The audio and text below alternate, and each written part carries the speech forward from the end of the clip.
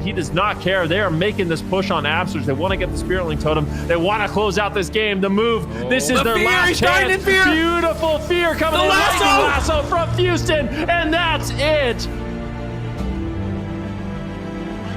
Who's gonna fall? There's no darkness, there's nothing. The hunt comes in. The Spirit Link Totem gets dropped. Sam I Am. Echo pushing for the win here. There's the imprisonment on the Sea-Doo. I mean, Trill's obviously going to want to play this out here, but I think it's really unlikely. He's doing it. He's actually... there's no way! There's no way! No way! 23! Liquid to the finals! Getting a shot on Tuna. Another swap onto him. He doesn't have Barkskin. He's got Trinket. He's being greedy. He gets none of his Trinket. KO. HOOLIBANG moves to Championship Sunday. They catch him out of bear form. And After gets some damage in here. Voidtorn fully channeled. Another amazing swap onto Dex. How is he going to survive? He's being way too greedy. After clutches it out. And the move crushed Lava Lava. Looking good here for Liquid as they do it. How? Guz lives at 1% again. I can't believe it. Ironbark lands. Guz is loot. Nightmare. Calvish is dead. Nick is dead. What do they have for Kearney? Do we have a gouge? Do we have a stun? The double pull comes in from Nick as he's looking to turn the tide of the fight, but a full kitty shot lands. A cheap shot on Calvish. Gouge on Kearney. Peekaboo, the boy wonder, making plays here on the road. And they close it out. Hello, everyone. Welcome to the final weekend of AWC here in Dragonflight Season 4. This weekend, we'll be crowning both the NA and EU champions, so make sure you guys are sticking around all weekend because you definitely don't want to miss a single moment. Of course, here on Friday, we'll be in the Gauntlet for both NA and EU, then Rookie, to figure out which teams are going to be making it into the finals. Yeah, I'm really excited for this. This is honestly one of my favorite parts of the entire tournament. All these teams have been working the entire season to earn points. They just came up a little bit short of that top 3, so they're going to have to battle it out game after game after game. I mean, if you look at this right now, Wandering Water FURBOLGS and Pirate Pete's, they're going to have to not only go through each other, but then Bikini Bottom Mafia, then Streamer Zone, then HOOLIBANG, and your prize for that is playing against Echo in the top 4. So it's going to be a long journey, but it's going to be super fun for us to watch. Yeah, I think so too. I've made this metaphor a few times, but it's a very steep staircase. We've yet to see also, Lithy, like a team make it from the bottom of round 1 in the Gauntlet all the way out of the Gauntlet. Do you feel like that's possible this weekend? I mean, Wandering Water FURBOLGS, they almost did it in the mid-season clash, right? They went all the way up to round 4 where they got knocked out by HOOLIBANG, and this time around, they're starting in the same spot. So repeating that story, Swapsy making it all the way through just to get his revenge on Echo afterwards, that would be a hell of a storyline. I would love to see that. Yeah, I think so too, but it's going to be a long and difficult road, of course, and if they do even make it out of the Gauntlet, which is going to be tough in and of itself, Zico, of course, they will be going into the finals of their respective region for tomorrow's games. Yeah, the finals, that's where, you know, the top dogs of the region are waiting for whatever comes crawling out of this Gauntlet here. And of course, we're also going to be doing the North American Gauntlet later on, so plenty of things are going to be decided today, the fate of all of these players here, and it's all going to start off here in the bottom. Wandering Water FURBOLGS, Pirate Pete's. I feel like Pirate Pete's is kind of a sleeper pick here. Like, you guys remember Mercy picked Pirate Pete's as his dark horse to kind of run through the Gauntlet, and I feel like he could be right about that. I mean, they have some insane players on that roster. Clyde, solo shuffle champion. Yellow, AWC champion, Nixie, BlizzCon champion, Porky, considered one of the best boomkins. It's a boomkin meta. I feel like things are not, set in stone here in Europe.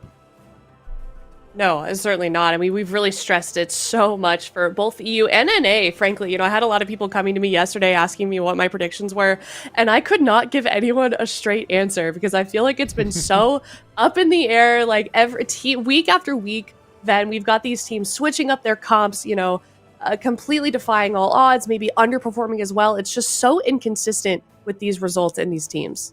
Yeah, and I think that's what makes it so fun for us all to watch. We say it year after year, but the competition really is rising. Of course, we can see on the screen Clyde and Nixie. They're going to be a part of Pirate Pete's. they've been kind of sleeping. We haven't seen them for a really long time, right? But this is kind of like an old duo. They're part of the casual dads, the casual granddads. So I don't even know where they're at right now in their, gaming life cycle. But this is a really solid roster, and it's one of those teams. Although we haven't seen much of them, they're amazing players, and if they show up, they can go toe-to-toe with any team. So if they've been practicing in the background, this might be one of those sleeper teams for the Gauntlet. Yeah, I think so too. Definitely. I remember the first time they came around back when Nixie was on ABC, everyone was kind of underestimating that team as well, and then they ended up just winning the whole season. So definitely never underestimate any of these teams here, because you never know how far they're going to fly, especially in a situation like today when really anybody could come out of the Gauntlet, Lithy. I mean, we've seen a lot of teams. We mentioned it briefly. Like, how important do you think it is to sort of like take what you've learned from the first 4 cups? Teams like Wandering Water, FURBOLGS, Pirate Pete's, we've seen them before. Do you feel like we're going to see much of a difference between the last time we saw them and now? I mean, the practice that these teams have been putting in has been tremendous.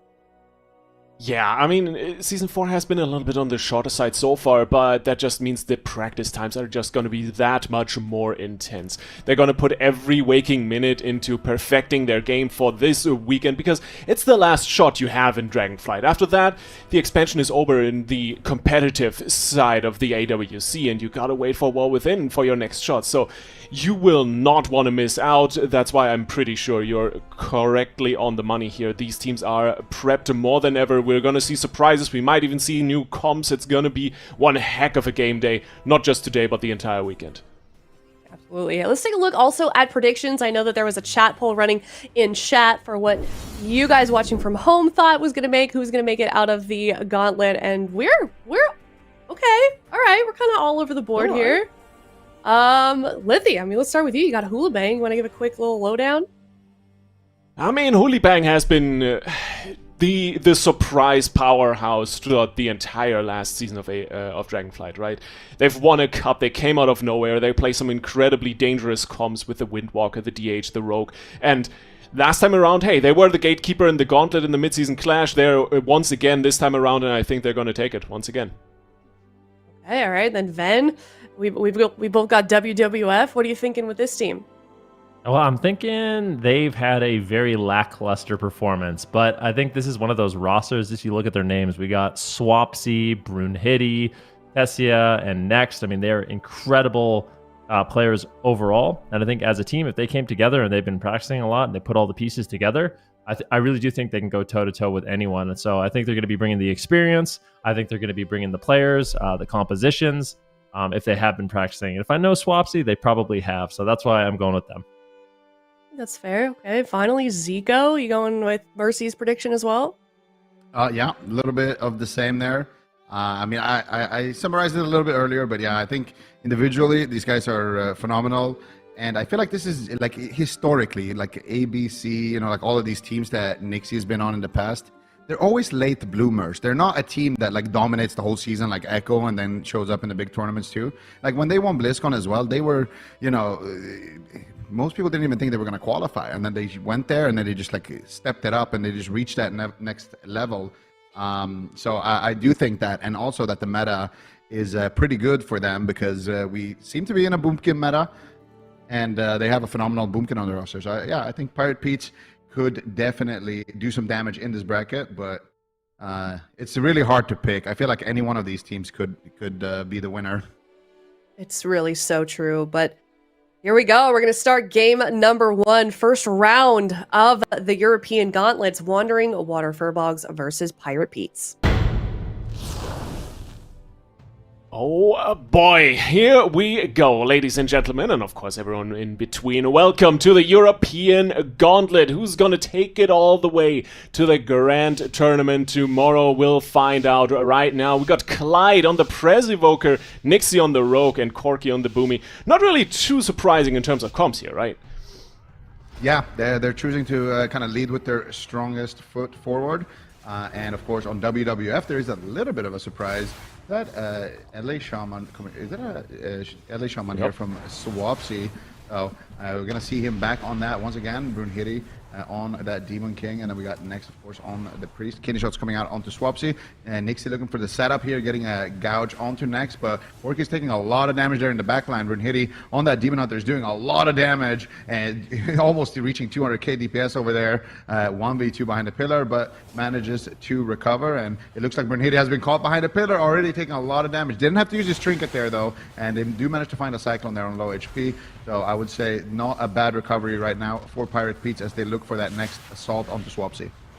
Yeah, solid group by Next as well. Gets Swapsy out of the line of fire, basically, for the moment at least. And they're swapping over a Collide. Massive damage, and immediately forcing that Emerald Communion. That's a massive line of defense from the Evoker gone. And in the meantime, of course, Brunhilde is going to look for more damage on Corky. The Boomkin now a little bit more vulnerable, and he's got to rely a little bit more on Nixie to just peel properly and make sure nothing bad happens. And Swapsy, the next big target. Good CC chain here on the Shaman. And the cross CC on next, not quite landing, which is why he's probably going to be able to keep Swapsy alive. And he got his sentence rolling here. Zico, he's going to be pumping some damage. Yeah, Brunhilde could be in a lot of trouble right now. Next gets gouged once again. Brunhilde with Blur still ready. He's trying to greed it, but I don't know if greed is going to be good in this situation. It looks like he will recover. Big damage coming out from Brunhilde with the hunt now onto Corky, but yeah, I gotta say, Pirate Pete's are looking fantastic so far in this game. Getting so much crowd control. Swapsy's cloned up on low HP. Close call onto Brunhilde. He's got no trinket, no blur as well. If they can get another solar beam potentially onto next, there's a gouge. Can they get something out of that? Corky looking for the Cyclone, but he gets knocked away. Clyde not able to find the sleep here. They want to get aggressive here on the side of Pirate Pete's. They are really close to just killing somebody, but Corky, watch out here, gets dropped to 20% HP, but does manage to recover. Now Brunhilde in trouble. They do manage to find the Cyclone. Here comes the full moon. Lightning lasso coming out from Swapsy. Gets quelled by Clyde. Clyde is dishing in the damage onto Brunhilde. Full root beam connecting there onto Clyde, or onto next, sorry, and Swapsy now getting swapped to as well, as they do look for the swap onto Clyde. Swapsy burrows, and it looks like Clyde will recover. Yeah, great burrow on the CC chain there on next after the root beam. Swapsy still super low. Astro Shift forced out. Corky taking a lot of damage now. You got to watch out for that continuous Ellie Shaman damage that he's going to be hailing in. Lots of meatballs flying through the restaurant here. But still, Brunhilde is the one in grave danger. Nixie down to half, Corky down to half. Everyone rotting. Clyde pressing every single button he has available. Reversal still held onto, as well as time dilation, as Corky is continuing to die. Beautiful double fear coming through from Brunhilde, and WWF gaining a little bit of momentum here as Nixie tries to Swapsy once again. The Shaman under fire, so much damage, forcing the swap from next. Pirate Pete's looking good, but Clyde low on mana. Yeah, and they did a nice little swap there too next as well. Swapsy now looking to get aggressive. Corky dropping very low there, but he does manage to get a big heal. Clyde now doing what he can here on the Evoker. He's got no mana left, basically only 10% left in the tank, but he has Innervate right now, so he has big heals. Goes for the Spirit Bloom. They get the Cyclone onto Brunhilde. They need to try to close it out here. They're running low on cooldowns, especially on Swapsy and next. There's the gouge onto next. Big damage here onto Swapsy, but it doesn't look like they can find any follow-up crowd control onto next, and Swapsy just going to be tanking it out here in midfield, but still, I don't know how long he can tank it. Corky trinketing out of a stun. Swapsy dropping very, very low. No wall available. It's going to just come down to the finish line here. Clyde doing what he can. So much damage adding in. Corky looking for the Cyclone around the corner. Next has no trinket. If they can find it, there's the bash. Can they find the Cyclone? There's the cheap shot onto Swapsy. They get the full Cyclone. It's an oppressing Roar Cyclone. They knock him out of the darkness. Kidney shot. There's the dragon, the deep breath coming out there as well, but the damage is not enough here. Swapsy with the Guardian Angel and the Lightwell is able to stay alive, but they still continue to chain. Somebody's got to go down right here, right now. Emerald Communion for Clyde actually saves the day for one more push. For one more push, but not much else. Borrow in 5 seconds as Corky drops down to 20%. He gets stunned on the jump by the Earthquake. Absolutely insane RNG on that one, but the Cyclone is going to come through. Brunhilde cloned on half. Swapsy gets gripped out, has a burrow available. Trinket in 1 second, just needs to stay alive a little bit longer as next is tossed into the Cyclone. He burrows away and is going to be fine for the moment. Brunhilde finds the fear onto Nixie for a little bit of peel going on, but overall the pressure is mounting. It's looking dire. Stray seconds here. Corky 5%. This might be all over. No, Clyde gets the rescue in the nick of time. Massive Spirit Bloom. Brunhilde taking so much damage, but Corky trying to get out. It is not enough. Essence Break sends him to the canvas. Beautiful work here by WWF, and this is exactly how Swapsy likes to play the game. He likes to be that defensive team, just trying to stay alive, trying to just have that perfect cooldown rotation. There was a lot of pressure coming out though from Pirate Pete's, definitely living up to their name there with Nixie on the Outlaw Rogue, just doing so many lethal moments, setting them up with his killing sprees, with the gouges, and with the stuns. But ultimately, it is WWF. They survive. Good offensive pressure, of course, from both Swapsy and Brunhilde, and it's just too much damage for Clyde. He ran out of mana, and they just weren't able to find the kill in those windows. So really good work by WWF. They take game number 1, but I feel like it was shaky. Like if both teams lock these comps in, I could see the series going honestly to either one, because Brunhilde almost died as well. So many close calls on the Swapsy too. I'm not necessarily surprised by Pirate Pete's, but definitely positively convinced of what I saw from this blind pick. Right? It was such a close game, but they had so many good moves, especially that that moment with the darkness, kind of the CC chain, the coordination to kick Swapsy out of the darkness, stun him, beam him, stun him in the beam again, keep Next under control in the meantime, almost netted them a kill. And that's not necessarily kind of the pre-planned plays you bring into the match, right? That's momentary decisions that you make on the fly, and bringing that stuff in that quickly, just lovely to see, and kind of is enough to convince me that Pirate Pete's are gonna put on a show here in this series. But first and foremost, we got to talk about the next map, right? We're going to Ashamane's Fall, and honestly, after that first game, I don't think, Zico, we're gonna get too much of a swap here. I feel like that went pretty well here for WWF, but yeah, no, they're gonna, you're right, they're gonna stick to the same thing here. And honestly, it's a great blind pick here for Wandering Water FURBOLGS, because Next kind of anticipated, most likely they're going to use Corki, and we're going to get ourselves a Boomkin. Now, Pirate Pete's have a lot of options here. One of their options is bringing in Gelu for some RMP.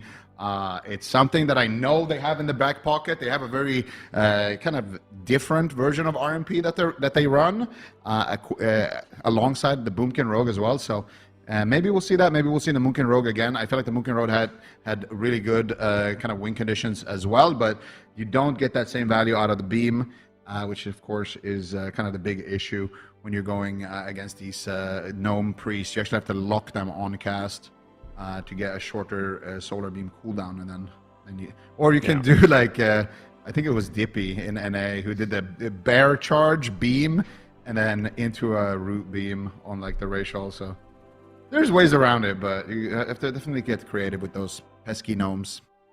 Yeah. But also, hey, good thinking from Next, kind of anticipating that Pirate Pete's would bring in the Boomkin to get that Gnome Priest rolling right away. The big question, I think, for me now is going to be Clyde's Preservation Evoker, right? Because we saw the mana game. Yes, it was a very close match on Negrand, but overall, Clyde was losing on mana the entire way through. Do you think the map is going to fix that already for Pirate Pete's? Not necessarily. I feel like the reason why Clyde is losing on mana is just because WWF is doing way more damage. And that's always going to be the case when you have a Demon Hunter on one side and the Rogue on the other side. The Demon Hunter is always going to do more damage than the Rogue, whereas the Rogue is going to be more about control, lockdown, and doing burst as well. So I feel like for Wandering Water FURBOLGS, the win conditions is always going to be the same. Survive, we win. We survive, and we don't like overlap cooldowns, we should be able to take it. But for Pirate Pete's, it's a little bit more nuanced. For them, it's about forcing the issue.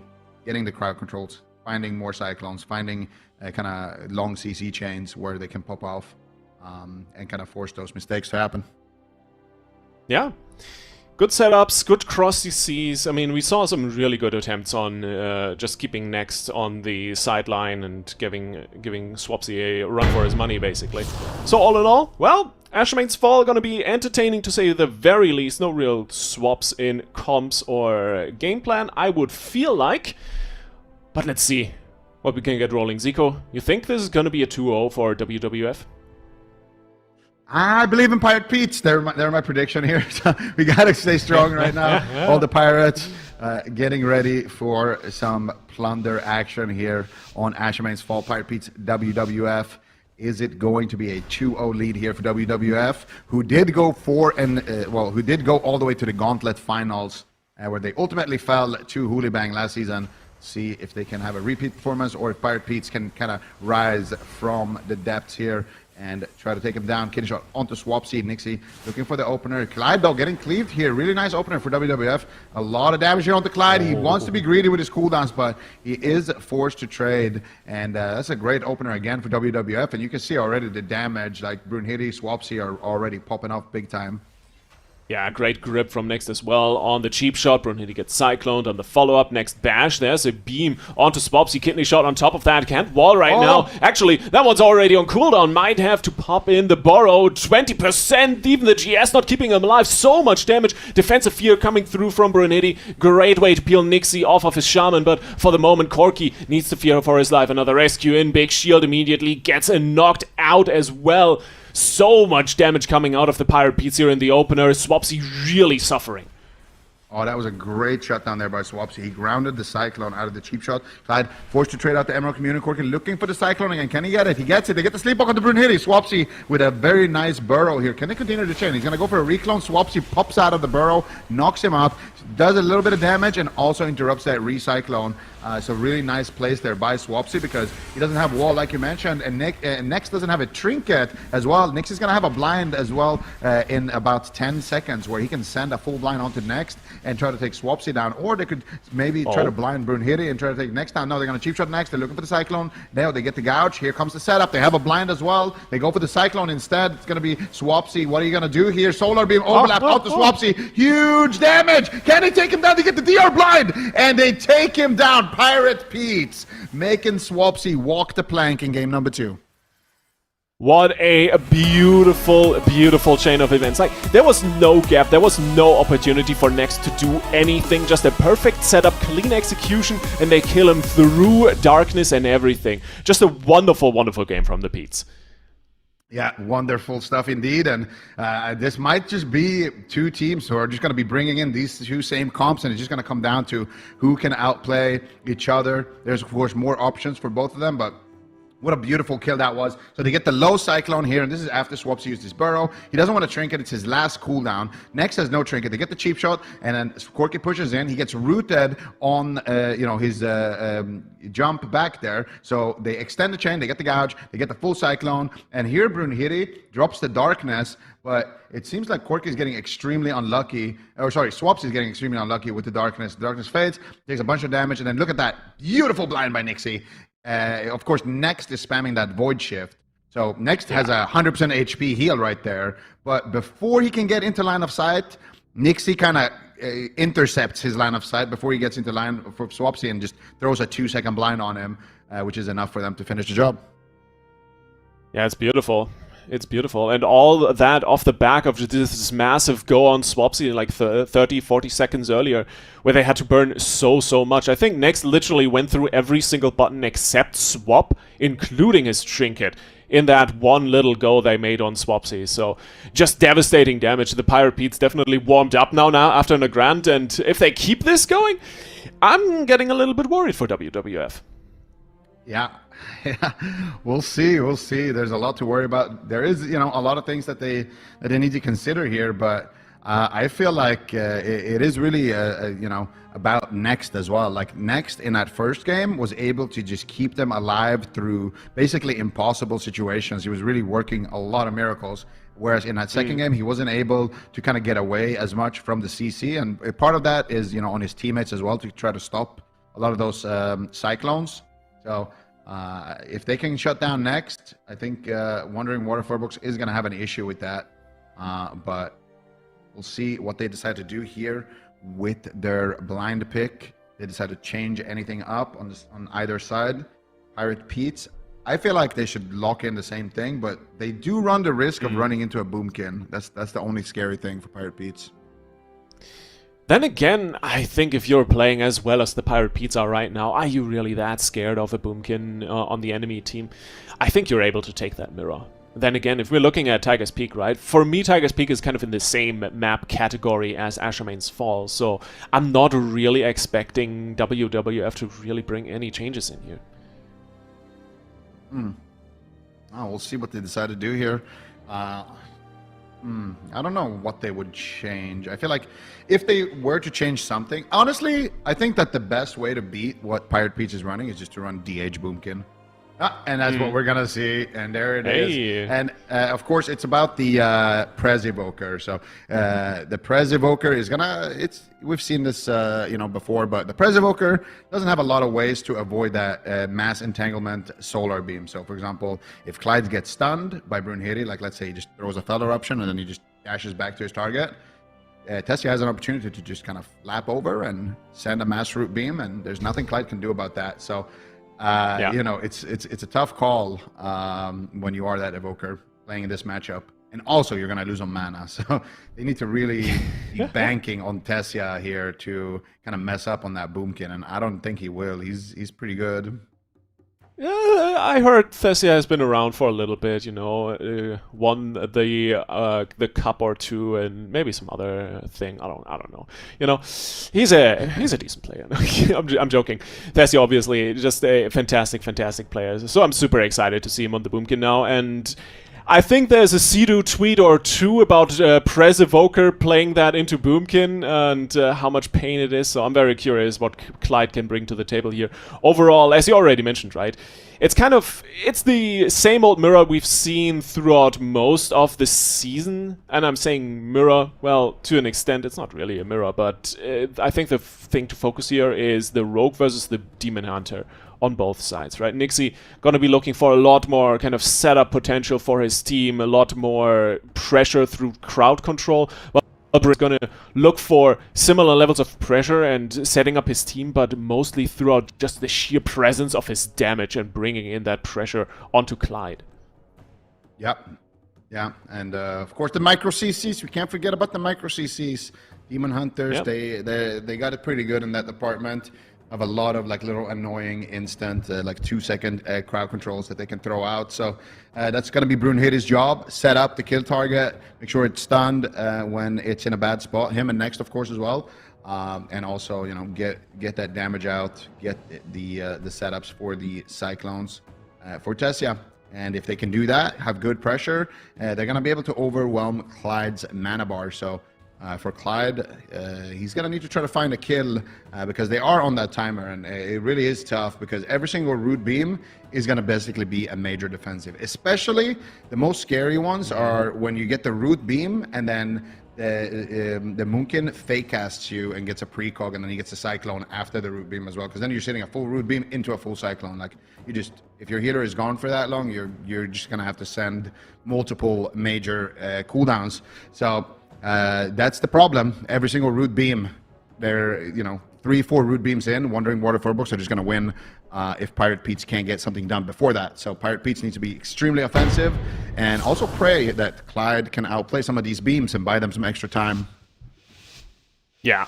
No, absolutely. I think there's a way or two the Evoker can get around a root beam. Like if you pre-Obsidian scales the root, you are actually more or less immune to it. You can get out of that CC chain, but that obviously requires Clyde to be in Thessia's head. And let me tell you, I don't think that's a very easy feat to accomplish. And we're starting off with a kidney onto the Boomkin here. Thessia immediately welcomed warmly to the ship as he's taking a lot of damage, but with a good Fear Brunhilde, he's going to keep him safe. Next in a Sleepwalk, going to be sitting by for a second. Nice Angel into the him. The root beam is avoided here by Clyde for the starters, but that's both stacks of Obsidian scales out of the window immediately. Yeah, Clyde, he could be a target. He also used his Renewing Blaze there, so Tessia with a nice fake cast there, gets the precognition, and Clyde, unfortunately, that deep riff was just a little bit too short. They get the sap, though, out of this. No, they get the cheap shot out of the blind. Tessia could be in trouble here. Do they get the gouge as well? Nixie doing what he can, but unfortunately, the gouge breaks. Tessia fake casting a solar beam from Corki there, beautifully done, and Tessia's going to have that solar beam in 10 seconds. Does he get a Cyclone onto Clyde here? Looking for it. Can he get it? He gets it onto Corki low, buying time for his solar beam to come back up. Clyde has to avoid this one somehow. Can he do it? He cannot, no. And that is bad news right now. I think it's going to be the Emerald Communion here for sure coming out from Clyde. No, he actually just manages to slow it down. They get a Cyclone onto Brunhilde, and they manage to slow down the assault there. Nice defensive play there coming out from Pirate Pete's. Can they get the Sleepwalk here? Clyde pushing in for it, then they find it. Now they need to find a target here. Can it be Tessia? Is it going to be Brunhilde? It's going to be Brunhilde. Do they have any follow-up onto Next? Doesn't look like it, but still, Pirate Pete's kind of dealing with the pressure in a pretty good way here. but still, I would say WWF definitely in the driver's seat. Yeah, they are. 10 seconds on the next root beam. A lot of damage coming in on Corky right now, but good heals from Clyde. He has another Obsidian Scales for the next root beam coming in. And you have, of course, Nixie with good blanket CC just to keep the pressure low on his team. There's the next root beam. Thessia setting that up beautifully. Where's the damage onto Corky? How much can they actually do? Brunhilde Kidnate once again. Nixie is peeling so damn well for his team right now. That's why the Petes are looking so strong in this situation. But WWF, they are not outdone. They're trying to reconnect. A little bit of a meta still going here for Brunhilde, but the damage not connecting as much as they would like to, although Clyde is suffering on mana. And I think Clyde actually was able to dodge the solar beam there again, so this is great news for Pirate Pete's. A lot of pressure coming out here. Corky gets the bash. He's looking for the Cyclone. Can he get it? He looks for the precognition, but not able to find it, and it is going to be Angel form coming out here for next. Brunhilde instead is going to be tanking a Cyclone. It's going to be swapped over to Tessia. Brunhilde trying to glimpse the stun here from Nixie. He knows that Nixie has a stun available, and he wants to send it, but I think they actually want to send the go onto Tessia next here, looking like he wants to avoid some crowd control behind the pillar. He tries to Shadow with Depth the blind there of Nixie, but not able to find it. It's going to be a Cyclone that connects. Corky looking for the damage, but Tessia already in bear form, just tanking it out, spamming out the frenzied regions. Nice disarm there, and Tessia looking for the beam there as well. He beams Corky actually offensively, so it's going to be really nice for Pirate Pete's to not have to kind of worry about that solar beam, but still they pull out the Emerald Communion out of Clyde. Yeah, a little bit eager there with the Emerald Communion. Didn't actually do too much healing. Let's see if they will regret that down the road, because that next root beam, 35 seconds, might spell disaster for the Petes. But first, Thessia is hitting in a kidney. Nixie trying to line up some damage with Corky together. They have 50 seconds on the next Incarn here for the Petes. So little bit of low damage coming in, but they're trying to get any defensives they can on the road back to that cooldown. So Corky bringing in the Mooncast, the nice knockback there, as next is sitting in a sap. How does Nix even find that? Darkness traded by Brunhilde immediately. They're massively respecting the damage potential in this situation. Oh, this is beautiful. They get the kidney shot onto Brunhilde. Tessia forced a trinket out of a Cyclone as well, using Heart of the Wild there. Nixie with some beautiful plays. They're sapping out of the Cyclone, and it nets them a lot here. Symbols of Hope is going to be channeled out for next, resetting some of those cooldowns here for Tessia as they look to get aggressive. He has the root beam ready. Clyde, how are you going to avoid it? Tessia actually getting beamed himself. Full Moon coming out for Corky. A lot of damage. Nixie gets feared, but it's DR'd actually, so he's not going to be too mad about that. That means he can't get Cyclone, and now it's going to be Brunhilde sitting through a Cyclone. Nixie disarmed. There's the root solar beam. Here's the kidney shot. He's behind the pillar. Nice knock by Corky. Even further away from next line of sight. Can they find a blind or something though? On to next. It doesn't look like Nixie's able to get it. I would have loved to see him go for the blind there, forcing out next trinket as well there. But that was another great push by Pirate Pete's. You cannot leave your eye off the Petes for even half a second. These guys are so quick with the reactions, and especially in the vicinity of corners, they're so dangerous. Thessia taking so much damage to the full kidney. Massive dam. Even the renewal gets tossed in next, pumping everything he has just to keep his team alive. It's working for the moment, but how much longer can they last? Thessia gets in line with the beam as well. Corky really pumping up the damage here as Nixie is looking for more CC. Cheap shot onto Brunhilde, and the cross CC once again working out. Full clone on Thessia. Switch over onto Corky. Brunhilde trying to bring damage in. Double stun. Good damage. The follow-up fear. Corky on massive lifelines here, trying to stay alive, but Clyde has it under control for the moment. 40 seconds onto Emerald Communion. Next, looking alright on mana, but not too hot. Clyde suffering as well, and both teams really not leaving gifts for anyone. Brunhilde can't dodge the clone, is sitting AFK in that one for a moment, but Corky also gets cloned. Thessia appealing for himself. Everything calming down for a moment, but Clyde in another CC. Nixie disarmed. It's looking dire. Yeah, and they get a full Cyclone here onto the next kidney shot onto Brunhilde. This could be trouble. Nice beam there as well behind the pillar onto Corky, or onto Tessia. But look at Corky, he's dropping very low. He gets bashed on 1% HP. And Brunhilde will take him down there with the fell eruption onto Clyde and the stun on to Corky. Beautifully done here by WWF, but I wasn't convinced by this game. I felt like Pirate Pete's definitely put up a great showing, and this still had some cooldowns left to work with there. I'm really surprised that Corky died there. I feel like maybe they played a little overly aggressive, but let's see what happened. I think this is when he was very low, right before he got recovered by Clyde. So Clyde manages to pick him back up. He triggered the beam there, and then they get enough damage here onto Corki to about 50%, and then they duck back around the corner, and here comes the setup from Pirate Pete. Get Cyclone to Corki, and then they get a cheap shot onto next into a Cyclone. So there's the cheap shot, and then they get a full kidney onto Brunhilde here out of that disarm on Nixie. And then they get the killing spree as well, I think, with this one. And there's a lot of damage coming in. And it looks like Corki is just chilling here. Like, Clyde doesn't really have too much to do. And then Brunhilde just comes in and just like, blah, blah, blah, Demon Hunter. And he just dies. Like, all right. Oh man, a Demon Hunter factor, right? It's always something you gotta be ready for. But generally, solid game from the Petes. Once again, these snap decisions, when they find this little opportunity, they just full send someone, and it almost netted them the win here. But overall, just the Demon Hunter, I think a little bit more pressure, a little bit more value brought in here by Brunhilde. Although Nixie has been playing a fantastic game. I honestly, Zico, even though this is kind of looking a little bit convincing for the FURBOLGS right now, I still think both teams are very much dead even in terms of who could take this. And we're going to Hook Point next, so the Petes really looking to drill in whatever they have left in the tank. Yeah. Pirate Pete's on match point, gonna go to the home field advantage, and WWF are actually gonna blind lock this comp. So this is kind of I like what WWF are doing here, because they're forcing Pirate Pete's to show their hand here. If Pirate Pete's locks in the same, they could, so this is what Pirate Pete's can do. They can lock in Holy Priest and go Boomkin Rogue again, and then they won't have to deal with that Solar Beam issue, which is, I think, the biggest problem. And also the mana disparity is gonna be a little bit better. They could also lock in RMP. I feel like RMP could do decent into this, but it's not a great map. Yeah.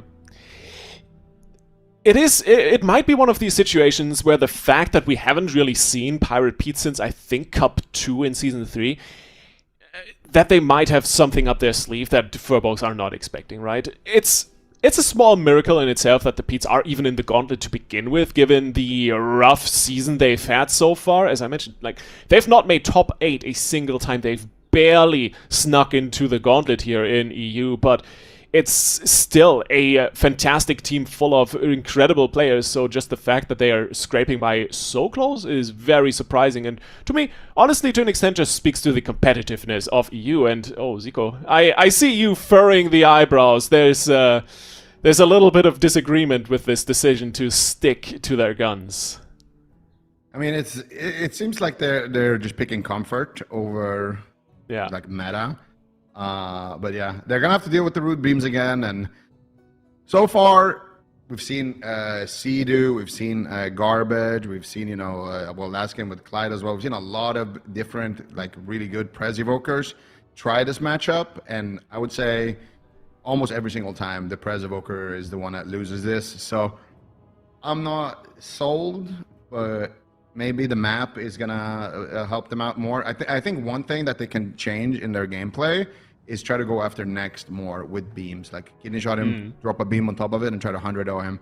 I think that's one thing that they can kind of do to punish the gnome pick a little bit. But aside from that, like, I feel like they've been playing honestly, like, really well in all of these games. I don't know how much they can, like, change up gameplay wise other than that. I definitely agree. I think next is the right keyword here, right? Because Hook Point not just allows you to go for the priest a little bit more with just goes and try to take him down, but also Clyde has a lot more opportunities to swoop in for maybe a sleepwalk, maybe for a CC setup. Nixie has an easier time because everything is so clumped up because the map is so small to just blanket CC the entire enemy team, which he has been doing on on Tiger's Peak really, really effectively, which allowed them to survive most of these root beam goes almost undamaged. And I'm going to keep my eyes on Nixie this game because I think he's going to be one of the key players if the Pirate Petes want to bring back this series and even it out, because WWF, hey, they're on match point. This is Gauntlet. If you lose, you're out of the tournament. No more hopes at the Grand Finals here for Dragonflight. All right, let's see it here. Match point for Pirate Pete. Can they take us to a game number 5 here, or will WWF begin their terror in the Gauntlet? We are just about to find out here. Corki already taking a lot of damage from Brunhilde. Next in angel form, spamming out the heals. Tessie is in a kidney shot, but Next is there, ready to deflect. He's already spamming out. And I like that Next pops the power infusion before he ducks into angel form to give him even more flash heals that he can spam in there with up Serenity charges and just get more heals out in general. So Next doing a great job there, but now looking to maybe get a little bit aggressive there, trying to dodge CC it looks like, but there's finally the cheap shot coming in. Tessia is in position though, looking for the Cyclone onto Corki to shut down Corki's Cyclone onto Next, but Clyde gets a sleepwalk, but then Clyde gets stunned into a full Cyclone, and Corki is in trouble right now because of that. So really nice plays here from Tessia, shutting down the enemy Boomkin and also getting the pressure on his side. Yeah. Did you want to play the game? Yeah, sorry. No, there's too much CC for you to do anything. In the meantime, Nixie sitting in a clone, Corki taking good damage, Brunhilde just having, honestly, a field day with everyone. So, oh my god, the one shot almost coming through. Trinket Netherwalk taking Brunhilde to 5% before Next can save him.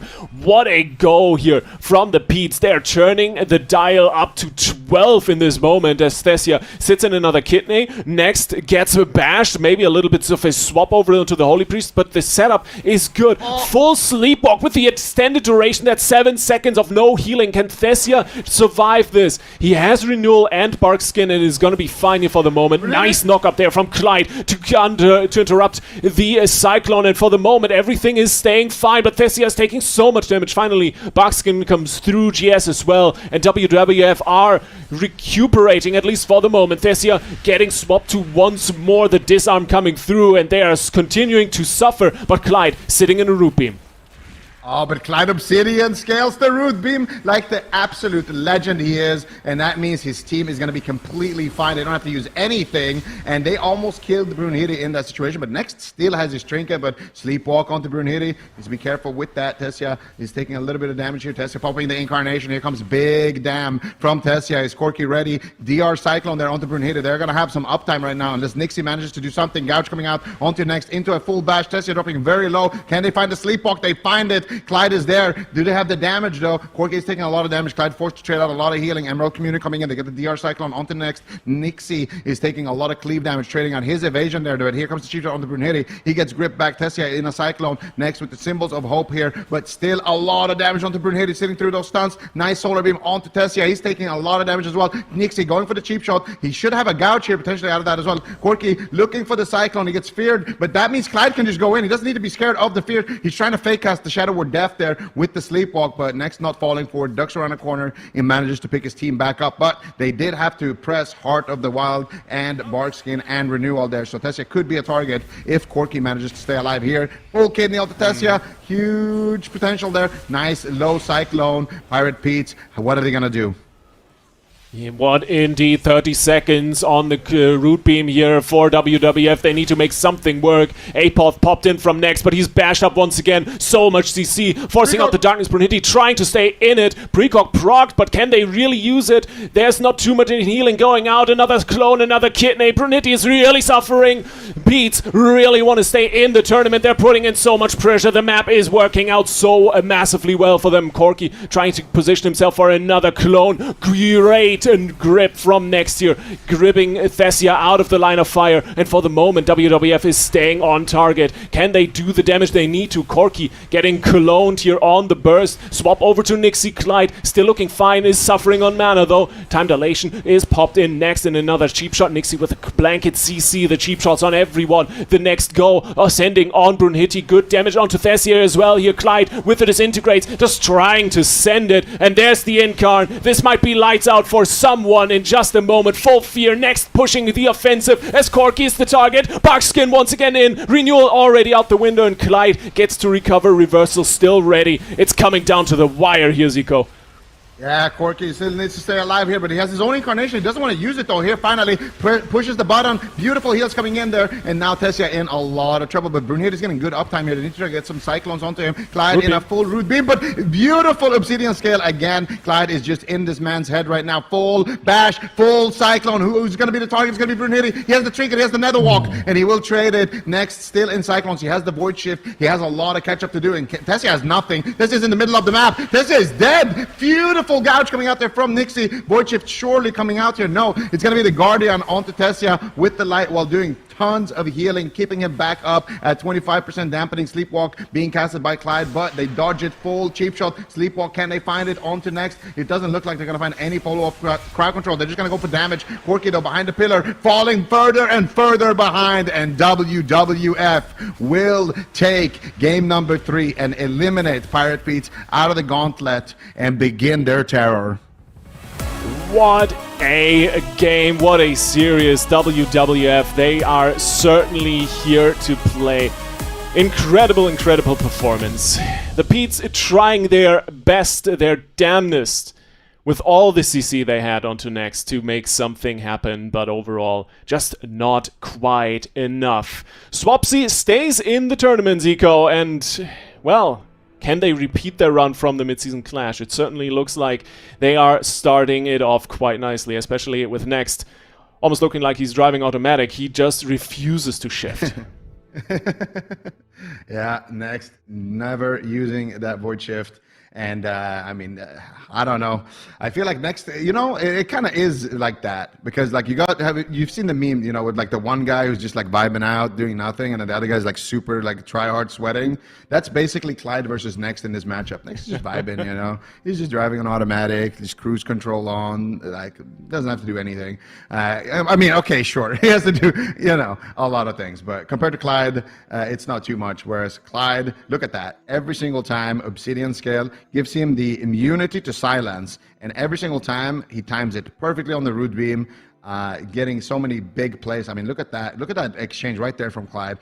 Obsidian scales the root beam, gets the sleepwalk onto Tessia, consistently adds in damage onto Brunhilde, and then here as well, when they're going after Tessia, again, he's the one there setting it up, deep breaths coming out, big dam being added in, and then he just like, okay, well, I got no mana, here's a time dilation for you, Corky, good luck, and he's spamming out the Living Flames, manages to keep him back up, but then here he, oh my god, 10 seconds on his Communion, that would have been enough to get mana back, and also potentially top Corky there, so a little bit unfortunate for Clyde, but I feel like he played an absolutely beastly game. But when the enemy Demon Hunter has 41 million damage done, more than your entire team combined, it is what it is. There's not too much you can do about that.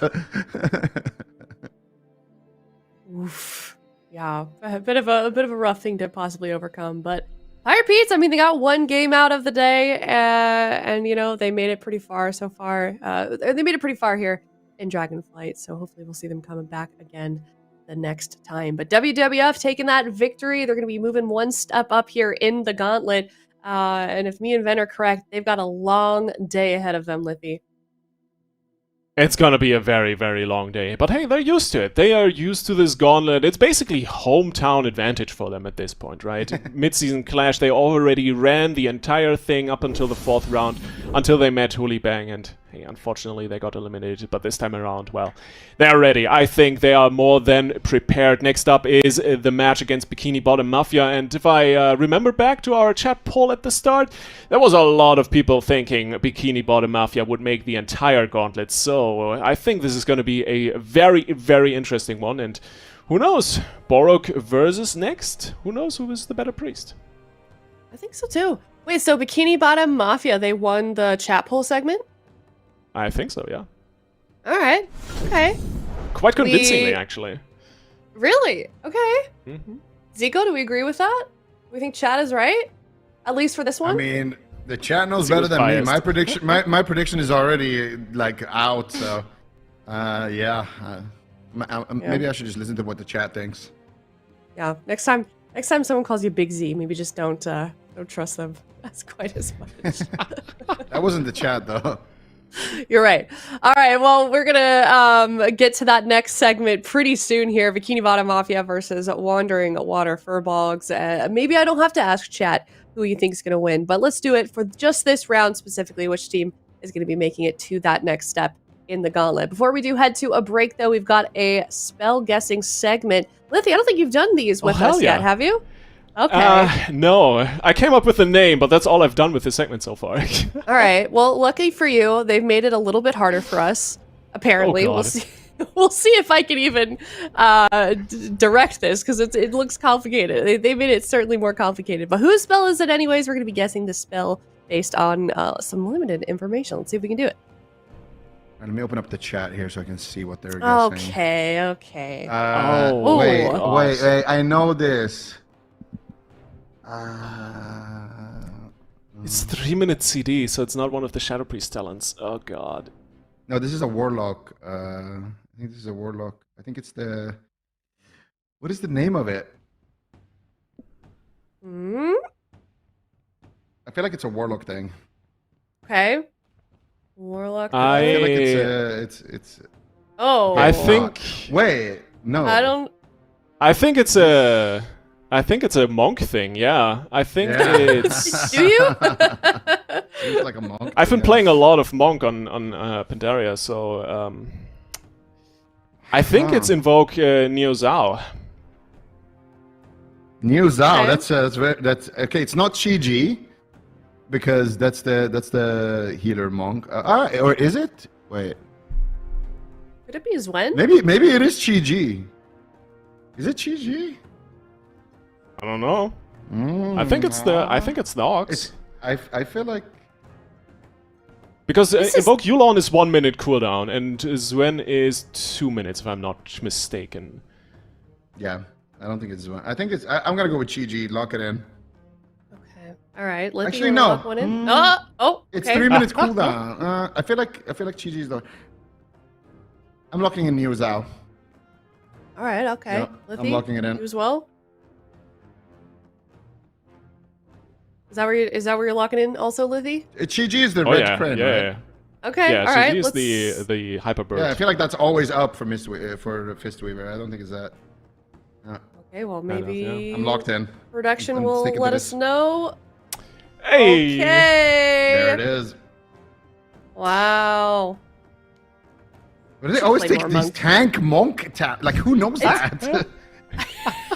It's a bit sus, actually. A little bit sus, if you know Pick that. that up with Sarah. I think it's all him. You guys are trolling. What? Wait, Zico, what have you been playing in MOP Remix? Blast enemy, 149% of spell damage. Oh, this looks like Blast Wave. I think that's fair. I like how they cut out half the word. Does Blast Wave slow last 6 seconds? I feel like it does. I'm not sure. Actually, does it? If I had to just look at this blindly, I would say Blast Wave. Okay, I would say this is probably a mage. Probably a Or mage. LA. So it's Mage. Okay, all right. I mean, with the options in, I kind of have to agree. Zico, I'm gonna do the same thing and say Blast Wave as well, because I think you're right. Last wave. Okay. Could also be let's Frost see. Nova, though. It's either Blast Wave or Frost Nova. Yeah, I'm going with Blast Wave. That was my initial my reaction, God. so I'm sticking with this. But it was Frost Nova. Damn. They caught us cold there, man. Is Blast? I think the slow for Blast Wave is shorter. I just want to make note of production here in our chat. Your reapplication for Mage Card has been denied, Zico. Unfortunately. Oh no. The little clown emoji. Oh my god. I feel like I'm being a little bit Savage. targeted right now by the production here. Are you? I feel like I'm being a little bit like. Why don't we ask Aya some DK spells here? Why Don't don't do we, that. No. like, why don't we spread the love a little bit here? Like, what's I would happening with all be. the mage questions? This is why I'm so glad I'm the host on this segment, because I'm the type of person that knows like what the icon looks like and what it like does, but could not tell you the exact description. I just like, yeah, that one, and then that one, and then that one.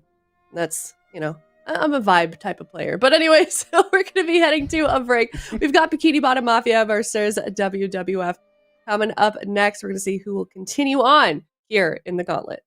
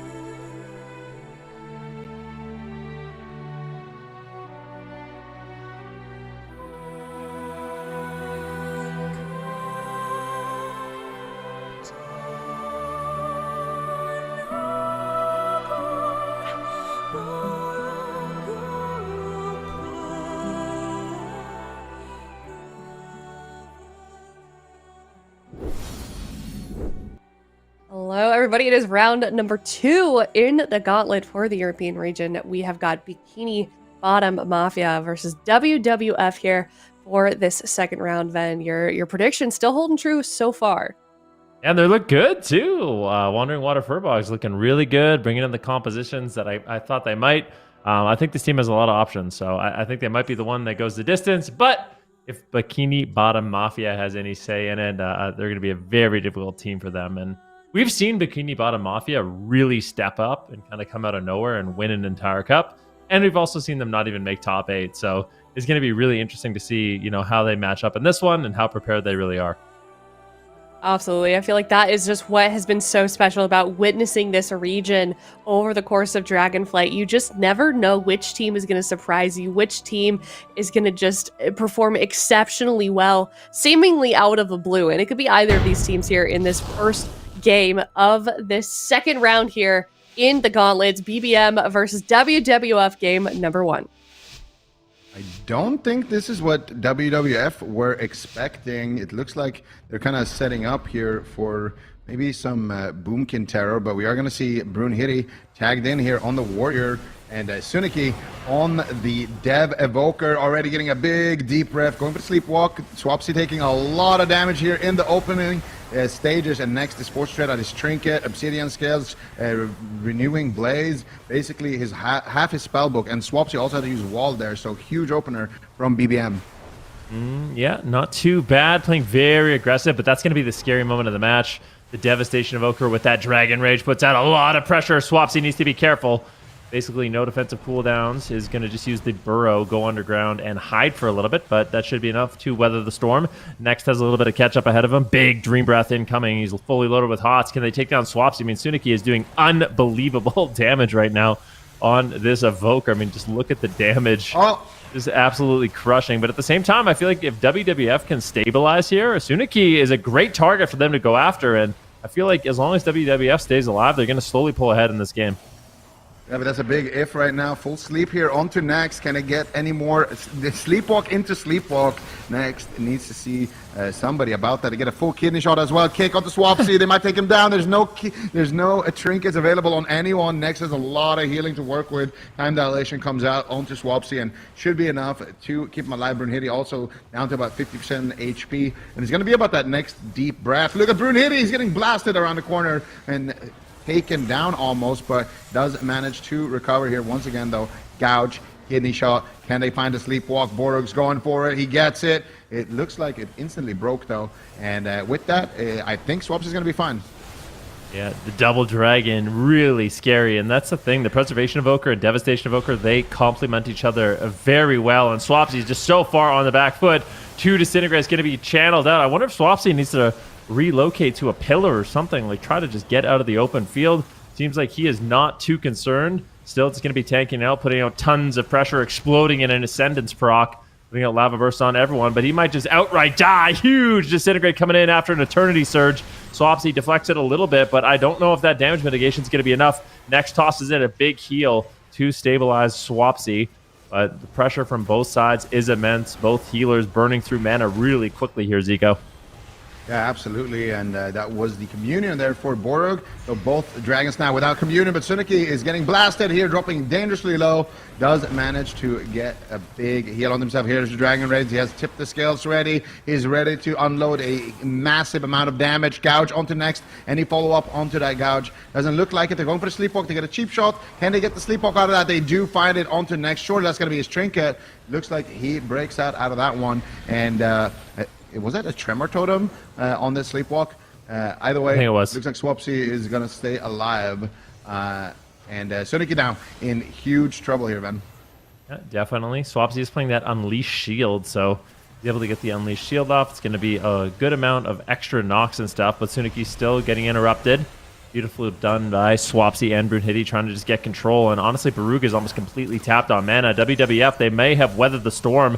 Dragon Rage still not available for a minute, and Suniki is going to have to run away. I mean, he's taking just unhealable damage at the moment. Barug doing what he can, nullifying Shrouds up. No crowd control incoming, but he's almost tapped on mana. At the same time, Swapsy is forced to burrow. He's going to be going underground, making use of that new Honor talent just to stay alive. Full sap on next. Next in crowd control. Is he going to trade out his Trinket? He might have to. It's getting close. is going to rescue Swapsy away. Suniki still getting low, might just get completely dropped. He's kiting Brunhilde for the time being. Rescue comes in, Disintegrate's coming in as well. Swapsy gets the interrupt, but it is on a razor's edge. Suniki going into a time stop. Swapsy gets topped off, and this is looking like WWF might be able to claim game number 1. If they can make a push, if Brunhilde can stay alive, I think they've done it.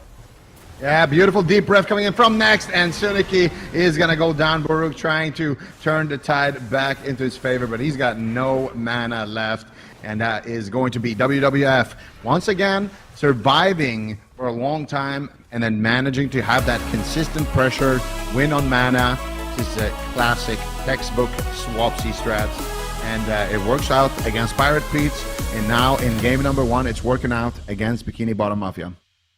I mean, this is just a really good pick. I mean, the Elemental Shaman and the Arms Warrior, it's a lot of damage and a lot of disruption. So if they're doing a good job, which they did, rotating through their interrupts, their defensives, the grounding totems, the wind shears, Brunhilde's able to intervene back to Swapsy when he's in trouble. I just feel like eventually it becomes an overwhelming amount of pressure. And the thing I especially like about this is you're constantly attacking Baruch, which makes it so he has to heal 3 targets. Like, obviously, the Arms Warrior, Brunhilde, is going to be able to bounce around on whoever he wants, but Swapsy's just cleaving down everybody.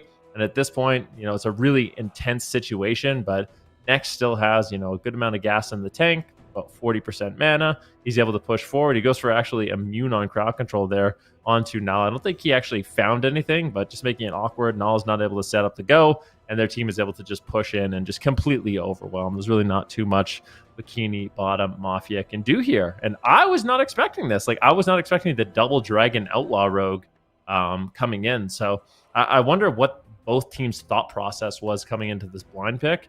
Obviously, WWF won, but I can't imagine this is what either of them anticipated. Yeah, I think when those gates opened, they were pretty much as surprised as we were. So yeah, I wonder what Bikini Bottom Mafia will be running now that they have the chance to counter pick.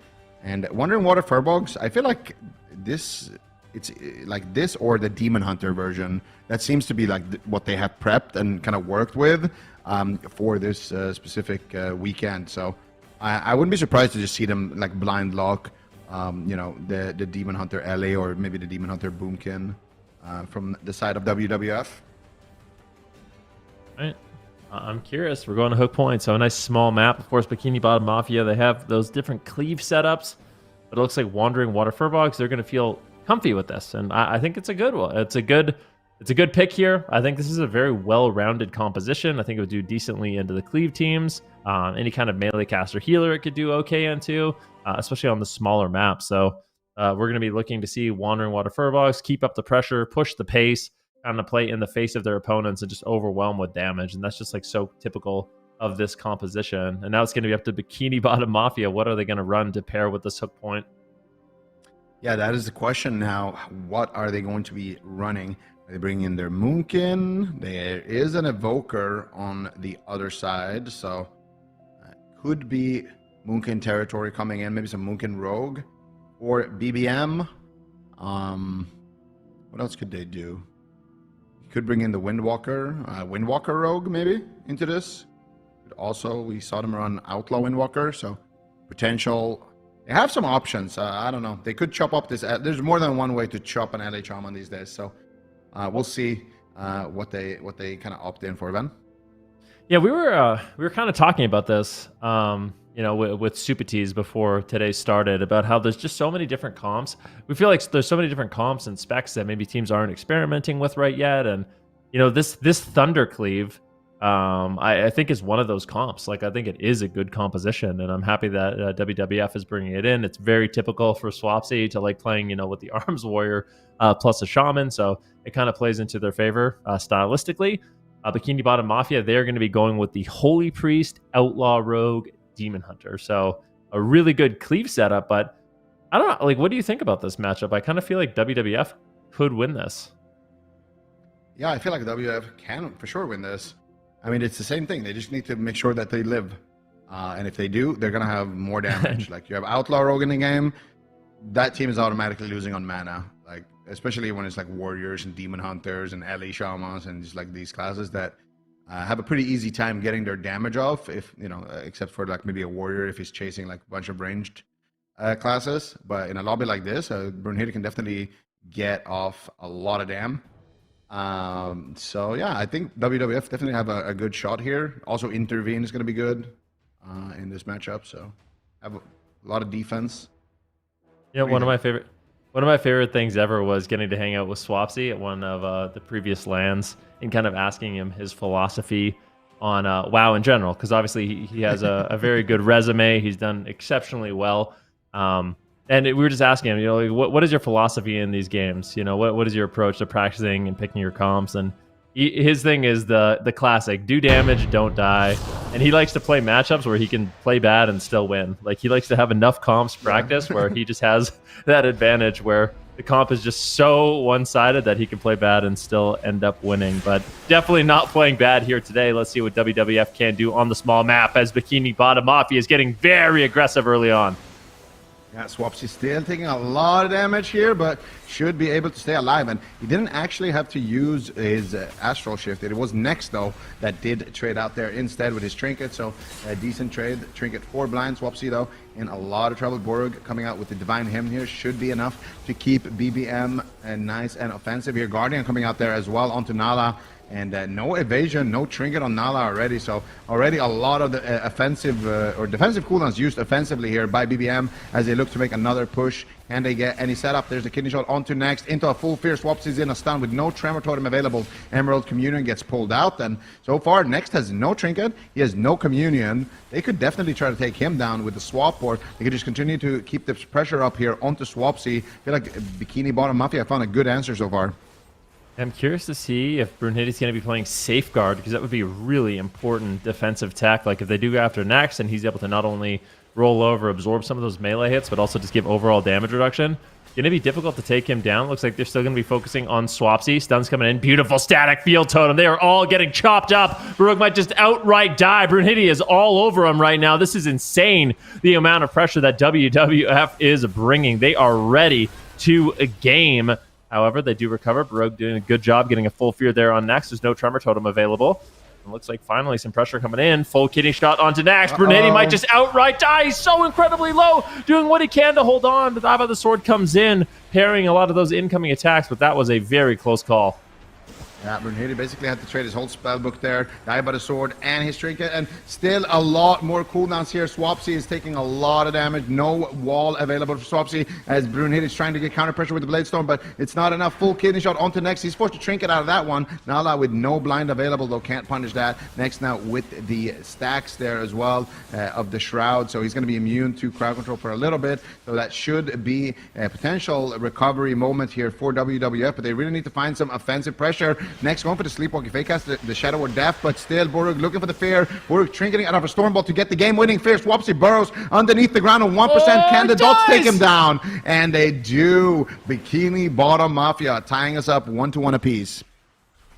I'm going to be honest. I'm going to throw a little criticism here to Brunhilde. Like, I feel like not running the Safeguard is just not ideal in this matchup. Like, they're all about winning in setups, and that Safeguard just gives you so much defensive flexibility, giving 20% damage reduction during their setups.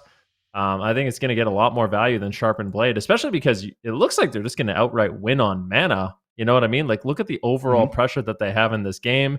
It feels like if you can just survive these setups, you're going to be able to win. But Bikini Bottom Mafia, lots of moments in the game where they were completely on the back foot. They managed to just keep up the crowd control. Nala doing a really good job setting up his team with gouges and kidney shots, blind saps on Next, forcing out the trinkets. And it's at this point where they're just able to completely overwhelm. Suniki's going to be able to just kill off that static field totem. They push forward, trying to find what crowd control they get on Next. He's going for a sleepwalk. He gets gouged. And I think it's a fear out of the gouge. Yeah, Baruch trinkets out of the Stormbolt, gets the full fear. Kidney shot still lands. Swapsy really can't do much. I mean, maybe he could have burrowed a little bit sooner. But other than that, that was just a nice, clean final push there by Bikini Bottom Mafia. Yeah, I think it's more the situation that led to this, I think, was because, you know, man, I've been playing a lot of healer lately, so I have a fresh perspective now. Experience. Yeah, I'm a very 2K rated, very experienced healer right now. But one thing that really messed things up here for Next is the fact that Brunhilde used his cooldowns on such low HP. He used his rallying cry and his die by the sword to live the previous swap when he kind of got caught behind the pillar a little bit. And I feel like in that situation, if he just trades out early, maybe he trades out his trinket, and then he just like pops the die by the sword early and saves the rallying cry. Not only isn't Next going to be super far behind, having to heal him and then trying to catch up onto Swapsy, but they might even have the rallying cry as well, and he can use that maybe to help Swapsy survive a situation like this where he's so close to living in that burrow. So yeah, I feel like for Brunhilde, maybe it's a miscommunication between him and the healer, but either way, I didn't like that he used his cooldown so late there, right before that, because I think that's what ultimately put his healer behind. And just actually kind of a slow, drawn-out death there for Swapsy in that one. You can see it took about 12 seconds for them to take him down. It's just not that much incoming healing. The time dilation was soaking up some damage, but it's almost like a false sense of security with time dilation. If you're not putting a lot of healing while that damage reduction is up, you're ultimately going to pay the price, because it doesn't mitigate the damage, it kind of just slows it down. So you really have to try to heal through, and if people are just attacking into it, it'd be really difficult to recover. So Kinabot and Mafia, they are not going to be locking in the same thing, so not bringing in any kind of cleave, which makes me feel like they're afraid of something.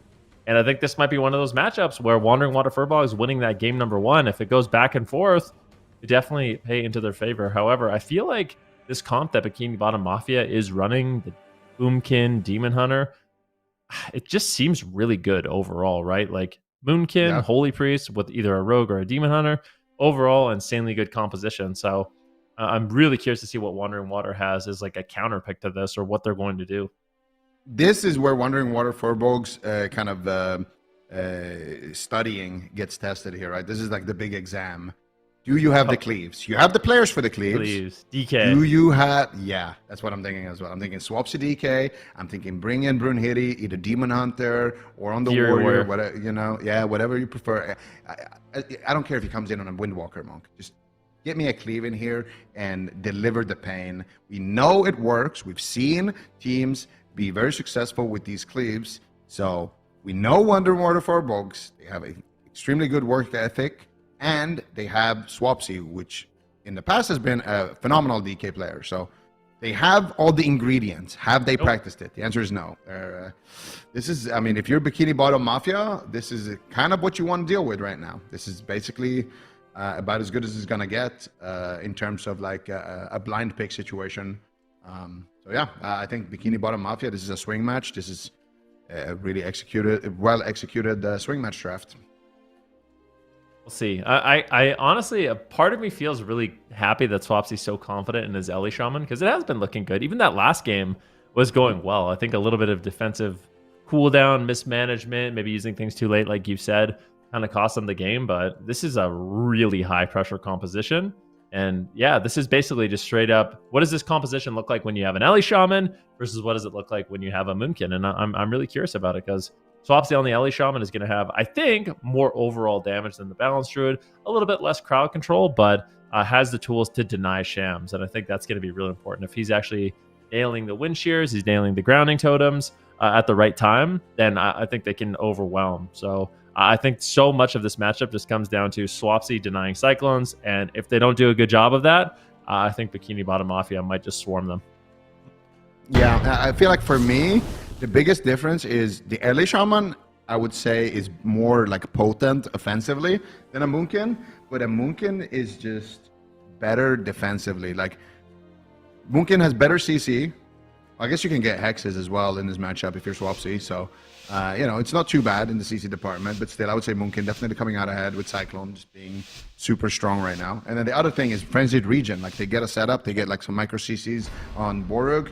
Shams just goes into bear form, presses Frenzied Regen, and most of the time, that's enough unless big offensive cooldowns are being committed, whereas the Ellie Shaman has to trade long cooldowns like his Astral Shift, and when he has nothing, he's a sitting duck, so we'll see. But the offense already, you can see Swapsy immediately coming out with a big bang here over onto Shams, forcing out the trinket, forcing out the bark skin, incarnation being popped here for Shams as he is looking for his own setup. Syndicate starting things off there with an imprisonment, but no follow-up, and it's going to be Shams again, actually, taking a lot of pressure here on his own incarnation.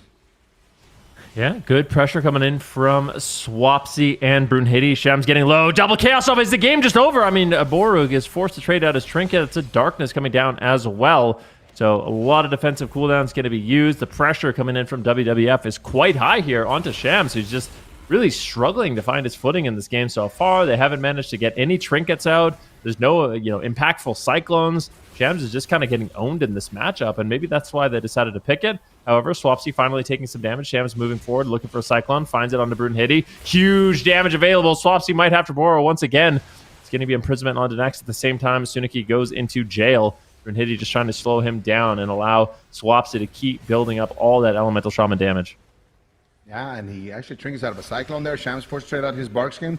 Does subside, though. It could be in a lot of trouble. He's in caster form still. Brunhilde's all over him. He goes into bear form. Gets the frenzied region. Should be able to get a decent amount of HP. Now Guardian Spirit comes out. He almost gets knocked out of line there for next, but you see the little Naru pet there spamming out the heals here onto Shams. Finally, a massive heal connecting there as Swapsy now is the one potentially on the back foot. Shams gets stunned out of form, though. Still a lot of pressure here onto Shams. Finally, a cyclone connecting there on to Brunhilde. Into a bash onto next. Can they chain it? They're looking for the cyclone. Now it's going to be able to find it. Brunhilde being very patient there with his kick, and it looks like it's going to be Swapsy who comes out ahead. Shams super low, dropping to 10% HP, catches another big heal there from Borug in the back line, but Shams definitely feeling the pressure right now from Brunhilde. Yeah, no doubt about it. I mean, Shams is just... he's been horrified this entire game. There goes the trinket. There goes the bark skin. Swapsy keeping it up. Lava Burst is flying in, but this is the incarnation. This is the moment that Bikini Bottom Mafia needs. You can see Borug, his mana is not looking good. A full cyclone lands, but it's on Swapsy. I mean, that's the person they want to go after, but they're just so afraid. They're making a swap onto Brunhilde, but Shams might just get deleted. Look at these Lava Bursts flying in. Swapsy just looking like an absolute beast right now, but they're finally putting a little pressure onto him, forcing him in the backline, but it's still just Shams. I mean, I can't believe the amount of damage he's taken in this game.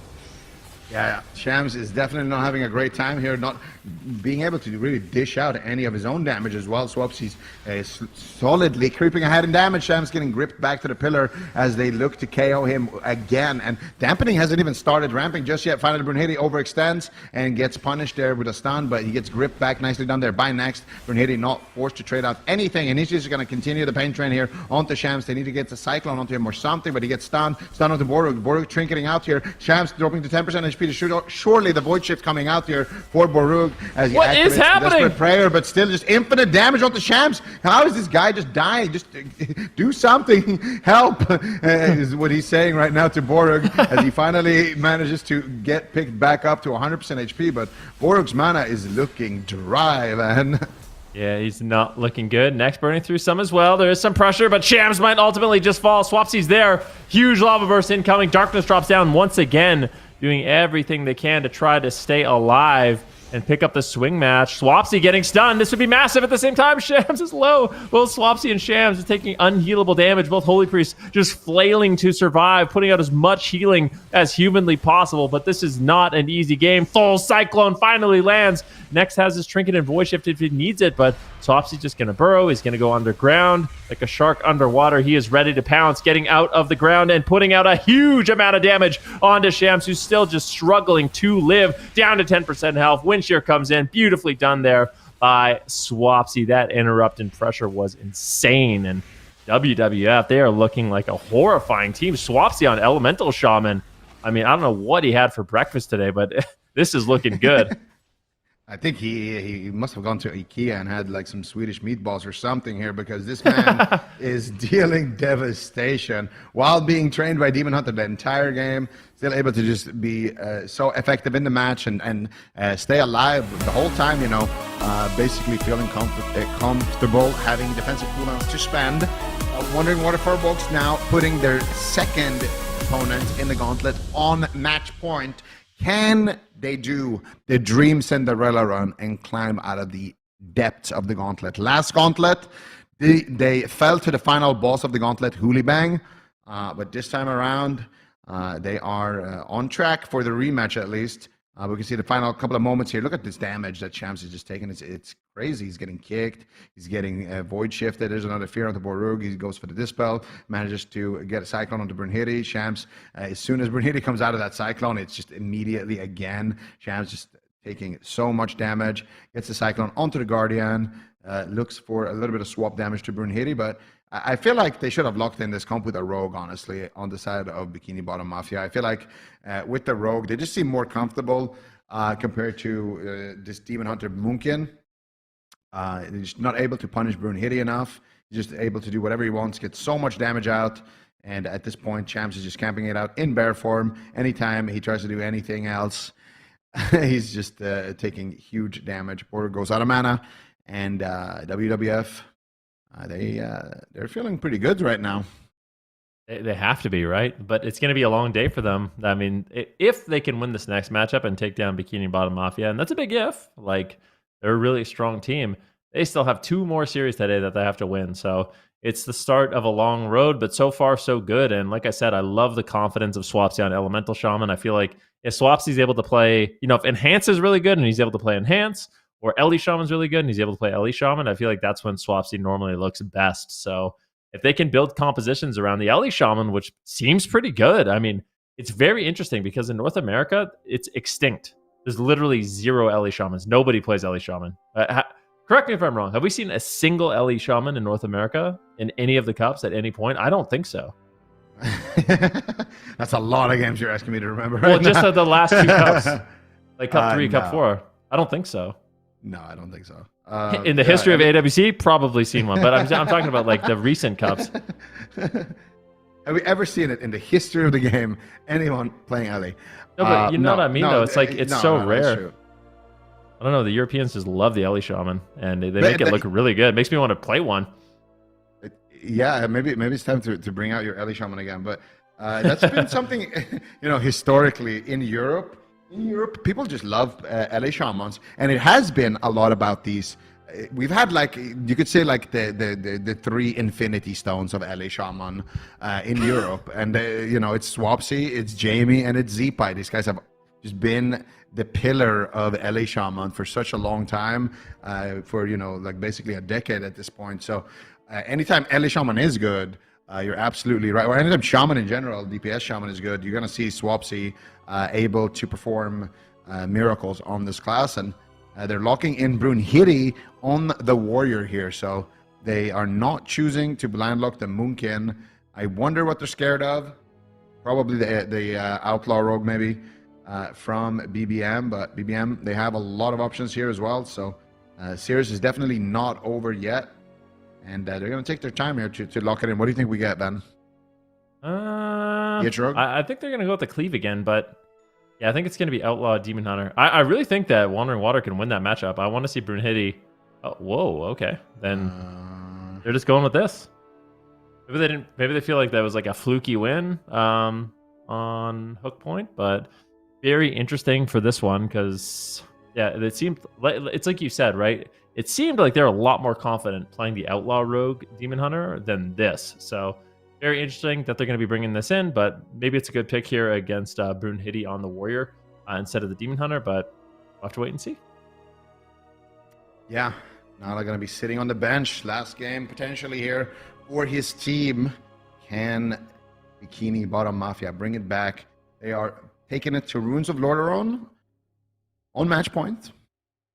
Just mentioning that for no specific reason. Pretty good point, yeah. I mean, not a bad spot what do you think? For a final game, maybe. Yeah, definitely a good place for match point games. You see the little tombstone there in the middle, ready to bury the losing team. Okay. We don't want to take the line. We can't take the line. Like that's that's Sid's thing. We've never taken the line, but you guys can in the chat. You guys can redeem it. Like that's it is possible. Yeah. It's basically the same as Sid saying it. So you guys are fine. Who do you think takes it, Ben? I told you, Wandering Water FURBOLGS. I believe they're getting out of the Gauntlet. I really believe in the but this game, you think we get game 5, or you think that's it? This is the end of the line. Wandering Water FURBOLGS 3-1, easy clap. Go next. Done and dusted. I think this one, it's a 3-1. That's what I think. Okay. Ladies and gentlemen, predictions are in. What's your prediction? The prediction is in. What is yours? Let's get some predictions. Putting me on the spot like that. That's not all right. All right. My prediction is I think that Wandering Water FURBOLGS are looking a little bit too clean. I can tell, like I spend a lot of time in IKEA, and I can tell Swapsy must have been there this morning. There's just no other explanation for the balls damage are that he's looking doing good. right Yeah, now. It's perfect. I mean, he did almost the same damage as the Demon Hunter in that last game. So that is definitely scary stuff if you're Shams. Shams not able to... The problem for him, right, is he's just forced to sit in bear form the whole game. Can't get Cyclones, can't get damage off. But maybe that was just like, his warm-up game. He just needed to, get into the zone a little bit, and now he's locked in. BIKINI, bottom, Mafia. What are they? Oh, wait. We got a stat here. Okay, so NA has played one LA Shaman. Dopamine on Fusion played it against the Power Frogs. Oh, okay. They played double Shaman. Yeah, that's true. Yep. They lost, though. Does it really count? They played Outlaw Rogue, LA Shaman, and Resto Shaman. So, yeah, we have never seen it win. Never been no one on NA has won with an LA Shaman in many, many cups, so... Good stat, though. I actually forgot about that. I remember the exact game. It was on the Grand Arena. It was the blind pick. It was double Shaman. They got dampened by Rogue Mage Druid, but yeah, we don't see it that often. And my point is, LE Shamans in Europe, they're just built different. They look really, really strong, and I wonder, we have Lava already locked in for the finals, so I wonder if maybe if they do make it, we see a bit of an LE Shaman showdown. We'll have to wait and see. BIKINI, bottom, Mafia, they're putting it all on the line with Shams on the Balanced Druid, Syndicate on the Demon Hunter, Baruch on the Holy Priest. WWF looking to shut them down and continue through this gauntlet. All right, here we go. Shams already sitting in a Stormbolt, going to be trinketing out immediately, getting aggressive. There's the Root Soul being Baruch in a Sleepwalk, though, next. Actually did Obsidian scale that. So next with just a beautiful play here in the opening stages. Swapsy already taking a lot of damage here, trading out the Astral Shift. Gets Cyclone. Syndicate now looking for his target. Bash coming out on to Brunhilde, as he does take a little bit of damage, but he does immediately get picked up. Just trying to pad the meters, tax the mana of the enemy healer. Stun coming out onto Swapsy. Big damage, imprisonment on the next Swapsy. What are you going to do? Burrows underneath the ground. How did he lift him right there? Next, don't ask questions. In the burrow and gave him a big shield, and Swapsy will recover. Yeah, so dragging him through the ground, giving him that shield, and it's going to be Shams taking quite a bit of damage, but overall it seems like Brunhilde's struggling to find as much pressure on his warrior as he did on his Demon Hunter for the time being. Let's see what they can do. Swapsy's burned through a lot of his defensive cooldowns. Luckily, Next still has some to trade, some to offer, but I feel like Swapsy does not want to be grouped up here with Brunhilde. That just kind of plays into the Demon Hunter's strength, allowing him to get kind of free cleave out. So I like that Swapsy's playing near Shams to continue the interrupts, but I don't want him to play on top of the warrior, as that's just a lot of extra damage Next has to heal through for no reason. Yeah, and Swapsy's going to, fortunately, not land that wind shear. Shams going to get a precognition, get a Cyclone, but it is on DR. Swapsy coming out immediately, sending the damage. Sending a little swap there to Brunhilde. They mess up the DR there onto Brunhilde, so unfortunate for them. That means Brunhilde is immune to Cyclone right now, and Shams is definitely feeling that, as the pain train here from WWF is looking for the KO. Borug sitting through some crowd control right now, getting stunned up. Can they follow it up with anything? Doesn't look like Swapsy wants to go for a Hex. It's just going to get decursed there potentially by Shams, and instead it's going to be Next sitting through the root beam. Swapsy finally catching a couple of heals. Shams in the meantime as well, dropping quite low. That's going to be the Rewind. Darkness gets dropped there as well for Suniki, and both teams definitely starting to feel the pressure here, and big cooldowns are being spent.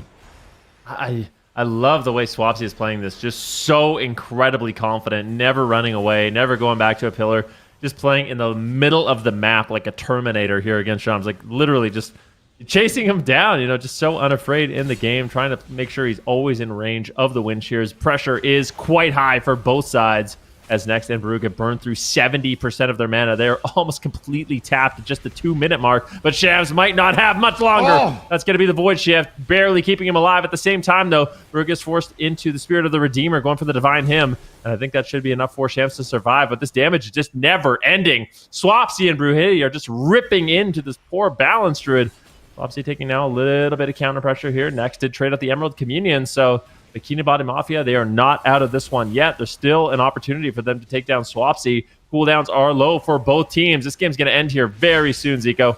Yeah, it could end right now as Next was sitting through another imprisonment. Catches a couple of big heals there, though. Swapsy is going to be completely fine. They don't have any defensives. You do have Next's Trinket, but no rewind to go with that. So Next could potentially Trinket early and get a save out here onto Swapsy. But other than that, not too much defense. The only defense they have is the damage onto Shams. They need to make sure that Shams is pinned into bear form. Beautiful wind shear landing there onto the Cyclone. Shams going for another Cyclone as he gets gripped. Manages to snipe it onto Swapsy. And Swapsy's going to have to tank that one. Brunhilde now popping the die by the sword, getting very aggressive just to stay on target, knowing that he's going to line of sight his healer. He just wants to kill Shams right now, take him down. It's so close. WWF so close to advancing to the next series to get the full fear onto the whole team there. Beautifully done. The damage is coming in. Boruk trying to get there in time, but not able to do it. And it is going to be WWF who are victorious 3-1 against Bikini Bottom Mafia. Oh, the Ellie Shaman Dream, WWF, they are looking good. And like I said, Swapsy, Brunhilde next, they're playing these games with a lot of confidence. Looking really, really good in that one. I love the final moments of the match. I love the discipline of getting the fear. We'll see it in the replay. Brunhilde gets the intimidating shout. Everyone gets feared up, and they just wait to strike. Just purging him up, getting the flame shocks rolling. Then he gets stunned and KO'd. So that was a beautiful final game there by WWF. Yeah, absolutely beautiful stuff. And I think Brunhilde, really MVP. I really like how he plays that ending part. Not just the fear, but he knows my team has pressure. I'm not a target in this match. We need to kill this Munkin right now. Swapsy could die. So in this situation, he charges in. He knows I'm going to take damage. I'm getting swapped to. Doesn't hesitate. Early die by the sword, which is the one thing that I mentioned. I would have liked to see him use it a little bit earlier in that earlier match that he played. So really nice stuff there from Brunhilde. And then they get the fear onto Next. And then Brunhilde just comes in and gets the counter fear. And they just wait. Next is sitting through that CC. They get the Storm Bolt. Swapsy gets the damage, you get the purges, you get everything, and then when Boruk comes into line of sight here, he's got nothing. Like, what is he gonna do? He's got no angel, he's got no spirit of the Redeemer, he's got nothing. So he can't save his teammates. So really nicely done there, especially by Brunhilde coming in with the MVP plays there at the end. Absolutely. 2 games in a row, 2 series in a row now. Wandering Water FURBOLGS continuing to move up the ladder of success here in the European Gauntlet, and they've just got like really not much left between them now. 2 teams they have to defeat if they want to make it out alive of the Gauntlet and move on to tomorrow's games for the European Finals. We can see right now their progress so far. Next up on the line, StreamerZone.gg. Are they going to be the team that is able to challenge them, Ben? I don't know. I mean, if they're just bringing in the jungle and we see Wandering Water FURBOLGS bringing the Elemental Shaman Warrior, like, I kind of feel like they might be able to win. I'm still believing in this dream, the Swapsy dream. I mean, they've been hiding in the shadows, having kind of lackluster performances, but they look really good so far. I think so too. The kind of opposite too in terms of just like the way that these 2 teams approach series. We know StreamerZone.gg, they've kind of been in that jungle meta for so long. We've seen them adopt a little bit here and there. They did bring on a 4th as well that does have the ability to offer them a different range of comps. But I mean, we can see here basically every single game they play, except for that one down there. They did play a mage. It is going to be that jungle composition. And then on the other hand, you've got WWF Seiko, who we've seen even just within today play a pretty wide range of compositions. Absolutely, and that's going to be the key thing here, right? Streamer Zone, they're heavily relying on the jungle. They are the jungle experts. They're like basically David Attenborough. And then you got, WWF. They just need to find one answer. All they need against Streamer Zone is one good answer. Because the other comps, they're not going to be as good as that. If they start bringing in, Tony on an alt or things like that, it's not going to work out because it's going to be like fighting a losing battle against these players who've been, playing the meta classes for such a long time. So for Streamer Zone, they got to just make miracles happen in the jungle. And for WWF, they just got to find that one comp that can beat Streamer Zone, and then they can definitely take them out. Yeah.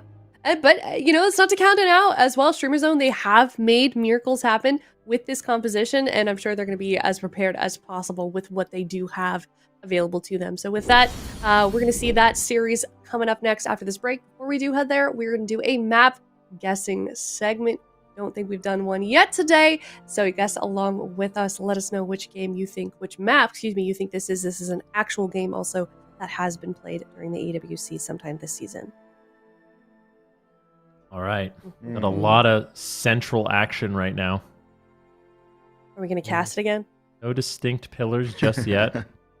I'm thinking I'm hook point lock in final answer. It looks like there's 2 pillars. Yep, that's it. I'm taking my time. Those ones are coming off the screen though. I feel like we're zoomed in. Like we're not seeing the whole picture here. Like they're tricking us, I think. Maybe. I think I'm going with Maldraxxus. Really? I feel like it's hook point, but I'm going I think with it's hook point. I stole the answer, yeah. Sorry. I could be You were wrong. faster. That's how it works. That's how it works. I'm going Right. hook point, even though you also already guessed that. I think it's, Okay. I think it's the We got safe Maldraxxus guess. for Zico. I am myself, hook point. You get I the feel like point this is a then, tricky right? one. I swear they're zoomed in. This is going to be like something sketchy. Like They do it Tiger's Peak or sometimes. something. Yeah. But I'm committed. I hope they're just- being sneaky. See that little purple It's line? That's like not. is that a fence? Is it, like honestly, this kind of looks like it could be Dalaran sewers, but that's not an option. Yeah. I really love that one pillar, though. Goodness. Oh my goodness! We were And we're all wrong. Amazing! Wow. Ashamains. Now for bonus points, Zico, since you've got such a good memory, what game was this? This was in 1997, the New York Knicks versus. No, I'm just kidding. I don't know. Could be any game. That's a tough one to call for sure. I can't decide yet by the movement. I'm gonna have to come back on that one. There's no way I would get that, honestly. 0% chance. The specific series, or that it was actually... Yeah, there's a specific series. Yeah. Also the map. The map is just, it's a hard one. Yeah, All we know is that there's one pillar. exactly. You know what it's Okay. not? It's not Ruins of This was Lordran. hard. It's okay. I'm looking at chat right now. It's caught up, and they are all over the place as well. So, you know, we're not the only ones that got fooled by production. But let us know if you got that correct. This segment has been powered by Warcraft Logs. Level up your gameplay by visiting archon.gg/wow. Find the most popular builds, optimize your gear, learn the meta, and even more. So with that, we're going to head to a break. When we come back, we're going to see Streamer Zone versus WWF. Will WWF continue their streak, or StreamerZone.gg going to end it after this break? Find out soon enough. See you in a bit.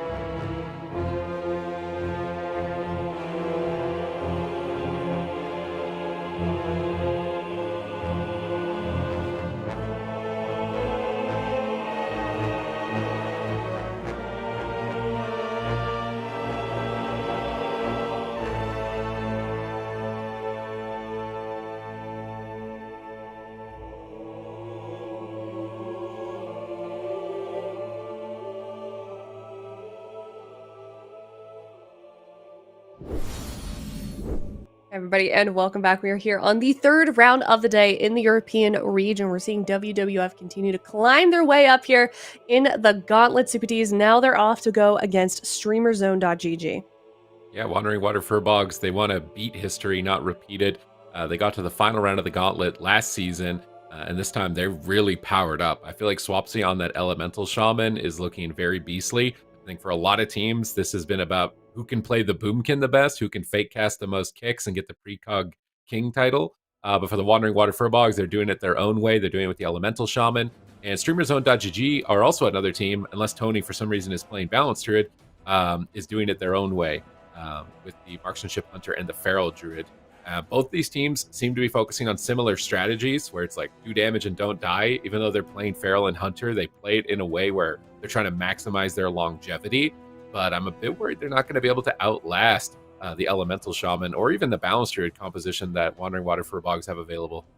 Yeah, it's certainly a difficult matchup for StreamerZone.gg. We know, kind of talking before them this weekend, that they like playing jungle. They know what they're capable of in jungle. They're extremely comfortable with it, Ven. I mean, what do you think even the likelihood that they bring something out that is different in this matchup is, and what's your take on that? Well, they've played 2 games with a mage. They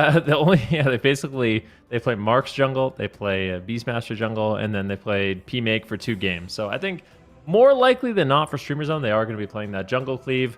It's just interesting because Mark's hunters are very good against hitting targets that have lower armor.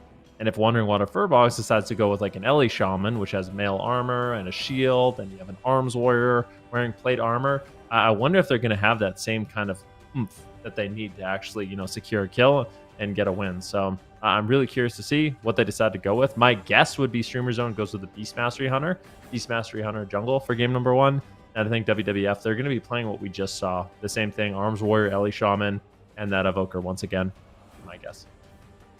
SCPTs, if they do end up playing that comp on the side of WWF, what is StreamerZone.gg going to be looking for? Where are those holes where they can get an advantage over WWF? I mean, usually you push in on the Ellie Shaman, you put like scatter shots and roots and clones into the melee DPS and try and control the melee while you push in. But if Swapsy's really good with his positioning, you can also just kind of attack the warrior and pull him around the outside of the map. I would say those are the 2 lines. We have seen them go after healers, but they're playing something totally different. Ooh. Kasu, for the first time, is not playing a hunter, I believe, on broadcast. He's playing a Devastation Evoker, Feral Druid, Holy Priest, whereas WWF, they're not bringing in the Ellie Shaman. They're going to be playing an Outlaw Rogue and a Balanced Druid composition, which has been one of the most difficult comps for StreamerZone to deal with. So I think they are hoping that the Devastation Evoker is going to give themselves a curveball in this matchup, but this is a lot on the line for your first time here on broadcast. Yeah, I mean, okay, Kasu. Let's see what he's going to do. Going for the nullifying shroud, gets sapped. So has to hold on to that for the time being. The stuns come in. It looks like it's going to be a good opener here for WWF. Looking to get very aggressive. Tony trying to peel the situation with a rake stun. Root Solar Beam comes in on the Kasu. They're going after Tony. Full blind on Relza. Great setup here by WWF. How is Tony going to handle this? Going into Bear Forearm. A lot of defensive cooldowns. Having to use his Shadow Meld, Bark Skin, and now into a Cyclone. This is a great start for WWF. Yeah, they've got amazing crowd control chains, but they actually don't get a medallion from a single player. I can't believe that with the Root Beam and the Blind. So StreamerZone.gg have a chance to turn it around right now. Double Psychic Scream comes out from Relza. He comes out of retirement, and he's playing like an absolute legend. They chain that into the clone. They get next Trinket on that setup, but now it looks like Tessia has got a Cyclone onto Relza. Tony on the back foot has that Heart of the Wild, but he's going to get time stopped by Kasu and immune during that stun lock as Kasu tries to pull away, but now Tony is cycloned at low health. Tessia is getting so many Cyclones at the moment. Relza now into a gouge as they look to finish off Tony at any moment. Is he going to be able to survive? Heart of the Wild Frenzied Regen comes through with the Guardian Spirit, and he should begin to recover, but now there's Cyclones on the Kasu. Tessia knocks Tony back. Tony goes for a Cyclone, but now Tony's into a Cyclone himself. It's a bit of a clone war between both of these Druids. Now Tony finally locking down Tessia with a stun, but he gets into bear form before it. So he gets a significant increase of armor there. He can access that Frenzied Regen. He charges into Relza, looking for some crowd control. Solar Beam onto the Devastation Evoker, but there's no CC onto Relza, so he's going to dispel that. It looks like Relza's team should be able to recover as Relza's in a good position, but they're actually just killing him with damage. So much pressure coming up from Brunhilde and Tessia right now, forcing Tony's Bark Skin. Now they stun up Tessia. They're blasting him. This next ready for this. Next still doesn't have a trinket. Time Dilation is up. They're killing him through Time Dilation. Tessia is getting absolutely decimated. Somehow he recovers. Kidney shot on Relza. Next flies in. They get the Cyclone. Looks like they're going after Casu, but he pre-walled this with Obsidian Scales, and he's got time stop at the end of the stun. Casu anticipates that attack, reads them like a book, locks it, totally shuts it down. Now there's time for Relza to recover, but they're switching. They're on Tony. They're shredding him, and Relza doesn't have Guardian Spirit for 4 more seconds. Yeah, really close for both sides. Next, a little bit behind on mana at this point of the game, just bombing in Living Flames, going for Disintegrates. Tony taking quite a bit of damage. Relza's going to just try to slow it down with a Chastise onto Brunhilde, but now the gouge has been initiated. Next goes for a full sleepwalk there on Tony. He pre-bear forms the stun, but it might not be enough. Tony taking unhealable damage. Relza is forced to trade out his trinket and go for the Void Shift. And now it's going to be Tessia on the back foot. Next rescues him to the pillar, and they're going to be able to recover. But these setups are looking so clean from WWF. I mean, they just need one more good setup, and they could easily end this game. Yeah, they got 3 medallions. So Relza, Tony, and Casu, they can't get out of crowd control without their medallions. And WWF have a lot of crowd control. We already see a Cyclone on Casu. That's likely going to enable Tessia to push towards Relza. Brunhilde grapples over, gets a gouge. They need to interrupt these Cyclones. It's so important right now. Tessia fakes the interrupt, but Relza fades and immunes the Cyclone, repositioning back to the pillar. Brunhilde is still trying to set up Tessia with a stun here. Kidney shot. Tessia goes for the clone. He cyclones Tony. Sleepwalk onto the healer instead. Cheap shot out as Casu pre-time slots, but now he's flying through the skies with a double deep breath to try and turn it around, but they get a sap off the end of the crowd control chain into a cheap shot, but it is not enough here with Barkskin up. Tony's defenses should be high enough to survive. Now they are getting decent pressure back in the face of WWF with Brunhilde rotting down to about 50% as they're trying to get back onto Tessia, but Tessia is just faking so many interrupts. Another full Cyclone onto Casu, putting him behind. Relza's trying to regenerate mana in the back line, using the symbols into an Apotheosis. That's going to give him a big boon of mana regeneration overall here. Likely it's going to get him a pretty big lead actually over next at this point, 4 minutes in. Yeah, looking not too bad. Tessia finally taking quite a bit of damage, but Nex is able to recover. Full blind now onto Relza. They're going for it. They're going for the win. Gouge out of the blind. What do they have to follow it up? Is there going to be a Cyclone? Doesn't look like they're able to find it. Relza gets out of the crowd control and finally has some healing here for Tony, but Tony's low on health and he gets Cyclone. Beautifully done there by Tessia, not allowing Relza to recover. He's just casting Flash Heals, trying to reset those Serenities here at the pillar. Finally might be able to top him. No, these triple Cyclones coming in from Tessia. No crowd control on Relza just yet. Going for heals, trying to play efficient, realizing that it could come down to mana, so doesn't want to be playing too inefficiently here. A beautiful grip there. Tony, though, in a stun, and he might just get dropped. Insane damage. That's a Trinket Guardian there by Relza to keep Tony in the fight, and now Streamer Zone, they need to reverse the pressure. They need to find a setup, but look at Nex positioning right now. Nex is just perfectly positioned, not allowing them to get any crowd control. Tony's getting completely overwhelmed. He fakes out an interrupt, luckily for him, with that survival instincts, but Tessia pre-clones him once again. Tony's really struggling to find the crowd control he needs to win this game.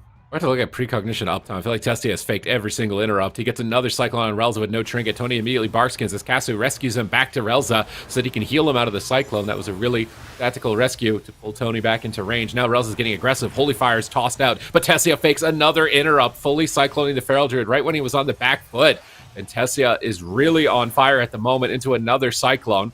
Next, looks like he possibly wants to set up some damage in the near future as Cassie's into Cyclone. They fly over. We're hitting into a fear. They Solar Beam Tony on his Cyclone. Finally, an interrupt is landed on Tessia as he's forced to retreat. But Tony needs to be careful. Relza into a gouge. No trinket into a sleepwalk. Tony trinkets, he renewals, but he might just die through his Heart of the Wild. Insane pressure. They time stop him at 5%, but there's a cheap shot for follow-up. 1 second left of immunity. Tony comes out and almost looks like he's about to drop as Relza pulls off a miracle right there. Well, absolute legend here for the team. Absolute MVP, keeping his mana up as much as possible, but he's starting to fall behind. Now it's 6 minutes in, and this is where the mana game becomes so important. Relza's trying to get aggressive and get some crowd control. He's pushing in on top of Nex, but Brunhilde sees him moving in. He gouges him. He steps over for the kidney shot, but Tessia's on the back foot. Casu is soloing him. Can he manage to do it? No, he's topped off. Tony on the back foot recovers from Relza. Relza is still chasing after Nex to get the Psychic Scream. He gets it. His team needs to land interrupts right here and now. These next couple Cyclones from Tessia during these CCs onto Nex are so important.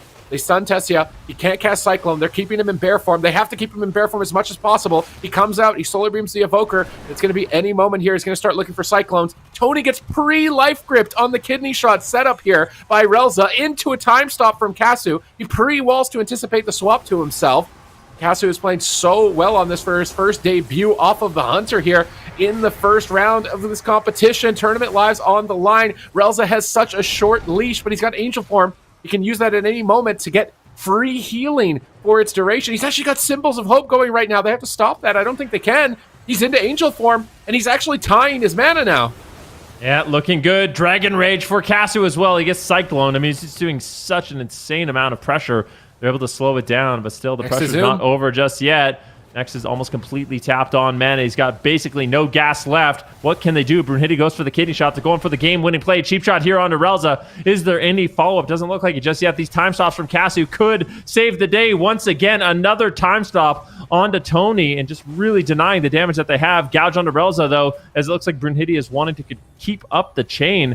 And Tony fake cast the interrupt. Unfortunately, he is not able to. Get stopped on the Cyclone. Likely going to be going for one once again. Finally finds it here on Brunhilde, but Brunhilde just trinkets. He's just going for the win. They realize they do not have much time left. They got to close out this game right here, right now. Put the point on the board. Next gets a little bit of mana recovered. Tony is low on health, but at the same time, Tessia is forced to pull back to the pillar here, Sid. Casu is carrying right now. He's flying through them. He gets the trinket with the sleepwalk. These time stops have been so MVP on the Hunter to protect the Feral Druid. They're looking for Cyclones. They Cyclone the Rogue. He's out of the game. Chastise from Relza. He's got Apotheosis. Big damage incoming. Next tries to rescue him back behind the pillar, but that drink he got earlier, he's already burned all that mana. Relza has Apotheosis. He can heal for free for a couple of seconds with Serenity in just one more second. He's actually has a huge advantage. They just need to kick Cyclones. Tessia gets time stopped. Casu into a kidney shot. No tree, but he pre-walled it. Casu is pre-walled pretty much every single setup, I think, in this entire game. But now they're setting up onto Tony, but he gets a Cyclone on the Rogue. They can make a push with this. They kick the healer. Here comes the deep breath from Next in desperation to try and get something going, but he's into the full main, but Tony at the same time can go down. Relza has life swap. He trades that immediately with Desperate Prayer. They're trying to go for it. He gets the fear, and I can't believe it. StreamersZone.gg are so close to victory, taking down Tessia and managing to beat their Kryptonite. This composition has been giving them trouble the entire season, and Casu's flipped to it. Look at his damage, bro. He's got the deeps, he's got the defense, he's got the moves. Oh my god, if Casu's team managed to pull this off with this composition, I'm gonna be thankful that I predicted them winning this gauntlet. That is crazy. The Devastation Evoker looking really good there. This is multiple times, like you mentioned. Casu completely saved the day with that time stop, and it makes this matchup so interesting because both teams are just spamming out Cyclones and both teams are just spamming out time stops. Like, I feel like players are immune to just everything for such a big part of this game. And you can really make some preemptive plays. Tony going down to 1% health there. Relza with some really clutch trinkets. There was twice in this game where Tony literally was just on the edge of dying and he's forced to trade out a trinket. Look at this time stop on Tony. That buys Relza just a little bit of time. Casu basically completely saving the day, getting the double stun on the DPS, and Tony barely able to survive. So although Streamer Zone won this game, looking back at the replay, Sid, there was a lot of close calls. Like, I don't know how confident I would be in this matchup. Oh, they got this. They just have to pre-wall, every single go for 9 minutes straight. Relza has to play perfectly with his mana for 9 minutes straight. Just 2 more times. That's it. Just do it 2 more times. Then you're into the finals against HOOLIBANG. They don't have a Boomkin. So then you don't got to worry about that. So just do it 2 more times. Just play perfectly for 2 more games. That's it. I want to see Ellie Shaman. I just want to see Swapsy on the Ellie Shaman forever. That's what I want to see. Is it really going to come down to, you know, the Devastation Evoker versus the Elemental Shaman? It's just so interesting, you know, because I feel like a majority of players right now, they think the Balance Druid is overall maybe the best caster, maybe the overall best DPS. Hard to say, but you're seeing the Ellie Shamans go toe-to-toe. You're seeing the Devastation Evokers go toe-to-toe, and if you had told me that Casu was going to play a Devastation Evoker here in this gauntlet, I would not have believed you, but it is working out quite nicely for them. Yeah, I'm very surprised to see this. I feel like a few other teams have run this Feral Devastation Evoker. I think Nethy's team in particular. So I wonder if they looked at it and they're like, hey, well, Devastation Evoker does damage like an MM Hunter, except you can Ice Block your Feral Druid. So, like, 45-second cooldown Ice Block for your Feral Druid that dies every game, and you still get the same amount of damage as the Hunter. Seems pretty good. I think that's probably going to be a decent trade-off for them. It's absolutely not guaranteed. I do wonder what their blind lock is going to be, if they're worried about anything else. Like, would there really be anything you'd be less worried about as jungle? I can't say that, but this is a comp you almost never see. Like, I don't even think you see Feral Devastation on the ladder. This has got to be like a 0.02%, you know, played composition in the game across the board for StreamerZone.gg. So understanding like what matchups are going to exactly be bad for it is going to be close to impossible, which could be really beneficial to them. because then the Wandering Water Furbolgs might struggle to figure it out. But they don't lock it in blind. On the larger map, they're going to keep in the Marksmanship Hunter. And now Wandering Water Furbolgs, what are they going to do? Because we've seen what can happen to Demon Hunters. So I really don't want to see them lock in a Demon Hunter. Do they do the same thing with the Rogue? Or do they bring in the Warrior and try and just make themselves as durable as possible? That's a good question. I mean, they might just run the exact same thing we just saw. And maybe that's what they wanted against the jungle. So we'll have to wait and see. They could bring in the Warrior. They could bring in swaps down the Elemental Shaman. Definitely a lot of options here for Wandering Water Furbolgs. But I think this is a curveball for them. I don't think they were expecting that devastation Evoker. And Casu was looking good. The amount of damage he was able to do overall on that Evoker was absolutely insane. And I think now we're starting to see how this all played out. Wandering Water Furbolgs, this is the matchup that they wanted. This is what they were expecting. Unfortunately for them, Streamer Zone, they now, it looks like, have at least a decent answer into this composition. So we'll see. And I'm going to be honest, like, this is not a one-sided matchup. Streamer Zone, like, recent history, they have been losing to the Boomkin Outlaw Rogue, but the games are normally pretty close. And if Wandering Water Furbolgs doesn't play this matchup really well, I could see them easily losing this. Yeah, I could see that happening as well. All these teams today, they're battling for the 4th spot in the Grand Finals for Dragonflight. Like, this is the big finale for the expansion. Really, your last chance to prove that you were the best team of the expansion. It's a single elimination gauntlet process, so if you lose any of these series, you're just out of the competition in that place. Right now, these teams are battling to go up against HOOLIBANG, who are the gatekeepers of Europe's top 4, as they stole that spot last time around, or last season around. So they're looking like a really tough cookie to crack. And this series is looking like it could expand really into anything at this point, given that we've seen a Devastation Evoker here coming out of Game 1. We've seen Wandering Water Furbolgs playing Warrior. I don't think we've seen Arms Warrior really, almost, maybe a couple times we've seen it, but it's definitely an infrequent pick to say for sure. So a lot of these teams are getting desperate in this final hour to try and figure something out, especially the ones that don't have the most meta compositions prepared. Yeah, I mean, it's one thing we talked about earlier today, right? Is just there's so many compositions right now and so many classes and specs that you could see actually being played in a tournament. I think a lot of the players right now are confident and comfortable with some of their picks, but I do think there's some specs that could rise up and kind of sneak in here, and this is the time where you would want to use it in the Gauntlet and the Dragonflight Finals. So I think we're in store for a few surprises this weekend, but this matchup, kind of predictable. We'll see what does end up happening. WWF, they're going to be looking to tie up this series. They've already won 2 series today. This is the 3rd boss for them to make it into that top 4, but Streamer Zone is looking like a very difficult opponent.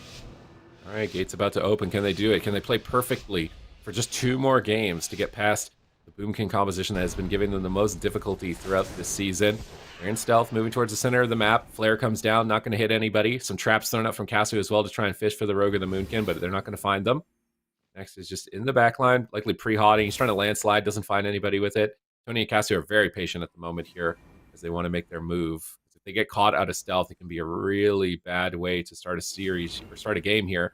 As Tony crosses center of the map, walking into the flare. Flares off CD. He lobs out another flare. It is going nowhere. It's not even close to Tessia or Brunhilde, but obviously he can't see them like we can at the moment. Another trap might hit Tessia. Oh, he actually walks into the trap. They find the Balance Druid. He's going to aim shot him from stealth. Pew pew. Try and toss out some damage. Brunhilde needs to react quick here. Where is he going to peel? Where is he going to open? Is it under the priest first? He's not opening. He's taking a long time to open. He's waiting for the Feral Druid. He gets a cheap shot, but then he gets scattered on his opener. Insane scatter shot into root, into mind control. Really trying to take the Rogue out of the game from stealth. It's super important you crowd control the subterfuge windows. That's when the Rogue is going to be the most threatening with stuns and damage. So a scatter shot at the start was expertly timed by Casu as he's disengaging over with the full clone onto the healer. They're trying to keep their pressure up, but now Brunhilde is back in the fight. Here comes a Vanish Charge. This is where they need to be careful of the Rogue. It's big damage coming through. They're denying the rapid fire here of Casu as his true shot is up, and he is lobbing out a lot of damage. The Cyclones from Tony are so good here on the next. He gets a full bash as well. They Typhoon him away. They scatter the Rogue. They go for the trap. He lands the freezing trap. Rapid fire around the corner. Tessia still on the back foot in the opening stages, but has managed to get to a spot of reprieve for now.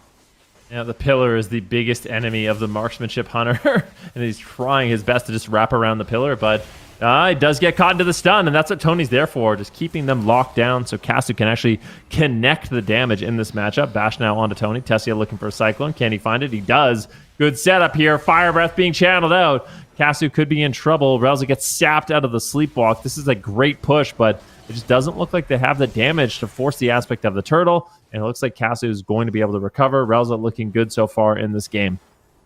Let's see if he can keep up this positioning. They've really got Next and Tessia pinned at the pillar, but this is a composition where it kind of pivots around the Incarnation, so Tessia's team only needs to really be aggressive during Shadow Dance, Vanish, or Incarnation. This time in between, their damage is not going to really be too much consequence. But here comes the setup. Full Cyclone, full sleep. Casu is isolated. Disintegrates coming through. And oh my goodness, Casu almost drops in that instance, but he manages to stay calm, feign deathing right when the big crits were coming, and reducing all of that damage to survive just in the nick of time, as now they're trying to turn it around and get aggressive. We see volleys down on the ground here from Casu, but he gets cycloned. Oh no, this cyclone's going to stop so much of Casu's damage on his true shot. If he gets kidney shot or disarmed here from Brunhilde, it's going to be devastating. He's trying to disengage in, but now there's a kidney shot. He can't get any damage out. Full blind onto his healer. They've isolated Casu for a moment here. He's getting shredded. Massive damage coming through with that Fury of Elune out from Tessia. Nice stun from Tony. Stunning the Boomkin during Fury of Elune, overcapping his Astral Power, putting him on the back foot. Now he's going for Cyclones. Nice interrupt from Casu. They have to stop every Cyclone Tessia cast here, but it doesn't look like they have a stop for it at the moment, as he's going to land that onto Tony. And with no medallion, he's out of the game. Kidney shot, setting up next for a sleepwalk. He's got it for follow-up. Casu is isolated once again, but a feigned death on the full moon proc right there. Manages to soak some hits, but Fire Breath on the follow-up into the cheap shots. He's got Trinket. He's trying to be greedy here with Roar of Sacrifice, and the peels from Tony appear to be good enough for now, but no, he's not confident. He trades that aspect of the turtle, and I don't think that turtle was 100% necessary. It does at least guarantee that he survives for now. Maybe just wanted to respect the Incarnation, but Incarnation's a 2-minute cooldown to the 3-minute of aspect of the turtle. So 2 minutes from now, Tessia will have Incarnation again, and Casu won't have that safety net. Yeah, full fear now. On to next. Tessia once again just trying to play near the pillar. Goes for a bash here. Fakes out the interrupt. Gets a full Cyclone onto Tony. They're going for it. Relza into a sleepwalk. He was not able to get out of that crowd control, and Casu is now left all alone. Relza gets gouged out of the sleepwalk. What can they do? Casu getting a little bit of healing here from the light well, but it is an overwhelming amount of damage. Will be able to kite it out. Tessia does get interrupted. That light well paying dividends there to keep Casu alive during all of that crowd control. And Relza plays it very calm, cool, collected. Still has his medallion. Still has the Void Shift available. So Streamer Zone GG. I will say for a lot of this, it's been Casu on the back foot. But I think Streamer Zone, they still have enough answers to play confidently and continue this push here onto Tessia. Oh, Tessia fakes another kick. Full Cyclone on Tony. Casu going to use Roar of Sacrifice, but he gets step dismantled. He can't attack. They do chastise stun Brunhilde. Nice freezing trap landed from Casu here. This could be an opportunity. Nice fear from Relza as well. But is Casu going to have the damage? Or Tony's looking for a Cyclone, but he gets knocked on it by Tessia. And now Tessia is looking to line of sight any Cyclones from Tony, but Tony's right on top of him. The kidney shot Casu. Cheap shot setting up for the sleepwalk. Next is there. Tony shuts it down with a skull bash, but they're going to go for a Cyclone instead. They get the full Cyclone, and Casu once again on the back foot trades his survival of the fittest. Right during that crowd control chain. It's the only thing standing between him and death right now. And now they're trying to turn it around. Aim shots flying through the sky towards Tessia, but he's at the pillar, and Next is just doing so much healing. He's going to keep him at full HP throughout that entire barrage of arrows from Casu. Relza is still playing it patiently, not overextending, just picking his moments. He got that Psychic Scream earlier, but now they're caught into a stun lock. Cyclone onto the Feral Druid. Another attempt at Casu's life. This is the Incarnation, and he doesn't have aspect of the turtle this time around. Relza has to Trinket for this trade, and with the Angel, he should be immune to enough CCs to keep Casu fully top during this time. It's a really nice rotation of cooldowns here between Relza and Casu to survive these Incarnation windows. Now that they've survived, they're trying to get aggressive. Cyclones come out on next. Tessia on the back foot in bear form. Actually, Ursul's Vortex from Tony. That's an interesting pick from him, as you typically run the Mass Entanglement, but you've got Roots from the Hunter anyway, so that Vortex could actually be game-winning later on if he can get a Vortex on the Druid on a wild charge in the middle of the map for the Hunter to be able to get a couple of aim shots on. Yeah, Nullifying Shroud looking to be used here by Next. Tessia, though, just taking quite a bit of damage. Heart of the Wild still is available. He's going to be knocking Casu on that aim shot and just retreating back to the pillar. But if you look, Streamer Zone GG, Relza, no Trinket available. So the next setup here from WWF could be game-winning. Aspect of the Turtle, though, almost available here for Casu. They might have bought enough time to rotate up that defensive cooldown. And Casu, he can punish a push. Look, he's got the True Shot Aura. Huge damage available if he wants to.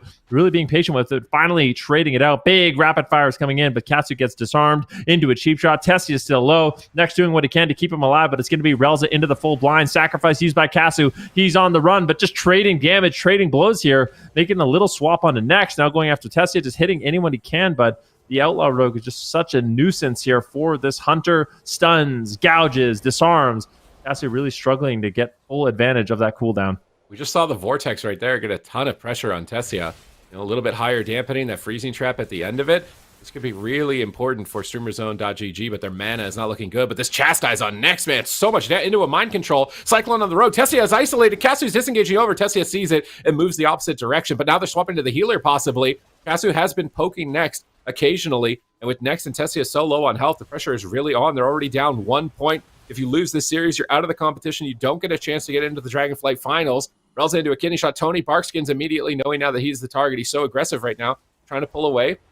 Guardian Spirit comes up for him. Tony fake casts an interrupt, gets the Cyclone on the Rogue. Whenever the Rogue is in CC, that's when you play aggressive. We see Cass disengaging in, and Next sees that and pre-rescues his stun. He pre-rescues it, pre-deep breath to immune the fear. Insane play from Next right here, but it doesn't matter. Tony gets the Cyclone, but now he's cloned back, but it did the damage. It got Next Trinket. That's exactly what they needed to get. Now they got Aspect of the Turtle to survive this incarnation if they need it. And the next freezing trap on Next could be lights out for Tessia if he's in the bad spot. We can see big damage coming out on Tony. He's going to use his survival instincts. Oh, he's got his nullifying shroud. They have to get rid of that as soon as possible. Do they have enough purges? How many more charges? He's got 3 charges of nullifying shroud. How are they going to get rid of it? Tony can't cast clone. They're all over him right now. And I don't think that Rels has really got the time to purge him either. They just have to wait for the shroud. They're trying to CC Brunhilde with Chastise, but Tony can't get the Cyclones. Now they jump over to Caster. They disarm his True Shot. He can't get pressure going, and Tony just needs to run in bear form. They have to wait like at least maybe 18 more seconds at this point for that Shroud to fade, but I'm not sure if they've got 18 more seconds. Tony gets low. Relza trinkets into another Cyclone, but he snuck his life swap in right before it. And now Tessia, what is this damage? Castu out of nowhere is about to K dies through Communion. I cannot believe it. StreamerZone.gg picked the perfect moment right on the jaws of defeat and clench it out to move to match points. And that's why you can't get off the Hunter. I mean, he just proved it right there. You're going to see it in the final moments.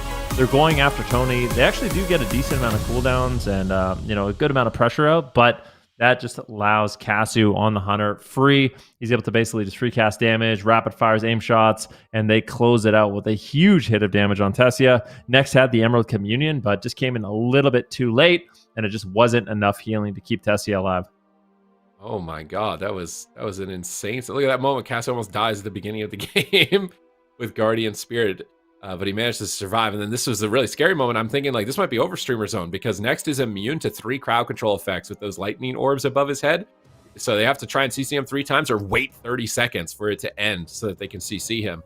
So this period of time, the Rogue Moonkin can do whatever they want. Incarnation is up. That's the highest point of damage for the Boomkin. So you're thinking that StreamerZone.gg are in trouble, but Casu just doesn't care. He just unleashes insane damage during all this chaos. Like, look how low his partner's getting. He doesn't care. He just keeps doing damage, keeps pumping numbers, lands crowd control, and keeps sniping out Tessia, disengaging away from the Rogue's disarm, staying out of range of the CC, and just trinkets the gouge to go for the kill.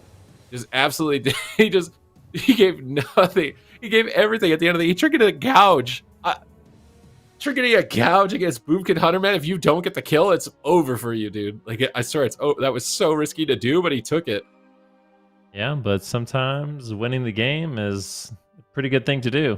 It turns out, Casu, yeah, just absolutely ripping in with that True Shot aura. Dampening is so incredibly high, and I was gonna say, I mean, as a Marks Hunter, it seems like Outlaw is the biggest nuisance for you. You were just dealing with Dismantle, you're dealing with gouges, you're dealing with multiple stuns. If you want to go after the Rogue, he's got evasion. It just is really difficult to get anything going. But Casu finally gets a moment to breathe. They're getting pressure onto Tony, and like we said, it's just Casu completely going all in. He's not worried about keeping Tony alive. That's your job. He gets the full trap. Tessie gets caught into the stun. Rapid fire aim shots coming in, and unfortunately, Brunhilde just doesn't have the peels he needs. He tries to come in, but the fact that he had the trinket available for that moment just allowed them to secure the win. And Casu is doing insane damage. I mean, look at that, 36 million damage. That's crazy. Got the spirit of a demon hunter in the body of a Hunter and an evoker. He's doing clearly top damage on all the classes that he's played so far here in this competition. We're going to Hook Point. So Wandering Water FURBOLGS, I wonder if they've got some other type of composition in mind here. Maybe some type of double DPS or Swapsy coming in. I feel like their Ellie Shaman comps have been like really good pocket picks. Thunder has historically been difficult for Streamer Zone, you know, the Warrior Ellie, because it is so tanky and durable. But this is a buffed up marksmanship hunter, right? And this is Relza back from retirement. I mean, when Relza was on this team, they won the European region. Then he retired for a bit. Now he's back, and they want to take that position back as well, looking to be direct rivals of Echo. And if they can keep up this performance, they're definitely proving that they deserve to.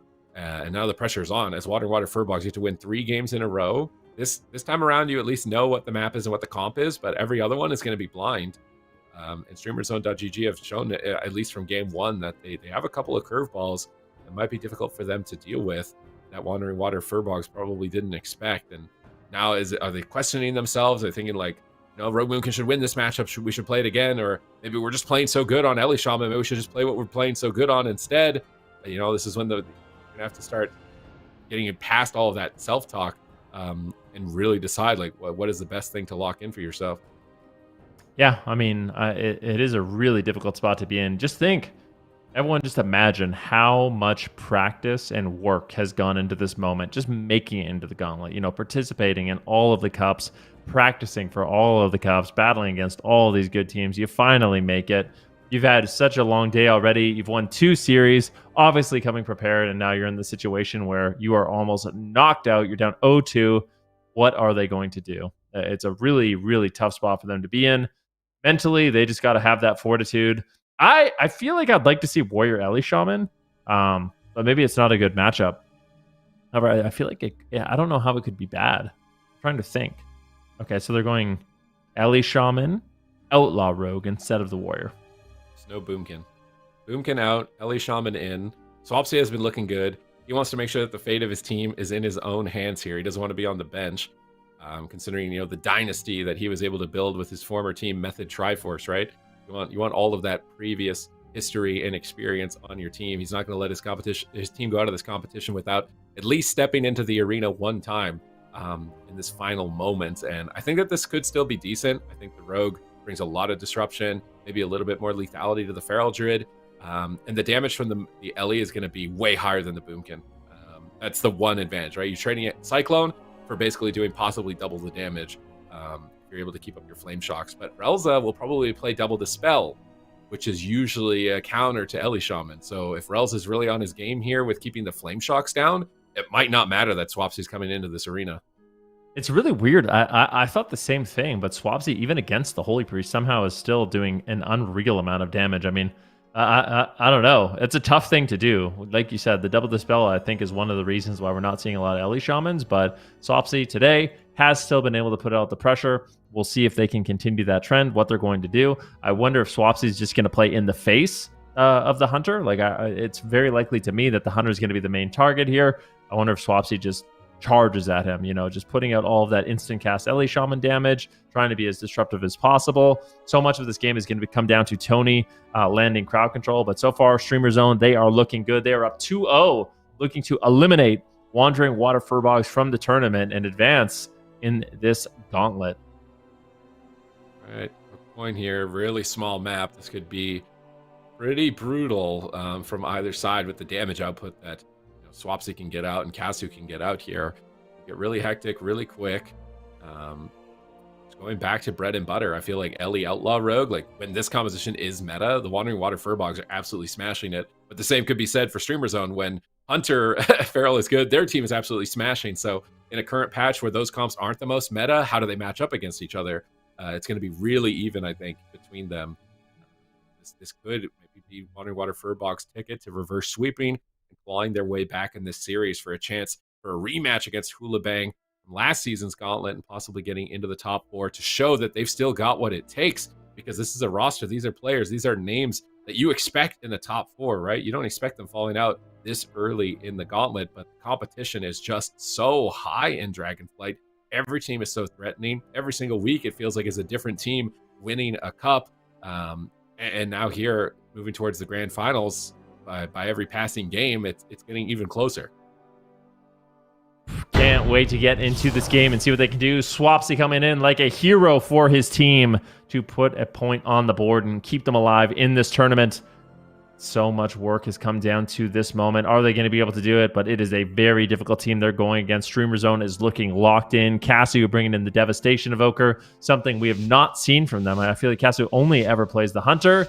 showing that flexibility and earning them this really good position, one away from eliminating WWF. Gates are about to open here on Hook Point. A nice small map for this Outlaw Rogue to stay on top of Casu. We'll have to see what they can do. Crowd control for Streamer Zone, the burst damage that they have available. It's quite high in this match, so I feel like for WWF, they can't drop the ball even for a moment or they will get overwhelmed. Swapsy getting opened up onto. A really aggressive start here. Full trap onto next. Casu going to be looking to rip in. Can Tony land and interrupt? He's going for Cyclones, but isn't able to fake cast just yet. Cheap shot onto Casu as WWF is putting out pressure on multiple members of Streamer Zone. Oh, here comes the rake stun on Brunhitty. Tony trying to fake cast Windshare. He fake casts it. He's looking for a Cyclone. He gets it onto the Rogue. This is a perfect opportunity to get aggressive, but Tony's taking a lot of damage in exchange. Full blind onto his healer. It looks like they want to swap back on Casu, or maybe just crowd control his true shot. Now Tony gets pre-bear form up here. Next is blasting and damage, but Swapsy is just losing the trade. Casu is being allowed to be free at the moment. Another aim shot comes into another aim shot onto Swapsy as he's half held. That Vortex is pinning him out in the open as well, but Brunhitty is now cleaving him with that Blade Flurry. Look at this damage out back onto Casu and Tony from Brunhitty and Swapsy in this position. Swapsy's got a huge lead in overall damage, but his healer's into a Cyclone. It's match point. Backs against the wall, and he just trades the burrow. He's fully respecting this initial trade, but he's already blown through all his defenses so fast. It's only a minute into the game, and they get Emerald Communion as well. If StreamerZone.gg can remain stable here, they have a huge lead. Cyclone once again onto Brunhitty. Tony's being an absolute menace on that Feral Druid. Swapsy is so far on the back foot. Full maim lands. They might be able to just completely overwhelm. Next is forced to trade out his Trinket. This is a great push by Streamer Zone, and this is looking better and better every moment that goes by. WWF finally getting some pressure here. Tony might just outright die. That's the Void Shift. Trinket Void Shift. That's the pressure that they need to stay alive in this matchup. It was looking like a one-sided game, but all of a sudden WWF, they fight back in it. They're getting pressure on multiple players, but Next has basically no tools left. He goes for a preemptive time stop on himself, but do they have anything to follow it up? Casu might be able to land the trap. Tony's going to be looking for Cyclones, but hasn't been able to get one off in quite some time. The pressure, look at this. Tony's just in bear form. Chassis stun onto Brunhitty into a full Cyclone. That's going to allow Tony a little bit of freedom in the game to make a push, but unfortunately giving Next precog is not going to allow him to continue the chain. Oh, they're swapping to Casu. Blind into a sleepwalk. No trinket for Relza. Casu gets low on health. Not much defense as he feigned deaths here. Tony's looking for defensive Cyclones. He gets one on Brunhitty, but it's on diminishing return, so he's going to be free here in a moment to have free reign on Casu, and he's really taking advantage of it, stacking him up here with the Blade Flurry. He gets put into the bash, and Relza's now into Angel form, managing to top off Casu. You also want to use Mass Dispel during this time. Your Dispels, because you're not going to feel that backlash from the Flame Shock, but his mana's not looking good. Swapsy's damage is really starting to grow a lead. They're starting to stabilize as Swapsy has Medallion and Astral Shift. But here comes the stun lock. Are they ready for the hits as they rescue Swapsy behind the pillar right before the Hunter stun? They go for a scatter shot instead of a freezing trap as they're trying to blast through some aim shots here. They get the freezing trap off the scatter shot, but Casu is absolutely getting decimated. Trinket and Feign Death, they swap to Tony, and he's losing so much of his health, and WWF are not going down without a fight. Definitely not. Swapsy's looking to strike back here. Has the Astral Shift and just playing very confidently. Relza is behind on mana, and Tony has really struggled to get anything going. It was looking so good at the beginning of the game. Swapsy knocks him away. Beautiful Unleash shield there, just doing anything he can to deny Tony. Grounding Totem comes in. Casu getting absolutely rocked. Cheap shots coming in. Brunhitty looking to set up his team. Cheap shotting literally everyone on Streamer Zone, just allowing Swapsy to get out tons of lava bursts onto Casu. Swapsy taking a little damage. Next now going for a Nullifying Shroud. That's going to allow WWF to play very confidently here. Next is not going to get crowd control for quite some time. He's got at least 30 seconds unless Relza can somehow find Dispels, but I just don't think he has the time to do so. Swapsy taking pressure, but Casu now in a kidney shot. That is going to completely shut down. And look at Next positioning. Swapsy and Next are just hitting anyone they can. They're allowing Brunhitty to just set up all the crowd control, basically do all the heavy lifting while they just blast on anyone in line of sight. Yeah, Swapsy's starting to parse right now at 30 million damage at the 4-minute mark. Tony's trying to find his positioning here as he jumps over to Swapsy, stuns him, full trap lands, but Casu's into a gouge. Brunhitty is shutting them down. They can't get any damage. Relza in position. Doesn't look like he missed the second scream there. He didn't land it on the Next. Did he pre-time? He didn't time stop it. That's really unfortunate for Relza. Now he's into a sleepwalk. Tony in trouble in bear form, trying to frenzied regen. The kick Next, but it might not matter. Tony fakes the next kick, gets a full clone on the Rogue. Every clone on the Rogue is so important here to shut down those stun locks as Tony's pushing in and getting aggressive, looking to flip the clone around. It gets grounded by Swapsy. Next time stops the next clone. He's looking to immune as much crowd control as possible. He's got a mana lead here. If Swapsy can just stay alive, they are going to win on damage at this point. The kidney shot Kasu, he can't get any pressure out. They interrupt next onto a Living Flame, but now Tony is deep in enemy territory. Relz is sneaking in behind them, getting in position for another Psychic Scream. He really needs to land this one out of the freezing trap. Is he going to get there in time? There's no Tremor Totem, they fear, but he's got Communion. Communion should be more than enough healing. Next is not going to make the same mistake that he did last time. But now he's into a Cyclone on Diminishing Return. Kasu's trying to fire out aim shots with True Shot. Big crits incoming onto Swapsy. He's almost dying anyways, but Tony could go down at the same moment as well. There's no defense for him. He's desperate. He Shadow Melds. He's in bear form, praying that the Light Well will save him right now as Relza is Windshielded in the backline, dispelling Flame Shocks, and somehow, some way, Tony is still alive at this point. He's kicked on another clone. They're desperate. They stun the Shaman with the Hunter Stun to try and slow down Swapsy's pressure. He's building such a huge lead. He's almost doubling. He's completely gapping the entire round here in Hook Point. They managed to survive it for a few more moments. He's got Burrow in his back pocket, and Relza is almost completely out of mana. He doesn't have a lot of tools right now to heal at this low of mana. Swapsy is really carrying the game at this point. Yeah, Swapsy doing a great job. It was so close on Tony. He's definitely burned through at least 8 of his 9 lives on that Feral Druid, on that Kitty Cat. Let's see what he can do. Going for a push, looking to find a Cyclone. Does manage to, and they're making a push here on a Swapsy. Streamer Zone might be able to end the game, but they got to do it soon. Relz is completely tapped on mana. All of that damage, all of the pressure Swapsy is bringing is finally going to pay off. Can they take down Tony? Finally, they do. Tony does get dropped, and WWF puts a point on the board. I do not want to see Swapsy off the Ellie Shaman ever again. Swapsy, get off the bench, bro. You can't. You ain't taking an easy day. Okay, this is not an easy day. Your team needs you. Can they manage to do it? Can they come all the way from the bottom of the gauntlet to get a rematch from HOOLIBANG? Because now they have to reverse sweep. It's almost a gauntlet within the gauntlet right now to win 2 more games in a row in just this series and manage to make the comeback. Show that they've still got it. Show that they are still a top-level elite team because their seasonal play has been hit or miss, sometimes not even being seen on broadcast. Other times having some decent runs, but the consistency just hasn't been there. Perhaps it's the meta against them. It's uncertain, but the Outlaw Ellie definitely looked strong for them here in this game. And now StreamerZone.gg are the team that need to find a response. Do they play the same composition? Do they bring back in the Devastation Evoker? A lot of unanswered questions there, but this is the first step for WWF to look to try and have a second shot at qualifying through the gauntlet. I'm trying to think of what Streamer Zone can even run to beat this. You think the FMP would be good? Like, maybe they bring in the Devastation Evoker, but in my head, I feel like the Ellie Shaman's actually pretty good into Devastation Evoker. You have frequent interrupts, like, you have the Grounding Totem to shut down a lot of the burst. You have cooldowns you can trade for Dragon Rage, like Burrow and Astral Shift. Like, I don't think it's that bad for the Ellie Shaman. It makes me wonder why they didn't just lock this in. Like, do you think one of the reasons they didn't play the Ellie Shaman is just seeing other teams have success with the Outlaw Rogue Moonkin and thinking that they could just emulate it? Probably. I mean, that's what a lot of teams are doing, right? They're all kind of, even the move I see, WizK on Balance Druid now.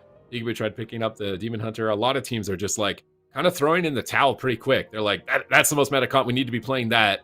And I kind of wonder if it's going to be enough for the teams that are deciding to pick that strategy. If in the last week, right before this gauntlet, if they had enough time to do it, or if they're going to have to rely on their original compositions. But this map with the small pillars and big distance that the Hunter can get so that the Rogue can't, move around and stun everybody on the team. This is easily the hardest map for Wandering Water FURBOLGS, regardless of what StreamerZone.gg pick. So if they can win this game, they can win the whole series. Yeah, I think you're absolutely right about that. So they've shown that they can win on the small map.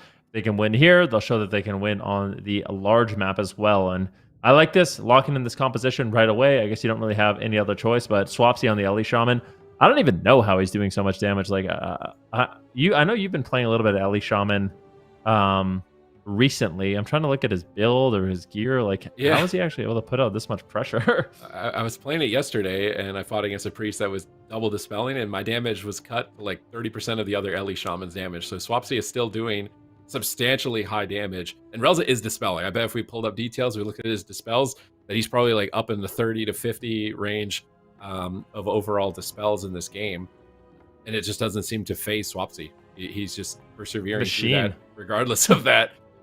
He's obviously played Ellie Shaman for a long time, so his ability to maintain his dots and keep track of who Relza is dispelling and then dedicate the next Flame Shock to that with a priority is going to be peak for him, obviously. So that's likely what it's coming down to, is just experience on the Ellie Shaman, because it's really tough in the situation with double dispel to keep your damage high. Yeah, looking really good. The amount of output that he has on this Elemental Shaman is quite high. I especially like his disruption with Unleash Shield. Unleash Shield is such an interesting talent. It allows him to... It basically has different effects that it does depending on what shields you have. And for LE Shaman, because you have the Earth Shield and because you have the Lightning Shield on yourself, it's not only going to knock the enemy back, which disrupts Cyclones, it also roots them in place. So a really, really interesting utility that you can use. So not only do you have the Wind Shear, not only do you have the Grounding Totem and Lightning Lasso and Thunderstorm, you can also unleash Shield. And that's why it's so difficult for Tony to get Cyclones going. And if you deny those Cyclones, Tony's damage is going to completely fall off a cliff, and that's going to limit Streamer Zone's offensive pressure. So WWF, it's all about denying Tony. Keep up the damage, do damage, don't die, deny the Cyclones, and that's going to be WWF's ticket to win this series. EDD, triple D, do damage, disrupt, survive here. Don't die. It's like do damage, disrupt, don't die. 5 Ds, Don't die, of, 5 Ds. of WoW. 5 Ds here from WWF.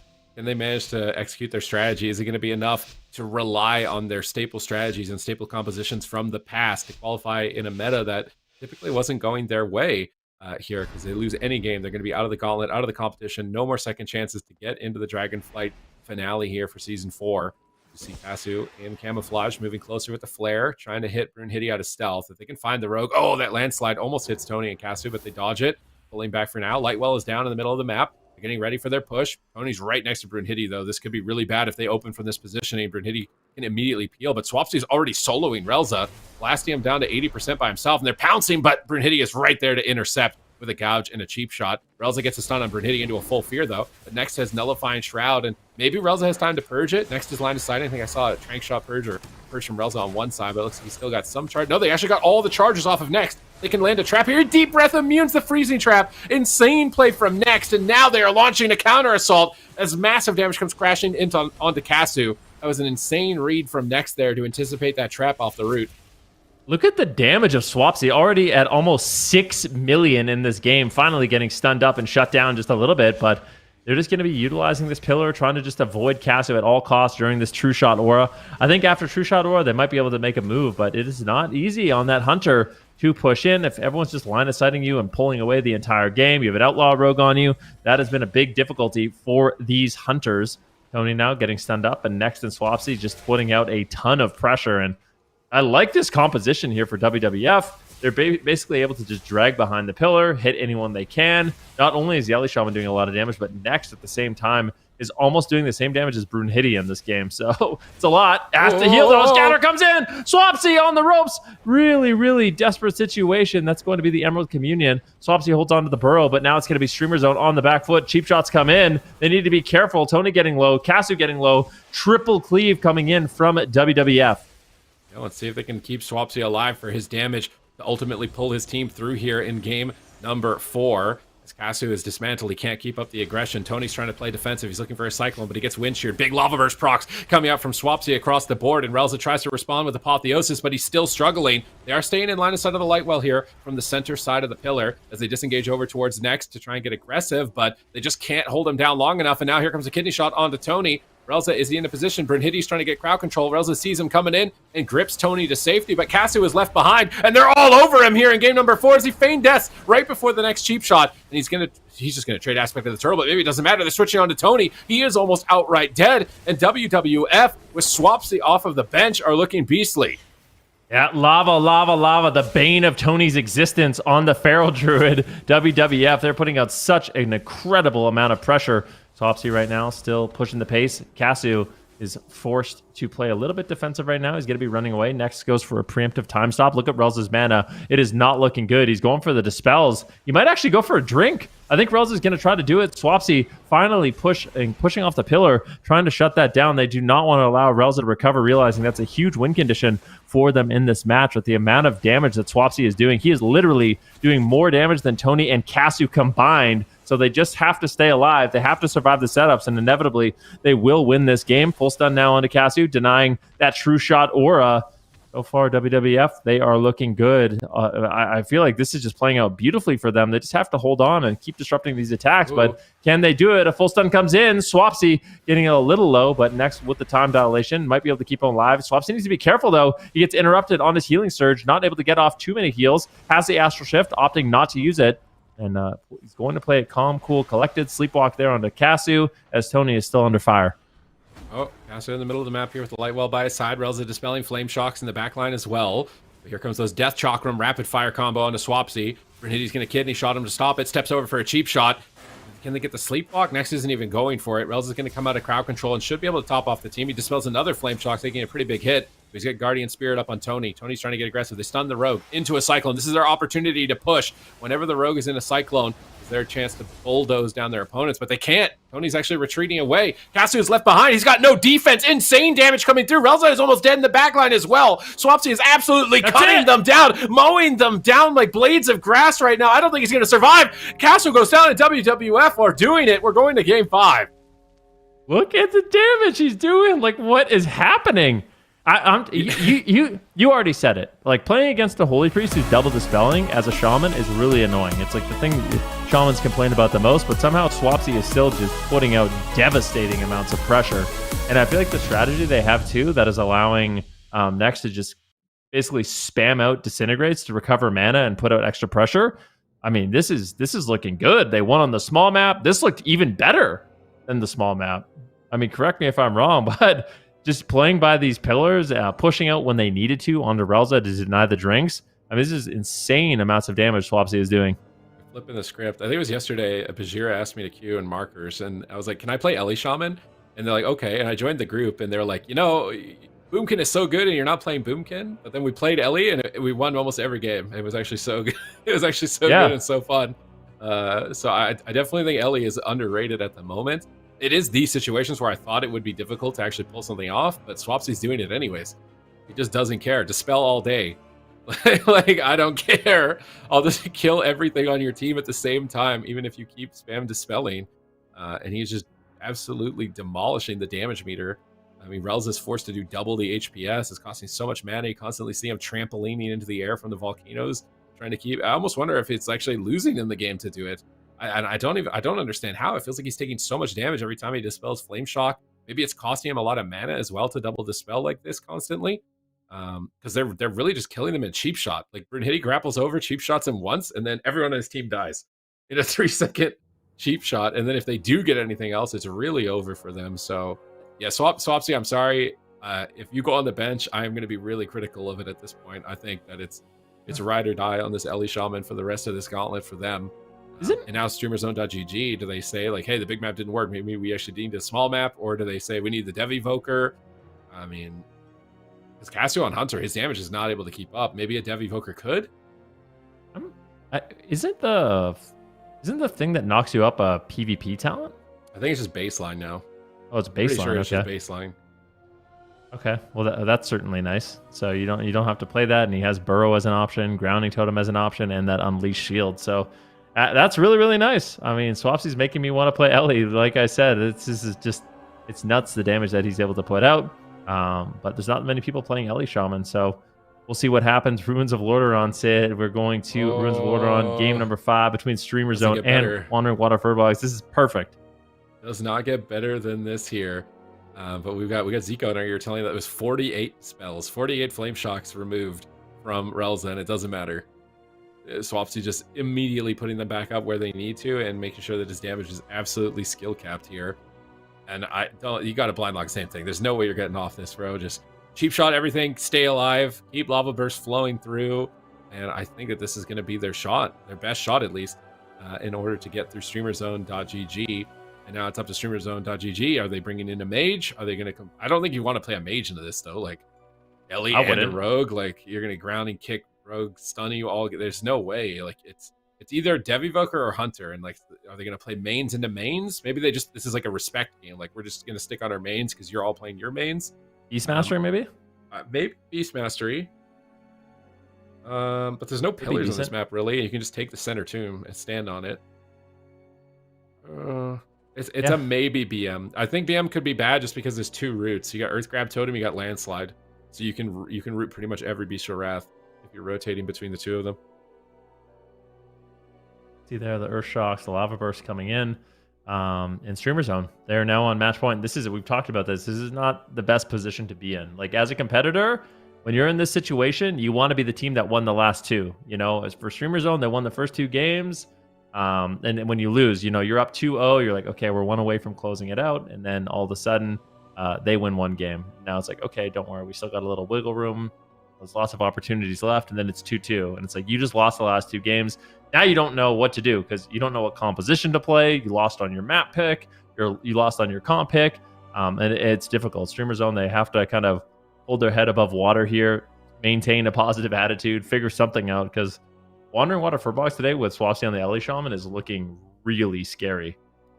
I mean, even if they do lose, I'm sure Tony's got like a backlog of lava memes or lava bursts that he can pull out if he needs. For Twitter, you think that's going to be a good consultation prize? Like, but you lost your opportunity to make it into the finals, but you could post a meme.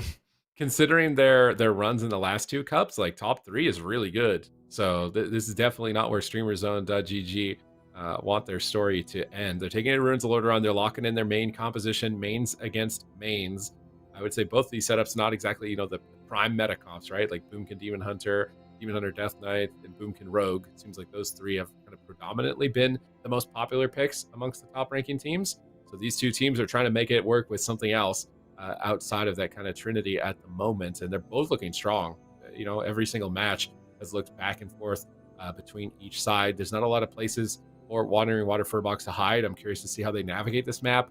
Are they playing center tomb? Are they going to play by the tombstones on the right side of the map where there's a few more points of line of sight? Because every second they're in the open, I feel like it's really dangerous. The only thing I've seen so far that would be like one criticism is Tony, I think in that last game, used Vortex on the Rogue a few times. And I feel like that Vortex needs to be dedicated solely for Casu to attack the Shaman. Even if it gets you one extra aim shot that gets him into kill shot range, I think that's where the most amount of value is going to come from it.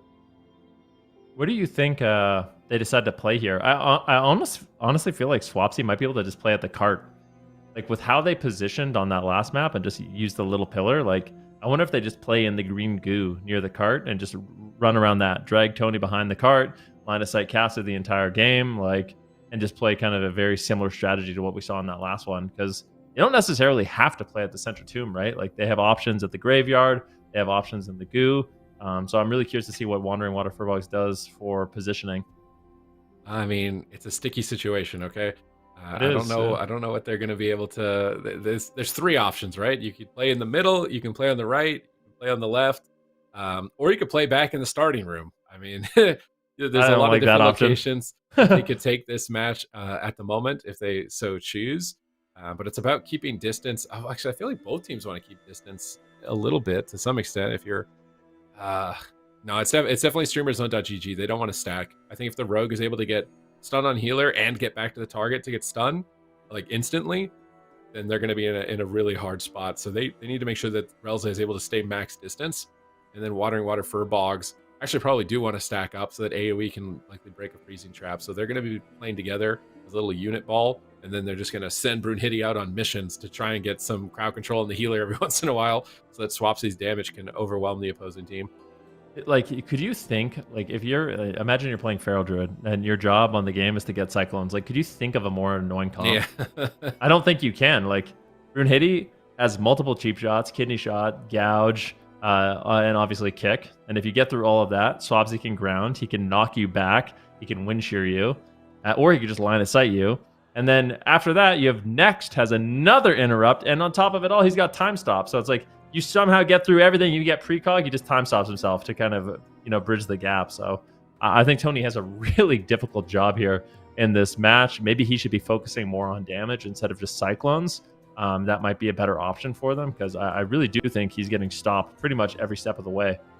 Yeah, I mean, I think Cyclones on the Rogue are necessary because that's the only chance you can be like 100% safe when you're moving in onto the enemy pillar. But definitely trying to Cyclone the healer or spending too much time Cycloning the healer is going to put you in a weird position. It's probably better to just focus on damage and just let the Hunter get a scatter, or let the Priest get in and get a stun fear or something like that.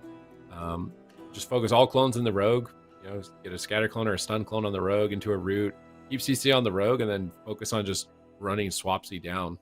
I think is likely going to be the safest line here. Teams, they're taking their time here because obviously they're facing elimination on both sides now. There's a lot here, an entire season of play basically, for your chance to prove that you're the best team in Europe for Dragonflight, which is, also where all the money is, right? Yeah, there's where all the prize money as well. If you can get out of the gauntlet and get into the top 4, it's definitely going to be a much bigger cut for yourself. Here we go. It's Runes of Lordaeron. It would be a fitting final resting place as it is a cemetery. I am eternally grateful for being able to get to say that here on the final weekend of Dragonflight during the AWC. And this is always an exciting way to end it. Definitely. This is just a fast-paced map. Let's just say that. This map can end things really quickly between these two teams, but we'll have to wait and see. I'm looking to see Swapsy once again. He's dealing with a lot of dispels coming in from Relza, but he is still somehow pushing the pace. He has been the hero for his team. Swapsy on the Ellie Shaman has not disappointed today, and I think that is WWF's key. If they want to make it all the way, they want to reverse sweep Streamer Zone. They've already won 2 series today. Can they win a third? Tagging in Swapsy on his Shaman. I'm excited to see it. All right, 3, 2, 1. The gates are open. There is no going back from this point. One team is going to be out of the competition. And the winner will be facing off against HOOLIBANG, the gatekeepers of Europe, for the top 4. The finale for the remainder of the weekend. Casu is sneaking in camouflage. Oh, but Brunhilde is right on top of him. He's gonna be. Oh, he scatters him from stealth. That is an insane way to start the game right now for Streamer Zone. But they don't follow it up, and Brunhilde is still able to sneak through and get some crowd control. But oh, Relza is there for a double fear. Swapsy gets the tremor, but it doesn't even matter. He's just dying through everything that he's got. He's got Astral Shift. He's got his time dilation, and he still almost goes down. And it's that type of play from Relza. Relza sneaking in, getting a Psychic Scream, and Tony focusing on damage. Like right now, he's on Swapsy's heels. That I think is going to enable them success. Oh, blind broke. That is very unfortunate. Luckily, Brunhilde was able to follow it up with the cheap shot and slow down Relza just a little bit. But Streamer Zone, I think they've realized they need to play aggressive. They need to play a super aggro game and put Swapsy on the back foot. I don't think Relza can afford to just sit back and heal and try to outlast. I think they really need to push the pace in this one. Next going for potential fear. There's no Tremor Totem available. Relza's just all over him, but Next immunes it! The immune with the deep breath. Beautifully done there by Next, and all 3 members of Streamer Zone are falling behind. Relza pulling off a few miracles here, getting in the flash heals, stabilizing his team, and now Swapsy. This is going to be a way faster game here, Sid. Oh, Tony fakes the kick. He gets the clone. There's no trinket. Swapsy, it's match point. Is he going to go down? But they're turning it around on Tony. Swapsy is standing his ground. Ice Fury's come through. Healing Surge is out. He manages to stabilize during that insane moment for the team. And Relza has taken so much Flame Shock dispel damage. He's at 80% health and trying to recover himself here in the near future. They stun Swapsy, looking for another Cyclone. They Cyclone the Shaman. Tony tries to duck away from Brunhilde.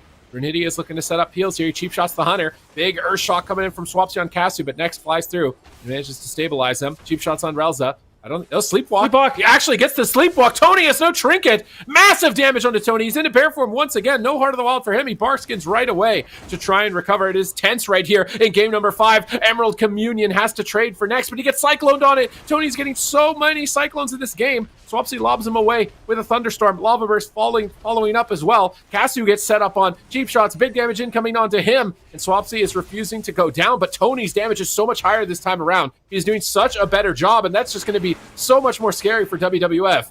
Yeah, Streamer Zone realizing they have to outright swarm their opponents, but Tony's still taking a huge hit. Relza going for the Divine Hymn, but Tony just died through it! What is going on? Void Shift comes in from Relza. I can't believe the pressure. Full trap onto Next as Streamer Zone is looking to battle it back, but they are just so far on the back foot. They can't get any pressure rolling. Swapsy just negates their attack with that Astral Shift. Both healers burning through most of their mana. This is such a fast game at the 3-minute mark.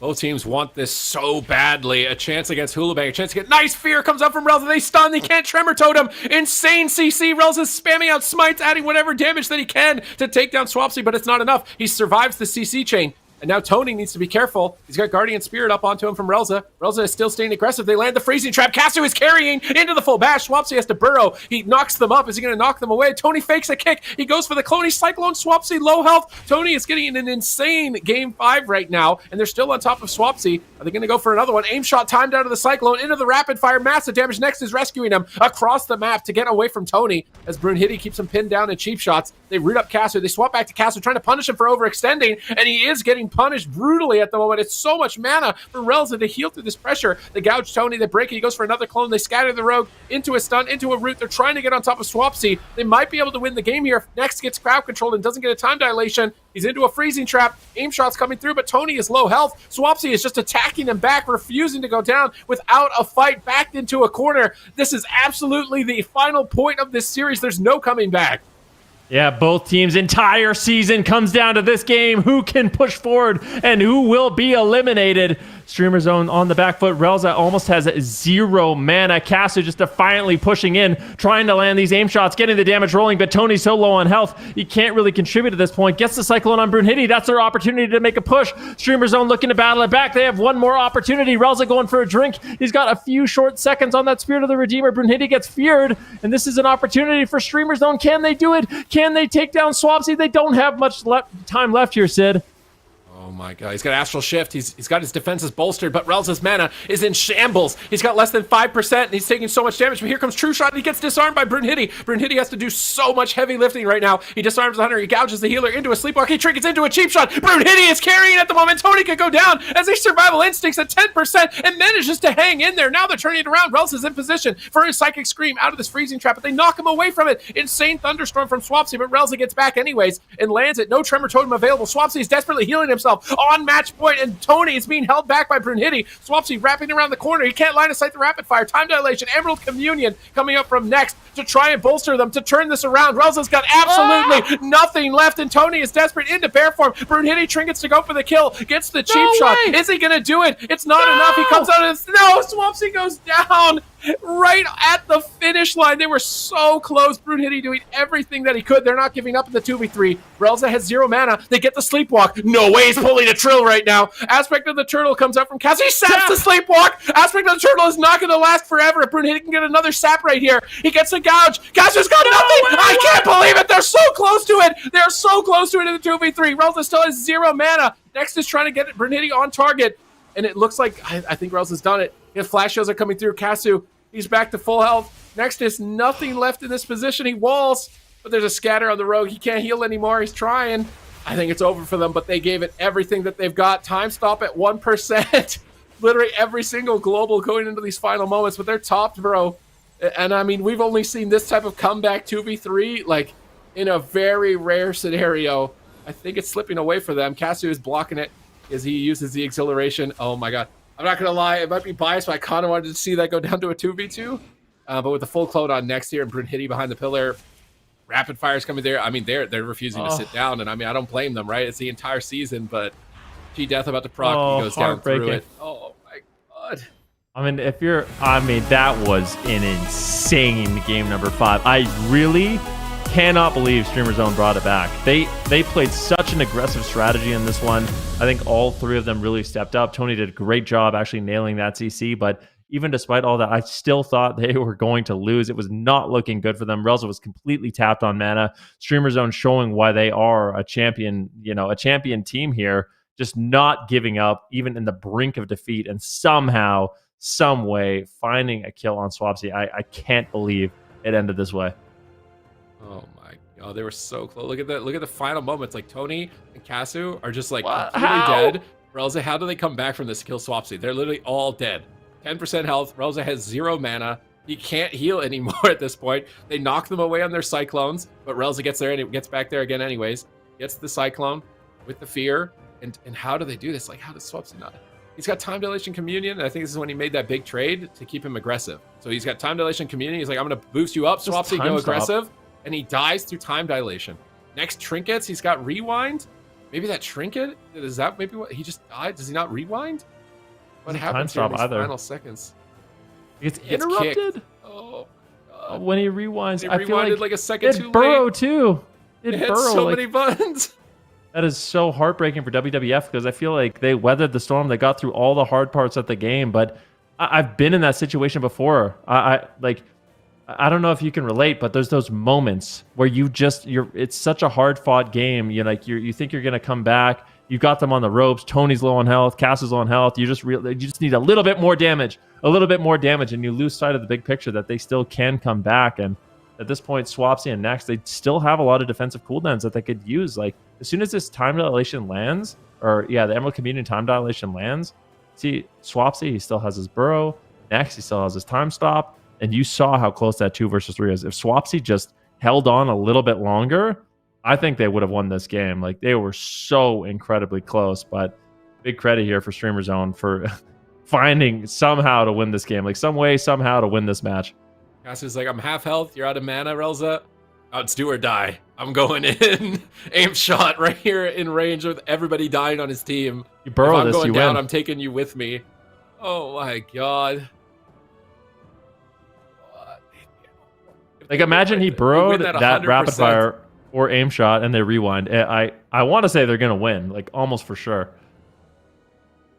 Man, that is, I mean, you can't help but feel that was a tremendous loss for Wandering Water FURBOLGS. I mean, you guys kind of already said it all. That was a devastating loss for them for sure. Almost brought it back, couldn't make it happen in the final hour where it counted. They've been in this situation before where they've made it fairly far in the Gauntlet and they just couldn't quite make it till the end. And here their road ends once again before they make it to the finish line. Streamer Zone GG knocking them out 3-2, and it will be Streamer Zone GG then that's going to move on into the next round of the finals to face off against HOOLIBANG. Our prediction, we were wrong. We were wrong. We were. The Streamer Zone, yeah. Our prediction line is going to be shut down. Nice little grin womp here. womp. Yeah. Wandering Water FURBOLGS, I mean, I just want to give them a quick shout out. They had an amazing performance today. They took down Pirate Pete's 3-1. They went after Bikini Bottom Mafia, beat them 3-1. Almost got the reverse sweep against Streamer Zone, but ultimately did fall. And now it's Streamer Zone GG versus HOOLIBANG. Which one of these two Titan teams is going to be the first opponent for Echo in that top 4? Yeah, it's a good question for sure. I wonder if we could take a quick look at the predictions once again. We've got 2 teams left to come out of the Gauntlet. HOOLIBANG or Streamer Zone GG. Looks like either Lithy or Supatees still have a chance to be correct. Supatees, you saw something in Streamer Zone GG from the beginning. I mean, it's close. They could have lost that game, right? Like, Swapsy has, they have like 3 major cooldowns still left, and they almost 2v3 them at the last second. So, but I feel like for me, out of all the teams in the Gauntlet, Streamer Zone has been the most consistent. Top 3 twice in a row. Yeah, They're the most consistent. So I put my chips on consistency. All right, this was like a ETF. Okay, I got the long-term ETF investment. I'm taking a safe, 10% interest rate here with this one because they've been so consistent throughout the competitions. Whereas the other teams, they're hit and miss teams. It's like they're popping off, beating Echo, win a cup, and then we don't see them in top 8. So for me, I wasn't about that volatility. I ain't going into the volatility here. So that's why I went with Streamer Zone. Ah, that's good. That's sound logic, Supatees, and we'll see if that prediction stays strong. We've got one more series left here in the Gauntlet for the European side before we hop over to North America, of course. So we're going to head to a break. But before we do that, we are going to do another Whose Spell Is It Anyways series, Supatees. They've ramped it up a little bit. Are you ready to go? Is this going to be hard? Am I about to lose my Boomkin card like Zico? They're doing this on purpose. I think they're picking the classes that we pick now, or that we play now, to intentionally make us look bad. Real cool, guys. I'm dialed in. All right, Ven's ready. Supatees, you seem a little unsure yourself. We got to go, right? We got to do it. Yeah. I got to be ready. Yeah. So it's do or die. Rise up. Wait, there's an icon. Shield of Vengeance. It's just the Shield of Vengeance. Okay, you said it faster than I could. Wait, it could be something else maybe, but I think Shield of Vengeance is the most obvious one, but I think this does share an icon with maybe one other thing. I'm going Shield of Vengeance. I'm all in. I don't think it's any. It's Shield of Vengeance. Little too quick on the day, production. Yeah, Sorry about that one.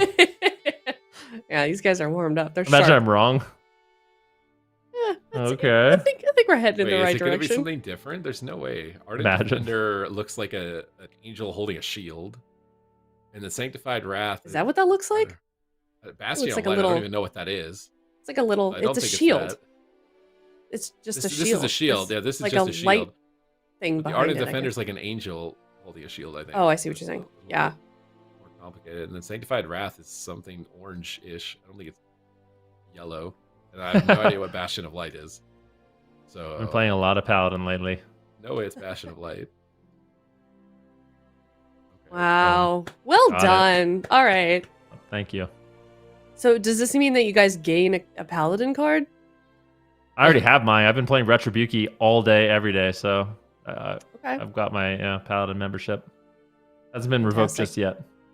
Good. Yeah, hold on to that. Well, we'll see next round Gonna be here. plays and that reduces spell and party raid members by %. Lasts for 8 seconds or until it. Anti-magic zone? Yeah, it's AMZ. I know it's AMZ because I knew that they were going to do something DK related. Yeah. I think it's Yeah. anti-magic zone. I think so too. What are the options here? It's definitely. Yeah, it seems. Is this powered barrier? But what? It says Nothing spell. specifically reduces spell damage. Yeah, but what if? No, AMZ does. Yeah, the spell damage is the. Yeah, it has to be. What Only else? spell Yeah, damage. I think Unless that's it's one it. of those ones where the tooltip says also damage separately on the side or something. Like, Spell damage and physical damage. yeah, you know, like if it's. I'm pretty sure It has to be anti-magic zone. I'm going for that one. It's Ancestral either projection. that or barrier, but the fact that it says spell makes you think it's not barrier. What is ancestral projection totem? I don't even know what that is. You? Got a shaman thing. Icky. I don't know. Oh, it's the res health and totem. revives you. It's a res totem. All right, we got this. Nice. Woo! for 2. Yay! I keep my DK card. Okay. Well, let us know if you guys got. We gotta ramp it up, production. Oh, well, those were too easy. Come on, let's challenge these guys a little bit more. You're taunting them. You could Oh, come back no. to bite you. You're right. You're right. Sorry. Never mind. Shut it down. Shut it down.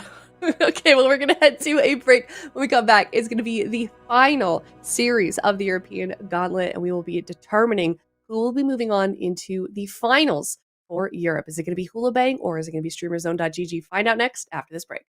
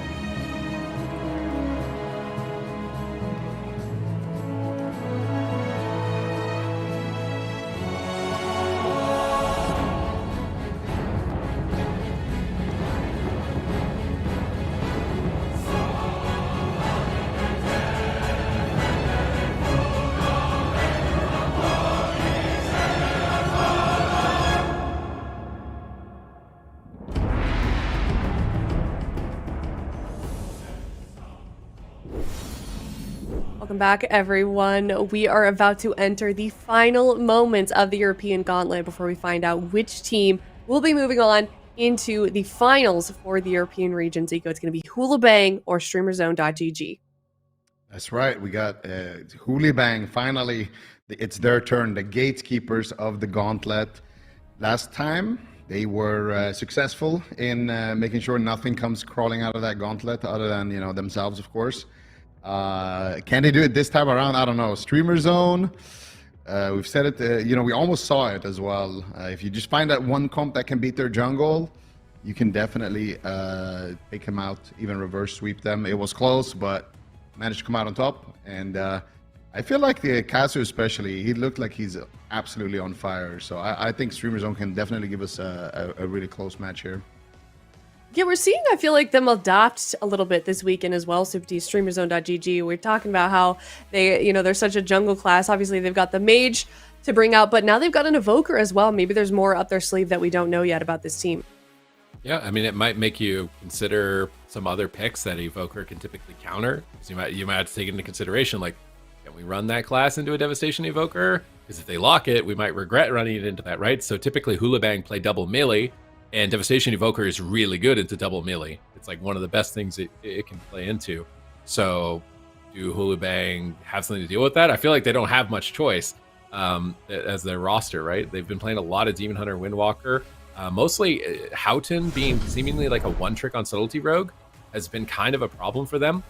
Whereas last season, it was the reason they were winning. But now Subtlety, not as strong. They've been relying on the Windwalker Demon Hunter. But they have a good win rate with it, right? Like 67%. I think that is a very good win rate for that competition. Is it going to be able to beat a possible Devastation Evoker pick? Maybe a Frost Mage Devastation Evoker also could come out as a combo. Gosh. Is that a good comp in this context? I think in a double melee, it could be really good. Okay, well, it sounds like all of a sudden StreamerZone.gg could be the ones out picking here in the blind, but HOOLIBANG, this is the exact position they were in the Gauntlet last time. They made it out alive. They're ready to prove that they can repeat it once again, but StreamerZone.gg just came off of a win. Are they going to use that momentum to head into this series? Winner of it moving on to the European Finals. It is game number 1, HOOLIBANG versus StreamerZone.gg. All right, the gates are open. What are we going to see? It's going to be the jungle coming out from Streamer Zone, and we are seeing HOOLIBANG bringing in some surprises of their own. Red Warrior coming out here. JT going to be staying on that Holy Priest. Relza as well on the Holy Priest, and Casu is also MM, so no changes in terms of specs, but that is very surprising, Zed.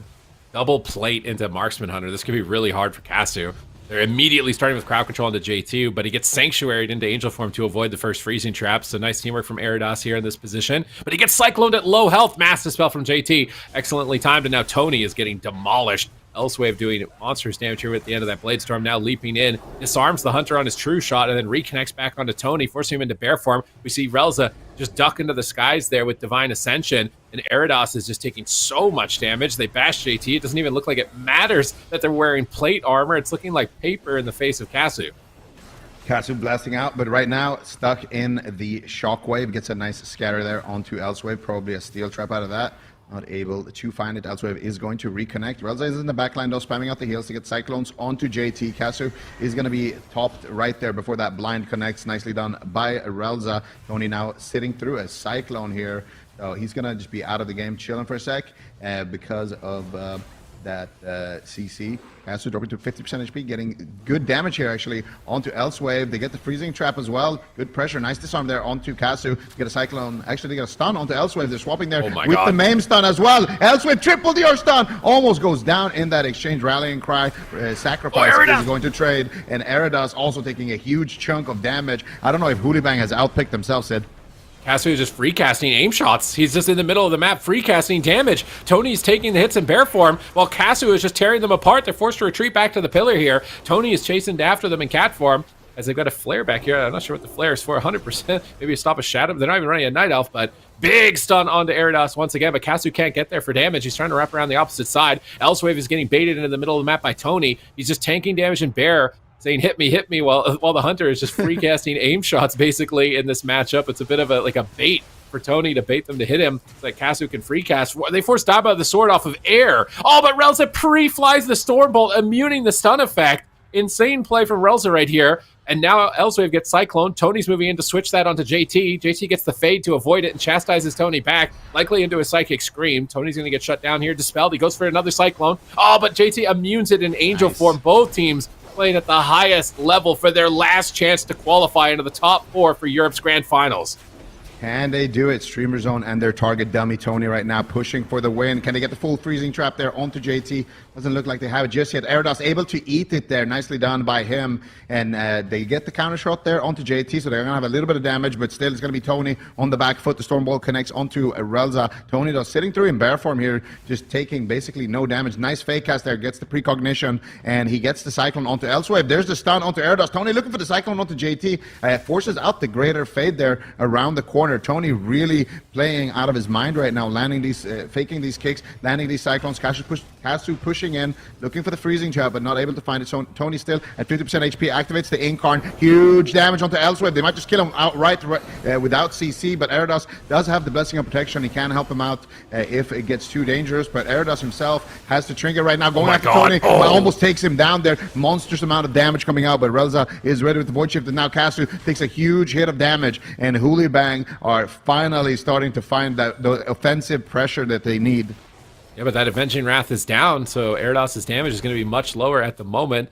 Aim shots flying through from Kasu with those Death Chakrams. He's soloing the Ret Paladin. He's swapping to the Warrior now. Another aim shot following through. He's got True Shot. They disarm him on the True Shot. Really good timing here from Elsewave, but they're dying to dots. They're bled up. Rapid Fire's coming through, and this could be it for Erados in game number 1. He's being greedy. He gets cycloned at low health. Tony into a store bolt. Kasu disengages across the map, looking to get closer to the enemy healer. He goes for a scatter shot, forcing down by the sword. Erados gets pre-gripped on the freezing trap, but they cyclone him anyways. They're chasing down the Warrior. There's no die by the sword. Blessing of Protection is available. I think Elsewave needs it. He's so critically low at the moment. They managed to trust JT's healing in that final second, as otherwise would have been his life, and they managed to recover. Now Avenging Wrath is up again for Erados. He's leading the charge with that Crusade, and he's crushing Tony. Whoa. And HOOLIBANG one-tap Tony. Relza's Angel healing not even enough to stand against his Ret Paladin might.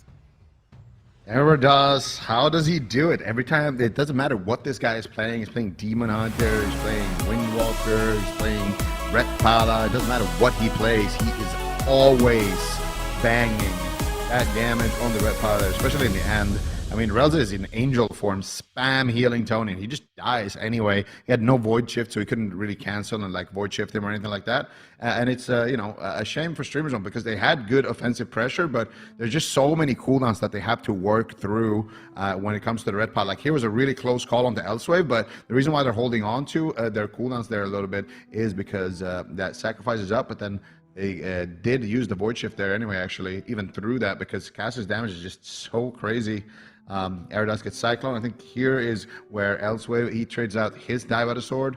This was, you know, a lot of different moments where it's actually Streamer Zone swapping between the Ret, swapping between the Warrior, and almost taking him down. Like here, I think this was the moment where you were calling for the bop, but he just gives him a Blessing of Sacrifice, and they just hold on to it for later. So they still have that in their back pocket. They still have Bubble as well on Erados. And then here, look at his damage. Like Tony's in bear form, but then he switches out of bear form for just a second, and he just dies instantly. Like it's actually insane damage that he took.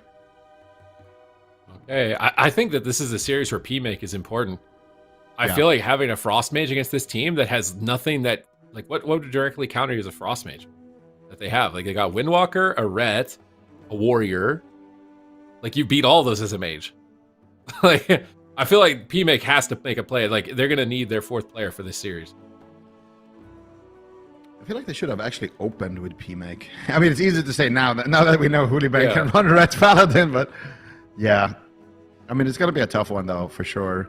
I don't know. I feel like Streamer Zone, they kind of just live and die with their jungle, but here's where it gets interesting as well. Like, what does HOOLIBANG blind pick? Because I feel like if they blind pick the Ret, then for sure we're going to see P-Make. But if they don't blind pick the Ret, what would they actually blind pick?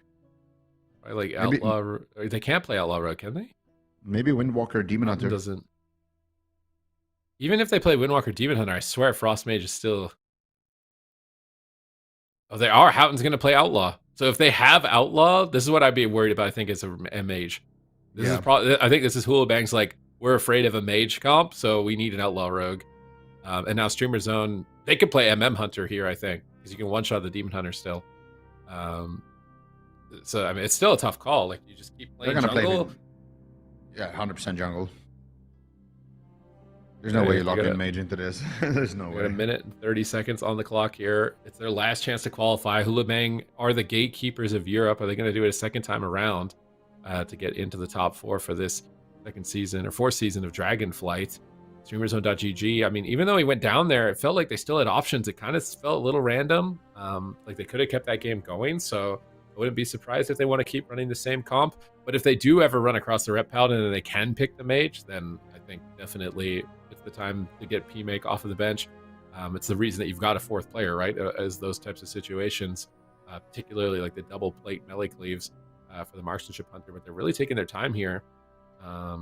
Consider their options, which I would say is atypical, because usually this is a team that's like, we're playing jungle, put it in, lock it in, we're done, no more discussion. So you can tell the pressure is getting to them, that they're not just insta locking that MM Hunter. There's just so much on the line here as well. Like this is it. This is the final boss of the Gauntlet. Like you win here, you're in the Dragonflight finals. You're automatically gonna get minimum 4th place. You're gonna be making a bunch of money. Like this is a huge game for both of these teams just to qualify, right? Like this is what they've been fighting for the whole year. And then in the actual grand finals, well, it's a bracket reset. You're gonna have to fight everybody there. So you're gonna have an even footing there as long as you can beat everybody in the tournament. So you're gonna have a real shot at actually winning the whole thing, even if you came from the Gauntlet. So Streamer Zone, they're going to take their time, but they will ultimately lock in the same exact thing. HOOLIBANG here, how are they going to navigate this? Because for them, I mean, it's not the end of the world if they lose here, but if they win, there's such a big upside for them to winning here. Like being up 2-0 in a series, especially a series that's this important, it's worth a lot for them. So they really need to try to find a window here to try to take somebody down. I think Outlaw in general is really strong actually into MM Hunters. So I really like that HOOLIBANG are bringing in Houghton. I did think he was maybe a sub 1 trick though, so I'm intrigued to see what to expect here. This is an important game for him, right? To show that he can play more than just the subtlety, because subtlety I don't think is going to be enough for HOOLIBANG to qualify, let alone win the whole thing. So Houghton's ability to play Outlaw Rogue is going to be super important for their versatility as a team as a whole, because there's going to be double casters. You know, Echo is going to be their opponent if they win this, and they will play Mage Lock into them if they need to. So if they don't have an Outlaw Rogue, that is going to be, you know, a tough composition to be able to beat. So this is very important for HOOLIBANG to show that they've got flexibility, the right specs and comps in order to be versatile enough to beat anything that's thrown their way in the top 4. Game 1, that Rep Paladin pick into a Hunter, really good. The double plate looked really solid. They could deal with him really effectively. The disarms on the true shots, always there, perfectly timed by Elswave. Now it's up to Houghton. Does he have what it takes on the Outlaw Rogue to get his team to match point? Yeah, because, you know, we did see a lot of the other teams that kind of emulated this running, you know, Outlaw Windwalker. But HOOLIBANG has kind of stayed true to the sub version of this.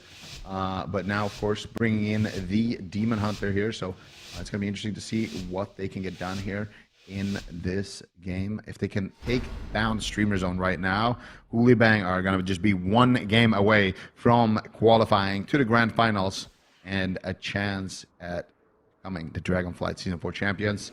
Let's see if they can do it, or if Streamer Zone can tie us up right now. Tony in stealth looking for the opener here. Elswave does have his Demon Hunter wall hack active, but just gonna opt in for an opener onto the Priest. Relza already taking a little bit of damage there. Doesn't want to use too much. I like that Relza doesn't want to use his Serenity Charge on himself there in the opener. Rather use Desperate Prayer and keep those for his teammates. Just small things like that just shows how good of a healer he is, because he knows he's not going to be the target. It's going to be Tony, and already an explosive opener here onto Tony and Elswave. Elswave so far though not having to trade any major cooldowns, just a blur. All right, Elswave staying stable here. JT into a freezing trap, maybe not completely stable, as he fears up the Feral Druid with that sigil. Tony's now out of CC. Relza in a cheap shot. He fades out of the snare, but Houghton is right there.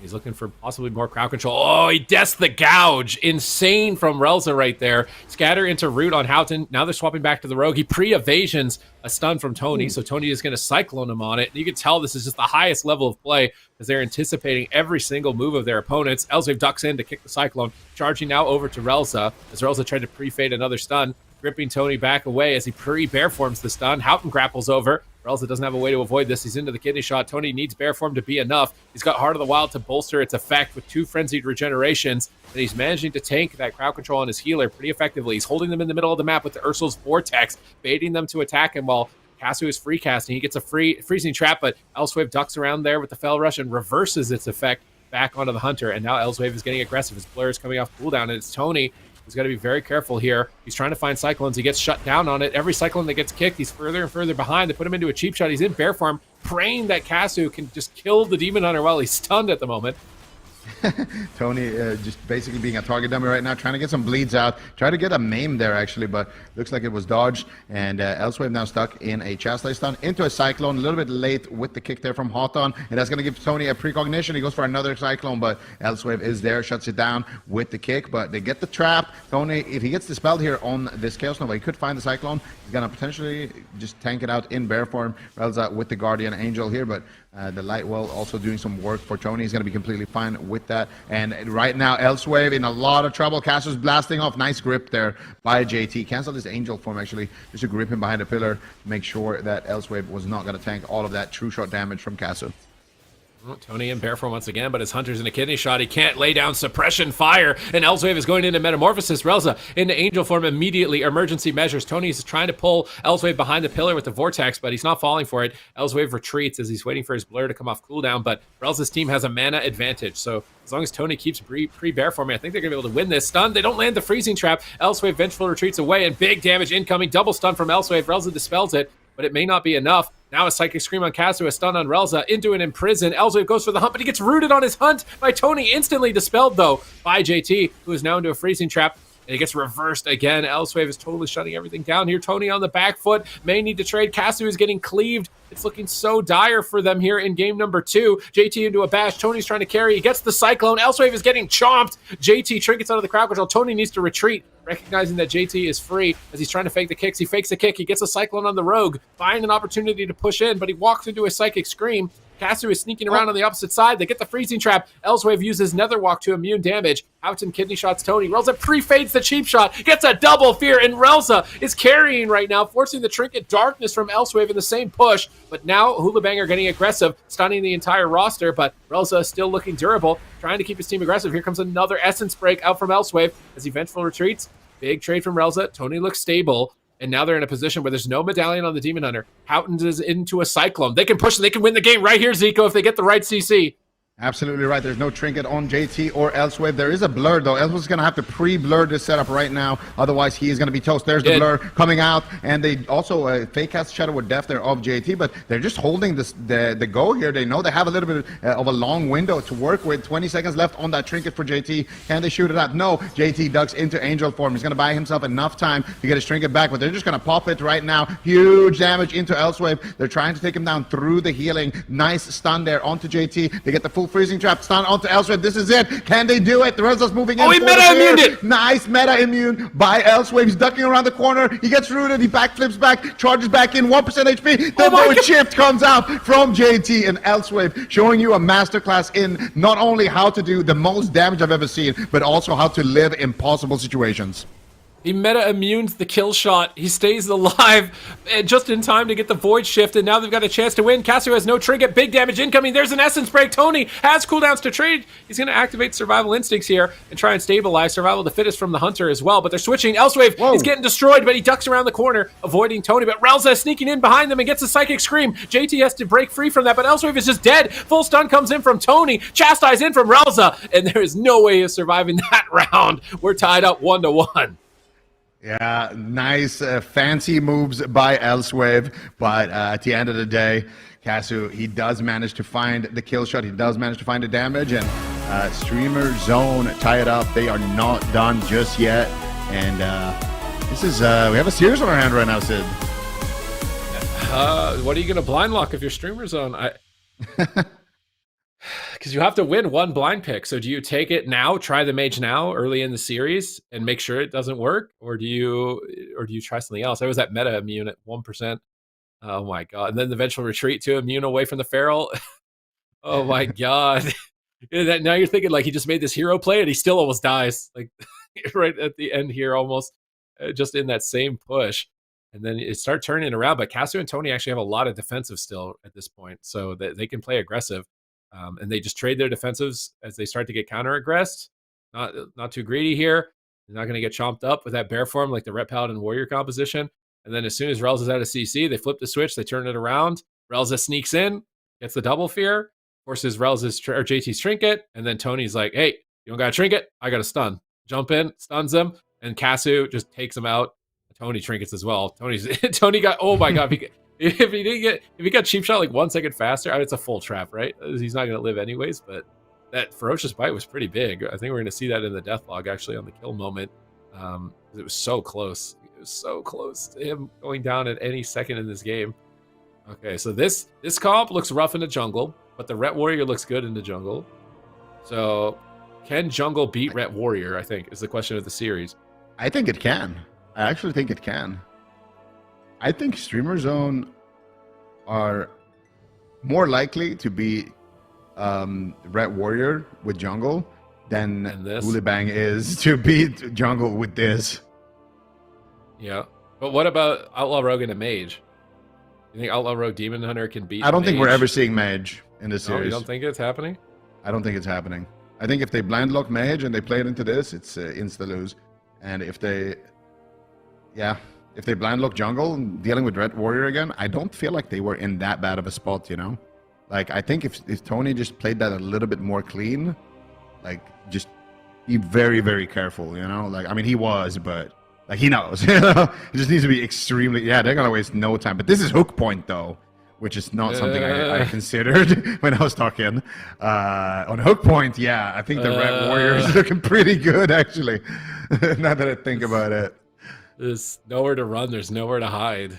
It's a small map, dude. Erados is back on the Ret Paladin. Elsewave is back on the Warrior here. Unless Castu finds a way to somehow prevent himself from being disarmed during True Shot, I think it's going to be tough for them to get pressure out when they really need it. And it seems like Relza also needs to be on the ball. Like in the first game, he got a couple of Divine Ascension immunes. I mean, he's deathing gouges, and it's still close. like what? It's still close, even if you're doing that type of stuff. So this is not going to be easy for Streamer Zone, but they have to win this matchup at least once in the series or rely on a blind pick Mage. But seeing how the rest of the day has been going, I kind of agree at this point. I think it's unlikely that we see P-Meg. It seems like they're pretty reliant on this composition to try and get into the top 4. But Ret Warrior, man, this is a very scary composition on a small map where they can just bounce to anything that they want, and anything that they tab to, it's just like a bulldozer. It's going to get run down. Oh, what a show for the final round here in the European Gauntlet. Hand streamers don't do it. I feel like it's anything can happen, you know? Anything really can happen. Like, it's like the games against WWF where Swapsy, he died, he still had Burrow, they still had cooldowns, you know? They had Rewind. I feel like in these moments right now, these are the moments where mistakes like that can happen. If somebody is too greedy on a cooldown, it can just lose you the entire qualification. It can just lose you everything. The whole year is just over. So this is really when some people are going to just get that pressure and it's going to take them to the next level. And some people, they're going to just feel it too much and get distracted and be nervous and have the shakes and crumble. HOOLIBANG, of course, a team that already has, been through the gauntlet in the past. So we'll see if they can do it. They need to win right now. This is the swing match between Streamer Zone and HOOLIBANG. Streamer Zone need to win this to get ahead in the series. This is HOOLIBANG's map and comp pick. Well, they pulled Tony out of stealth. He didn't get a rake stun from stealth. That could be really bad. Bladestorm from Elsewave, forcing the Angel from Relza. Tony is still just dying as he's trying to retreat away into the backline. Vortex and the Warrior, you can't chase him. They're going back onto the Hunter, disarming the True Shot. He's going to feign death and get pulled to safety. Nice Cyclones from Tony. And this is the trouble. If you attack the Hunter, you're going to get cloned. If you attack the Feral, you got a Hunter just blasting you. Insane pressure onto Elsewave. I cannot believe he was so greedy right there. And not using a major defensive cooldown. The lay on hands going to be enough. They managed to stabilize. But now the Cyclones. Tony is really carrying at the moment. We see Chastise on JT into a freezing trap. The teamwork from Streamer Zone right now in this setup is immaculate. Chaining it into a Cyclone, but Shield of Vengeance is up, and now they're going to have to swap off. They go on the Warrior. Can they force Dive by the Sword? It's so important that they get Dive by the Sword right here with this Chastise. Can they get it? They can't. Casu is CC'd by JT, and Relza is too far away in a Hammer of Justice.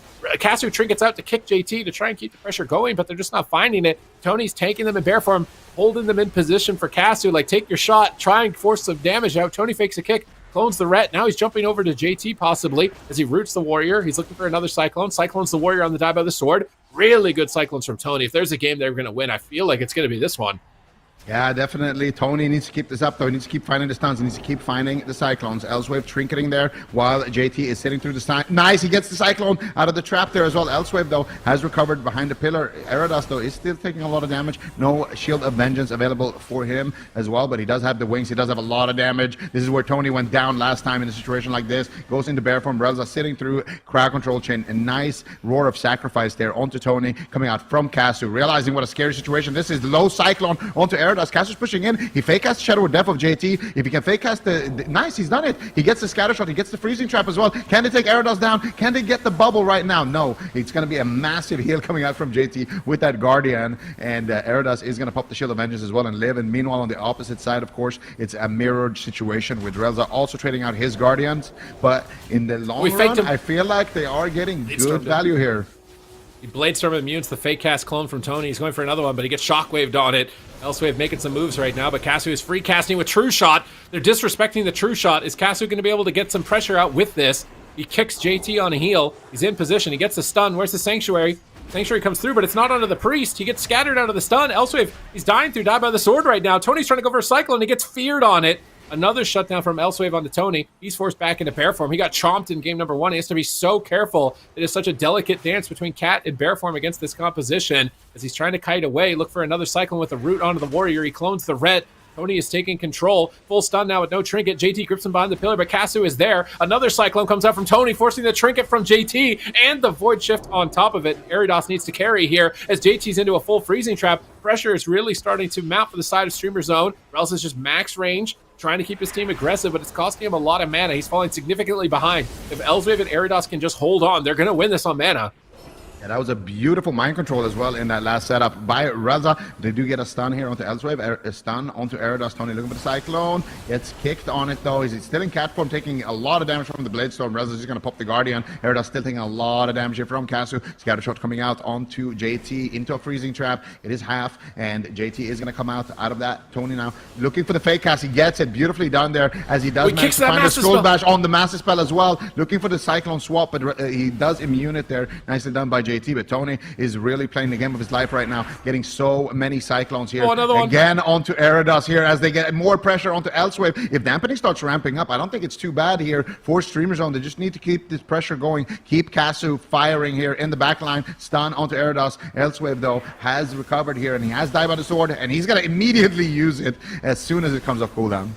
Oh, Tony fakes another kick. He's in bear form looking for the Cyclone. Does he get it? He gets it onto the Ret Paladin. Trap on JT. Elsewave is isolated. Erados needs to get ready to make a save here, I think. It's so much damage. JT's in Angel form, and he's managed to top them here. Oh my god, Divine Hymn actually heals the whole team up to full, and Tony's on the back foot again. He's got survival instincts. He's hoping it's enough. This is where he died last time with Relza in Angel form, but he's managed to get into bear form just in time. Relza's spam casting. Tony looks for a clone. He fakes the kick on the charge. He gets another clone on the Paladin into a full stun. Erados trinkets, blessing, and protection. They're going all in right now, and Tony sees it. He's back into bear form immediately, knowing that that push is lost. They scatter the Ret. They know the kill is gone. They need to CC and stay alive. They cycle on the Ret off the scatter. Relza's trying to drink. Mana is going to be a problem if he doesn't get it right here. Get almost any mana off that drink. He's up into the skies with Divine Ascension. They stun Erados. They're slowing down the Ret Paladin's pressure. JT grips the Warrior behind the pillar with no Dive by the Sword. Excellent positioning from JT and Elsewave. HOOLIBANG, the newcomers for Europe, where Streamer Zone, Relza's out of retirement. They're looking to establish the former dominance and glory that they had in this region. Relza sitting up for a drink. Casu trades out the turtle right there as well. And right now, Tony and Casu is feeling the heat. Relza was able to at least tie up his mana. Here comes an offensive push onto Erados. He's going to bubble out of that immediately. Trade out the Sanctuary here, going for the kill. Can they ride this momentum? Tony, so low. Relza is going to trinket Void Shift and pop the Apotheosis, resetting some of his cooldowns here. There's going to be Chastises flying in here shortly as well onto HOOLIBANG. There's a Chastise onto Casu now as Tony jumps over to his teammate. Here comes the damage though. True Shot active for Casu. Low Cyclone onto Eridas. Can they chain it? Elsewave trading out the die by the sword there as well. Eridas, it should be the target right now as he doesn't have the Divine Shield. They got a full fear onto JT, but Eridas is too quick with the Sanctuary. Frees him up out of that one, and he gets topped as well before that Cyclone lands. Now Tony on the back foot running for dear life, but Elsewave pushing in without die by the sword could also be a good target here as they scattershot Eridas, looking to take down Elsewave. There's that into clone! a full Cyclone onto Elsewave. Beautifully done by Tony Zid. Tony is playing out of his mind, but it might not matter. Relza's almost doomed, but he lands a freezing trap. He gets the freezing trap of his life right now. They're swapping to Eridas. Insane swap. Elsewave intervenes over, but the Cyclone is changed through. They're jumping on top of him. Somehow, someway, Eridas is holding on for one more second. Can JT do it? Can he keep Eridas alive right now? The pressure is so high, but he's behind the pillar. Angel form. They swap to the Warrior in the middle of the map with the Chastise. They clone him low to try and deny JT's recovery, and he's taking so much damage. Insane pressure. Is this the turnaround? This is the swing match for Streamer Zone. If they can win this, they can easily win the entire series. JT has now hit absolutely 0 mana. It's absolute 0. Can he manage to keep them going? He's got Apotheosis. He's got a couple of Serenities left, but a full clone! Another full clone from Tony, and Streamer Zone.gg locking into game point. Streamer Zone.gg take the swing match, and this man on your screen right here is the MVP. Tony with a monster performance, fake casting so many kicks, getting so many crucial clones, getting the game-winning Cyclone in the end, forcing the trinket prior to that, getting the low Cyclones onto Elsewave. The man was everywhere, and he played that game that you were talking about of cat and bear form perfectly, ducking into cat form, getting the pressure, getting the bleeds, getting the stuns, but immediately retreating in bear form anytime there was enough pressure that was threatening him. And here, of course, Relza threatening with a big drink. They trade out the turtle, and they just trade out mana, and they know we can win this on mana as well. Just keep up the momentum, and look at these Cyclones here. You can see one onto JT right here. They get Eridas extremely low. He pops the Battle Master there. He goes behind the pillar, but that Battle Master HP is fake. He's gonna fade. They get the Cyclone there onto Elsewave, low once again, and they almost take him down. He gets the sacrifice there, and the Angel form manages to recover. They hodge Casu.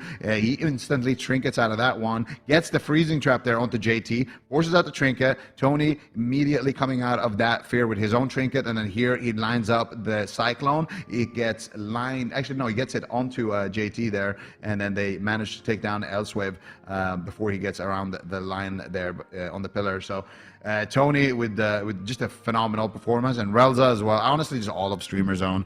Winning this swing match is so huge, especially against Hoolibang here. They are just one series away from the dream, Sid. Yep, HOOLIBANG, a team that formed together from Solo Shuffle last season in Dragonflight and took down big names like Echo in their first cup, and had a great performance in the cross region event as well. But now with Relza out of retirement, matching up with JT, kind of the newcomer Holy Priest, this is an insane series to watch them go back and forth with how they're playing as far as their tactics to avoid CC, pre-fades, pre-deaths, pre-angels, pre-flies. Like, just watching them go head-to-head is quite a treat here. And now it's HOOLIBANG that need to respond. They couldn't win with the Demon Hunter Rogue. Now they've lost as the Ret Warrior on the small map. Casu is just eclipsing their damage at the moment, even despite their plate armor pick. And it's just one loss away from losing out on an opportunity at the top 4, at the big money, at the prize and the glory of being the best team in Europe. And getting their rematch against Echo. Yeah. And more importantly, getting to tweet at Waz and talk some shit back if your name is Tony. But, you know, speaking of Tony, I want to ask you, since you're the druid expert of our desk, Sid, how common is it that a feral druid runs Innervate? Very uncommon, I want to say, typically. Is he running it usually? Yeah, Tony's been running Innervate in these games, and they, like, barely had enough mana to win. So I'm wondering, like, Tony's running, like, what is he losing to get Vortexes, he's running Innervate. I need to... like, what is going on here? Tony's basically the command for the gear? I need to look here. At this, because I swear he's got to be losing something big in order to get Heart of the Wild and Innervate. That's feral. Like, something... I mean, maybe it's more normal than I think. We could be overreacting, because I mean, I don't play a lot of feral druid, but I feel like because there's a lot of talents on the cat side of the tree on the left, that it can be harder to get down on the deep side on the right usually. So I feel like he's got to be missing something to get that. But whatever he's missing, I think it's worth it, because it's coming down to being every single game pretty much for them. Yeah, I mean, imagine he's getting what in that last game. He probably gets like 2, maybe even 3 innervates out. That's huge. Relza was like, if he didn't have that, I really believe that Relza would have just gone and they would have hit the enrage timer, and that would have been it. You know, so I feel like Tony, he does a lot of things that a lot of people aren't, you know, like necessarily thinking about. And I feel like right now with the current meta, in this season, I think that that's the name of the game. I think that whoever wins in the finals as well is going to be a team that does a lot of experimenting, and I feel like that's what a lot of the top teams are also doing. You know, I'm thinking Chibaku Tensei, they're bringing in different things, trying, you know, with their DK cleaves. Didn't really see people do that with success before them. I'm thinking about Sea-Doo, like he's doing well on his Evoker. He randomly swaps over to Disc Priest and kind of explores doing, you know, damage on Disc Priest, and I really feel like there's a lot of uncharted territory right now. There's a lot of specs that could be good, but people haven't figured out maybe what the perfect comp is just yet, and kind of like what it's good into. So I think that having, you know, the capability to experiment like that is definitely huge for Streamer Zone, and also for HOOLIBANG here as well. I mean, this is not something that we expected to see out of them as well, this Red Warrior cleave. But they're locking it in again. Streamer Zone locking in the Feral, well, the jungle once again as well on Dalaran Sewers. So, what are you thinking here, Sid? It's just another good Ret Warrior map. It's really small. I wonder if maybe attacking... You can't really attack Relza. That's the problem. If you go after the Hunter, you're getting cloned 3 times. If you attack the Feral, you got aim shots just fired at you constantly, and he's going to be trapping your healer with ease. So it actually looks really tough for them in terms of trying to pick the right target at the right moment. And I'm kind of uncertain. Like, they killed Tony in the first game, so I feel like Tony should be the focus target. Elswave, maybe he saves Heroic Leap, just to leap to the Hunter to disarm True Shot, stun his Trinket or fear his Trinket or something. Save Leap for that every time, and then just focus all damage on the Feral. Because bouncing back and forth, I feel like they're losing some uptime. And maybe it's just coming down to the kicks also. Like, Tony just has precog the whole game. So if they can laser in on their interrupts and try and make sure that they're stopping more Cyclones, is another big component. Definitely. Don't let Tony get his way too much. But I feel like for HOOLIBANG, I think we're going to see a strategy change maybe. I think maybe they're going to go after Relza and Casu more. Because like maybe not focus Tony as much. Because I feel like Tony's a bait.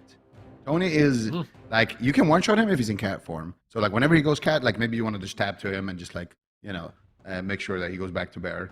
But I feel like the main target shouldn't be Tony, because it's exactly what they want, right? He's just sitting in bear form, spamming frenzied regen, tanking it out with lots of armor. And Casu, he's just blasting. He's like, oh, perfect. My target dummy is positioning, you know, the mobs in the middle. I can recast aim shots now and have fun. So I feel like it really enables Casu actually a lot, that they're going after Tony so much. Yep. I mean, it's a tough call. It's a really tough call. Because if you go after Relza, then you got clones and aim shots. And Relza can just fly in the air.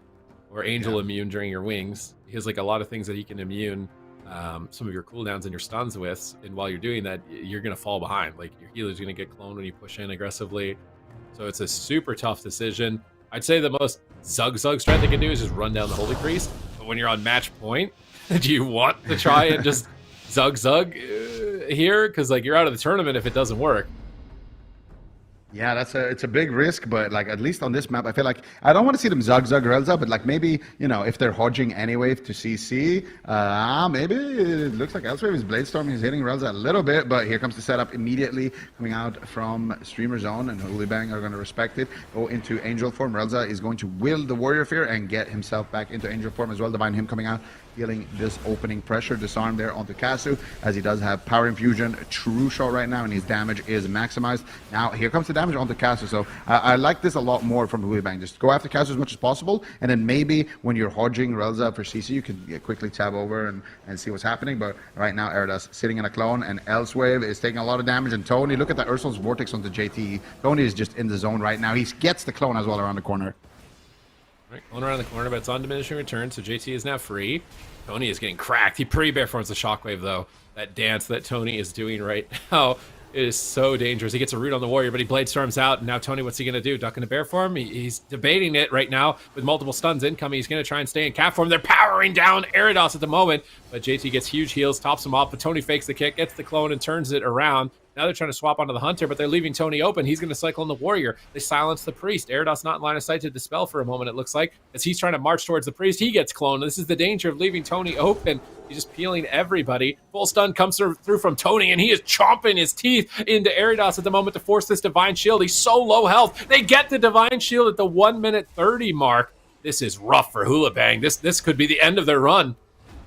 Yeah, this could be it for HOOLIBANG, but they still have a lot of cooldowns left. Tony's overextended, gets stunned in cat form, but Relza is there to back him up with heals. Dale has the Guardian Angel here, and he's going to pop it. Tony fake has the kick, gets the Cyclone onto JT. Elsewave, blade storming around the corner to get the stun onto Eridos. Nice defensive fear coming out there for Elsewave. Doesn't have to die by the sword here just yet. Got him. Be able to trade it. Caught him. Tony. Oh my God, Tony almost got one shot there. Relza though, with the switch now onto Relza. Can they take him down? Relza dropping very low in that Hammer of Justice, but he does manage to stay alive, gets the Desperate Prayer out as well, and that's all it takes. If you manage to just step out in cat form 1 second too long, that's what happens to Tony.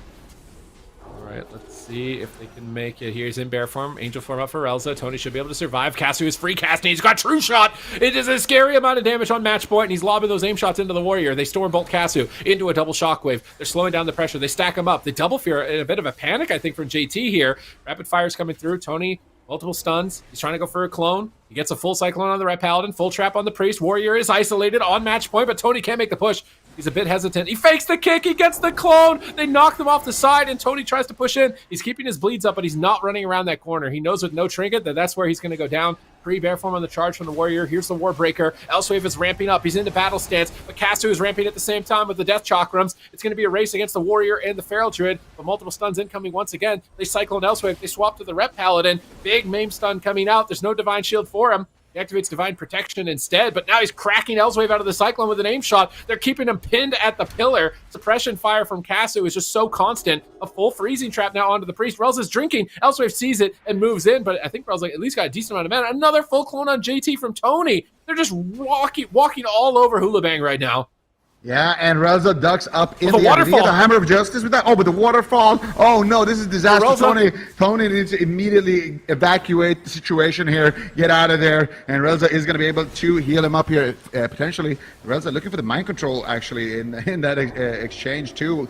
They're looking for it. Can he find it? He gets kicked there by Eridos. And Eridos, though, he overextended to get that kick. Has to get gripped back here. JT looking for some master spells potentially. Going for some heals. Trying to def the trap there for Casu. But it looks like he's not going to be able to find it as it was eaten right there. Only now going in human form. Needs to be careful. He gets the full Cyclone. Potentially the game winner. Casu, can he get there? Around the corner. Elsewave's ducking around trying to stay alive. There's the dive by the sword. There's the Earthstorm's Vortex coming in. And JT is an angel form. I think they will recover here, but they got him pinned at the pillar and streamer zone. You can tell they wanted Eridos. Still 38 seconds left on the Divine Shield. Can he hold on? Dropping into execute range. So much damage coming out onto Eridos, but he does manage to stay alive there with the Guardian Angel of JT. Oh, another full freezing trap. He anticipated JT's movement around the corner. Lands a freezing trap, but it's not enough. Relza's trying to drink. Can they stop the drink? Tony's in bear form. They're going to fear the Hunter, I think, out of this Chastise and try and go for the kill. Relza got a tiny bit of mana. Every single drink that he gets is so important. Relza's taking to the skies. Tony's baiting them onto the bottom side. Casu is not there, though, and Tony's not able to get the Cyclones, it looks like. Unfortunately for his team, as they're switching back to the Hunter, Casu has no trinket. If they catch him in a Stormbolt, they could drop him, and he sees that opportunity. He activates Survival of the Fittest to reduce damage, anticipating the stun. Here comes big damage from the Ret Paladin as well. The Warrior has Warbreaker available, but they're afraid to leave the pillar. You can tell they've got a bit of tournament jitters here as they're facing elimination. Relza knows that. He's trying to drink while they're playing cautious. Tony gets a full Cyclone during that Rage of the Fearolaf. Nice punish from Tony. As he sees them activate that, Relza gets a tiny bit of mana once again squeezed through. They chastise the Hunter, holding him at bay, but they're starting to get a lot of damage. Full fear on JT. Tony's in trouble. Double trinket, a panicked overlap on the side of Streamer Zone, and HOOLIBANG are suddenly back in this game. Whoa! HOOLIBANG are back in this game. HOOLIBANG are back in this series. They bang Casu as soon as you blink. And what? HOOLIBANG just biding their time, sitting there behind the pillar, making us think that they're just being scared and the nerves are getting to them, but they're just sitting there planning their next assault, plotting and scheming.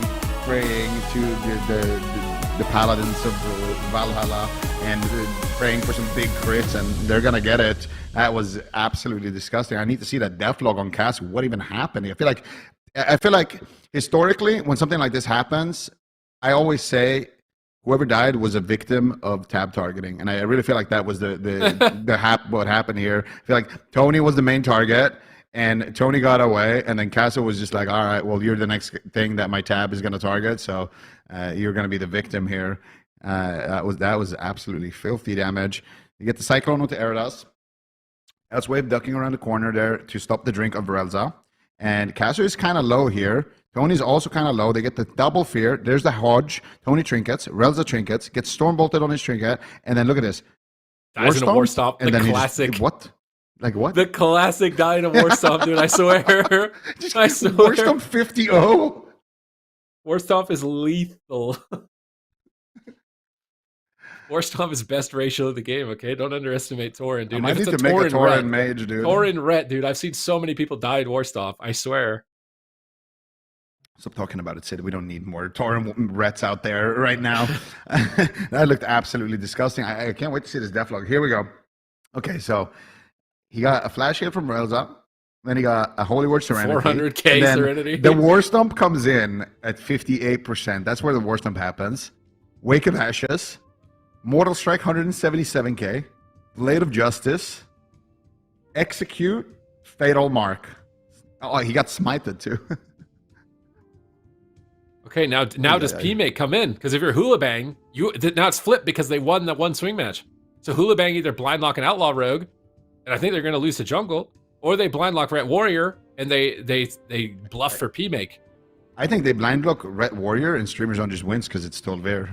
I don't think they can blind lock Ret Warrior on this map. I think for Hoolibang, none of their comps are good on. Yeah, What do you mean? nothing they can play is good on Tolver. So I don't know. I think that the Ret Warrior is probably their best bet, but I don't think Streamer Zone are gonna lock in a mage. Like if they lock in a mage, it will be Mage Hunter, and they'll just like dampen and just run around, you know. Yeah, that's what I'm saying. But is PMake ready for it? Do they for Mage Hunter? Confidence in? Oh wait, Mage Hunter. Yeah. Oh, it doesn't matter. We're seeing jungle. It doesn't matter. It's jungle. We're seeing jungle. PMake can safely sit on the bench. I wonder what is it that they're scared of with the Ret Warrior? It's got to be mage, bro. It's got to be a mage comp. Why would they be afraid of a mage? Ret Warrior do a mage? Bro, every mage in this tournament has rerolled Moonkin, man. Hello? I think it's the only time where mage is actually, I could confidently say mage is good. It would be in the Ret Warrior. Yeah, no, it's true. But I feel like with wizard comps, like I feel like if I played mage, I would want to play a wizard comp. I wouldn't want to play mage feral. Like it's the worst MM hunter. Mage Dev Evoker, yeah. I mean, I'm saying just any wizard cleave, MM hunter, evoker, like that. I'm okay with that. I think MM hunter mage because then they're both playing like mains.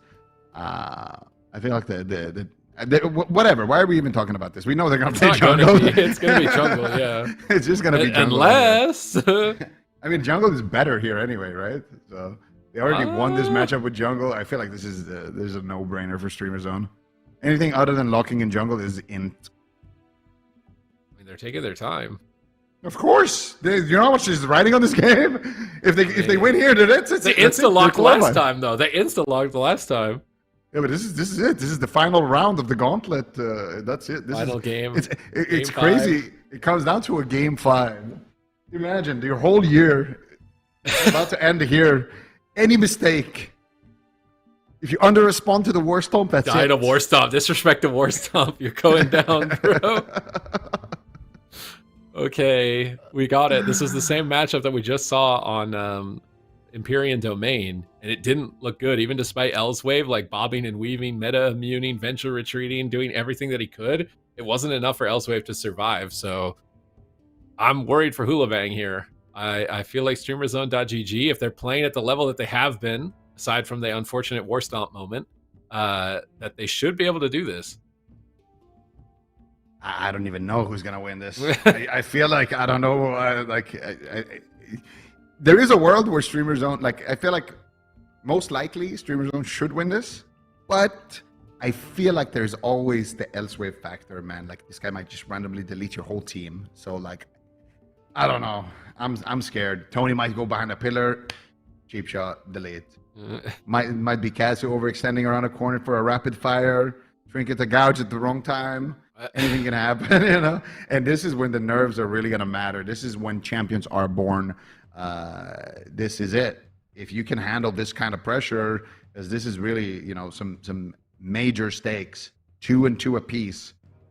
You have the advantage on Streamer Zone. You just got to reel it in now. You have them on the hook. You just got to reel it in. Is Relza coming out of retirement going to be the X factor to get StreamerZone.gg back into the top ranks of Europe?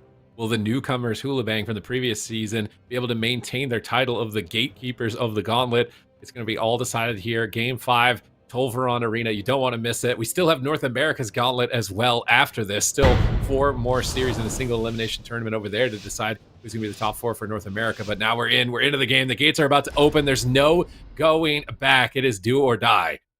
Do or die. HOOLIBANG versus Streamer Zone. One of these teams is going to the Dragonflight Season 4 finals tomorrow. And one of them, their journey will end here for the year. Which one is it going to be? Casu in Camel looking for the opener. JT actually tried to fade something there. Huge opener there coming in. They get the full trap. JT instant trinket goes into angel form, channels out the divine hymn, respecting the damage. But now here comes the offense. HOOLIBANG need to get something going. Cotton getting scattershot into a steel trap, and he's just gonna shut down that go immediately. Nicely done there by Casu. Gets dispelled there as well on the fear, and now he just has the free reign here onto Elsewave. He needs to get back to the pillar. Already going down here potentially. JT's in a full cyclone. Elsewave trading out the blur. I think it should be enough, but already getting very scary here for HOOLIBANG. Big pressure on Tony. Uses Heart of the Wild. That's a 6-minute cooldown at the 1-minute mark here. But they stun up Elsewave. They need CC. They get it. Freezing trap. No trinket on JT. Did they have the damage to drop him? They scatter the rogue. He can't peel. Tony fakes the kick. He's going for another clone. He clones the rogue. Tony shuts them down once again. He kicks him behind the pillar there. Nice interrupt. And Elsewave is falling behind. Massive explosion of damage from Casso on match point. And this is panic time for HOOLIBANG. But they stay calm, cool, and collected. I cannot believe they didn't trade right there. It was so close to Elsewave going down. More aim shots incoming, but Tony's positioning, I don't like this. He's giving them a pillar to line of sight Casu. He's got to be careful here. They stun JT. Where's the freezing trap? They gouge the freezing trap. They try and chastise for it, but that gouge from Houghton. They have to go for a scatter. Tony fakes the kick, but he can't get the clone. He's back into bear form. It is such a tight race right here. Gets stunned out of form. That stun could win the game. He's not trinketing. I cannot believe he didn't trinket that. Relza has to save him with the trinket. Void shift, and Tony is getting caught right now. Yeah, Tony might be getting a little bit too aggressive here with that beautiful opener that they had. Needs to dial it back here for a second. Casso now pushing in as well. And this is a situation you don't want to be in as the MM Hunter, where all of your targets are behind the pillar and you're just staying in melee range, essentially, trying to find some pressure. But here comes the setup. Tony looking for the Cyclone. Tries to fake cast there, but not able to find it. They do manage to get the interrupt there. Cheap shot onto Tony there as well. JT using his fade in that exchange too. So Casso could potentially push in and look for crowd control. He gets the counter shot, probably going to chain that with a scatter shot, freezing trap. If Tony feels confident that he can land a Cyclone, Casso actually just going to be dialing it back here into the midfield. Look for some more distance between him and his prey. Earth's Vortex coming out. Tony looking for the Cyclone with that, not able to find it. Looks for a restuff. Instead, Hawthorne is going to chase him down though and try to stop it. Relza ducks into Angel form on this push, and they manage to slow it down. And meanwhile, Elsewave is caught really far away. Okay, here comes Casu with the power infusion, landing the full freezing trap as well. Elsewave is going to metamorphosis over there and get the reverse magic. Oh, Tony's in bear form. Is it going to be enough? He's kicked on his cast. It's massive damage coming out from Elsewave right now. You can see it on the damage meter as well in the bottom left as Tony goes for a stun. He gets the clone, but it gets mass dispelled by JT. Elsewave ducking back, anticipating a stun there for a moment, then getting back aggressive on Tony. He has no defense here. Relza sees that. He uses his Guardian Spirit, and Elsewave is getting destroyed. Multiple stuns incoming on match point, and I can't believe he doesn't trade again. It's so close for him to be so greedy in these positions. Blur comes off CD. JT is sneaking in, but he gets trapped while he's trying to sneak across the map as Casu intercepts him. Scatter route onto the Demon Hunter. Tony tries to clone. Houghton kicks it. Tony jumps over onto the Priest for a bash, looking for a clone again, but he gets kicked again, and they're shutting down so many Cyclones, but now there's no more kicks. How can they stop it? They can't. He vengeful retreat immunes it instead. Tony goes for the clone again. He still can't get it. He tries to get it. finally a Cyclone onto the Demon Hunter. Now line up an aim shot, line up a Holy Fire out of this. Aim shot's lined up, no Holy Fire though. Relz is trying to run. They're actually ooming. Relz is a bit afraid. They stun Elsewave as he's trying to get in. They're trying to play safe for the late game, and I don't blame him, but he could get sapped. He almost gets sapped. Double cheap shot, big damage coming in. HOOLIBANG still have a shot here as the Hunter is feared into the corner. Relz is forced to trinket. This is terrible for Streamer Zone. There's no trinket for your healer and no trinket for your Feral Druid. It could be lights up for them if Elsewave and Houghton can coordinate some CC. Can they do it? Elsewave and Houghton have an opening right now after being defensive the whole game. JT trinkets out of the Cyclone, but he gets full Cyclone. Elsewave so low here, activating the Nether Walk into another Cyclone there onto JT. Can they find anything onto Elsewave? Void Chips coming out, huge damage connecting here from Casu with the true shot. Full blind though onto Casu actually, and it's gonna be slowing down his damage significantly. 19% dampening right now. Elsewave finally feeling confident to push in. He's got the blur as well. He's got full HP. He's got the power infusion. This is his moment to get aggressive, but once again, Tony's going to shut it down. He looks for the Cyclone. Can he get the Cyclone? He manages to find a full Cyclone onto Elsewave. Now he wants to switch it over onto Houghton. Can they get anything onto JT? He's rooted up. Hasu could get the full trap here. He gets chastised though, looking for the damage. Wants to get him low, but here comes the damage from HOOLIBANG. Tony, what are you going to do? He's in pre-bear form. Is it going to be enough? He has Bark Skin available as well. Used it, and now goes back into trap from Elsewave. Huge trouble onto Elsewave. He trades out the darkness instantly. Oh, Tony faked the kick. He cyclones JT. It might be lights out for Elsewave. 2 seconds away from his blur. Rapid fire. Pew, pew, pew. Gasu going for the kill, and he's almost dead through blur. He's at 5%. Is he going to go down? He will. And StreamerZone.gg have done it, moving into Europe's Grand Finals. No way! Streamer Zone coming out on top from the depths of the Gauntlet. Actually, they were like in the middle of the Gauntlet, but still, not the whole way, but still, they had to take down some champions to get there. Streamer Zone, well-deserved qualification here for the Grand Finals. Tony will be getting his rematch against his big rival, Echo. So that's definitely going to be hype. And wow, what a journey they had against WWF. Game 5, it looked hopeless. They managed to win against HOOLIBANG. It looks a little, it looks a little bit hopeless in the start. We're thinking maybe HOOLIBANG can just get a 2-0 lead right now, but Streamer Zone, they stay true to their jungle. They find the opportunities. They find these like little, and that's the difference, right, between a lot of these comps that are kind of creeping up now and something like Jungle, who's been around for such a long time, and these players as well who's been playing for such a long time together. They know all these little niches. They know this is a matchup where we have to be worried about mana. Relza knows every time I get an opportunity, I have to drink, but if the rogue runs towards me, I have to instantly get back in combat because otherwise I will get sapped. He almost did at one point when they overlapped those trinkets towards the end. So really min-maxing that, and then Tony as well playing things like Innervate just because he knows the matchup and he knows that this is the best way we can stay alive for the longest period of time and help Relza. And I mean, look at it. When Elsewave dies here, Relza has no mana left. Like it really is, just at the final seconds. That Streamer Zone are able to grab victory. Well done.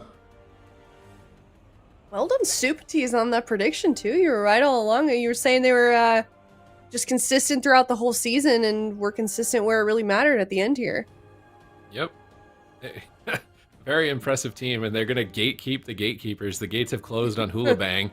They're not going to get a second chance here, but they put on a real big show. I feel like they leveled up as a roster. Before, they were kind of a one-trick with that Windwalker subtlety. And then this season, the Ret Paladin Warrior, they've got Outlaw Rogue Demon Hunter. They played Windwalker Demon Hunter. I'm really excited to see what they do as a team moving into the future. Like, they're out for now, but I feel like this is a team that could develop a lot moving into the future.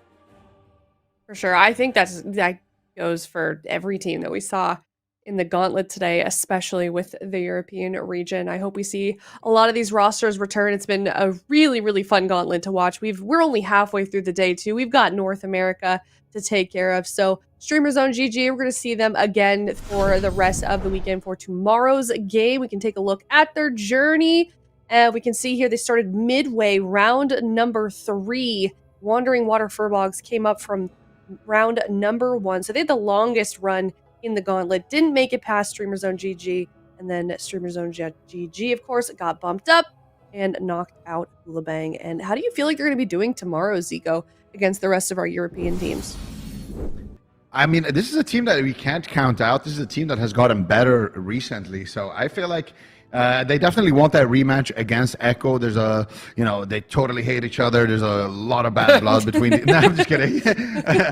Maybe not that serious, but they definitely want that rematch because Echo is the team that beat them in that last cup. But Europe as a whole just looks like such a scary place, right? Because I mean, look at all of these teams. Shibaku Tensei is just looking like the best team in the region right now. Echo, you can never count those guys out. Lava. I don't know what happened. Like, did every Elder Shaman just like finally just like I don't know what like I don't know if they are all like Guz and Swapsy and all these guys are like sitting on a Discord and they uncovered like a big secret that unlocks 50% more damage. But I did not think Lava was going to do well this season because the meta hasn't been kind to them, and here they are.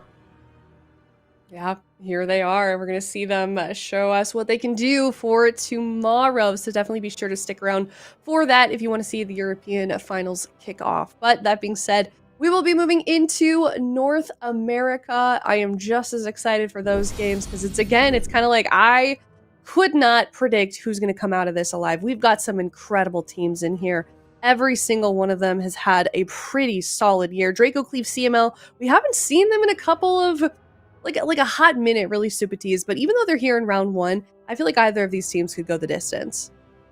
Yeah, I mean, they had an insane series in the Gauntlet, or to break a tiebreaker to get into the Gauntlet. Now they're actually both in the Gauntlet this time around. They both played like Mistweaver comps at that time, so I feel like Meep has developed a Holy Priest a little bit more than that. So I do kind of wonder. We see Danny carries Resto Druid as he's known for. Has he gotten any surprises? Because we didn't see them at all on the cup stages for this season. They actually qualified purely off their point standings from last season. So they might have something strange for us, but I am anticipating some type of Devastation Evoker from Draco Cleave. I mean, it's in their name. I feel like if they don't play a dragon, it's like false advertising. Yeah, we don't want to get skamazed by Draco Cleave, but we'll see. We're going to head to a break. When we come back, we're kicking off North America for the Gauntlet and determining who will be moving on from this region onto the finals tomorrow. It's Draco Cleave versus CML right after this break.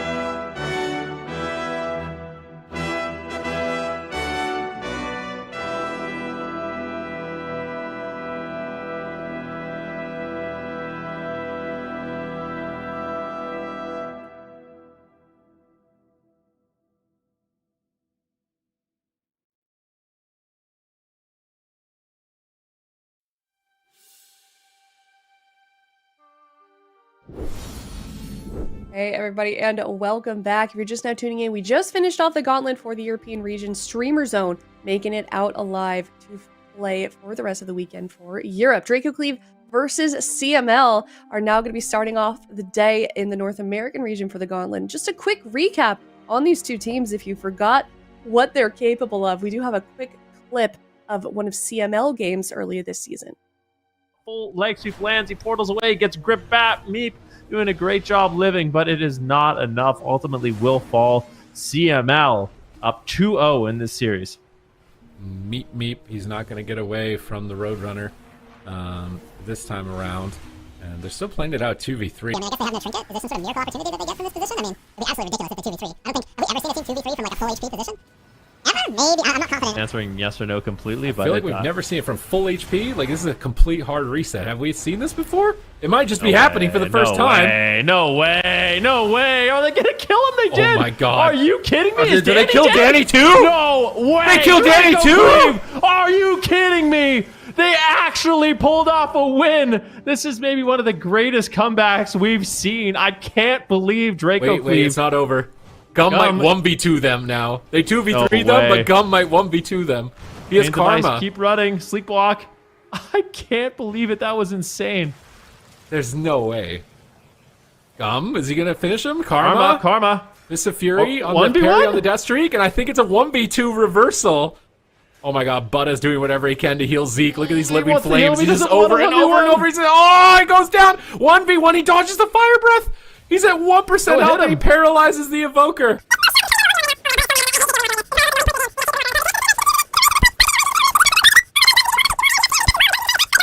I think there's a good chance that he does. I don't know if Butta's going to be able to really reset. Gum's moving in. Paralyzed into a leg sweep. He's going to be immediately trinketed, and Gum gets the trinket. He is pushing for the win, though. Touch of Karma comes up in 30 seconds, but Butta is ultimately going to fall. Absolutely insane. I mean, what? What did we just watch? Yeah, so if you forgot, CML incapable clearly of some incredible things. That was a pretty harsh one for Draco, but that does not mean that Draco Cleave is not capable of some tremendous moments as well. Let's check it out. Actually, we are going to see Absterge on the Holy Priest here with Seralium and WizK playing Mage Warlock into Draco Cleave. Interesting. This is actually something they played in the offline game against a different deathmatch. Oh my goodness gracious. You blink and you miss it. Seralium is instantaneously dead. How did that... What did I just watch? Out of the gate from the start. He's been the guy that when he connects, people die. And now things are starting already. Totems go down. Surprise, huh? We know what Okay. happens next. There's the Wolves and Bloodlust on Benruki. Drops down to half. Well, and down goes Benruki. Headshot, and that'll do it. And now Benruki's where exactly that block key is, but it didn't really matter. No, that, you know what? I wouldn't have even expected that much. Where was your I love that block, that Kevin? clip had It's a good- about as many pixels as both of those games combined in seconds. Yeah. Man. The old technology, right? But I mean, that seeing all of that is incredible. I mean, Draco Cleave was obviously involved with both clips, but let's not forget Draco Cleave. They had the reason it came down to a 1 versus 2 is because they had a miraculous 2 versus 3, right? Where they got into that situation to begin with. So I mean, both these teams obviously incredibly capable. And yeah, congratulations to Seralium. You're the new king of dying instantly. All right. Hopefully, neither of those teams have any of those moments from the second clip with this upcoming series, because this is a pretty important one. They've got to win this one. They've got to win the next one. They've got to win so many of these games, Lithy, if they want to make it out alive here in the Gauntlet. It's a long road for any of the teams that have a hope from making it out of round 1 in a Gauntlet. Oh man, it's such a rough road for either of these teams, especially if we consider, yes, these guys have had some incredible moments throughout the season, but it really comes down to the fact that we've not really seen anything. I don't think CML made top 8 in the last 2 cups. Draco Cleave struggling just as much, so it's very much a question of what's going on with these guys? How much did they manage to prepare for this weekend, and what can they actually do? Because if we look at the rest of this gauntlet, UNITAS, last cup, incredible performance. Power Frogs generally came into the entire last season of Dragonflight as kind of this ladder rank 1 miracle team. And then POMP. Do I need to say anything about POMP? These guys, it's illegal that these guys are even in the gauntlet to begin with. So it's gonna be tough, tough, tough. Yeah, I think we got, you know, some quick math done from production. POMP was just one single game away from making it into the gauntlet and having the move be here instead. I mean, they were just like a millisecond away from making that much, that difference to actually avoid this completely. So luckily, POMP is at round 4, which of course does give them a little bit better of odds, less games that they have to win. But it's just only time will tell who is going to make it from the lower side of the gauntlet to rise up to face them in that final round. It seems like every single person but Ven has predicted POMP. Ven, you're with Power Frogs on this one. Yep, I think Power Frogs are going to be able to rise up, I believe. I mean, they're one of the only teams that are playing Mage, Arcane Mage, so my heart has to go with them just a little bit. We'll see what happens. Yeah. You know, you gotta give it to them. They've had a great season. I feel like this is one of those teams that we quite haven't really seen fully what they're capable of. They've had enough wins to make it this far. What do you want to see from them then, Ven, to try and beat a team like POMP that everybody is kind of gunning for and is in the final round? We'll have to wait and see. That's going to be a little bit later on, but I think utilizing Chun-Li, maybe some different rogue specializations might be in store for them later on. But we're going to focus on this match first. We got Draco, CLEAVE, and CML.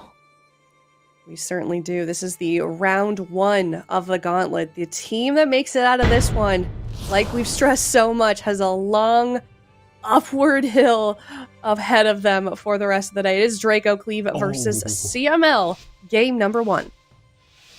I am scared for Danny Carey in this situation. The double dragon and the demon hunter, those druid hots are going to be gone 24/7, Ben. Yeah, we really haven't seen much Warlock either. Honestly, Destro Warlock is kind of extinct, so I'm really curious to see how CML is able to pull this off, playing a composition that's unique to them. A lot of other people haven't been playing it. They kind of given up on the Wrestler Druid, given up on the Warlock, given up on the Windwalker Monk, but CML looking to defy here. Zeke going to be playing that Demon Hunter, which is a big surprise to me. We'll see if it works out for them. In theory, to me, both Meat Monk and Butta, but being able to play that Purge with Fire Breath is going to be really effective into the Restoration Druid. Yeah, and first off, Butta is taking a lot of damage, though, down to 20%. The rescue coming in just in the nick of time. Meat Monk has a lot to do with the heals here, and Roscoe on the other side now getting chunked like crazy, down to 20%. Gum the same, diffuse magic coming in as well. Danny has all hands full just to keep his team alive. So much burst damage in the opener. Now the Essence Spray coming through as well. Zeke looking to push more pressure in, and Roscoe is really struggling, trying to kite away. Spell Reflect is up with another ward just for a moment as Gum goes on the offensive once again, but really needs to be careful to not overextend too far, trying to stay in those Jade lines to get his kick resets. And for the moment, those Chaos Bolts are going to come flying, and lots of damage on Butta. Once again, the rescue comes through once more for big shields. Yeah, nice Cyclones coming in from Danny Carey, though, getting a little bit of control of the match. Roscoe is forced to portal away. He uses his Trinket as well, so no Trinket in the future, and it's going to be a little bit of time before he can use that portal to get to safety. Danny Carey looks like he does stabilize the team, but he has burned through a lot of mana already. 50% of his mana gone in just a minute and a half, so just shows you how much pressure Draco CLEAVE is putting out in this one. Now Danny Carey under fire, all 3 targets getting swapped to, and in this one, Draco CLEAVE has so much overall pressure and momentum. It is looking good for them so far. Oh, Gum gets followed up with the Hunt. It's looking rough for the Monk right here. He does have Karma available, but Danny Carey is the one getting swapped to him. Trying to get those Living Flames and trying to get a little bit of heals and pressure out at the same time. Gum with a beautiful 2-man lag sweep. That's not going to net them too much pressure, but a free fear onto Meep. But despite the anti-CC cloak he had up just moments ago, they finally managed to break through that, and now it looks like Draco CLEAVE is trying to get onto the offensive a little bit more. They connect onto Danny Carey. Deep breath stun. He's full locked out. There's nothing he can do right now. The broccoli form comes in, big heals coming through, and for the moment CML stabilizes, but how long is that gonna last? On the counter pressure, Zeke has to netherwalk, still has his trinket though, and now here comes the go on to Roscoe. Massive damage with the Essence Breaker. They're trying to hammer it home, but Gum on the counter offensive does so much damage. Defensive fear from Zeke as well, and once again they're trying to connect onto Danny Carey. Lots of cleave damage going back and forth. Meep in a full bash. Butter down to half, is really struggling to stay alive, but with the living blaze he should be fine for the moment. Oh, Zeke just ripping in right now too. Roscoe finally connecting to his target. Danny Carey almost completely tapped at this point of the game. Goes into a full sleepwalk. Nicely done there by Meep. And this is just, once again, looking like all pressure in favor of Draco Cleave. Danny Carey really struggling to survive. The Disintegrate's coming in. Huge pressure for this double Dragon Demon Hunter. And Zeke logging off the Frosty Can, logging on a Demon Hunter, makes this team a real threat. Danny Carey is trying, I believe, to go for a drink, but they are just not allowing him to do so. A full fear on Meep, though, creating some opportunities here for CML. Yeah, the port from Roscoe is out. We got an Essence Break available. Zeke might be able to send it in just a second. Nice dodge onto the I-Beam here, but you got to keep the Demon Hunter under control a little bit longer while that meta is up and running. Now it's running out. Zeke is still looking to connect, keep Danny from drinking as he's maneuvering around the pillars.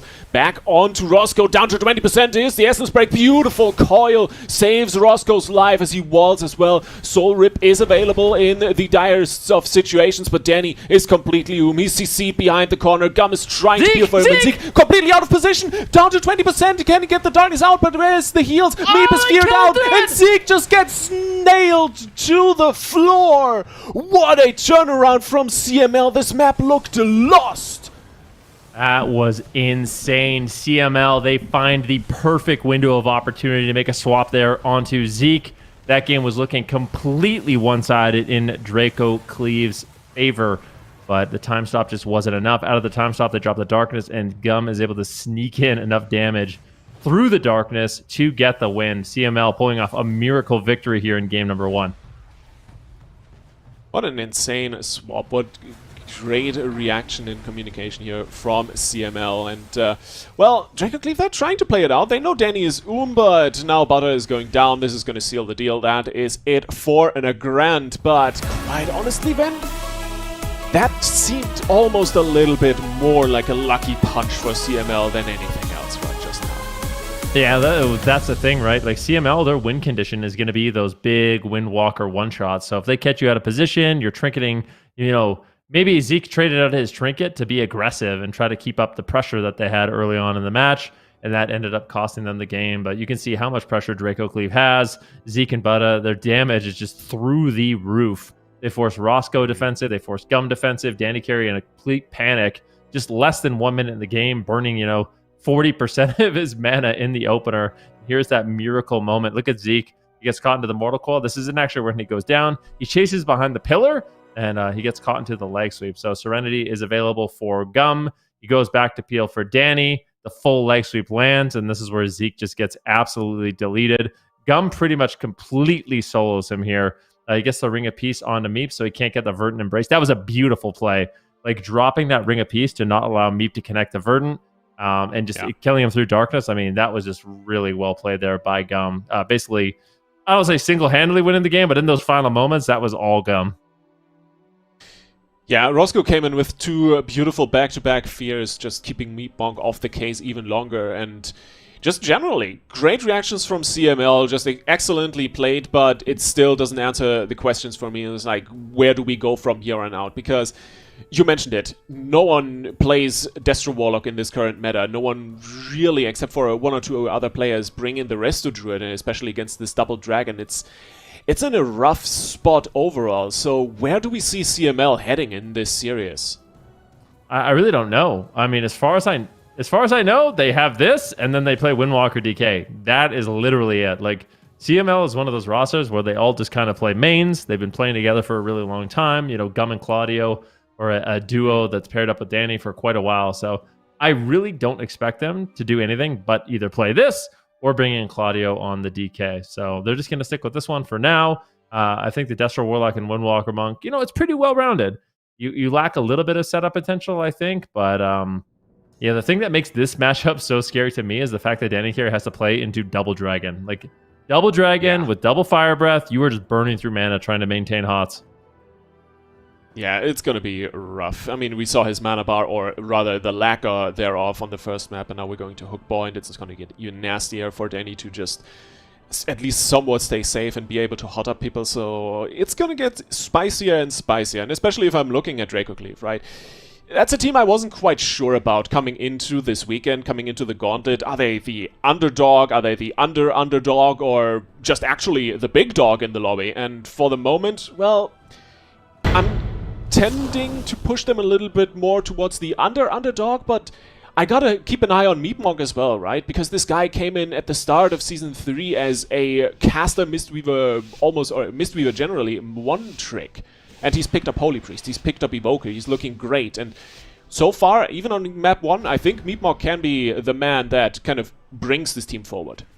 All right, let's see what happens. Butta is going to be going in for Disintegrates right away. Roscoe shuts that down, but that means he's not going to have an interrupt available for when Butta decides to get crazy with the Dragon Rage, and that could be soon. Deep Breath comes in. Is he going to pop the trigger with the Dragon's Breath? He does, but caught into a double leg sweep. Gum looking to get aggressive here. Rescue comes in from Meep. Great job, great backup, but we just need to see the damage rolling. Roscoe finally going to be getting hit, but he just portals away, and so far, I really like what CML has done. They've really negated this opener from the side of Draco Cleave.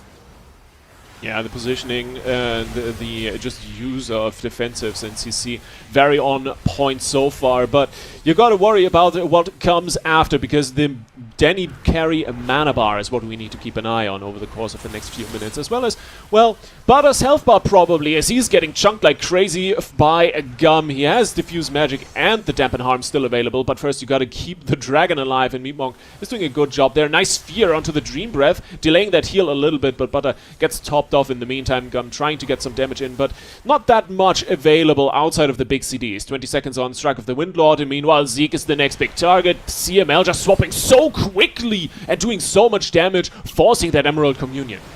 Yeah, they get the Emerald Communion and Zeke's Trinket, so what we're going to be looking for is Serenity Leg Sweep coming up in the future, or the double Mortal Coil. So there's a great opportunity here for CML to win this game. I think Zeke is by far the most vulnerable target, so we're going to need to see a time stop. The only one that's going to be able to save is Butta with the time stop, I do believe. And that's exactly what's going to need to happen. But they might not even last until then. Meatmonk really struggling to keep him alive. Big heals incoming. Full Fear now onto Meep. Great control by Roscoe. At the same time, Gum's taking some damage. He reverses the pressure with the Touch of Karma. Continuing to get the damage rolling here onto Butta, who diffuses it with the Obsidian Scales and Renewing Blaze. Now a big setup potentially onto Zeke, but no, gets coiled. I feel like, I guess it was a pre-darkness, but that was an opportunity with that coil to actually close out the game. This is the Serenity as well. I don't know. Do they have the damage to take down Zeke? It doesn't look like it. I feel like CML could have played that a little cleaner. Yeah, but the Warlock has to wall. So much damage going out from Draco Cleave in this situation. They just completely counter-push the Serenity here, but Gum's not quite done yet. He connects onto Butta, gets the inline, and now with a Deep Breath, maybe they can set something up here on the Monk. The Sleepwalk coming in as well. Danny Carey just trying to maneuver around the pillar. Butta once again bigging the target, ports out before too much can happen. And Butta just really struggling still to keep himself alive. Meatmonk down in the mana division as Butta is just dying and dying. Another clone, the time stop coming in. Can Meatmonk save him somehow coming out of this time stop? It works for the moment, but he gets a little clone. This is looking like desperation. Meatmonk just standing there because he knows there is nothing he can do. Might have been a little bit of a connection issue there as well, but CML down... Not down, up 2 games. Jesus. Yeah, CML looking good in this game number 2. A lot of close calls. I mean, Roscoe almost went down. Unfortunately, maybe there was a connection issue there for Meatmonk, but really well fought game by both these teams. I think for CML, the thing that I liked about this game the most is they were just they played the opener a lot better. I feel like they were caught off guard in game number 1 by the Dragon Rage, the Metamorphosis, the overwhelming damage. And this one, they just played it a lot slower. They had better positioning. They were able to diffuse that initial attack, which not only saved Danny Carey mana, it also saved them a lot of cooldowns. It allowed them to have those in the late game. Definitely help, but overall you can just tell the pressure is just so much higher now. The smaller map, I mean, it was Draco Cleave's map pick, and it worked almost against them.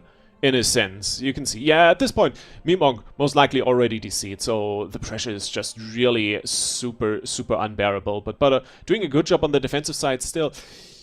how can Meatmonk realistically recover this, right? You have a time dilation, not gonna do too much if he's on 5% health. No communion, no reversal. I don't think Meep would have been able to save this, even if he was in. So it's starting to look really rough, and quite honestly, CML, almost against my expectations, doing very, very well in this series. Yeah, I think CML, I mean, both of these teams are really capable, right? I mean, the last time we saw them fight is when we saw that incredible 2 versus 3 from Draco Cleave, which turned into a 1 versus 2, and it just shows you all these players are incredibly skilled. Draco Cleave can definitely come back in this one.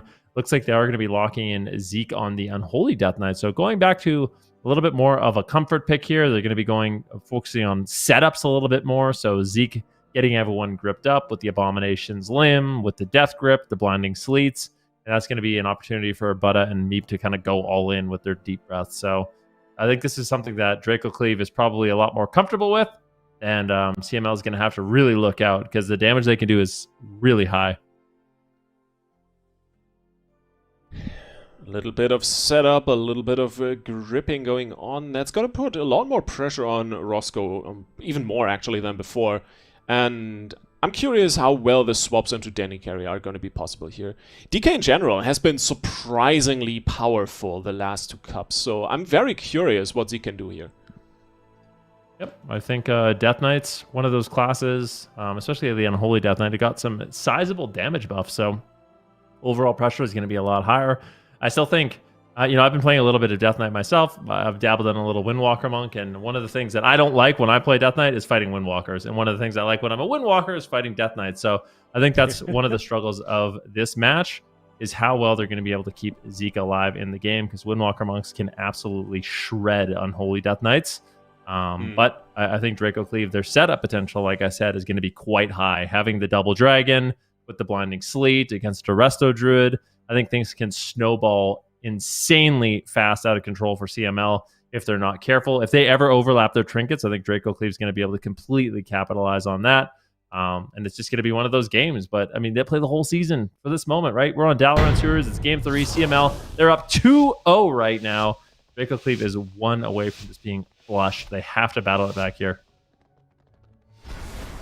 CML has not made top 8 in a single cup this season. Cup 3, Cup 4 look dire for them, to say the very least. And now they're bringing in Zeke, their last line of defense. They're down. It's match point for CML, and we get a big breath as the opener here. Good damage coming in, but all the defensive straighted out. Karma and Roscoe is just dying. Great coil coming in. He's trying to peel away as Danny just puts out as many hearts as he can. Gum looking for the damage, but once again the target, the dragon already down to half. But overall, CML just diverting the pressure really well here in the opening seconds.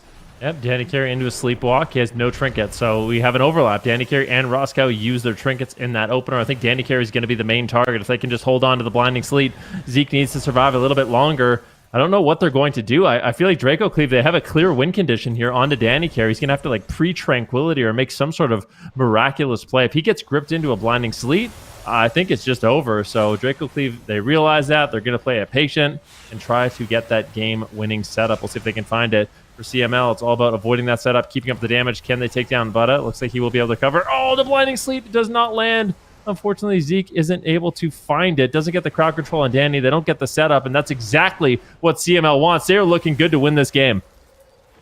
Yeah, they're looking great. The Apocalypse just sent dry. Doesn't really do much here. Butta dying on 20%. He might just go down. Drops away as Meep is trying to heal him up. Time dilation is popped in as well. They swap over to Zeke. And as you mentioned, he can't just melt in this situation. CML has multiple kill targets they can go for in this matchup, and it's working massively for them right now. Zeke, once again, peeling back. Doesn't want to overextend too much once again. And Roscoe is getting punished. Still has Wall and Dark Pact available, so should be more than fine. But Danny's mana bar is just melting. Iron bar invested as well, as they're looking for a little bit of a reset. Maybe even try to get a drink in, as Gum is the target. Big disintegrates being sent. Karma traded. Another coil coming in from Roscoe. They're looking to send some good damage. The rifts are in as well. Good time stop from Butta here to divert a little bit of pressure. They swap over to Zeke immediately and trade out IBF. Big damn coming in from CML, and the DK just struggling. Yeah, double Blinding Sleet. Do they get the deep breath? The double deep breath coming in, but Is there a tip the scales? Firebreath. Roscoe's in a lot of trouble. He could easily fall through his unending resolve. Danny Carey doing everything he can to defuse the situation. Big heals here on Gum. The leg sweep comes in. That might be enough to keep Butta alive. Can they take him down? The anti-magic zone. He runs out of it. He's in touch of death range. Does manage to get the rescue to safety. Butta will survive, but that was a really close call. Triple Shadow Fury coming in. Roscoe is not letting them out that easy. Chaos Bolts flying in here onto Butta as well, who does have to retreat into the time stop once again. There was an interrupt there on the Meep. Butta has an amazing time stop to stay in the fight, but now I'm worried for Zeke. Right now, CML, they are all over the place. A full fear lands on Meep. I don't know if he has anything to keep his team alive. Looks like the rewind is available. They do recover, but this is such a tense game. It is looking rough. Gum thinking on his feet and using his feet to maximum potential here at the moment as Zeke is once again trying to push in. Blinding's lead lands onto Danny. This is the moment they've been looking for. They're looking for the setup. The Apocalypse doesn't come through. Gum with a double leg sweep is diverting the pressure. Butta down to half. Meatmonk pops in the reversal. Strangulate coming in as well. They're trying to make it happen, but for the moment it's just looking rough. Roscoe on the back line is putting all the attention on his back as Gum once again trades karma and survives the one-on-one with Butta. Meatmonk down to 20% mana. Danny is Roscoe is dying. Not even the coil is saving him. And Draco Cleave say hi. We're back. And Draco Cleave strike back there in a really, really close game. I mean, there's opportunities for both teams, but ultimately Danny Carey just ran out of gas. And I think this is a much more comfortable pick here for the side of Draco Cleave. But I wonder, is this something that they can lock in once again? Like, are they going to continue to play the Destro Warlock? But before we get into that, we can see here, this is such an overwhelming amount of damage onto Roscoe. They almost take him down through the unending resolve.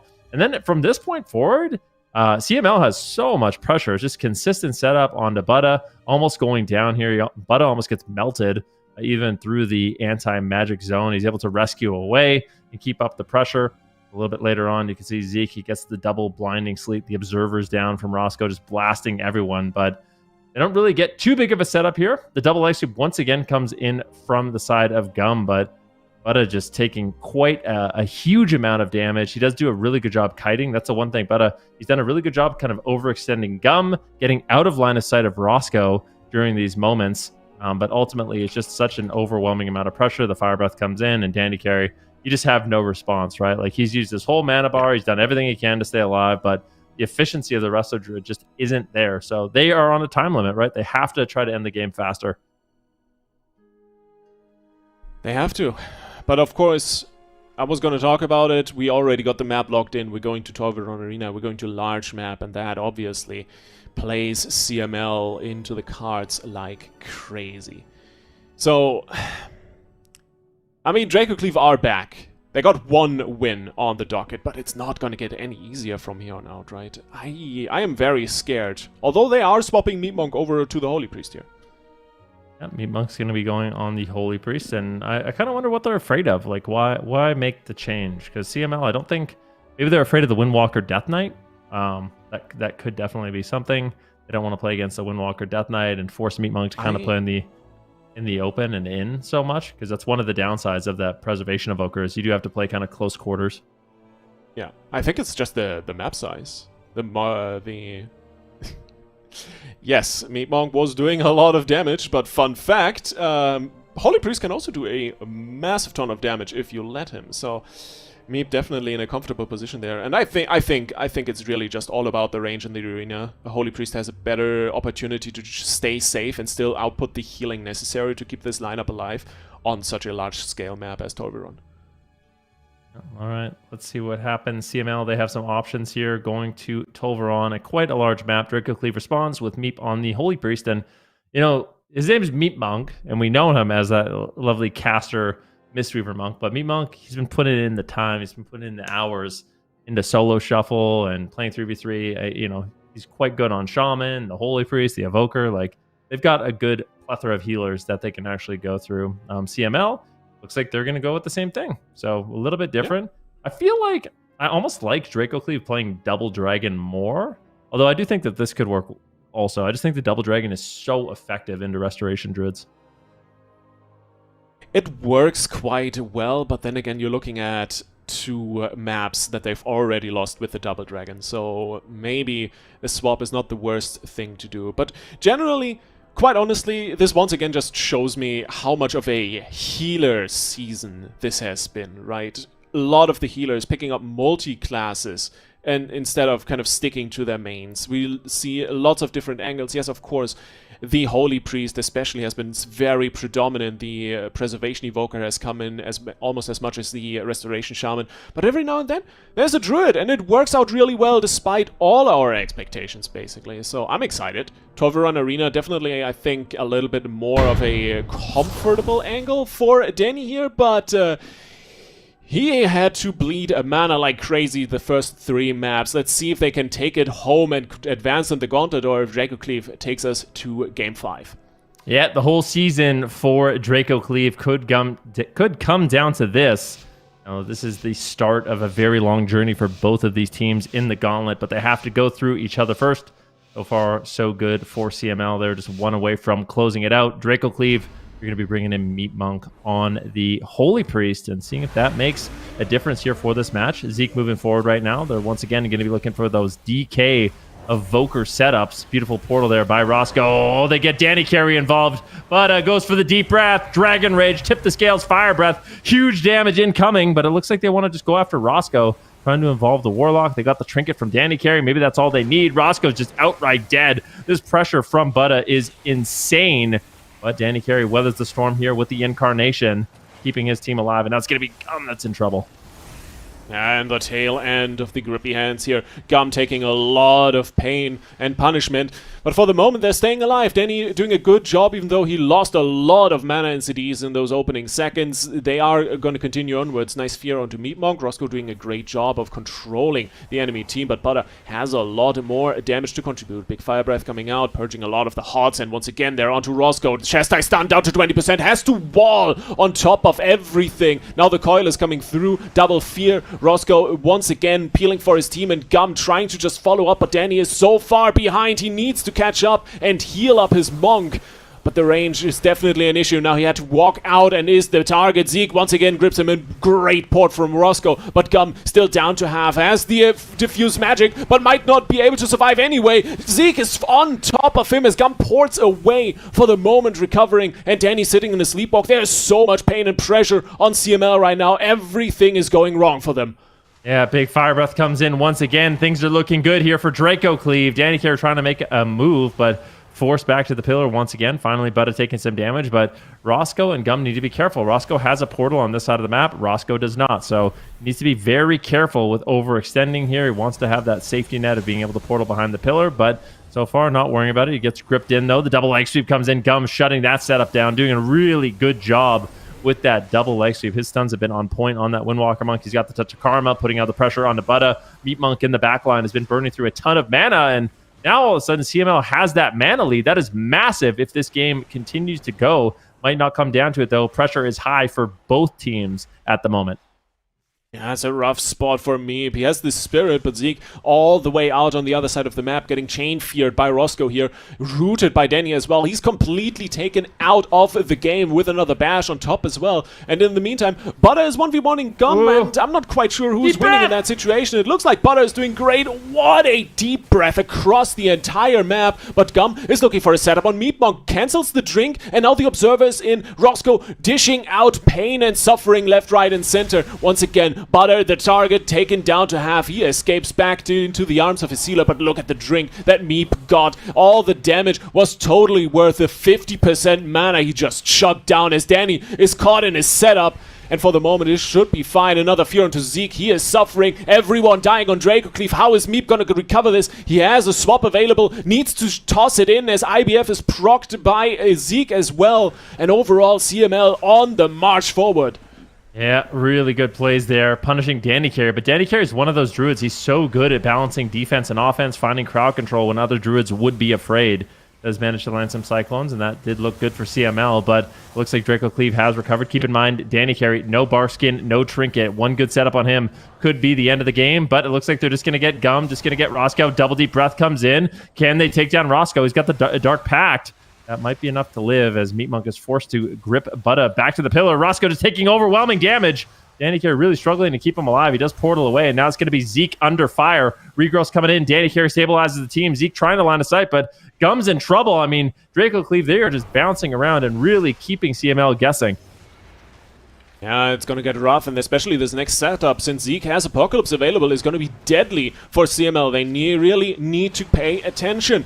The wall is available for Roscoe. Other than that, Gum has Dampen Harm back in 2 seconds, and Zeke is sending him right now, but the damage not really coming through. Diffuse Magic is more than enough to stabilize the world in this moment. As Meep is tossing out GS as well, him, Angel, gonna heal for free for another moment. Beautiful Cyclone here onto Zeke as they're just sending the pressure onto Butter. Good time stop to take away the danger, at least for the moment. And now once again, Rosca sending balls. Gum has the kicks available, is sending everything with his Tiger Pet, just sicking his cat on the enemy. But a double setup with a breath. Massive games from Draco Cleave here for the moment, but they don't have the damage quite. Now the grippy hands and the Apocalypse are back up, but it's too late to convert that setup into something bigger as Gum is taken down to 70%. Danny is just sitting on no mana at all. It might come down to this. It might be all over as Roscoe is just dropping low. Another bolt, maybe they can turn it around once again. But Butter escapes, gets a big heal, and should be fine. It is a bleeding time for CML. Yeah, really close calls. Gum has nothing left. Danny Carey's got no mana. They might make the miracle play. We've seen miracles from these teams in the past, but a full sleepwalk lands. But look at Zeke. He's so low. They swap on Danny Carey. Butter just doing damage to anyone he can. Gum ports back to the middle of the map. He's going after Butter. Danny Carey, how are you going to keep your team alive? You got no mana. Everyone's dead. Roscoe could easily fall, and he does. CML, they go down, and Draco Cleave tie it up here with Meat Monk on the Holy Priest. That game looked great from them. Yeah, fantastic, fantastic. The DK doing work on this map, and especially Meep on the Holy Priest. While I think that one drink that he got was instrumental to them winning overall, it looked really, really good. Some of the setups, I think, could have been synced up a little bit better with their CDs, but generally, the pressure they were able to get out was immense, and quite honestly, it didn't look at any point like CML had a clear game plan on how to win this. Yeah, I mean, for CML, it's like it's a battle of kind of just surviving the setups. Like Draco Cleave, they're a team that's going to be doing these consistent setups, and CML has to find a way to kind of deflect those setups and also manage to find pressure in the match. But it was just difficult. Danny Carey, I think, realized he wasn't going to win the long game on mana and did make some offensive plays, like pushed in, tried to get crowd control, but it just didn't end up working out. And eventually, slowly but surely, they did end up losing to mostly mana. Like Danny Carey is out of mana for such a long period of time. They need to find those drinks, or they need to find a way to close out the game a little bit sooner. And I do think that there's options for them. Like, I'm going to be honest. I've seen CML play some stuff. I've seen Danny Carey play some Punch Monk before. I think they could play, like, if they're going to play into Zeke on the Unholy Death Knight, you know what's really good into Unholy Death Knight? Punch Monks and Windwalker Monks. So they could do that. Like a Windwalker DK with a Fistweaver could absolutely destroy what Draco Cleave is running.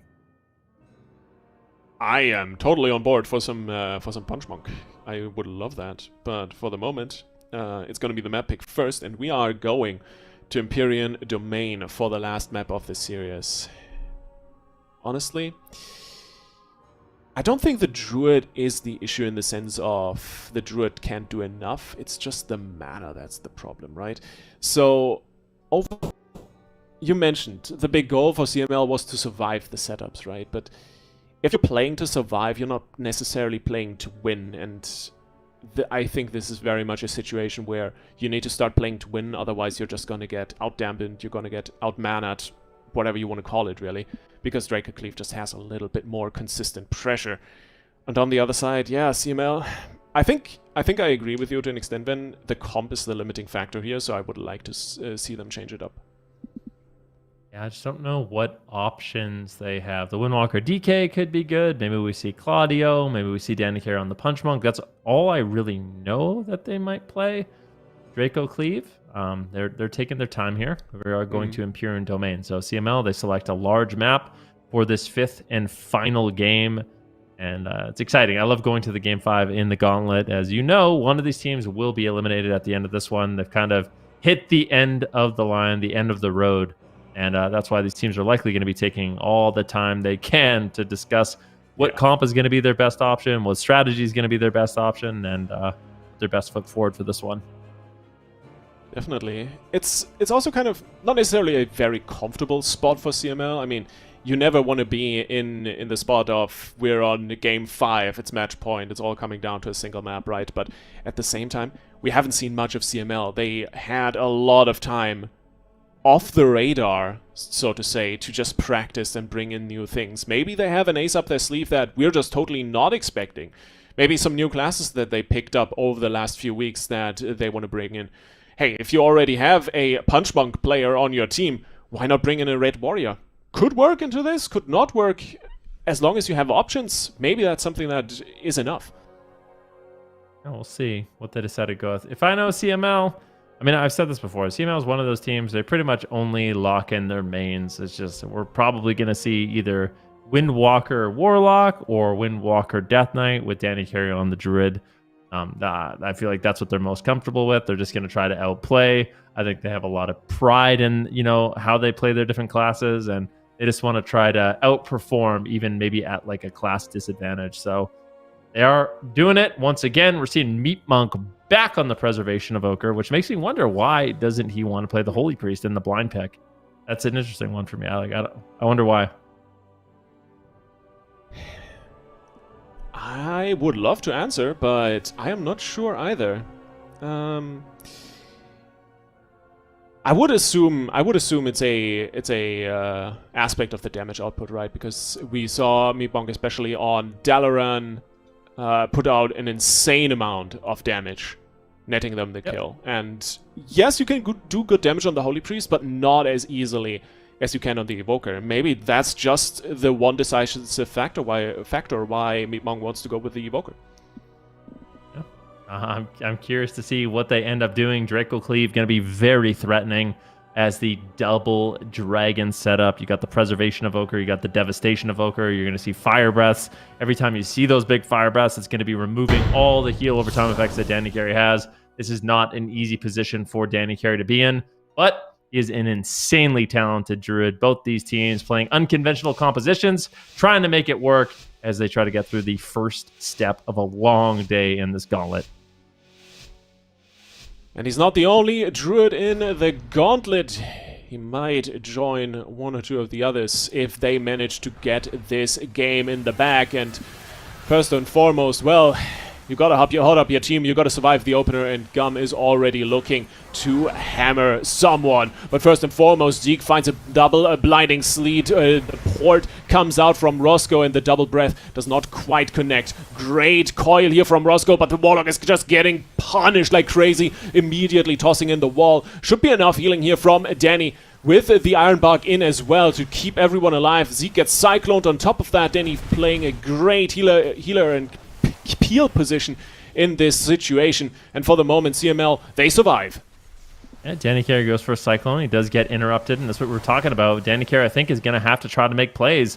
Inevitably will lose this match on mana unless he can drink, which doesn't really seem like an option. So CML, they're going to have to try to close it out in the early game. They're going to have to take risks. They're going to have to find crowd control, which is a scary thing to do, but I think it is their only path to a victory.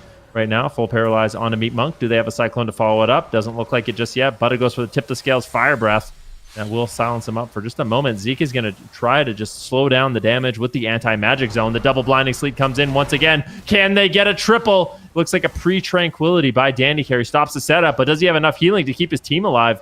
Really, really scary situation. Roscoe portals away. At the same time, though, Draco Cleave, they're a little bit on the back foot. Butta is forced to run away. Doesn't want to use that Obsidian Scale just yet, but a really good kind of denial there by Danny Carey with that Tranquility. Yeah, Butter doing work here as well. Finds the Sleepwalk onto Gum, kicks the clone from Danny. Overall, just keeping his team safe as Zeke is pushing in further. Now the rescue into the arms of the DK once again. They are trying to make things work. The stun to Gum. He does have defensives more than enough available here for himself, but Danny needs to be careful to not get gripped into this setup as well. Roscoe pops in the Dark Pact, sitting on half HP. Ironbark is already out and about to run out. This might get dangerous. Apocalypse on cooldown for another 30 seconds, but here comes the Serenity Gum looking for a big push. The Sleepwalk does not quite connect. Butter needs to get out of there, gets rooted. The Ring in as well, when the time stop is going to keep him safe for just another moment, but the damage is there, most definitely. Deep Breath coming through, Dragon Rage burst in, and Draco Cleave really trying to make it happen here in this situation. CML though, Danny keeping everyone alive. Mana-wise, only a little bit behind Meatbonk as another breath comes through. They get the Druid, they grip him in. Roscoe ports out on 10%, but there's no more heals! And he sweeps around the corner and annihilates them. Draco Cleave pull off the reverse sweep. Yeah, that was a beautiful play there. I mean, during that final setup, Draco Cleave, they got all 3 trinkets. Strangulate forced up the trinket on Danny Carey. Just moments after that, Deep Monk goes in for the Deep Breath. He gets to sleepwalk out of it, and Danny Carey just does not have the time to recover Roscoe. He tried to run, he tried to hide with that portal, but we can see it here. So if you look right now, all 3 members of CML have their trinket available. And this is when they're able to get this big setup. So Butter goes into the time stop just to try to slow them down. Here comes the double. Butter goes for it, manages to get the double stun. It's going to be Gum trinketing. He transcends behind the portal. Roscoe trinkets. Strangulate comes in onto Danny Carey at the same time. And just like that, all 3 trinkets are used. But what I want you to look at is Meat Monk. Meat Monk goes for the hero play here, okay? He goes for the Deep Breath on Danny Carey, manages to land the Sleepwalk out of that. And it's at that point Roscoe realizes, uh-oh, I'm in danger. There's no trinket on my healer. I've got no cooldowns. He tries to run. He tries to hide, but these dragons are just going to swarm all over him and take him down. Draco Cleave will advance. And Zeke, just in time, getting the Apocalypse back as well. Just a fantastic, fantastic performance here. Draco Cleave needing a few games to warm up, but ultimately they pull it off. And I think, Aya, that answers the question. They're not the underdog. I think they were the big dog in this lobby. Yeah. I mean, you know, even still, you have to look at the match as a whole. Like, that was a nail-biter all the way through from game 1 to those final moments. Both of those teams clearly showing how much they wanted to stay in this. And this is only round 1 as well, and it's already getting so competitive, and I do wonder if it's going to be like that for the rest of the day then. Just nail-biter after nail-biter. It better be. I mean, that's what I signed up for with this. I mean, we want these games to be as close as possible. We want all the players to be sweating. Right? Yeah, it's got to be close. I mean, this is it, right? This is the last opportunity for these teams. Draco Cleave in an incredibly close first series against CML. They will advance, but they are now met with UNITAS. If they somehow beat UNITAS, they have to beat Power Frogs. If they beat Power Frogs, they have to beat La Pomp. And then you have to go up against Liquid as your first opponent. So a difficult run, but I think all of these teams are up for it, and I can't wait to see who comes out ahead. Me as well. And, you know, the last time in EU, we had a team make it all the way to round 3 from round 1. So perhaps Draco Cleave is able to repeat that. UNITAS, though, they have been playing tremendously well as of late. This is a team that started off, you know, a little bit rough. We didn't really see them in the top 8. We didn't see it make it to broadcast day. And then all of a sudden, you've got them starting off the weekend in the upper bracket and beating some of the best teams in the region. So this is going to be, I think, a pretty difficult series ahead of Draco Cleave, to be sure. So we've got UNITAS, Draco Cleave up next. Before we do that, we are going to play another little fun game, a spell guessing game, if you will, before we head to a break. Let's go. I'm ready. Okay. 2-0 on the day. Which class are they picking on this time? Okay. All right. So an explanation for this one. We have to guess which one is the correct color. That was the correct hue? Yeah, which one's... Oh, no. Which one looks... I'm not going to lie, I don't see a difference between A, B, or C. They look the same to me. It's the lines on the feather on the helmet. Oh, I was looking at the color of it. Okay, yeah. I think... It's D. I was going to say, yeah, it's either B or D. I'm absolutely confident in that. I think it's D. I'm locking in B. I'm convinced. It's a close one. I mean, just a little bit of a color difference. Which one are we looking for? Are we looking for the Conquest or the Honor version? Are they different colors? They even have different icons. They look the same. I'm gonna go with D. I'm gonna go with a little lighter. Like the B looks like it has like a filter on it, you know, like a Kinda does, Instagram yeah. filter or something. Oh, it was. B. Oh, Oh well. that was fun. It's like got half right. Yeah, we were close. I knew the Is lines. I knew the lines.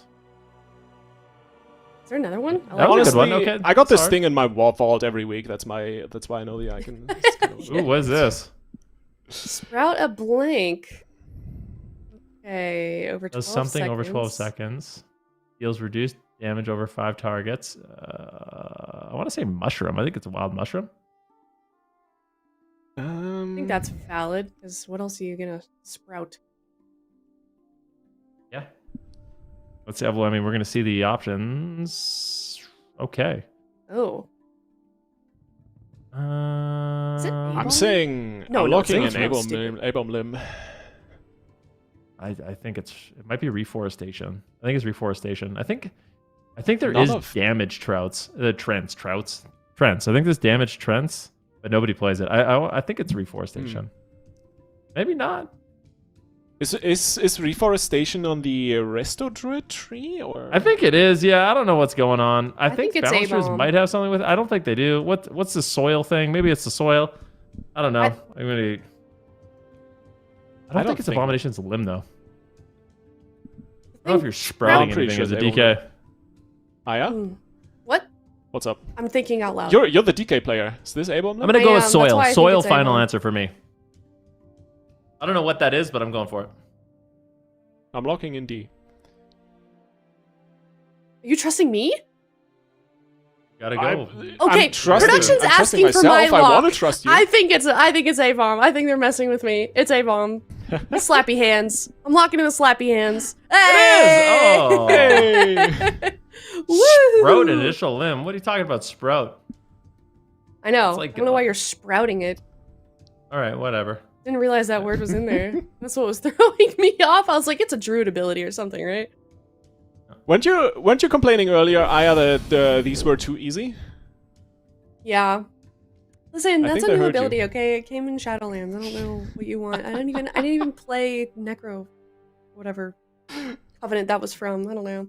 All right, Unitas versus Draco Cleave. They are coming up next, second round of the North American Gauntlet. Definitely stick around. We're gonna head to a break. Coming up on that series up next.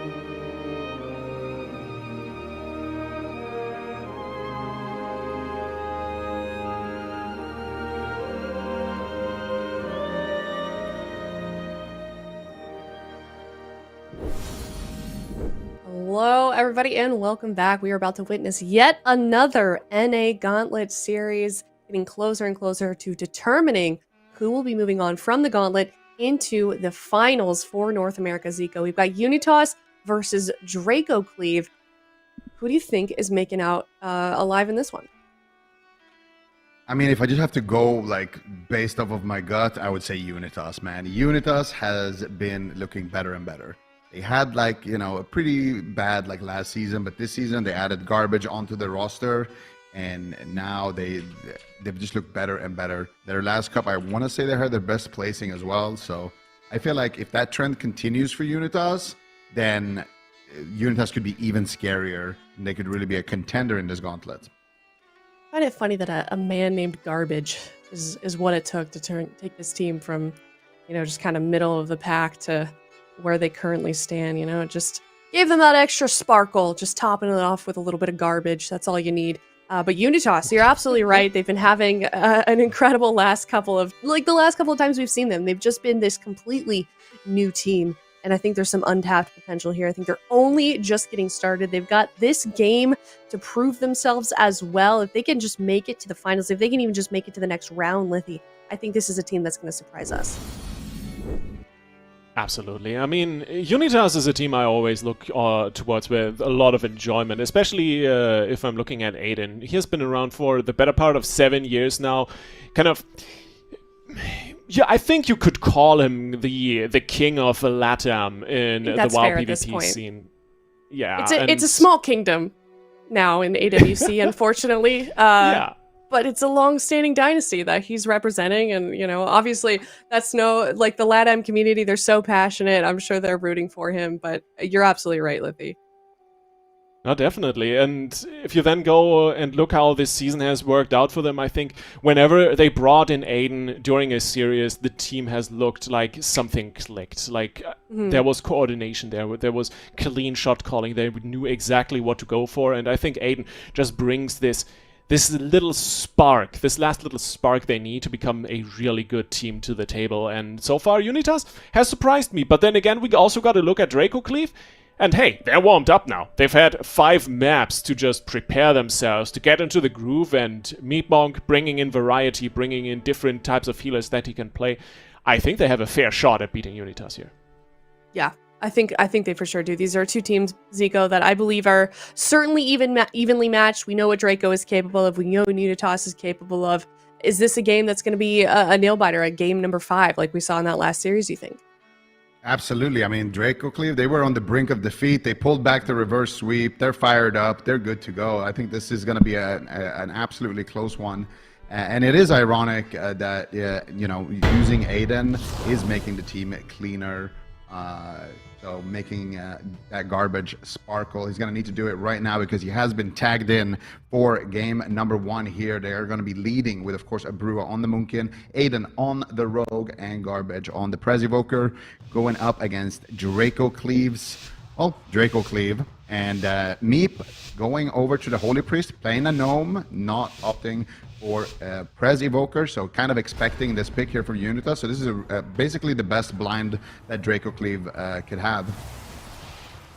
Yeah, it's looking solid, and starting it right off. Aiden a little bit too far forward, is taking so much damage that Garbage has to fly in instantly just to keep his Rogue alive. Double grip with a blinding sleet. Zeke looking for a great setup. Garbage is trying to dip away, has DCC immunity, he is fine in this situation, keeping everyone alive, but of course Butter is bringing in the pain. Grippy hands are in as well, as Zeke is trying a little bit more in terms of damage, in terms of setup, but it's not really working out. Aiden peeling beautifully for the entire team, and there's the first solar beam, trying to land that on Butter as well. You've already established you can't get through the Gnome. Butter even trinket time stopping in this situation. UNITAS with a lot of pressure. Yeah, unfortunately, it was just a millimeter out of that zone, but on 1% HP, the Guardian does connect here. Meatmonk has a lot of work ahead of him, but the Lightwell is doing some heavy carrying. Aiden is going to take that and duck around the corner, but he gets stunned up here. Big damage with the Fire Breath connecting. Eternity Surges as well coming in, but trying to get the Sleepwalk onto Garbage. Manages to find it. Abrua could be in a lot of trouble. No Bark Skin available here for Abrua. He does manage to get around the corner, gets the Frenzied Region up, manages to recover to get a blind onto Meatmonk. Aiden looking for the win. He gets the full sap. Butter is about to be toast here. No, they managed to trinket out, get the blinding sleeve. They're doing a counter setup here. Do they have the deep breath? Oh, there, finally the deep breath connects, and here comes the damage. Here comes Draco Cleave. Are they ready on the side of Unitas? They finally managed to weather the storm. Aiden trading out the Cloak of Shadows, Garbage trading out the Obsidian Scales, and Abrua trading out his trinket, but they are alive and pushing for the win. Yeah, great setup from Draco Cleave, and now they just need to capitalize on that momentum. Aiden finds the gouge, they swap over onto Butter, full kidney. He doesn't have a trinket, but the Obsidian Scales popped, pre-walling. That go is looking fine for the moment, but with a clone on Zeke, there's not too much counter pressure. Another time stop used here as well. Meatmonk sitting in a full cheap shot. He's trying to recover his dragon for the moment. They're fine. Chest-Eye stun onto Aiden. They swap over onto the Rogue. Only evasion left in the tank here, as there is a root beam, and Meatmonk immediately racials that route. Oh, Abrua could be in trouble here. The disintegration, big, massive damage. The sleepwalk manages to be dodged there by Garbage. Nicely done. Manages to get a big heal. Abrua ducks back into the bear form. Frenzied region, gonna get topped. Going for the Cyclone out of the kidney. Garbage could be going for the game-winning sleepwalk out of that potentially. Gets double blinded here, and there is another deep breath. Here comes the Draco Cleave. Double stacked members of Unitas are feeling the pain from Buddha, who is currently with Power Infusion active, just blasting away. They're gonna shut him down, gouge into the Cyclone, but it gets massive spelled by Meatmonk. He's in angel form, so he can use that completely for free. And Abrua is feeling the heat right now. Defensive kidney shot there onto Buddha. They get the kidney shot there on, or sleep onto Meatmonk there, as well as Buddha enters the time stop. Anti-magic zone dropped as well, and I think Draco Cleave will be able to survive at Aiden, connecting with the beautiful sap. Buddha rescuing Meatmonk behind the pillar and will recover. And I feel like Draco Cleave are doing it right now against Unitas, Livy.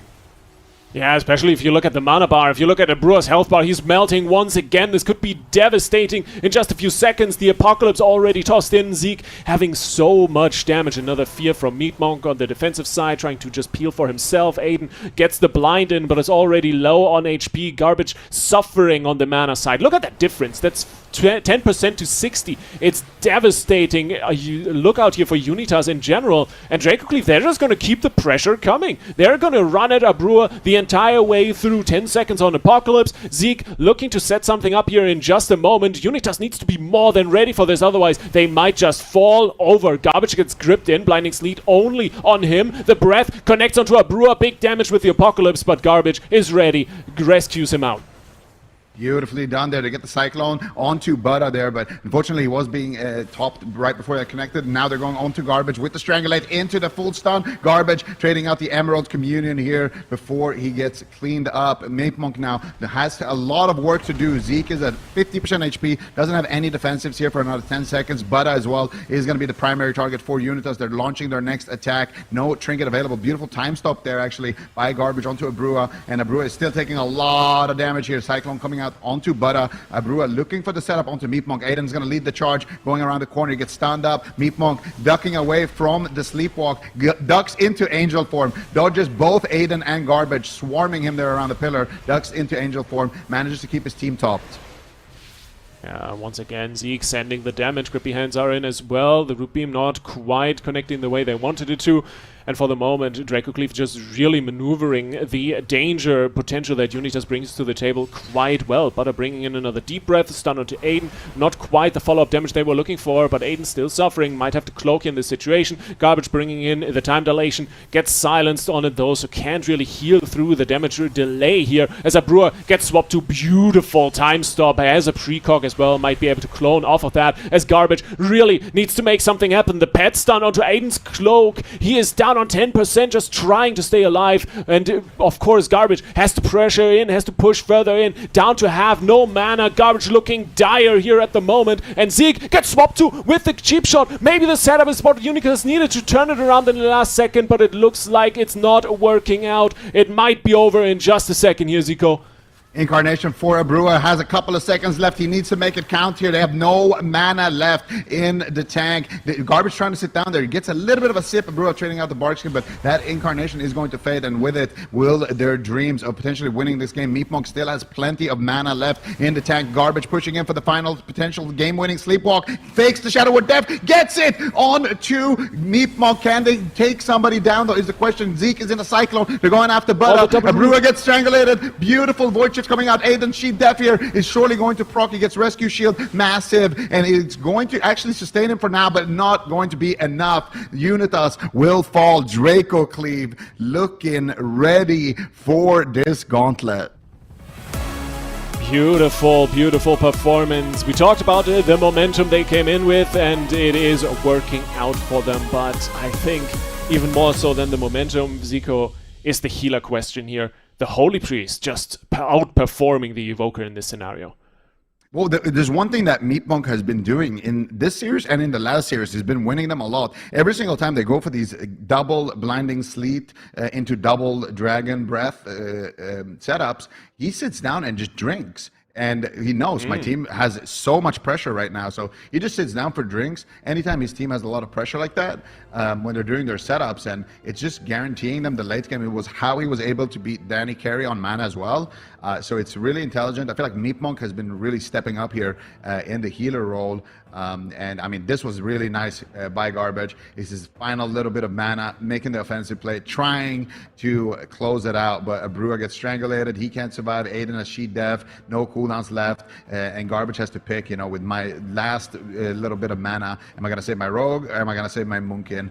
If I save my Munkin, my Rogue's going to die. And if I save my Rogue, my Munkin's going to die. So unfortunately for him, it's a check and mate. And Draco Cleave, kind of surprising today, honestly, with how well they've been playing. Yeah. I think the recent PvP changes may be coming in favorable to them as well. Just DK looking a lot stronger. Zeke before that having a little bit of a rough time, but now just looking really, really damn strong. And, well, we got the comps already locked in. We'll be heading to Empyrean Domain right away, and it really looks like Unitas is just saying, we can play this better. We can win this. It's not a comp issue.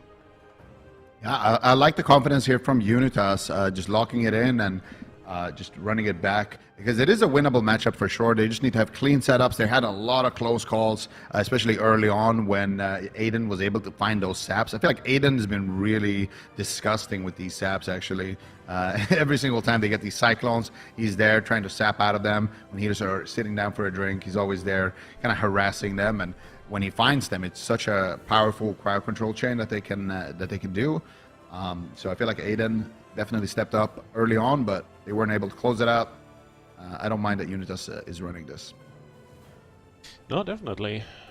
We might also be looking at Abrua a little bit more, right? Because I think he was under so much pressure. We didn't really get to see too many attempts at setups, right? I don't think he even went for too many root beams, even though, yes, of course, Meep was playing Gnome, so they're not as efficient. But also the number of Cyclones felt like it was fairly low, so Draco Cleave just doing a great job of keeping Abrua in check, and of course that diminishes a lot of the power the Boomkin brings to the table here. But Empyrean Domain, second map, redemption opportunity here for Unitas. Let's see if they can even out the series. All right, can they do it, or is Draco Cleave gonna start a miracle run here in the Gauntlet, already winning their last series, or their first series, and already up 1-0 against Unitas. Full sap connects onto Meatmonk, bash onto Zeke. Bro, looking for the Cyclone, finds it onto Zeke. Meatmonk getting sleepwalked. This is a perfect 3 versus 1, and they get Zeke's trinket and the magic zone. They get Butta's time stop. Beautiful opener here. They have a kidney shot onto Meep. They can continue the chain, but here comes Draco Cleave doing a setup of their own, and it doesn't look actually like they're able to get too much out of that one. Just a Brua's trinket, and he still has Incarnation, so still a lot of damage here coming out from Unitas. Yeah, Meep dipping into Spirit Form right away, just free healing with the Power Infusion as well, pumping his entire team. Abrua once again getting kicked on the Cyclone. Zeke with good reactions there. Butter trying to stay away as Abrua is getting absolutely blasted. Doesn't really have to trade anything, but Garbage did toss out the reversal as Butter is the target, down to 20%. Gets saved with a big heal. The Serenity coming in the nick of time before Aiden gets another gouge on to the enemy healer. For the moment, things calm down, but it's only a matter of time. Apocalypse is up in 10 seconds, so we might be looking at this next setup in just a moment here for Draco Cleave. Yeah, the main thing we're waiting for is the blinding sleet and the grip, and they're looking to set it up there. There's asphyxiate onto garbage. Abrua almost going down there, but he manages to get a beautiful precognition there. And Aiden now in a double blinding sleet. Here comes the setup, but Buddha is in a cheap shot. He can't get the deep breath. He trinkets out of the cheap shot to offensively get it. He manages to find the sleepwalk onto garbage as well. Beautiful place here offensively by Buddha, just throwing caution to the wind, and manages to get himself the Emerald Communion as a result. Nice offense there, but now he's down a trinket. Zeke is down a trinket, and there is an opening here for Unitas. Yeah, it's looking good. Advantages gained, you just need to hold on to them and put on some pressure as Abrua is once again under fire. Gets the solar beam in there for the interrupt onto Butter. He's locked out for a moment. Meatmonk gets kidneyed. Aiden ascending the CC chain, trying to find Zeke as well. They swap over onto the DK. Good damage here. The fire breath coming through as well from Garbage. They're doing a lot of damage, but it's not quite enough. AMS traded. Zeke should be more than fine. Meatmonk topping him off. And if we're looking at the mana, once again, Meep doing a great job with a household there, just keeping himself way ahead of Garbage. Even though Aiden is looking for more CC. Another setup here. Butter might be under fire. No trinket available, but the blinding sleet into the breath. Big setup here once again from Draco Cleave. They try to bring the damage in, but it gets outplayed quite nicely. Abrua finding that all-important Cyclone. Beautifully done there. Butter now going for a sleepwalk. Aiden's there to shut it down. Looking for the dragon right now. Trying to hunt him down. But Butter's pushing in here. He's looking for his own crowd control. He get a blind onto Meatmonk, and the magic zone drops. Nice knock out of the anti-magic zone, but he gets right back into it. Kick coming out there. Into a kidney shot onto Meatmonk. Garbage now finally out of crowd control. Butter was being shut down there. This was the oppressing roar actually coming out there by Garbage. So extending all of this crowd control onto Butter. The cheap shots, the kidney shots, it's all going to be lasting much longer. Zeke now dropping quite low here as well. Forced to trade out the Iceman Fortitude in this exchange. Garbage sitting through a Cyclone, but Buddha, or sitting through a Sleepwalk, but Buddha is sitting through a Cyclone, so the damage will be limited. They swap it over to Zeke. Kidney shot onto Meatmonk. Can they get a Sleepwalk? Garbage is pushing in for it. They find it. Big damage here. Buddha's going to respond immediately with the time stop, and here comes the setup from the Draco Cleave. Huge damage. Is Unitas ready? They seem ready, at least for the moment. Garbage taking a lot of damage. The Obsidian Scales were popped in there, as well as the Renewing Blaze. So they stabilize for a second. Aiden still taking a lot of punishment. Zeke just sitting on range there, throwing out those Death Coils. And Butter now getting swapped to good damage coming in. GS from Meatmonk, but he is sitting in a full Sleepwalk. Has to trinket that just to keep his Drake alive. And for the moment he manages it. Abrua down to half, has nothing left. It's all on Garbage to keep his Boomkin rolling. Time stop is in. Cheap shot onto Zeke. Aiden peeling for his teammate, and for the moment they stabilize. Another Cyclone does not quite come through. Aiden taking so much damage he has to cloak. Draco Cleave really taking that momentum that they've been building over the last series and the first map here, just running with it. But are now getting swapped to another full kidney into a Sleepwalk from Meatmonk, but it doesn't look like they can really do anything with this, Zico. Yeah, they don't have the follow-up there out of the Sleepwalk, but is going to trade out the Obsidian Scale. He gets Cycloned on it, but Garbage is once again running extremely low on mana. They have maybe one more setup, two more setups left in them on the side of Unitas. Meatmonk has no trinket, but has no damage reduction. But look at Aiden almost dying in the setup. Abrua as well taking a lot of damage. There's the Emerald Communion coming out for Garbage. He's going to give him a little bit of mana as well, actually. Nicely done there by Garbage, getting maximum value out of that. They lock the Hymn of Hope, and that's going to unchain, that's going to uncoordinate the cooldown of that gnome racial if they chain it with a mass root, but they don't even get it. They just go for the Sleepwalk. Big damage here. Abrua gets gripped into the anti-magic zone. Aiden looking for more crowd control, gets the gouge. Garbage in an asphyxiate. Zeke could fall. Abrua tanking it out beautifully in bear form with the frenzied region. Ducks back out, doing a lot of damage here onto Zeke. They're going to Cyclone Zeke, go after Buddha, but I am worried about Aiden. He's got nothing really to work with, just the evasion, but a lot of this magic damage on Draco Cleave. Don't care about that cooldown.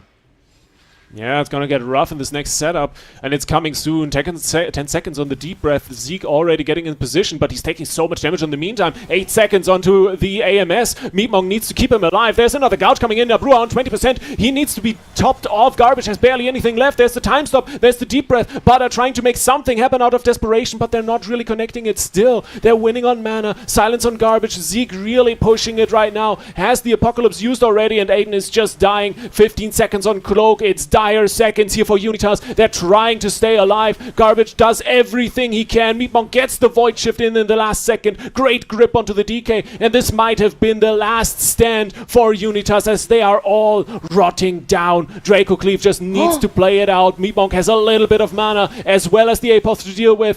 Zeke once again dropping low. There's another cheap shot. Aiden taking so much damage. The time stop on 5% is going to keep him alive. The offfields are coming through. Another full clone. Abrua is really doing it. Trying to keep his teammate in the game is really the main goal here, but Abrua is connecting so much damage. Garbage somehow still alive. Another time stop coming through. Garbage on 5%. Abrua on 5%, but trying to turn it all around. Zeke has the Abomination limp, and he is raining down death and destruction on the entire enemy team, but somehow Garbage is keeping them still alive. Zico, what the hell is happening here?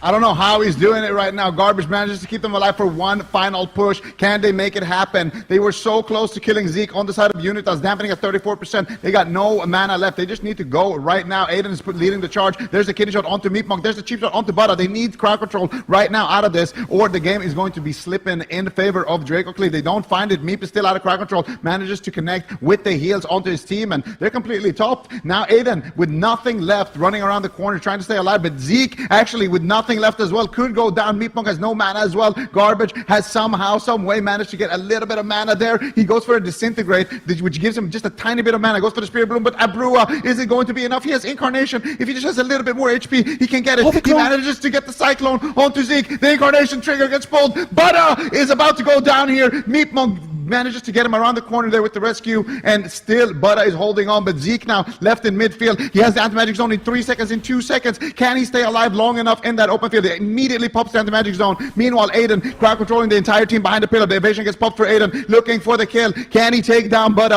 Meatmonk's got nothing left. The Guardian comes out. The time stop comes out. Zeke now is going to be the target of choice, but here comes Draco Cleave. Huge setup coming out. The clone Butter. They might do it. Zeke is on 1% HP in a full kidney shot. The fire breath connects. The damage connects, and against all odds, ladies and gentlemen, the death strikes are keeping him alive, but I don't think it's gonna be enough. Unitas will tie it up, and I don't know what Garbage had for breakfast, but this man is like a fountain of youth. This man is like a cactus. He just has infinite water supply inside, just keeping them alive, keeping them going for such a long time. What is that game? Absolutely insane. Absolutely insane performance from Garbage, keeping everyone alive. Aiden just evolving into a new, I don't know, parallel universe version of himself. I have no idea. The man had everything on lockdown the last minute straight. Just incredible performance here. That's only the second game of the match. It's insane. Whew, what a game, what a game. But if that's what it takes for Unitas to get a win in this matchup, I don't know how repeatable that is. Unitas, with this moment right here was so beautiful, by the way. This entire sequence here was just all Abrua. It was fantastic. Meatmonk trinketed, got instantly cycloned on his trinket, then they got the cyclone on Zeke, and they got all of this pressure, and then Abrua somehow lives this situation.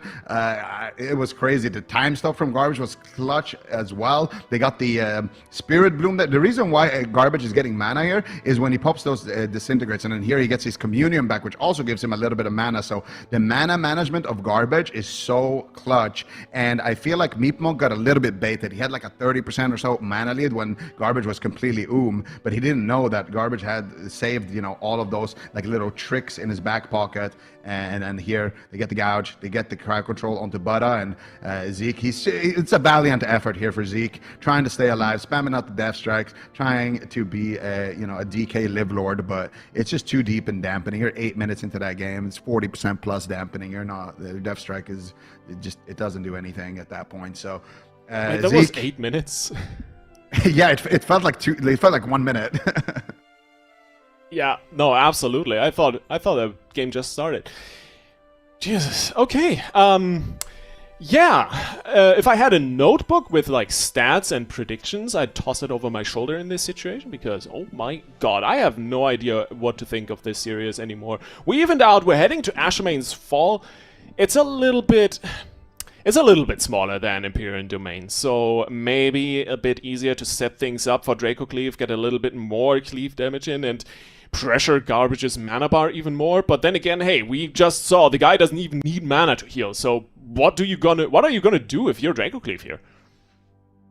Yeah, that's the problem right now. But both teams are just going with the same comp, and for Draco Cleave, it really is a game of mana. It's gonna come down to, will Meat Monk get enough drinks and be able to survive long enough? Because they can lose before that, right? Like, at any point, Unitas can just get an incredible CC chain and burst down your dragon. So Meat Monk has to worry about that. Then he has to worry about managing his mana for the late game. And then he has to dodge CC, sometimes from multiple angles. A rogue is coming on one side, a sleepwalk is coming in on the other side. There's a Moonkin who wants to cyclone him. So Meat Monk really has to be like Neo in the Matrix, just dodging everything. That's one thing. And then the other thing is Garbage. How well can he manage his mana? I want to see a somewhat early communion, like he did in that last match. Spend a little bit of mana, get a moment where a setup is happening, trade out the communion, and then get it back later on in the match when you're going to be dry. And keep channeling those disintegrates, because that is what's giving Garbage a lot of that mana back. So as long as he can continue to get that damage off,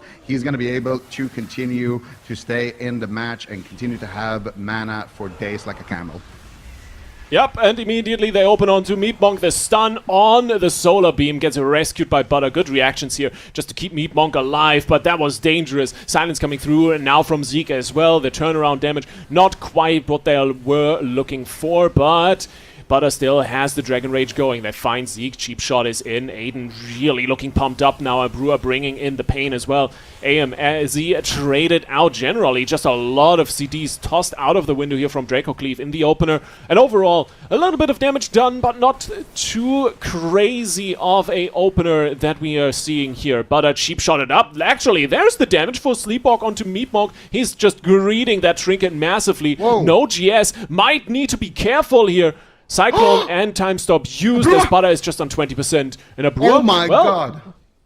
That was insane. Sorry. A Brewer, go for it. If he fake has the kick, and then he gets a perfect Cyclone on low HP out of the Time Walk, or out of the Time Stop, and now they continue the chain because of that, extending it. He knocks him away. He's looking for the Cyclone. They get the blind instead because he got kicked. Blinding Sleep coming out for Zeke, and he wants to set up another breath here. But look at the Time Stop by Garbage onto a Brewer there to dodge the setup. These players are playing insane, Litty. It is absolutely fantastic. Meat Monk might know Kung Fu, but Garbage seems to be a true agent, as Butter is just once again getting chunked. This clone swapped over onto Zeke, full kidney onto Meat Monk. He has Trinket, needs to get out of that sleepwalk most likely, but Butter dips away to the other side of the map. The follow-up from Garbage is there. Disintegrate does damage, but Nullifying Shroud is going to keep him immune just for a few more seconds. A rough situation here as Aiden gets in there for the cheap shot. Butter Trinket time stops himself as Zeke is dying on the other side of the map. Meat Monk really needs to pump some insane HPS just to keep his team alive, as a Brewer is the big target. Garbage pops in the reversal, should be able to stabilize his Druid here though. And Zeke overall good pressure, but not quite enough. Draco Cleave still falling behind the momentum, but Garbage half mana left. Yeah, beautiful setup coming out here from Draco Cleave. Do they have the deep breath? They root, but he can't deep breath, and then Garbage deep breaths out of there. Beautiful mass entanglement coming out from a Brewer. This man is playing out of his mind right now. Beautiful rescue shield coming in there from Garbage onto a Brewer. Aiden is taking a little bit of fire in the backline to get a Cyclone onto Butter with the Power Infusion active. A Brewer pushing in for the Cyclone here onto Meep. Tanks out the kick and gets a precognition, but the time stop coming out here onto Garbage actually, or onto a Brewer by Garbage. Beautiful sleepwalk coming out there onto Meep Monk. Can they get the Cyclone as well? They do. Garbage now, though, in a sleepwalker himself, has to trade out something to get out of that. Actually, it looks like Zeke might have just broken it. The Obsidian Scales was used there by Garbage as well, maybe anticipating a bit of a swap there. A Brewer does manage to get a massive Verdant's Embrace. Symbols of Hope there for Meep Monk. Going to reset some of those cooldowns. Butter is just covering behind the pillar here with Meep Monk, just looking to recover. And look at the win condition. Mana is heavily in favor of Meep Monk. It is indeed, but the big question is, can you stay alive long enough to make that work for yourself? And for the moment, well, if that continues to go the way it has been, it might not be enough, because Unitas again and again find these massive goals. Zeke and Butter both down to half, and Aiden once again is looking for the CC, finds the Gouge onto Meep. Can we see a follow-up Cyclone? Yes, Zeke gets cloned, full kidney onto Meatmonk. This might be the big go. Unitas is looking for Cyclone, swapped over to Meatmonk, not quite working out here. Zabura gets stopped, down to 20%. Garbage needs to get in. There's the Emerald Communion, gonna return himself some mana, keep his team alive, but Zeke has to burn IBF in this go as well. Will be looking for the next setup in like 30 seconds with a deep breath coming up, but Butter is the one under fire, 20% as Meatmonk gets gouged, then root beamed, then kidneyed on the root beam, on the gnome ratio. Absolutely insane timing here from Aiden. He is just carrying his team on his back as Butter is down to 20%. Trinket rescue, getting his healer out there and saving the game.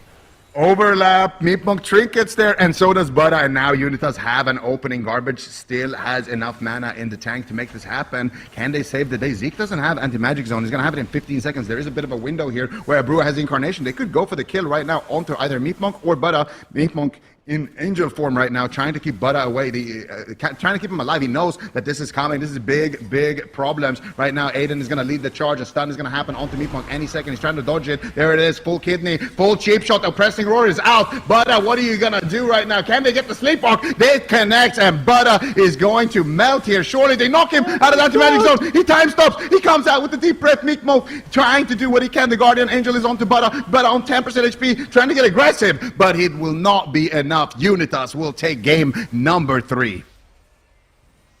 Unitas bringing a lot of dough to the table, and as you know, well, for a lot of dough, you need a lot of butter, and he is spread a little bit too thin here. Unitas moving up 2-1 in this series, and it really looks like Zico. I mean, these guys are warmed up. They're awake now. They are locked in, and I don't think you can phrase that any different. Yeah, Unitas is definitely locked in, basically running a bakery here with all the butter that they are consuming here. And we can see at the final moments right now, you can see Butter. He knows, I have nothing. Meatmonk knows, you have nothing. We're all dead. And the oppressing roar from the man himself, Garbage, of course, driving the truck here with Aidan, of course, in the front seat. There's the oppressing roar kidney shot. 5-second cheap shot into a full sleepwalk. That's 8 seconds of sleep. That is not sleepwalk. That's coma walk coming out onto Meatmonk. And then Buddha coming out here with the time stop. Tries to cancel it, get back into the zone. The Gouge comes in. He tries to make the hero play. Meatmonk gets the Guardian, but the Guardian expires, that DR Cyclone, and they have the damage to back it up. Meatmonk with no Serenity charges, no Void Shift, nothing here really to keep Buddha in the fight. And Unitas just looking, like you said it perfectly. They are locked in right now. Yeah, they came out of the gate swinging. I don't think Draco Cleave ever had an opportunity to recover from the initial kind of hit, the door getting slammed into their face as the gates opened. It's a rough position to be in, especially if you have a team like Unitas, if you have a shot caller that is as experienced as Aiden, just running you down every single CC chain just on point. And as you were saying at the start of the map, right, Zico, there is so much Meep had to deal with. A Rogue running at him, an Evoker running at him, a Druid trying to clone him, and at some point it's just a little bit too much. And hey, look at that. Maldraxxus, Colosseum, and Meatmonk going back to comfort. He's going back on the Monk. I mean, it makes sense for Meatmonk. He's tried the Priest twice. He's lost on it. This is his main. And I wonder what kind of Monk we're going to be seeing here from Meatmonk. He is an outspoken kind of activist against the Fistweaver, the fist-weaving movement that is currently plaguing the solo shuffle ladder. So Meatmonk, he prefers the casted Monk, but he does play the Fistweaver as well. It might be necessary here in this matchup, but I don't think they're going to have the late game advantage if he does lock that in. It's going to be full-on aggression. I don't think there's anything but Fistweaver that he can play in this situation. I do think Caster Mistweaver, while it is still okay, especially on the level that we're playing at here in the AWC Gauntlet at the end of the season, this is top 8 teams only. Caster Mistweaver just doesn't bring enough to the table, I think, and especially if you're considering what kind of setup comp Draco Cleave plays here. Having the Fistweaver for the extra damage, for the leg sweep, and the added security, so to say, during these big goals is just going to be worth so much. I like this a lot, and I think it's going to work, but it's not going to be easy. Definitely not. Absolutely not. For me, the question is just why did they pick Maldraxxus if they are going to play the Fistweaver? Because he's going to have a hard time connecting, but we'll see here as the gates open up for UNITAS and DRACO CLEAVE. Meatmonk bringing in his Monk right now to try to equalize the score, take this all to game number 5. Remember, DRACO CLEAVE reverse swept their last series to get here, so you can never count these guys out. They are absolutely entertaining to watch. Meatmonk sitting through a Cyclone right now as Zeke looks to be the target for UNITAS. Icebound Fortitude coming out immediately here, but it was the incarnation for a Brua, so that will line up. Double setup, Aiden encapped on the other side of the wall, and immediately Garbage has to pop the Emerald Commune and get silenced on top of it, so coming out of it might be a dangerous situation. And Zeke, with the Frost DK now actually, trying to bring in some damage, and I do think, is Meep actually playing Caster Monk? He's playing Caster Monk, right? Yep, Meep is he's playing Range Monk. That's why they picked this map. So that's very interesting. Not something that we see, but Meep Monk this is his specialty. So if there's somebody who's going to be able to pull this off, it's going to be him. But of course, a lot of weaknesses to those extended crowd control chains, and already we're seeing a Trinket Life Cocoon come out, and that was not on the blind go. That was just on a gouge. He gets Cyclone on the Life Cocoon. If they get 3 Cyclones on this before he gets stopped, this is not a good situation right now for DRACO CLEAVE. Yeah, it's looking rough, but gets cloned on half again. Aiden swaps over to him, another cheap shot lands. Meatmonk trying to kind of do something, gets a root beam on it immediately, gets out of it though, luckily for him, able to kind of circumvent that in this situation, but Garbage looking for a long, deep breath, doesn't really quite find what he was looking for, but a Brewer still looking solid. Garbage having a very chill game compared to the first 3 of this series, and overall, we're just looking for the next setup. Here we go, there's the big damage, there's the Blinding Sleet and everything tossed in. Garbage gets silenced on top of it as well. But overall, you can see how quickly Garbage recovers this go. There's just not as much oomph in this go from DRACO CLEAVE with the Frost DK. Yeah, that's the thing. Well, the Frost DK, they have a really, really potent go with the Chill Streaks and with the Dragon and just like a big kind of bouncy go. But in order to actually get max value out of that, you need a situation where people aren't rotating their trinket. So you need to force basically a Brua and Aiden, or a Brua and Garbage, like 2 players can't have a trinket, and then you need to bounce your Chill Streak on those 2 members during a setup. So it has to be an extraordinary amount of pressure, but Meatmonk's getting swapped to right now. Beautiful Solar Beam Kidney Shot coming out there onto Meatmonk, but he gets rescued out of there so he can access some of those heals, and Meatmonk will stay alive with the Diffuse Magic, but a beautiful exchange. And Meatmonk actually playing the Panda Monk right now, going for the setup. Here comes the triple. They get the leg sweep. Here comes the fire burning. How many trinkets did they get? Aiden has no trinket, Garbage has no trinket, and Brewer has no trinket. This is exactly what DRACO CLEAVE wants. In the next setup, they can potentially close this one out. They might just be able to do it. Meatmonk bled a lot of defensives, though it only has the Cocoon Trinket, and maybe there's Storil left in the tank, so another setup or 2 could net them a kill on the Monk. In the meantime, Zeke is going to be the target, Butter taking a lot of damage in the as well, and Abrua just pushing forward, Aiden trying to keep up, and Garbage bringing in as much pain as he possibly can with the Fire Breath. Butter once again gets interrupted here, tries to get the Sleepwalk in, but can't quite connect it. Meatmonk once again hit with the 6 seconds CC. Butter is really taken low in that kidney. Trinket, Cocoon, and this is the last line of defense by Meatmonk. They immediately swap over onto him. The Cheap Shot is in, the Solar Beam as well, the Breath on top of it, and somehow Butter gets him out of there in the last second possible, and is trying to keep his healer alive. But what a go from Unitas, and this is only going to get worse for DRACO CLEAVE. Yeah, but they hold on to it. What a beautiful rescue coming out from Buddha, keeping his team in the tournament right now as they go after Zeke. He's taking a decent amount of damage. Garbage gets gripped in. There's the paralyze. Here comes the damage. Do they have a stun to go with this? There it is. Triple breath. They have no trinkets for this. The communion, though, is available. And Buddha actually is taking the brunt end of this exchange right now, trying to get back to his healer. Meatmonk casting out the heals in the backline. Sleepwalk coming out. Buddha will recover, but one of the biggest, well, the biggest problem with Mistweaver in general is the fact that they just go They have a lot of healing from far away. It's really hard to land the kill, but they are just a thirsty healer right now. So Meep needs to try to find a drink, or they need to try to close it out here, but I don't really see any real openings. no. Maybe onto Aiden. Sleepwalk connects. Here comes the setup. It's an oppressing roar kidney shot. Can they connect with the restun? If they do, it's lights out here for Meep Monk. The Chief Shot connects. Aiden is there, and Unitas follow it up. Unitas will advance. Draco Cleave will be out of the gauntlet, but they went out with style. They locked in their mains. They gave us a good run. So really, really fun to watch these guys. I do hope that we get to see them in future seasons. Absolutely. Going down, swinging, doing what they love. It's a wonderful performance. Hats off to Draco Cleave, but also massive GGs to Unitas, as they will be advancing and facing the Power Frogs here in the NA Gauntlet. They are still fighting for that slot in the Grand Finals this weekend. And I mean, hey, especially that last game, you can really see if you give them an opportunity to set up and run away with the game, Unitas is going to do in style with some clean communication.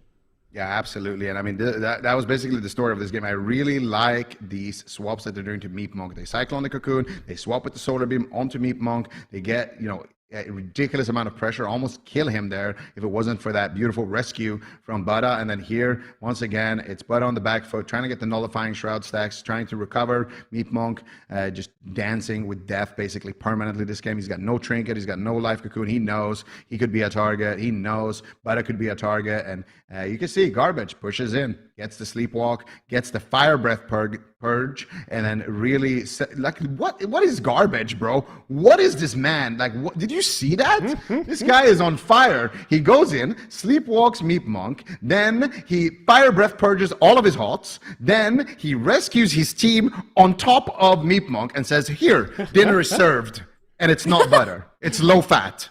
It's margarine. Like what? I don't know. Actually, it's a panda, so maybe I take that back. But still, like, I mean, that was just a beautiful sequence from Garbage. That was amazing. Yeah, and it was with oppressive, and he popped an oppressing roar as well there to make sure that the kidney is 50 seconds long. You're so passionate. You sound upset. I am upset. I get triggered. Like, why doesn't everybody play like this? This is what I want to see. So yeah, like, look at this. Like, sleepwalk, fire breath purge, oppressing roar. Then Aiden is there. Boom, rescues Boomkin. Incarnation. Dinner served. What can you do? It's like you see Aiden walk up in slow motion. You know exactly what's going to happen. There's nothing you can do about it. And then he takes another 2 seconds, 3 seconds. And then you're dead.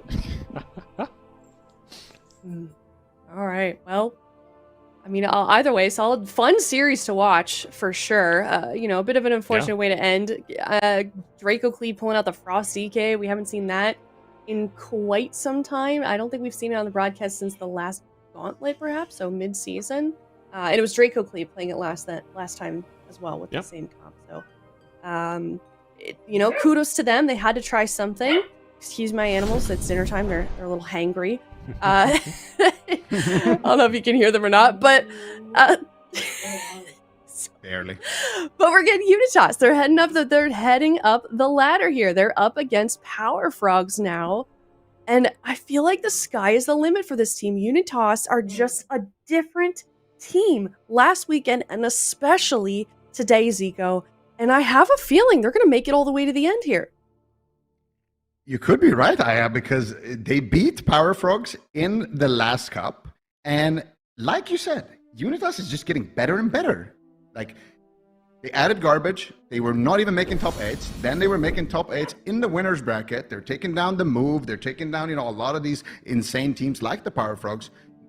Now they just have to beat a team that they beat last week. Like, if the Power Frogs hasn't, made a huge change in strategy, this could be Unitas going up all the way against the Pomp, and I don't know, man. The way they were playing that last game, Unitas definitely a team to watch out, but Power Frogs as well. The Gauntlet, every game is just gonna get more and more stacked. The stakes are just gonna be higher and higher too. It's crazy. Yeah, I mean, literally too. I mean, you just look at the diagram of it and just, you got to keep climbing up that ladder. And it's just, you know, game after game after game. And it's got to be mentally taxing for these teams as well. You cannot let your guard down. It's got to be a quite grueling. And I feel like it really shows the level of mental fortitude these players have as well. So we're going to see Unitas continuing on here as they progress through the bracket against Power Frogs. Before we get there, though, we're going to do another spell guessing segment. So hopefully production doesn't fool us once again. Excited to see which one this is. Whose spell is it anyways? Try and guess. No more mage chat. abilities, please, guys. Pick something I never played, then I know. Like, I think this. Zico, I'm going to defer to you for this one. Got any guesses? Several missiles hitting your current target. Magical damage. Yeah, that's gotta be a multi-shot. Actually, it could be barrage, you know. It's arcane missiles, okay? I'm locking in arcane missiles. I feel like production is messing with me. They're giving me one here. They're like, come on, bro. Like, you can't fumble this. So I'm locking in arcane missiles. It's a sure arcane missiles. It's 40-yard range as well. Easy clap. Whoa. Okay. All right. Yeah, there's a tough one for sure. That's a Lithy? I was expecting a rapid fire to be on here, but it's not. You know what? Zico's probably right because he really earned his mage card back if he is, but I think it's multi-shot. I'm gonna say it's multi-shot. I would go with barrage, man. It's either missiles or barrage. Let's see production. What we got? Oh my. Oh. What? What? Oh no. How is that multi-shot? I was with you. I thought it was arcane missiles for sure. Man. Hey, I'm quitting. You gotta think about who makes these things. It's okay. You know what it is? You know what it is? They keep getting me. There's Panda Remix, there's Season of Discovery, okay? Anybody can do. I was blinking last night on my death night, okay? Who knows what's going on? It's not our fault, all right? The game is messing with our brains. So honestly, at this point, I think it's kind of rigged against Zico, just baiting him into the mage picks again and again and again. Yeah. All right. Well, we're gonna head to a break. Up Well next, played, we've got production. Power Frogs, well played, versus Unitas coming up next.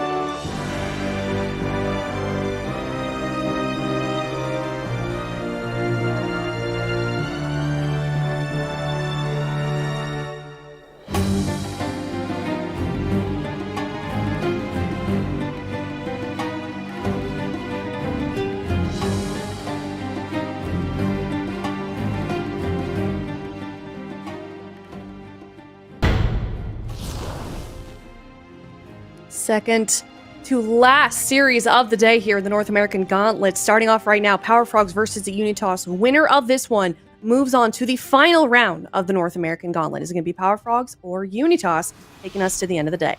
Ben. Oh, He's sold out, Ben. Cubsy, the He's last sold out. mage Bastion is playing balanced Druid Sid. He's sold out. He's betrayed you. Do you want to change your prediction? No, if anything, this makes me think they're going to win even more, but we'll have to wait and see. Unitas has been looking really good with the Outlaw Rogue Druid, but Cubsy, I mean, to me, is one of the all-time greatest Restoration Druids. So let's see what he can do here on this Balanced Druid. Oh, cheap shot opener here. Full blind on a Tuna. Big pressure on the Cubsy as he ducks into bear form. He's taking a lot of damage from a Brua at the moment. He's going to use Heart of the Wild just straight up in the opener. I somewhat actually like this because the games can be long in these types of mirrors that you actually get to see the cooldown twice. Just a guarantee you don't survive. You'll survive to the first Incarnation Adrenaline Rush. Now we see Dazed with Evasion getting aggressive. Clones out on Aiden. They're trying to push in on a Brew, but Garbage does rescue him back behind the pillar. And Garbage has been powering up tournament after tournament, even in that last series. So let's see what he can really accomplish here, even with the Root Beam deficit. But here comes another attack by Unitas. Cubsy once again getting caught. Massive damage blasting through, almost dying through Renewal. Another Cyclone onto Tuna, and now a Cyclone swaps over back onto Cubsy, preventing him from getting topped. But I'm imagining that he'll be able to easily recover in this position. But still, it's a Brew that's getting ahead on damage and clones with every passing moment.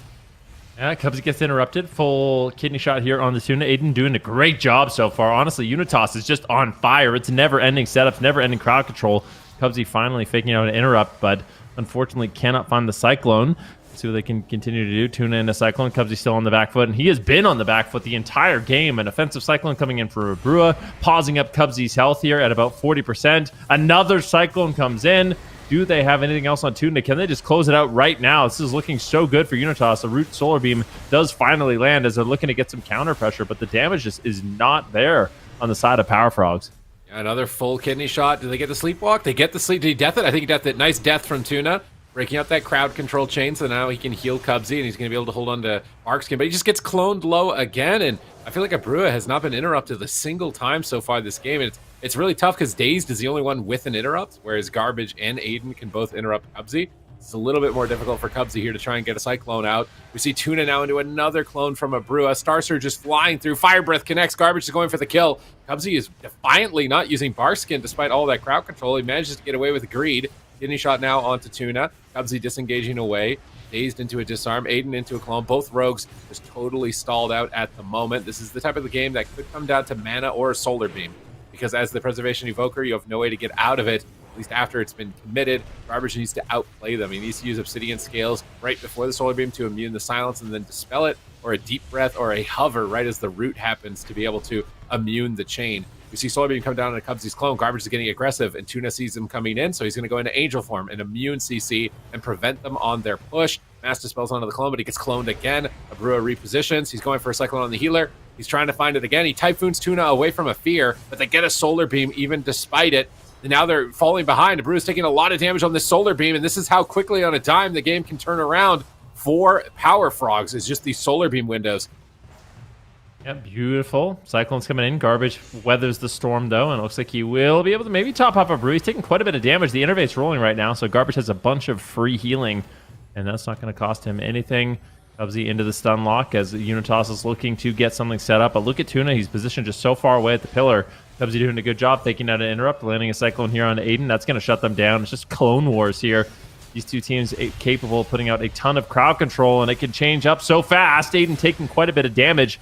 Forced to Shadow Meld, and he has every defensive cooldown, so I don't know if Aiden is really going to be a great target moving forward, as Unitas is looking to make a setup of their own. Full cheap shot into sleep on Tuna, stunned into clone on Dazed, and Cubsy is all alone.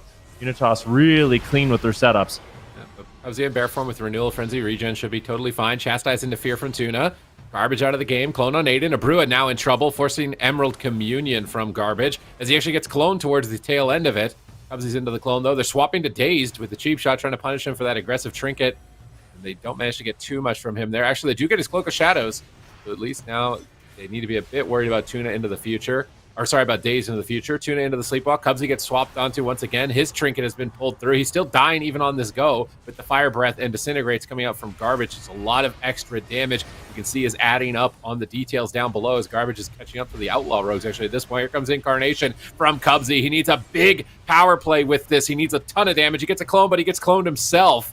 And now that Incarnation is losing tons of value on his side, Abrua trying to go for a clone, gets kicked on it, jumps back, but Tuna's into Angel form. He's immune to CC, should be able to easily heal this, and they know that. That's why they're just spamming Cyclone on Cubsy, trying to delay his Incarnation damage as much as possible. They Solar Beam on the clone. They're totally shutting Cubsy out. They swap the clone over to Tuna, sleep on the Rogue, 3 versus 1 once again, forcing Tuna's trinket. He actually gets cloned on his trinket as well by Abrua, and now Cubsy has no trinket, and Tuna has no trinket. This is a main win condition point when those diminishing returns end, but Cubsy's Solar Beam is coming up in 5 seconds. So, and they've actually got a fear leading into that Solar Beam. If Cubsy can get in line of sight and he sees it, he's jumping over. He's just go for the Solar Beam out of that so he can't pre-wall. It's a bit dangerous to try and go for the clone. They get the kidney shot. It's overlapped with the clone. They just need to connect the Solar Beam here. They'll get his trinket easily. Does he not have his mass entangle? I'm really surprised to not see him go for the Solar Beam right now. He's got it available. He's still missing the window of opportunity. He's got stuff. Just send the solar. I don't know why Cubsy's not sending the Solar Beam right now. He's got a huge window. It's tons of damage on a Brew. It would easily force his trinket in this position, and they're just not going for the Solar Beam. And now Cubsy's in bear form, rebuffing. That's just swapping to Tuna. Cubsy can't help him. Massive swap onto the Priest behind the pillar, forcing the Void Shift. And now Cubsy's low health. They could go back onto him as well. And they see that opportunity. They switch back. There's the Solar Beam onto Garbage, but it seems like they have no momentum. And Cubsy's into the full clone, and the Solar Beam gets nothing done. Yeah, that is really unfortunate. Double fear here from Tuna, though, fearing up Garbage and Abrua. Cubsy ripping in some damage. Abrua could be in a little trouble. Garbage has to play catch-up here, but he's into a Cyclone. Can they take him down? Abrua needs to be extremely cautious in these upcoming moments, but they have Cubsy on the back foot. They stop the chain. Aiden trying to mix it up for his team. A full stun into sleep on Tuna. Cubsy's all alone once again, but he's just so durable in that bear form. If he has the Frenzied Regen, the Bark Skin, it's unlikely he's going to go down, but still just so low on health. He does, of course, have that Heart of the Wild available. Like you mentioned, using it early as it gave him the option to use it a second time in this match. Yep, and where's Abrua? He's 3 minutes away, so at 9 minutes and 30 seconds, you might not see a second Heart of the Wild here. And Garbage is actually really low on mana. His Communion and Disintegrates are ways for him to get mana back without drinking. Nice Obsidian scales here from Garbage, although the Solar Beam was about 1 second off, unless he's assuming he's got the talent to reduce his cooldown. There, but he can't Solar Beam for a second. They cheap shot him. He still can't Solar Beam. He has to wait for that glowing Obsidian scales. Now it's over. He can go for a Solar Beam, but he actually just gets shut down on his clone. Garbage is hovering in, going for a Sleepwalk. He does get kicked, but now Abrua can free cast clones. So I'm not sure about that kick here. Tuna goes into another clone. Cubsy's in trouble. Big damage coming from Garbage. Cubsy dodges the Deep Breath for a moment. It still may not matter as he gets Solar Beamed. I believe he fake casted. No, he did not fake cast the Solar Beam. Tuna's in Angel form, though. Free healing. He's immune to CC, putting him even further ahead on mana. He's crossing the midfield to get a fear out of the Solar Beam, but he walks into a kidney shot. He can't get to Garbage in time. It's a race against the clock. Can they drop Abrua before Garbage starts to get mana? He's got his Emerald Communion available, but if he gets cloned on it, he might get cloned. He's into the kidney shot. He got the full value. That Communion gave him a lot of mana right there. Kept Aiden alive a little bit longer. He's pre-time stopping. He hit Aiden with that at the end of the cheap shot. Daze can't connect damage, so they're just going to clone him out of it instead. Go back onto Abrua. Now Garbage is in this tough spot where he's got to do a lot of healing with limited mana. He's going to rescue Abrua over, try and get on top of Tuna. They still need to get his medallion, though, if they want to have a chance to win here. They've got a kidney shot leading the crowd control chain, but they need a lot more than just a kidney shot, and they don't get it. Cubsy's into a cheap shot. Now they finally get the Cyclone. Here comes the Tip the Scales Fire Breath. Big damage incoming onto Cubsy as Tuna gets sleptwalked on his trinket. Nice play by Garbage. It's not enough, though. They're going to Cyclone Cubsy, switch some pressure back onto Dazed. And Garbage, is he going to try and drink back there? He's got 2 nullifying charges, so he's immune to 2 CC effects. Oh, nice! Verdant Embrace by Garbage. He dodged the Solar Beam with that play, and now his team is in a great position to possibly close this out. Yeah, stun's coming in. Here we go. Aiden looking to win this game at about the 8.5-minute mark.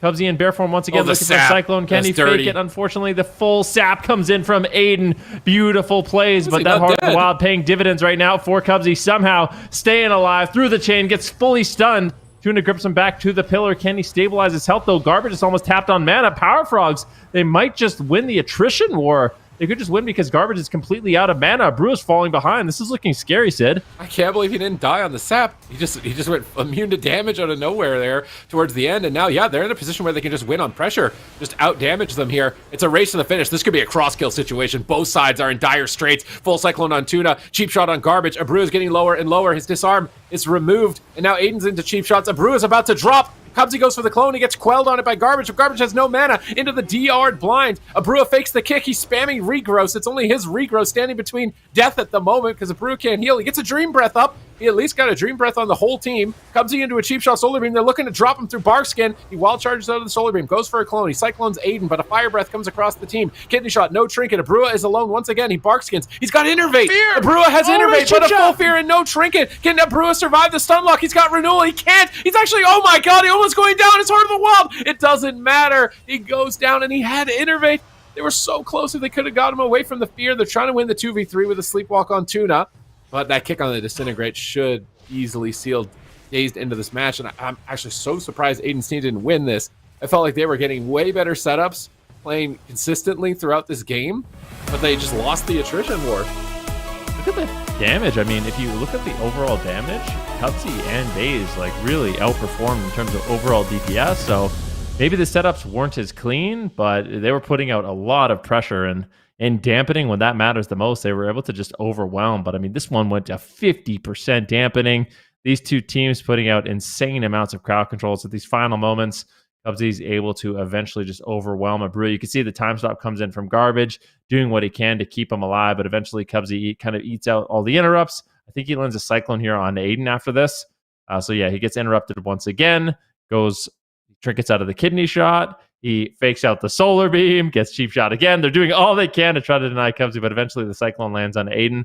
And once that happens, pressure is just completely kind of lost. They get a kidney shot on Garbage, and Power Frogs can eventually just kind of go forward and take down Abrua. There's just really not too much Garbage can do here. He's feared up. Aiden did a pretty good job, actually, almost denying the fear from Tuna, but he just trinketed out aggressively out of the gouge. Oh my god, Cubsy's damage. What? Yeah, that's what I'm saying. Cubsy is just... And also, I just want to shout this out. This is kind of irrelevant, but it's something that I do like. I like that Cubsy is not playing Glyph of the Stars and actually fully represented the Balanced Druids, because not many people do that, Subatees. Just like you like the chicken. How did he did 12 million more? How? What? You tell me. You're the expert. What are the dispels looking like for him to be able to do that much more damage in this game? Are they wearing different gear? I can't imagine they are. They must both be playing the offhand, like in precognition, I would think, for embellishments. There's no way there can be like that big of a difference in their gearing and their build, but like that's a huge difference. Like, what the? Maybe he's spending like every single Alkin Frenzy on Starfire. I just noticed like watching his globals on the little frame in the bottom, like he's using instant Starfire a lot. And when you do that, you lose the fast cast clones, but you get instant damage, obviously, and you get to get into Eclipse faster, and you get to generate more astral power. It's possible that that's why it looked like they weren't getting many setups, is because he just wasn't even bothering. He's just spamming Starfire and trying to him. Yeah, he's just trying to do more damage as opposed to try and get CC with it specifically. If we'd like see his breakdown or something, it would be actually really interesting to see the breakdown between the two of them. What's their overall damage percent-wise between Abrua and Cubsy? Because that was huge. That's such a big gap, because it felt like Unitas were ahead like most of the game. I mean, that looks... Wait, I think that looks fairly normal. Some of those icons, like the full... I think that's just the Fury of a Loon talent at the bottom, and it's the right... Like, it shows him playing Convoke, and he's not playing Convoke. So I don't... Some of those icons look a little confusing to me. The Loon's Guidance. The talent just looks the same. Yeah, that... Oh, it just looks like this. Looks like the full moon. And then the Convoke one is just the same thing? Okay.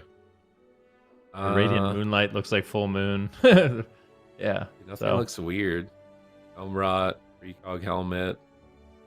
I don't think anything looks different. He's wearing 4-piece. Wearing... Doing more damn. Yeah.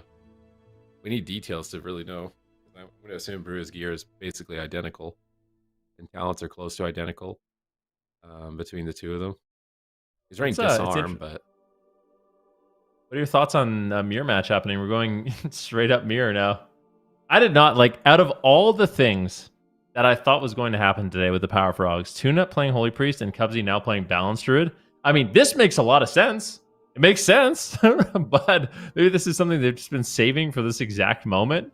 Finally, you know, finally mixing it up from the Arcane Mage. And I'm sure it pains Cubsy. It pains me, but it's nice to see them be able to battle it back here against the Balanced Druid, just go toe-to-toe here. And Cubsy actually just putting out devastating numbers. Let's see if he can do it again. That was big damage there in that last game. It's the main reason they were able to win on pressure. Normally, you can't, like, win against an Invoker like that. Cubsy did so much damage that he could actually outpace the healing of an Evoker, so much so that Garbage actually gave up on the Evoker, even despite all the plays that he's been making throughout the process to get to this point. So quite an impressive feat for Cubsy's first debut here on the Balance Druid. And you see both rogues just running around in stealth, looking to try and find the Balance Druids, and Dazed is actually very close to a Brua. They pop each other out, and Dazed gets stunned first, which is going to slow down his opener with Subterfuge. Cubsy gets interrupted on the clone. Garbage is running in for a stun fear. Garbage is playing really aggressive here in game number 2. Yeah, let's see what they can do. Full fear here onto Tuna. Cubsy once again on the back foot. Let's see if he decides to trade out the Heart of the Wild early on. A Brew at the same time getting interrupted and getting bursted down. Both priests are going to be going into the Spirit of the Redeemer, channeling out the Divine Hymn, flash heals as well. So that's kind of the moment for both teams where they are going to be stable, as the healers cannot be crowd controlled. Big setup here from the Power Frogs, though. Kidney shot on Garbage into a full fear, but where is the damage? It's just not enough. Aiden setting his team up for a counter go right now onto Cubsy. It's just so back and forth. Everyone's stunned. Everyone's cloned. Everyone's feared. I look at both rogues right now just stuck in Cyclones at the exact same time. Yeah, waiting to get out. It's like the Star Wars movie with Darth Maul staring through the laser wall, just waiting for it to go down before they can start attacking each other again. But now Cubs actually fakes a kick. He's looking for Cyclones. Tuna into a kidney shot. Cheap shot on Cubsy. Chastise. Are they going to get the CC out? They get a full fear. So it seems like that's the main setup for the team, is either a stun fear, whether it's a kidney or a Chastise. And then that's the main window where you're trying to drop the Balance Druid. They actually get a sap on Garbage. Sneaky little play here by Dazed. They disarm Dazed into a Cyclone to try and slow down the aggression, but Cubsy is still just tearing in at the moment. Abrua has finally passed him, though, on overall damage, but he gets kicked on a cast, falling a bit further behind. But unlikely, you know, before higher points of damage, I think that either team is likely to go down in these positions. It's just the compositions are not that bursty, especially without Incarnation. Although Cubsy's Incarnation is coming on a faster cycle, which could be really important in terms of overall damage. His is about 30 seconds faster than a Brua's, if we're talking just overall efficiency. It's efficiency and value, because if you get cloned 3 times on your Incarn, that Incarn basically doesn't even do anything. But you want to get as many Incarns in the game as possible without getting Cycloned on one. So now Cubsy's put on Diminishing Return, but a Brew is so low, he had to do it. He's got Barkskin available. He's got to be careful with getting kicked on Nature. Tuna into a stun, Cyclone on Daze, into the Full Fear. Nice setup between Garbage and a Brua, and Cubsy's gets low. Could be his Heart of the Wild, possibly. He's in bear form, Frenzied Regen. Little Shadow Meld as well to try and avoid a global in that exchange. But there, he's just Incarnationing immediately. So he's got to be careful about getting Cycloned right now. He got Cyclone on it. He might get Mass Dispelled. We see Tuna possibly with Angel form. He's actually just going to Trinket it, but he gets cloned again. Brew's doing a good job of shutting down this Incarnation so far. They need to stun Cubsy as soon as possible to lower down his value here. And they actually have a Brew's Incarnation. So when he comes out of this clone, he'll be on DR. It's actually a really good time for a Brew to Incarn when he's on DR already. Yeah, Cubsy really not getting much done there with that Incarnation, unfortunately. They get swap on Aiden. He's got no Trinket. Cheap shot now into a Cyclone. They realize they're likely not going to be able to take him down. Just going to keep control of the game, putting out that full Cyclone. See Adrenaline Rush from Aiden. Cheap shot on Garbage. Cheap shot on Abrua. All 3 members stunned up here for Unitas. Aiden getting out of crowd control. Needs to set something up. Daze just Trinkets out aggressive. Cubsy no Trinket. Daze in a stun. Tuna in a stun. They are going for it here. On to Cubsy. Can Unitas strike back and take him down? Barkskin Frenzied Regen should be enough here for Cubsy, but that was a beautiful counter push there set up by Aiden. Brewer gets gripped away from the middle of the map. Cubsy fakes the kick, getting in position, looking for a clone. Clones a Brewer on his wild charge. He's going to be stuck where he's standing for some time here. His Garbage is behind the pillar, out of his Angel, looking to charge across the map. He wants to get some crowd control, but he walks into a bash from Cubsy. Nice interception, and now a Brewer is getting pounded. The cheap shot Cubsy, though, they stop the clone, and Garbage is in position. He gets the fear. They could turn this around on Cubsy pretty quickly, as they've locked him down in multiple stuns. He has no Barkskin, but Bearform Frenzied Regen seems to be enough. Now he's chasing down Garbage. He gets a clone of his own. Brua is isolated for a moment. Cubsy is chasing after him with the wild charge, but he's landed aside him on the opposite side. Another Cyclone comes through from Cubsy. Brua is still low, but they're switching to Daze. They stun him behind the pillar. Not enough damage to drop him, but they do at least force his evasion. Garbage slightly ahead on mana at this point in the game. I think it's because Abrua has been using his Innervate. Abrua's Innervate timing is faster than Cubsy's, but Cubsy's Incarn timer is he's getting a third one, and Abrua is a minute away. So Abrua's Incarn cycle is now almost a minute apart, which means he's eventually going to be, like, value-wise, 1 Incarn lower than Cubsy. And I think that's going to be a big gap in damage if he's not careful. I mean, they might just die right now. They're all at half health. Cheap shots onto Garbage. Cubsy's free of crowd control. Does he actually get Solar Beamed on the cast? Now into a cheap shot. And here comes the Incarnation. Abrua needs to Cyclone him, but I think he's on DR. Cubsy's on full DR. He's going to get full value out of this Incarnation. It's a lot of damage. He's looking for Cyclones. He Cyclones Abrua low. He's going to switch the remaining damage possibly. It looks like he actually got removed. Now Abreu is still the main target for Cubsy. He bashes the rogue, stops the kidney shot, keeping his damage going. Look at him just skyrocket now. 2 million damage lead on this incarnation. And Abreu's got to be really careful with when he tries to go with this next one. He needs to get as much damage as possible. They finally shut down this incarnation with the kidney shot. Cubsy's taken out of the game, dazed into a clone. Full fear on Tuna. Nice setup from UNITAS. I feel like their setups are clean, but they're playing more tactically. They're trying to find that perfect window to go for a cooldown rather than just kind of shoving their damage. Shoving your damage is better for the late game, and then playing tactical is better for an early kill. But it's a type of matchup where I think it's just really unlikely to get an early kill. It's just much better to play for the late game. Yeah, we'll see what ends up happening. Both priests are about even on mana, surprisingly. Aiden and a Cyclone now at about half health, as once again UNITAS is looking to make a setup. However, it's going to be Aiden on the back foot. Kidney shot comes in into a dismantle. Day's doing a great job just slowing down the game and getting the pressure rolling, but Cyclone from Abreu shuts down Daze. Kidney shot now onto Cubsy. Master Spell comes in to free Daze from that crowd control, holding onto his trinket. Cubsy getting low, but could they take him down through Barkskin? It's a possibility. Tuna Nut and crowd control should be able to keep him alive. He's got the Void Shift. Both priests have their Void Shift at about the 6.5 minute mark in this game. Still could have about 20% dampening left before it does conclude, but we'll have to wait and see if a team can find a good setup. This is one of those matchups that could end at any moment. A full blind onto Garbage. His team is rotting behind. Tuna gets interrupted. Nicely done there by Abreu, just finding that interrupt on the heel. Chastise out of the fear into a fear. And this is a really good momentum swing for UNITAS as they are looking to take down Cubsy and Dazed.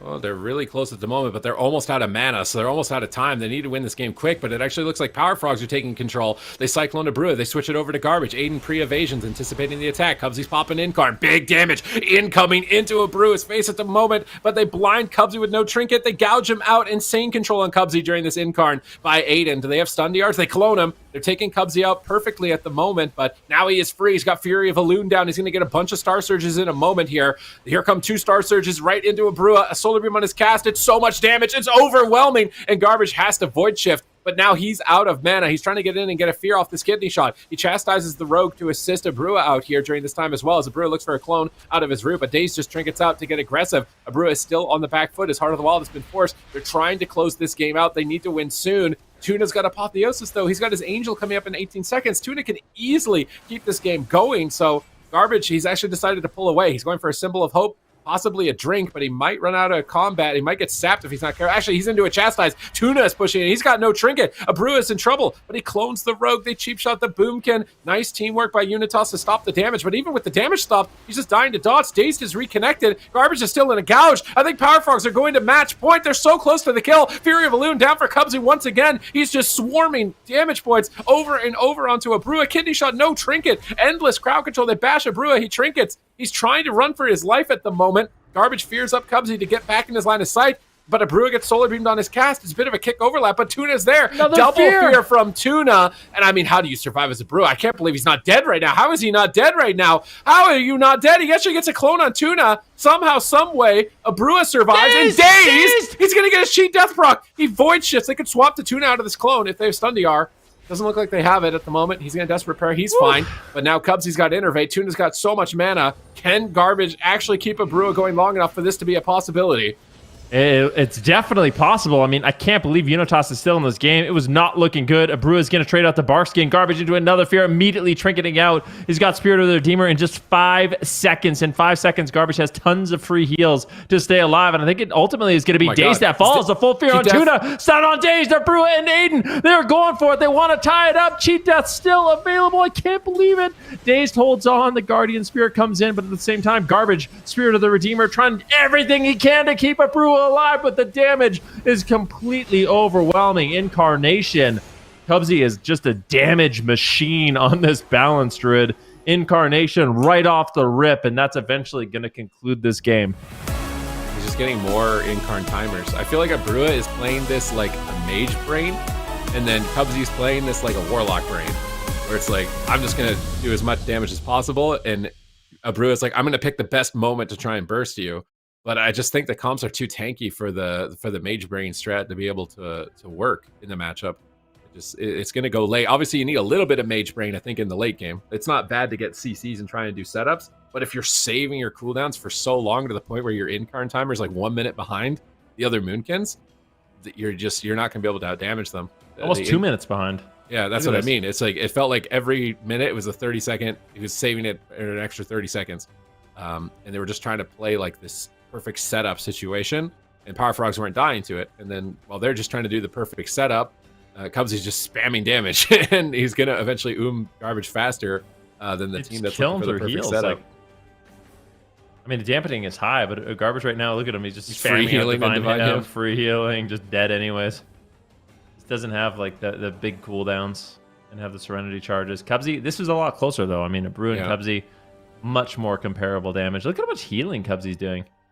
Like, how much do you think that is mattering in this match? Where's that coming from? Just frenzied regen, I think, mostly. Because I feel like they're probably coming close to casting Regrowth about the same.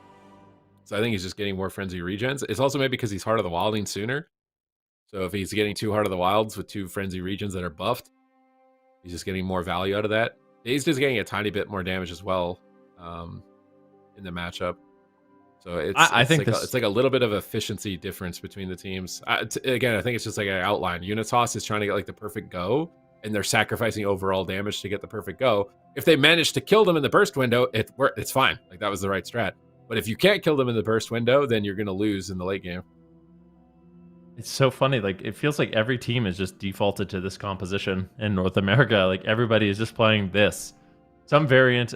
I guess not every team, but a lot of teams are playing this as like kind of their main composition. It might come down to who plays it the best in the mirror match. Power Frogs so far are up 2-0, but the games have been close. Like, I don't think they've been totally one-sided. There's been plenty of moments in the match where Dazed is scared, Cubsy's scared, and Unitas does have good pressure. So Unitas certainly capable of battling it back in this one, but this is their last chance. Power Frogs looking really good with a surprise composition. I really didn't expect them to play this. No, I wasn't either. They'd been playing basically only Mage Rogue the entire 2 seasons.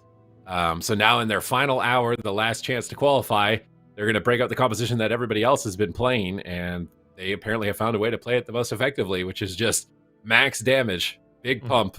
And maybe they got that from La Pomp, because La Pomp play very similarly, where they just focus on damage. And I mean, seeing those 2 teams go head-to-head could be very interesting if that ends up being the case. And now Unitas, they're being tested, man. I feel like they leveled up as a roster. They picked up Garbage as a new pickup as a healer. They're making really insane plays. They're a play-making team, but now they need plays and efficacy. They need more damage, period. They need the same plays that they're making with more damage. 2 damage. Let's see if they can do it. Unitas going to have to ramp it up, playing this one a little bit cleaner maybe, but ultimately falling behind in dampening. Both games it went to about that 9.5 minute mark, so we'll see if this one is going to be the same. It's interesting though, because although these games are going to dampening, I swear they are capable of ending a lot sooner. Cubs are getting interrupted. Cheap shot as well. Full Cyclone on Tuna. Great setup here by Unitas. Let's see if it amounts to anything. Cubsy's going to be popping the Incarnation to Brua as well, just matching him, exchanging blow for blow. So I like this from Brua, just shoving that Incarnation a little bit sooner. Yeah, and then it comes down to who can shut down the other Incarn, whether it's clones or stuns. So I'd say Brua is getting shut down a lot right now. He got kicked into a Cyclone, so he's not getting as much value at the moment. Now they're actually switching their pressure to Aiden for a bit. We haven't seen the Aiden targeted too much by the Power Frogs, but obviously you have to attack what's available. You don't want to just not attack at all. Getting shot on Cubsy into a Cyclone, so the tail end of his Incarn has now been shut down, and they're actually swapping to Dazed. Unitas are seemingly full focusing the Rogue, even towards like the last half of the last game and now the start of this game. I don't know if it's going to be that great to be like a main target focus on the Rogue for them. Full Fear on a Garbage from Tuna. Nice snipe. This isolates a Brua, but he's seemingly taking no damage, so they're going to Cyclone him instead. And actually, both teams now are going after the Rogue. A huge strategy flip for both teams here 1 minute in. Yeah, maybe they're realizing the Balance Druids are quite durable in the early game with Frenzied Regeneration and want to just go after the Rogues a little bit more. Maybe just going after both targets. Both Druids still under fire right now as Cubsy's down to about 60% health. Good pressure coming in here from a Brew and Aiden, but Aiden gets caught into a Cyclone, disarm on Dazed, cheap shot on Tuna. Both teams doing a great job with crowd control. Let's see if Cubsy can push in. Looks like he wants to keep this pressure up here. Overall, if we look at damage, there is a big lead here for the side of Dazed and Cubsy. So Power Frogs, in terms of just raw damage, is winning that war. But in terms of mana, it's about even for the healers. So we'll see if it ends up mattering as we move a bit later into the game. Nice clone on the bark skin of Cubsy, denying his immediate recovery here from Abrua, but Aiden's dismantled. He can't really do much out of the Cyclone. He's going to gouge Cubsy. Cyclone, is he going to fake the kick? He fakes the kick. Critical moment here, but Aiden actually Cloak of Shadows to immune the next Cyclone, so they're going to Cyclone to Brua instead, and he's actually very low health. But it doesn't seem like it matters. Garbage gets a huge heal there. Brua's back to full. Now Cubsy into the kidney shot, looking to turn it around on him, but with no CC on the Priest, it's very easy to heal at this point in damp. And here comes the Incarnation again from Cubsy. Brua has his, but see how he's not just shooting it immediately?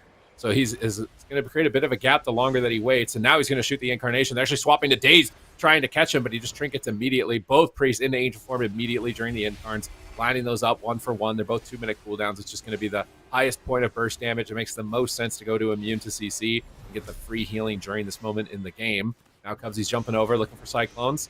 He does get a Cyclone. Actually, Brua gets a Cyclone on Daze, so Cubsy then gets a Cyclone on Aiden. Now he's switching it over. Gets a DR'd clone. Can they win with a DR'd clone even at not even 3 minutes in this game? Doesn't look like it. Kidney shot on Daze, cheap shot on Tuna, setting up for a Psychic Scream from Garbage. He gets it. Good setup. They're trying to get Barkskin from Cubsy. If they don't get Barkskin with a full fear, it's so bad for them. They can't get Barkskin. Brua got cloned and Aiden got cheap shot. So even despite that great crowd control chain onto Tuna, just get peeled away by Dazed. And now Aiden is into a Cyclone. Cheap shots onto the whole team. Garbage takes a huge hit of damage as well. He's rotting down in the back. Everybody is dying on Unitas. Tournament lives on the line. They've been fighting so hard to show that they've got what it takes to be a top-performing team in North America. They don't want to go out like this.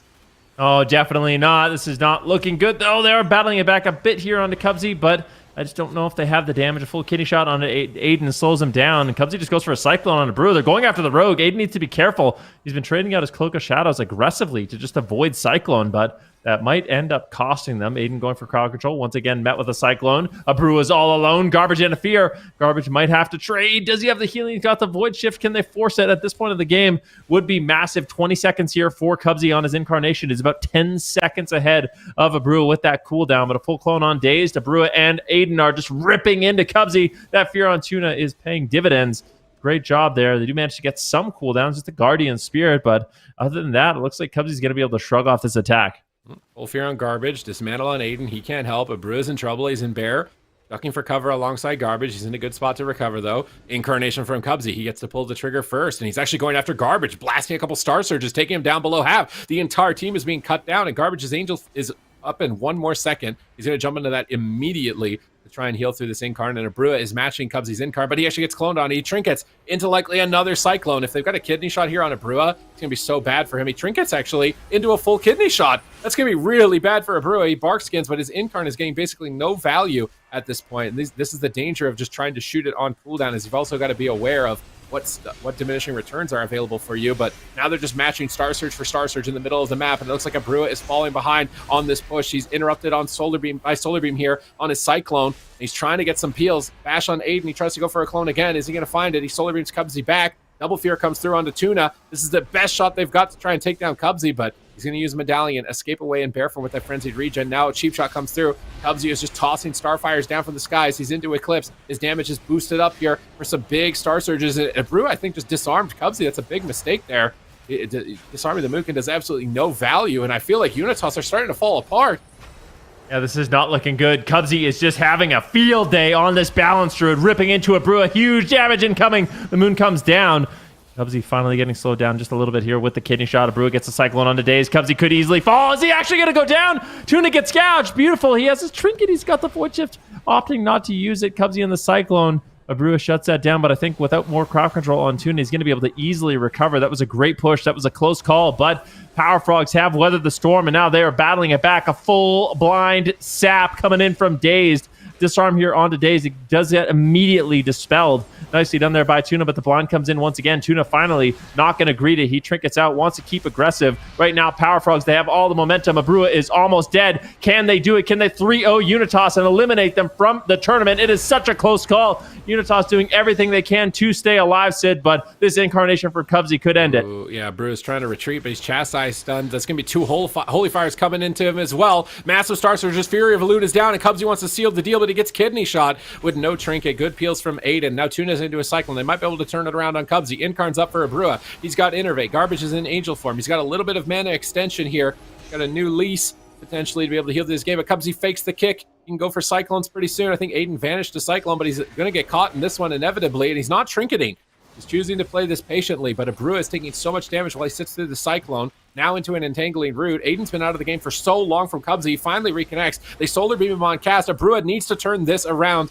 right now, right here. Can he do it? They're trying to push in and get aggressive. Garbage gets the full fear. Still no trinket available. Renewal comes up in 3 seconds. 2 seconds away from a heal. 1 second away from a heal for Cubsy as he gets back behind the pillar. He's going to be able to be greedy, I think, with Tuna by his side.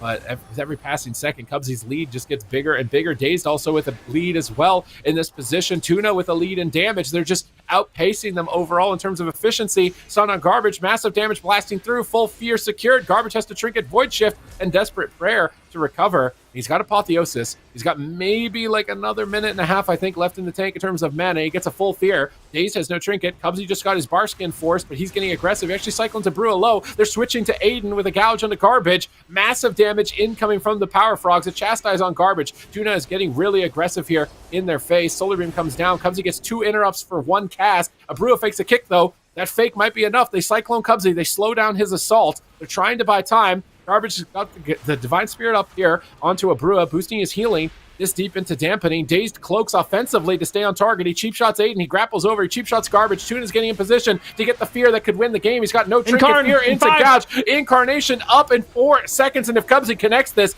surely there's no way for Abreu to survive. They Typhoon him away. Here comes that Incarnation. Multiple Star Surges incoming. The Kidney Shot Cubsy. He's got no trinket. Beautiful peels by Aiden. I think they should Cyclone Cubsy off the Kidney Shot. They're choosing not to in this position. I really think they need a cycle on Cubsy right now, but they're just trying to go for the kill. Maybe they can get it, but if they don't, it's going to be a lot of damage that they take. Tuna gets the Void Shift. Cubsy survives, and now Abreu needs to find a moment to get his Incarnation off, because this Incarnation could win the game for his team. Yeah, this could be the moment they need to actually win. Abreu has a lot of damage available. Aiden rotting down, forced to trade out the Cloak of Shadows and his evasion. Cheap shot now onto Garbage. Can they do it? A full cycle and lands. Cubsy wants to end this game. Abreu, he's got the Incarnation. He's just waiting way too long. He needs to pop it. They need to get the damage. They need to get Power Frogs on the back foot, but Power Frogs is just all over them, swarming them, the crowd control, swarming them with damage, swarming them with setup after setup. A Cyclone on Abreu lands once again. Here comes the gouge. Abreu gets cheap shot. He gets denied. He's just sitting on that Incarnation for the perfect moment. Can he find that perfect moment, Sid? If he does it right now, it's into Barkskin. But Garbage has no trinket. Maybe you just fire it. He's firing it. They're going for the win. They're so close to the kill. Cubsy at 10%. They're all firing damage into him, but they just can't drop him. He gets pulled back to the pillar by Tuna, who has Apotheosis. His healing is boosted up for some time now. Abreu is falling behind. I think the window of opportunity has been missed. He's Cyclone Blow health. Garbage is almost totally out of mana. And guess what? Cubsy's Incarn is up in 30 seconds. Abreu has to wait 2 minutes. Cubsy's easily going to win the game with this next Incarn, even if he doesn't just win it right now. If they can force Angel Form before it, I think Garbage needs to Angel Form right now. It's so much damage to heal through, and he's basically out of mana. He's into a Kidney Shot. He trinkets going to, he has to Angel Form. There's no way he can be greedy with it. He gets gouged. He still has no trinket. He's trying to be greedy. He wants to line it up with the Incarn, but he's going to die before it. I think if he waits, Innervate comes up for Abreu. He's got a couple seconds of free healing. He needs to pre-Angel a CC. Right now, it's over. It's match point. Your tournament life is on the line, and Unitas will fall. Power Frogs do too much damage. I mean, this is just ridiculous. Cubsy just pulls out the Incarn. It just came off cooldown again. I mean, that was 100% over at that point. Just overwhelming amounts of pressure. Power Frogs, big surprise. I mean, Cubsy coming in, I mean, it makes a lot of sense, right? Cubsy is obviously phenomenal at Restoration Druid. He's been picking up a lot of DPS roles. We've been seeing him on the Ellie Shaman. We've been seeing him on the Arcane Mage. We've been seeing him on the Warlock. Everything but Balance Druid. And now it finally comes full circle. Then he locks in the Balance Druid. They get the 3-0 over Unitas. And I just want to say, Unitas has been looking good. They had their best performance last weekend. I do believe today they look good as well. So going toe-to-toe with Unitas with this composition, I think this kind of speaks volumes here for the Power Frogs.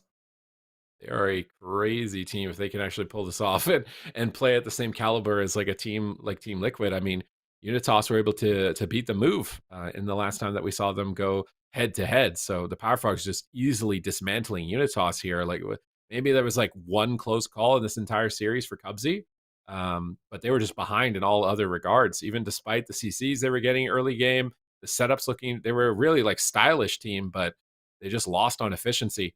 And this is one of the main points. Like Garbage can use Angel Form here and get it free healing while he's an Angel, but he also wants to line it up with Incarn, because the thing is, he Angels here, they live for 10 seconds, and then Cubsy Incarns and they die 100%. So yeah. It's real. It's like a tough call. Like, I mean, obviously you want to play the game with using everything that you've got before it's over, but he pretty much auto dies if he doesn't have the Angel during that window, and that's why he's trying to hold on to it for as long as he can. Look at that damage. I mean, PvP isn't obviously strictly a damage race, but in a mirror match like this, Pink parse. you know, doing 30% more damage than your opponent, it's big. It definitely ends up mattering. Yeah, definitely does. And you can just see it right here. Quick 3-0. I mean, some of those games were pretty grueling, but a 3-0 nonetheless. So pretty dominating series from Power Frogs. And, you know, they were able to beat, you guys are kind of already mentioning it, just how good Unitas is right now. Power Frogs able to beat this team 3-0 at what is potentially Unitas's peak. And off of, you know, just getting that momentum from the last win that they had from the previous round. So that's going to be very good for them heading into this next up series. They're certainly going to need it because it's La Pomp. It's La Pomp versus Power Frogs, and it is the last series of the day. We've also had La Pomp just sitting there waiting all day. They got to watch the EU games. They got to watch the NA games. They've been taking notes. They've been, you know, sitting there thinking, meditating. They're nice and hydrated. They're ready to go. Power Frogs, you know, they had not quite as long, but I do wonder if that's going to make any difference to the team. Yeah, I mean, the fact that Power Frogs revealed their hand, that they've got Boomkin comps, was definitely important intel for La Pomp to know. But I don't think it's going to change their strategy. I think they're probably still going to rely on the Demon Hunter, Boomkin, Resto Shaman for this type of matchup, because it's what they've been using to every other team that runs this composition. So can the Power Frogs play, you know, better than Liquid does in this type of matchup against La Pomp? Right. Because that's going to be the real test. Or do they have a Hunter pick? Because we saw Hunter really important, actually, for beating La Pomp from other teams. And they do have Chun-Li, but we haven't seen him basically throughout this entire season. So his Marksmanship Hunter was really good in the past. If they had him, I think that now would be the time. Yeah, it's a secret weapon that they've been holding back from us for a while, all season. They haven't had to use them just yet. I would love to see them bring out Chun-Li, you know, widely considered for a long time one of the best windwalkers in North America. So we'll have to see. But before we do that, we're going to go to another spell guessing segment. Whose spell is it anyways? Fisher said he's sorry for barking. My cat stole the chair. This is just an ongoing thing. But we're going to guess a spell up next. All right. Is this where I get tested? Yes. Causes all enemies to cower in fear. Them for 20 seconds. What lasts? What do you think 20 it is? Seconds? What? Piercing. It's instant. So piercing howl. Is it No, Sigil it's of not an Misery? option. I think it's Misery, right? I think that's the only one that lasts that long. Psychic Yeah, because Scream. it's. I don't know. Is it different than is there like a PvP tooltip for this? A PvE tooltip? I think so, No? yeah. I think Sigil of Misery is nerfed in PvP. Is it 20? That'd be broken in Mythic Plus. There's no way it's 20 seconds long. This is hard. This is a hard one because it's not Psychic fear. Scream. It's not fear because it says all enemies. Its sphere is one target. Sigil of Misery is all targets in the sigil. I'm Psychic going to go with Sigil. Scream. I'm going with Sigil of Misery. But Psychic Scream, Psychic I'm Scream going with 20 Psychic seconds Scream, in just off of PvE? vibes. I don't think so. It might It could be, literally though. be any of the last three, I swear. Yeah. As Dang if it. there is a PvE tooltip, and I don't know what the PvE tooltip because none of these last 20 seconds in PvP. Oh, but what if it's Thinking what if it's a snare after the fact? After you get feared, you're snared. I think that's Sigil of Misery. All The right, Psychic lock it in. Scream, yeah. Causes Psychic Scream baseline all doesn't snare enemies you. to in the sigil is what it says. It says this causes all enemies in the sigil to cower in fear, snaring them for 20 seconds or something. Yeah, okay. I think it's Sorry. Sigil. I think that's wrong, Yeah. but Oh, we got it. Disorienting them. Disorienting them. Whoa, Let's go. The last okay. 20 seconds in PvE? That's right. Yeah. Nerf Demon Hunter, man. What? How is that not the Breaks best on thing in damage, Mythic Plus? allegedly. I'm getting intel that it breaks on damage, so.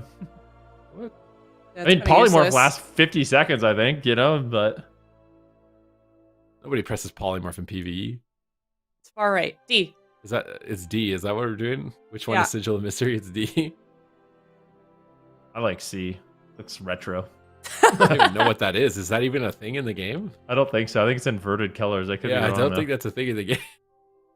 I'm The gonna B have is fun the with that. silence. I think it is D. I'm pretty A sure is it's the A is the vortex one, and B is the silence, and D is the fear, It's and D. C is not in the game. It's D. right? Is C in the game? Now I want to know. I don't think C is in the game, but I kind of want to know. Apparently it's a debuff. Oh. I've never seen that one. Neither. Yes. Down to Disengage. backward, away from your enemies. Actually, I don't know where they... Is this in Moon Conform tooltip? Because Wild Charge is 15 seconds, but it's only in Moonkin that you bound backwards. What other classes have bound backwards for a 15-second cooldown? What's a disengage cooldown? Rogue doesn't have disengage. What is that one right there? Hunters. Does it do anything else?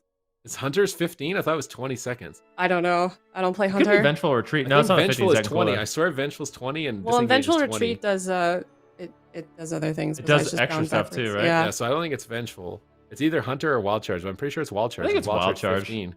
But it's a Moon Conform Wild Charge tooltip. So maybe that- it's Hunter disengage. Yeah, that's the thing. If it's out of Moon Conform, it would say like jump to an ally or something. If I got this right before anybody else, I think I'm gonna be proud of myself. That's all. That's. It's I'm gonna be either proud of Hunter you, too. or Wild Charge. I don't usually get these right over you guys. I want to say it's Wild Charge because I'm pretty sure disengage is 20 seconds. It looks like it could be 2 words. You might be right. What if it's disengage rogue and it's just an ability we don't even know about? You know, That doesn't Maybe. exist. It doesn't exist. That's a trap. That's a bait. that's what I'm going with. Disengage rogue. Oh, I get to keep my Wild dream Charge. card. good job. Yeah. Proud of you, Super T's. All right, Oh, so then they rigged who's it a lost their class little bit. card so far? Zico. Is it only Not me. Zico? I haven't gotten a mage one wrong yet. Okay. Did you get a mage one yet? No. I don't think so. I think that's still just statistically. Oh, we there's get another one. Okay. Last wave. Final answer. You know Thank it does you. 149%. Oh, Oh, you're wrong. There goes like they didn't hold Hand back it at all over. there. That Hand it was over, ruthless. Ben. That was ruthless. You auto locked wait, it wait, in wait. immediately. Let's see. and Let's it's wrong. give us the card. The point Okay. that Okay, listen. Oh If my anybody, God, that was so quick for him to lose his card right there. I got in and out. If He any was so mages confident, out too. He was there, beefing on Zico. He was like, "Yeah, I still got mine." He just All right. insta lost it. Twitter.com/wow esports. We're looking for some new mage casters. If anybody out there, is interested in joining the crew, just let us know. With that, maybe we'll get them up for this next round. With that, we're gonna head into another break. We're gonna have the final series of the day here. It is Le Pump versus Power Frogs. We're going to determine which team from North America will be moving from the Gauntlet into the finals for tomorrow. We'll see you in just a bit after this break.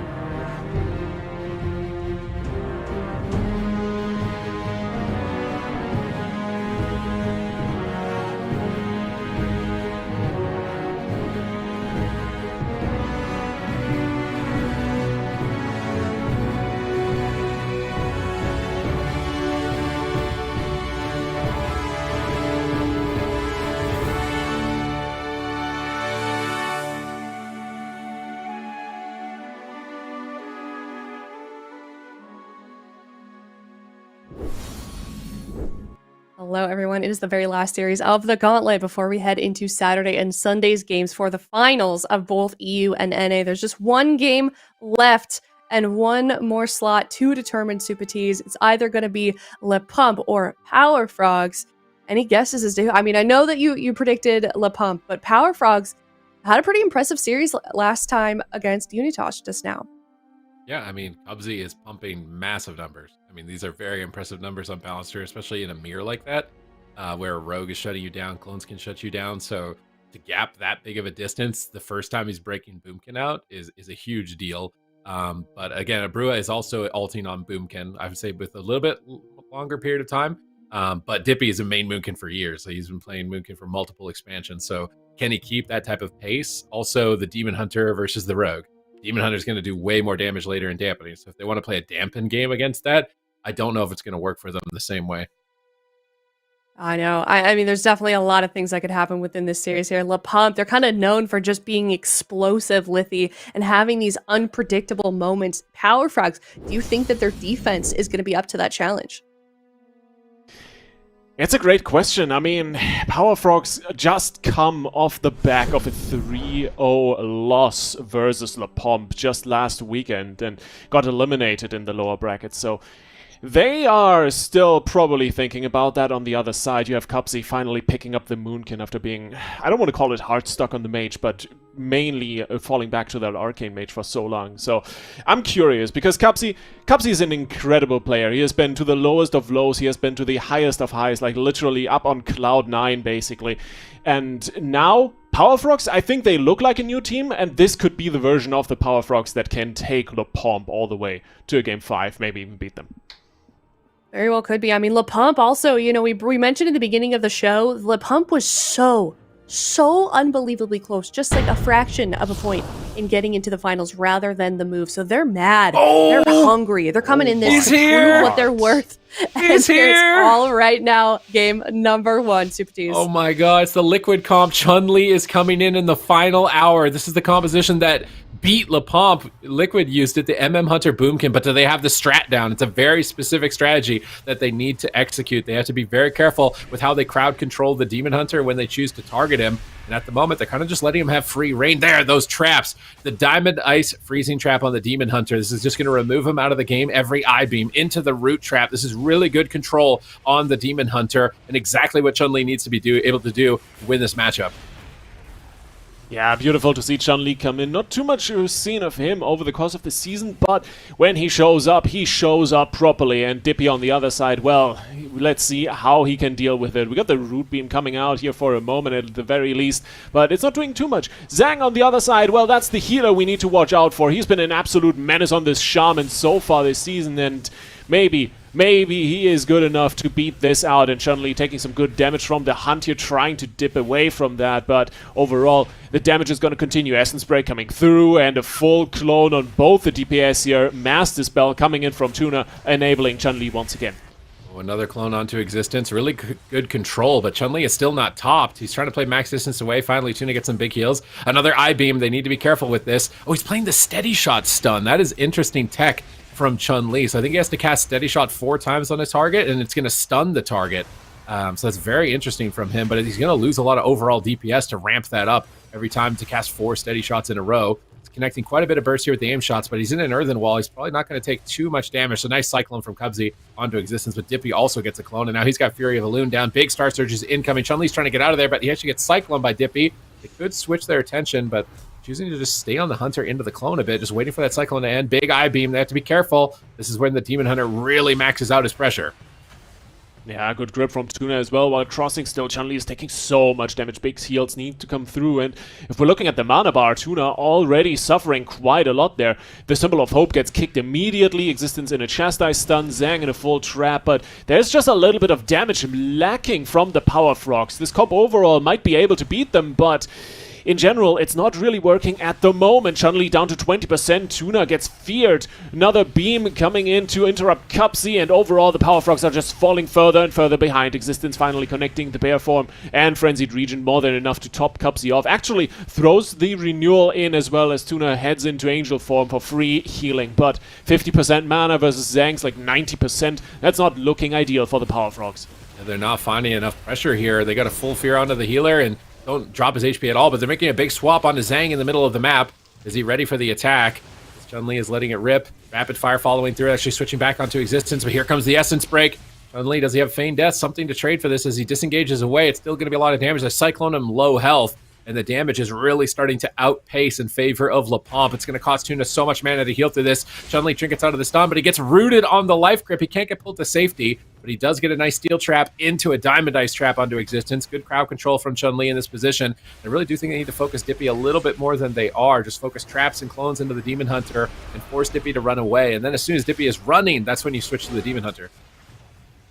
Yeah, the strat is there, the game plan is there, but the execution not quite working out. Turtle forced on that reclone on Tuna. Overall, it's looking more and more desperate by the moment for the Power Frogs, and LePomp, they're just cruising. The problem is with these games, if you're cruising the entire game, you might get surprised by a sudden swap, and if I'm looking at Incarn in 40 seconds, Chun-Li on the Hunter, this is definitely a comp that can just turn around and 100-0 someone. Zhang on good mana, has the link and the trinket available while existence is getting damaged quite heavily. Another reclone from Cubsy, well landed. Dippy trying to get some in of his own, but for the moment everything stays under control. Another stun onto existence. There's the 4 shots in a row that lock him down here for a moment as Chun-Li pops that sacrificial roar and should be fine. Tuna with another good grip, but look at his mana super. That's not looking great. Yeah, I don't think you're going to be able to drink against this composition. Zhang can just Earth Grab Totem around the pillar. Like right now, I think he's trying to sit down and Zhang moves in. He gets Moonfired. They trap Dippy, and so they're putting their traps on the Moonkin and trying to focus fire the Demon Hunter. I don't know if this is going to work out for them. It's going to be so much damage from the Demon Hunter to not be putting those. His pet actually died. Oh no, and he got feared on the res pet. Now he's into a Cyclone. And if Chun-Li doesn't have his pet, they don't have Mortal Wounds, they don't have Freedom, and they don't have Roar of Sacrifice. It's so much that Chun-Li is losing at the moment while his pet is still continuing to be dead. Oh my god, he camouflaged and tried to bait them with the res pet, but they see where he is and immediately stun him. He still doesn't have the res pet. They can't get any momentum without a pet. He's just trying to do damage, but it's without Mortal Strike, there's no way they're going to get pressure. He's getting lower and lower. He doesn't have Aspect of the Turtle to guarantee his pet res, and he actually got cloned on his trap, which could have been a good time to try and go for it. Dippy is just taking him out of the game, preventing that res. They pull him behind the pillar with the static field into a stun. They Typhoon his trinket. They lasso it for follow-up and almost KO him. But Cubsy saves the day with a Cyclone on existence and a fear onto Dippy just in the nick of time. And Chun-Li is trying to get distance, but existence is all over him. And if he can't res his pet, actually he did manage to get his pet. I see it attacking existence at the moment. He's actually managed to get his pet throughout all the chaos. They force his Nether Walk. And now with Nether Walk on cooldown, Power Frogs still have an opportunity. Yeah, full trap onto Zhang after Tuna enabled that Pedres with his beautiful grip once again. Really on point with the positioning on the Priest so far, but Cubsy under pressure, massive damage while Chun-Li is sitting in a Cyclone. Dippy in the meantime getting lower and lower, but Zhang has every mana point available that he needs to keep his team alive. Just free casting in the middle of the map here, looking for more utility. Has been very impactful so far on the Shaman. Gets beamed, but it's not going to bother him too much as Chun-Li is down to 20% once again. Essence Break is available for existence. Finds the fear onto Tuna. This could be massive. Zhang tries the totem, but Chun-Li outplays it with the disengage beautifully. Still, existence will keep up on target. The Essence Break is available and up and running. Zhang with another lasso. Here's the damage. Clone and clone on both the DPS. That's probably saving Chun-Li's life right now. Yep, nice plays here from Cubsy. He's been key in terms of keeping his Hunter alive throughout all of these attacks. And now Chun-Li is ramping up. Existence sees it coming, tries to vengeful retreat away and immune some crowd control, but Zhang's in a stun into a freezing trap, has Trinket. They drop Darkness, so they have a knockback. They try to push him away. Here comes Incarnation from Dippy. It's going to be a lot of damage, and Tuna has no mana to heal. He's going to have to Angel Farm immediately to get free healing. Divine Hymn fully channeled. Is he going to die even through full healing? Existence has him in a stun. Essence Break comes up in 5. Cubsy gets a clone on him, but now he's going to be on Clone DR for his meta, his hunt, his Essence Break. If they can't CC him, they've rooted him now. He's on Root DR and Clone DR. He has every cooldown up to max out his damage. Chun-Li has to be so careful right now. Here comes the Metamorphosis. He disengages away from it, but they don't have any CC. He needs to Diamond Ice trap the Demon Hunter. But they're swapping to the healer. It's a Hail Mary. Can they drop him? He pops the wall and manages to get back to the pillar, and now Cubsy falling behind. Chun-Li still taking a tremendous amount of damage, and Tuna, I think he's hit the wall. He's got no mana left. Tuna is wiggling on the hook, looking pretty dry there. Only the Void Shift coming in to save his Hunter's life. Turtle overlapped. This is the last line of defense. Tuna is gone. There is no more mana on this Priest, and it's only a matter of time until either Cubsy or Chun-Li are gonna fall. But Dippy still taking some punishment here. This might be another Hail Mary attempt. We could see here Zhang sitting in a Cyclone. Tuna is trying to dip away. He needs to drink. He needs to find some sort of mana while Chun-Li is trying to kite. Raw sacrifices up the wall as well. They are keeping themselves up and going somehow. Tuna got like 5 to 10% mana, a little bit more, so he can keep going for another moment. Another beautiful grip onto Chun-Li, disengaging once again, but Existence connects. Essence Break, beautiful Psychic Scream from Tuna. He is doing the best he can, gets aligned with the beam. Dippy once again has found the target, but gets rooted on the follow-up. Chun-Li still alive, Tuna still alive, has another Serenity Charge, 40% dampening, but they're staying in the game. And for the moment, it's enough. Zhang pops the tide, but there's so much damage. Chun-Li disarmed as well. Cubsy down on half. Maybe they can find the Miracle Swap onto Existence once again, but the Hunter is just dying. Fury of Elune, get the laser in there, but Cubsy needs some heals. In the meantime, Tuna dry once again, and it is all over. 45% dampening. That's the end of the line for Power Frogs. Yeah, and I mean, this is the first time we see this composition from them. So they probably need just a little bit more work on it overall in terms of what they want to do. They've seen it play out now. Like if it's going to go late game, they need to focus on trying to get drinks. And I think if they get good crowd control, they can get drinks. I mean, they have so much CC. A Root of the Demon Hunter, Clone on the Boomkin, Scatter the Shaman when he comes in. I do think that if they actually try and play around drinks, they play on larger maps, that this strategy of trying to run away as they're doing could actually work for them. But if it's just they only got one drink the entire game. So it's not going to be enough. So if they can just do the same strat and play to set up drinks, use maybe an Incarn to scare them away. Sometimes we see like double casters will do that. In the past, they'll use their big damage cooldowns to scare the enemy team to run away because they don't want to take a lot of damage. And then while they know they're going to run away, I can just sit down and drink as the healer for that team and then regenerate mana and trade the cooldown for mana. Something like that. But the CC chain at the end was really dirty onto Tuna. He just couldn't escape. Even if he had mana right now, he couldn't escape from the chain. Chun-Li tried to disengage away, stuns the Demon Hunter. Tuna gets grappled away, although it's not going to be too much of a big deal. He just does 0 mana. He's got his Angel in 2 seconds also, actually. Maybe he had Feign Death. Maybe he could have Feign Death there, somehow Angel form, but like that is so close that like I don't think you want to win like that. You need to make it not that close by playing to set up the drinks.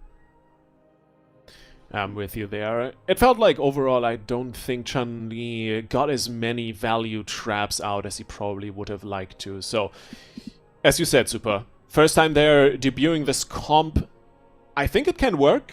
If it's going to work right away in the second map, if they can adjust enough, if they have the practice to put in leading up to this weekend, I'm not quite sure, but most definitely, POMP on a roll. They keep up the momentum from the last cup, and Power Frogs, well, they got some questions to answer here. What can they do? Yep. I mean, if you're POMP, you just lock it in the same comp until it's actually proved. Maybe not, though. What would you can't play rec comps into this team. Cubsy's going to play Mage. So you can't use KZ Fox to that capacity. You have to win as this, actually, if you're Dippy's team. If it doesn't work, like I don't think you have another option. So you have to win as this comp. The other thing is, right, the way this comp worked out properly for Liquid was with Existence on the Warrior, right? So it's definitely a question. I don't even think it worked. Didn't they lose too? I thought they lost his Warrior too. Even with him on Warrior, it didn't matter. I could have sworn. No, that's what I meant. POMP lost with Existence on the Warrior. That's what I meant, not on the Demon Hunter. So yeah, POMP I think have to win with this comp. They experimented with the Fury Warrior against Liquid, and I think Liquid is actually is Liquid really that much more of a polished team on Hunter Moonkin? I feel like no teams play Hunter Moonkin. Like it's literally like 1 week of playtime max for most people. But the Hunter Moonkin, Fury Warrior couldn't beat the Hunter Moonkin. So the Demon Hunter build here looked really good in this matchup. Not nearly as scary. I think the Power Frogs need to focus more damage on Dippy.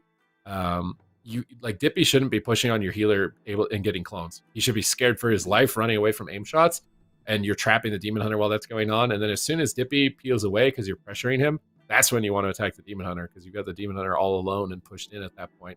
So you CC the Demon Hunter, you do a full root, full trap, full clone, take him out of the game for like 20 seconds. You force Dippy to run away that entire time. As soon as he runs away, Demon Hunter comes out, you attack him. But they're actually choosing not to. They've given up on the Hunter. They gave up really fast on that. They also give up on Cubsy's Boomkin, even though that looked pretty decent against Unitas. We're back to Rogue Mage Druid. I think this is basically just full comfort for the Power Frogs, and Dazed on the Asa Rogue, definitely an interesting twist to the equation here. Yeah, we haven't seen him play much of it. He's only been playing Outlaw.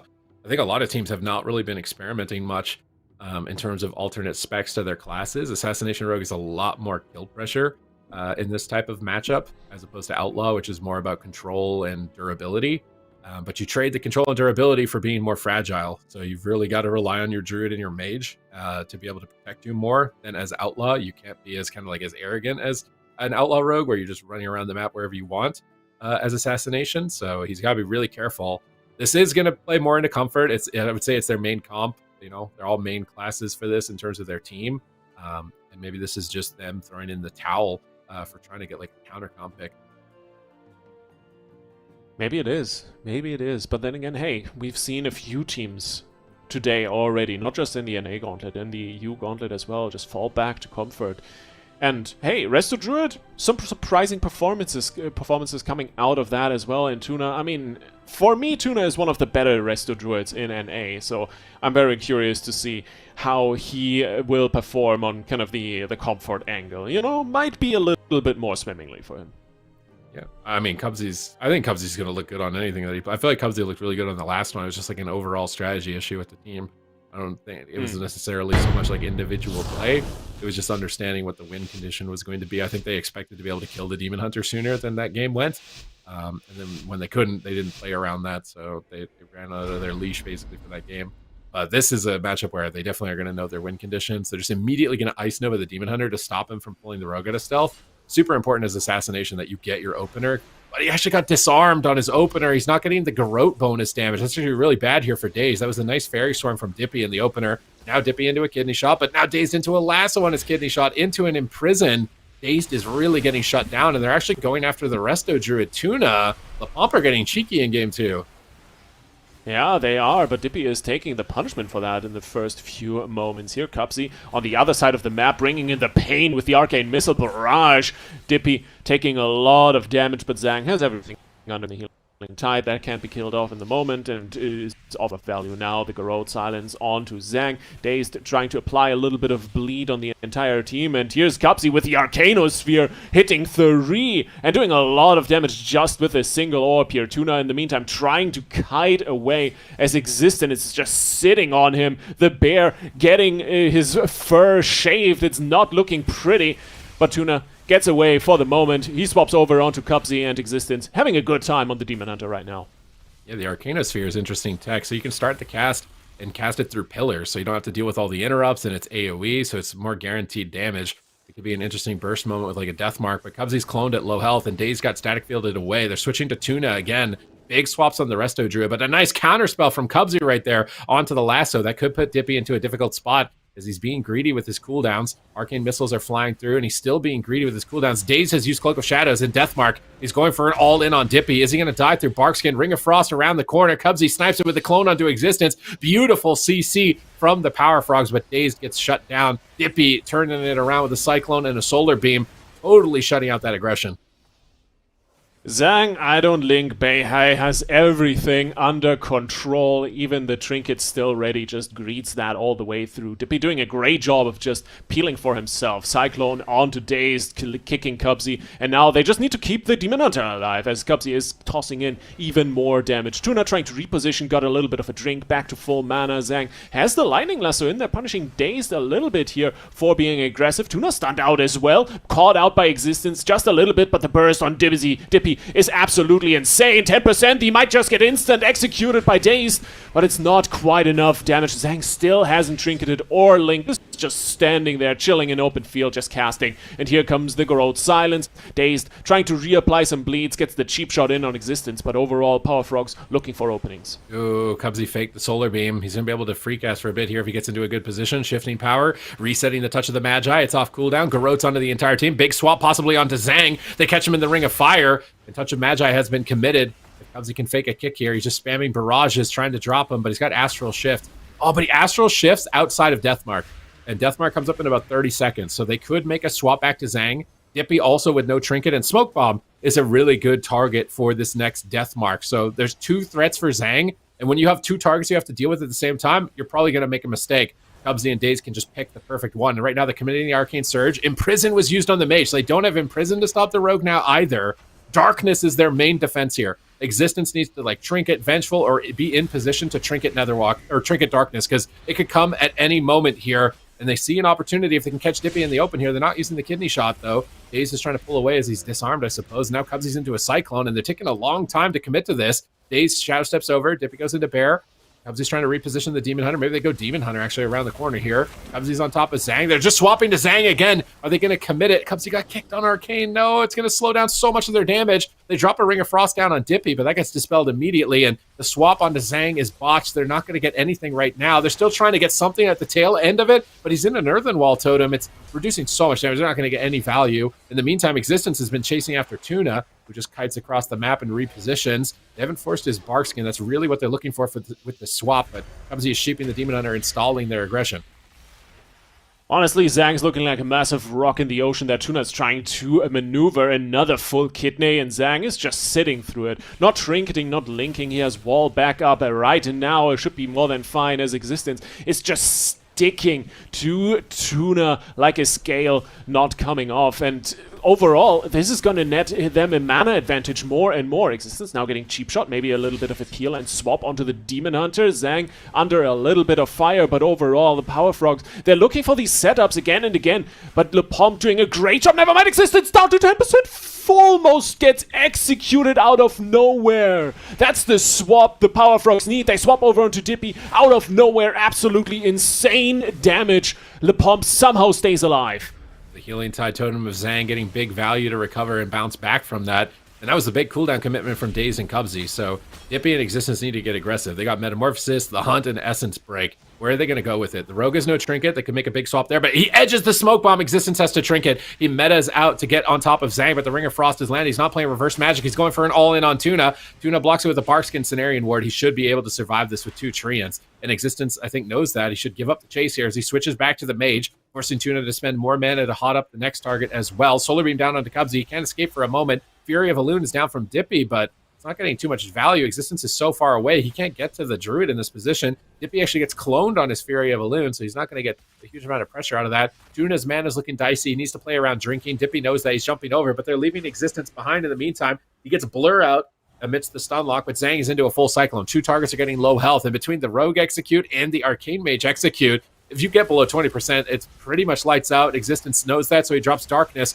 before his health gets that critically low. But now they don't have Darkness for Deathmark, which just got popped, and they've got Arcane Surge available. If Cubsy can get this Arcane Surge off with the Deathmark, it could be lights out, but he's on the back foot. He just can't get a stance that he needs. There's the Arcane Surge. Big damage incoming onto Existence. Can they close it out? He gets out of the stun. He stuns Daze. Dippy's looking for Cyclones. He Cyclones Tuna. He's actually getting aggressive with an Incarn of his own. He's going to match damage with damage, but I'm not sure if he can match Cubsy 1-for-1. Yeah, but Tuna on the other side of the map is now getting swapped to out of the stun, out of the clone. Cubsy has to block just for Tuna to have any opportunity to stabilize, but it's still not looking good. Daze down to half as well. Everyone is rotting away, and Tuna has to do a lot of work just to recover. People topped off at this point. Beautiful totem from Zhang once again, who's sitting comfy at like 35% mana. Overall, Le Pomp looking peachy, not to even kind of sugarcoat it. Another full clone on Dazed, follow-up reclone. Dippy doing a great job of creeping this rogue on a control-full route as well. Tuna trying to get around line of sight to dispel him, but it's not really working out. And not even to mention that Tuna doesn't even have any mana left over. Gets full cloned by Dippy. Fury of Elune coming in, kicks Cubsy on Arcane once again as Existence is trying to keep up and get in there, but can't quite catch him. Gets Frost Nova. Now the swap onto Dippy. Deathmark in 35 seconds. That might be the last chance for the Power Frog to do something here as the Pomp is really just pulling away. No ice block. Tuna's trying to drink. They sap Existence. They sheep him. Tuna's in stealth, I think, in cat form. You got a tiny bit of mana, like a squeak of 5% or so, but any mana at this point is going to be super important. But now he's into a stun. They could swap to him. Dippy's trying to get in line of sight. Dazed is stunned out of the game. Cubsy tries to blink over to assist. They've got him in a bash. Full Cyclone. Dragon's Breath on the Demon Hunter. They've isolated Dippy. They've got Deathmark in 9 seconds, but Dazed gets disarmed. Nice dispel from Tuna. Metamorphosis from Existence. He's going for the kill on Tuna. Existence just does not care. He's going after the healer. Zhang is pushing in. They root the rogue and the mage out of the fight, but Tuna escapes and jumps back to Cubsy. Existence is still chasing him down, but here comes the touch of the Magi. They can't leave Cubsy open. He's going to do a lot of damage on the Dippy in this window. Zhang into a kidney shot. Can Cubsy get some CC off of this? He's not even going for shooting damage. Zhang grounds the missile cast. They managed to interrupt him there on the Ring of Fire, but Zhang has to drop a Spearlink Totem. It's the Death Mark. This is it. Can Dazed make the push? His Cloak of Shadow is going to be used here as well. He knows that this game is coming to a conclusion shortly. They have to go all in. It's all or nothing at this point. Tuna is trying to drink amidst the chaos, but he got almost no mana, and Dazed is getting destroyed behind the pillar. Dots are ticking away. Cubsy could fall at any moment. Tuna barkskins for the swap to him. Everybody is dying on the side of the Power Frogs, and I think they've run out of time. There should be no way that Tuna brings this back. Double kill for LaPomp. What a game. Just dominance all the way through from LaPomp. It takes Power Frogs 8 minutes and 30 seconds to force Zhang's Spirit Link out. At this point, you might almost say he could save the talent point and just grab something else, but overall, what a absolute dominating look from LaPomp. They're really bringing the same performance as in Cup 4, and even back then, Power Frogs already had no idea what to do against this team. It's starting to look pretty damning again once here in the Gauntlet. Yeah, Super Frog's in a rough position. They got a couple of burst moments. I feel like maybe earlier on, that Deathmark smoke bomb window that they kind of sat on for a while, maybe they could have capitalized on that a little bit earlier. Again, they didn't really play this matchup. They waited until their to try and play for drinks. And when you wait till that moment, it's super stressful. And if the other team has trinkets, they're just going to run on top of you. So I think playing for the drinks sooner is something that they should take into consideration. But I feel like LaPomp's team is just better suited for this type of strat, which is just like do with maximum damage and last as long as possible. I mean, we see that in the damage meter, right? They're doing significantly more damage overall, but it seems like the same issue from game one, even with a different comp. Power Frogs just, they try and drink too late of a margin into the game. Yeah, I'm also wondering how much the Shaman pick plays into this, right? Because you can see Zhang, he's playing open field a lot, wide stretches of the game. He's putting in pressure with the totems, beautiful static field repositions. The lightning lassos are coming in clutch. And while Tuna is trying his best to get some bashes and clones in, I feel like overall, Tuna is playing from behind a lot more for the majority of the game and doesn't find the same impact that Zhang has. Yeah, I mean, that's also a Druid thing. Resto Druid is usually a little bit more passive of course, than a Shaman in this type of matchup. But it's just, I mean, every game goes, it seems like the average length here for these last two series has been around 9 minutes to 9 minutes and 30 seconds. It's like an enrage timer. Either you have the momentum at that point and you win, or you don't and you lose. So you really want to be in a position where you've got more mana when you hit the 9-minute mark, so you can be the team kind of grappling them down. Because at the 8-minute mark, the 7-minute mark, it was Cubsy's team in the lead, right? Like they were all kind of getting low. It's kind of scary. We see darkness come down. So finding that push moment at 9 minutes rather than 7 minutes seems to be an important timing to hit. The thing for me is, especially if we look at this entire match, this entire map, rather, there were a lot of moments where Power Frogs had some good opportunities, where Dippy was really low, basically just saving himself by cloning one guy and kicking the other, and preventing all damage coming in, right? Is there something Power Frogs can adjust and play different in the early game? I want to say like the first 4 or 5 minutes to kind of alleviate a lot of the issues they have in the later stages of the game? Do they just need to commit harder to their goals? Yeah, I mean, in the opener, he didn't really get an opener. I think he got the cheap shot, and then he was disarmed into a clone. So that's obviously not ideal. But as the rogue, if you're going to open before the boomkin, it's kind of up to the mage to counterspell and your healer to dispel. You just have to be ready to instantly dispel, or you can cloak. I mean, you can cloak the disarm in the opener sometimes. You might regret it, but okay, they're just flipping it completely into a different direction here. This is a great comp to one-shot a Demon Hunter. Chun-Li's on his main. Daze is on his main. Tuna's coming in on Priest, though, instead of the Druid. I think it seems like the priests have a longer battery at least, or it's getting pretty close. But in their final hour, Chun-Li is coming off the bench. The cleave needs to be enough. Can Chun-Li carry on the Windwalker still, or are they just out of the competition? This is their last lifeline. They have to win 3 games in a row if they want to get into the top 4, or this entire year of play is basically out the window. It's a rough spot to be in. I mean, if you are supposed to be this clutch player that comes in at the very end, well, you better not just bring in the clutch plays, but you also bring in nerves of steel, because this is as tough as it gets for a player, right? It's all cards on the table, your back's against the wall, as you said, Super. If they go down, they're out, it's done, that's it, for the season, for the expansion, really. And I don't envy Chun-Li, but at the same time, he's an experienced competitor, right? This is his main. If he is gonna pop off and perform on a class, what else on but the Windwalker? And Windwalker is pretty good at the moment. I mean, if we look at especially EU, for example, right? We've seen teams like HOOLIBANG, we've seen teams like Bikini Bottom Mafia absolutely demolish teams with this lineup. So I think they can do it. I definitely think they can do it. Yeah, I mean, they had better hope they can do it here, because it's the last chance that they can. Also, they have to consider, is this a comp that can beat Ret Paladins? Because we saw Ret Paladins coming in as kind of like the cleave counter picks as well, and they got KZ Fox on the bench, so there's a lot of pressure here for the Power Frogs, not only to win this game, which isn't guaranteed, but I think Existence is going to have to be careful on his toes, especially if he's playing with super high ping.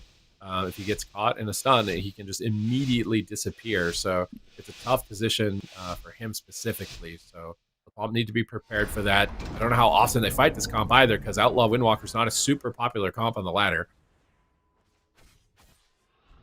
We'll see.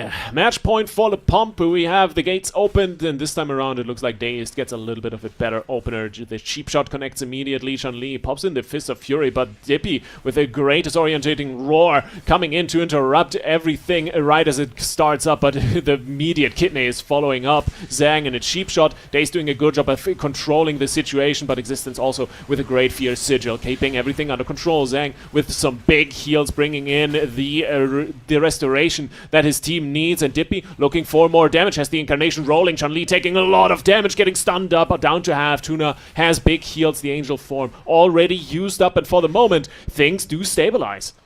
The Pomp look good so far. Here come the stun locks. Where's the damage, though? Chun-Li's not connecting enough to really force anything at the moment. As Dippy gets into bear form, it's going to be super effective against a Windwalker and an Outlaw Rogue. He wild charges, repositions away. They swap to the Demon Hunter. Big swap. Does he have multiple cheap shots? He's got a couple more in this back pocket, but not enough damage to KO him in this position. Existence gets big heals, and this is the downside of the Rogue Windwalkers. Your interrupts are melee range. So Zhang can free cast healing basically the whole game outside of these incaps and these kidney shots. So it's going to be really tough for them to get any sort of pressure outside of those windows specifically. Now we see them falling even more behind. Chun-Li's cloned on his diffuse magic. Nice denial by Dippy. This cheap shot's way too late. Now we see a spinning crane kick. They're trying to power through the earthen wall, but I don't think they can cut through that defense in this position. They go for a paralyze regardless of the earthen wall, and Existence respects it. He drops down Darkness and actually forced Darkness before Serenity. So Chun-Li does have a big opening here.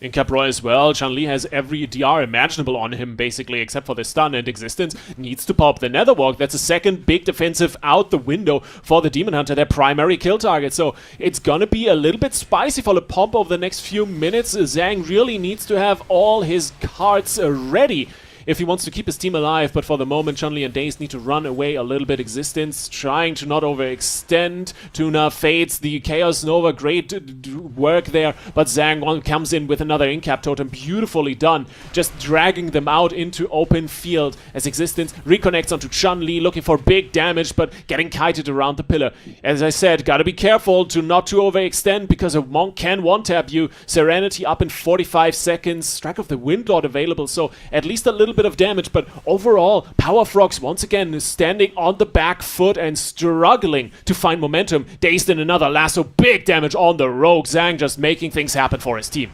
These cyclones from Dippy, man. Another one on Chun-Li. It just trinkets it. Chun-Li has had enough. Fist of Fury flying through. Can he knock out Existence? Zhang trinkets and respects that play from Chun-Li. He saw him aggressively trinket and was not going to allow him to sneak away with a kill here on match point, but it may not even matter. The damage is becoming overwhelming. Chun-Li is really maxing out right here, keeping up with the Demon Hunter, at least on his toes, on his heels right now in terms of overall damage, but now he's forced to port away. Tuna's in a Cyclone. Dazed is going to vanish from sight. Another Cyclone on Tuna, but Chun-Li seems fine behind the pillar. Excellent portal positioning. Now he's going to portal back into the midfield. Back on Dippy for a moment. Still no trinket on Existence. Serenity is available. They paralyze, chastise, triple CC, gouge to set up the kidney. And I think this is going to be it for Existence. Insane damage. And I don't know why you took this long to put Chun-Li in on Windwalker. What a clean setup. It's actually disgusting how clean that was. No chance whatsoever. Zhang on the other side of the map basically can't even get in range for a possible Spirit Link. Power Frogs are back, baby. This series is far from done. Okay. Now, can the Windwalker comp beat the Ret? That's the question. Because I actually don't think Existence should play Demon Hunter in this matchup. I actually think this is just like an outright Demon Hunter Slayer. With the setup that they did, particularly at the end that we're going to see in the replay, they use a gouge so that Existence can't pre-blur, pre-vengeful. He can't do anything like that. Full kidney, and you're just outright dead. They chastise one, they incap one, and they gouge one. And that guarantees that no one can pre-use a cooldown to save him. And if you have Serenity and a full kidney, it's game over. You're just done at that point with no trinket. So they got him in a checkmate position. Zhang has no trinket, Existence no trinket, Dippy no trinket. So they use 3 instant CCs. They paralyze the Boomkin, they chastise the Shaman, they gouge him, they knock him even further just in case. Like this knocked him out of line of Dippy, and they just outright smoke him in that setup. That was the best 3-2-1 setup you're ever going to get. It really tactically played right in that moment. And that's why I don't think you should play the Demon Hunter, because this situation is going to happen. Eventually, he's going to have no trinket, and if they guarantee that setup with the 3 CCs, that's also why I think Tuna playing Holy Priest is important over the Druid. If he was a Druid here, he can't use that ranged chastise. So Zhang will have more time to react to him pushing in. So it's actually very important that Tuna is multi-classing as well. He's been playing Druid throughout all the other tournaments, right? So in this final hour, his Holy Priest is going to be really key. Yeah, the final hour. It definitely has arrived, but the Power Frogs are still in the game. The big question now, of course, you had the counterpick advantage to bring in Windwalker Rogue.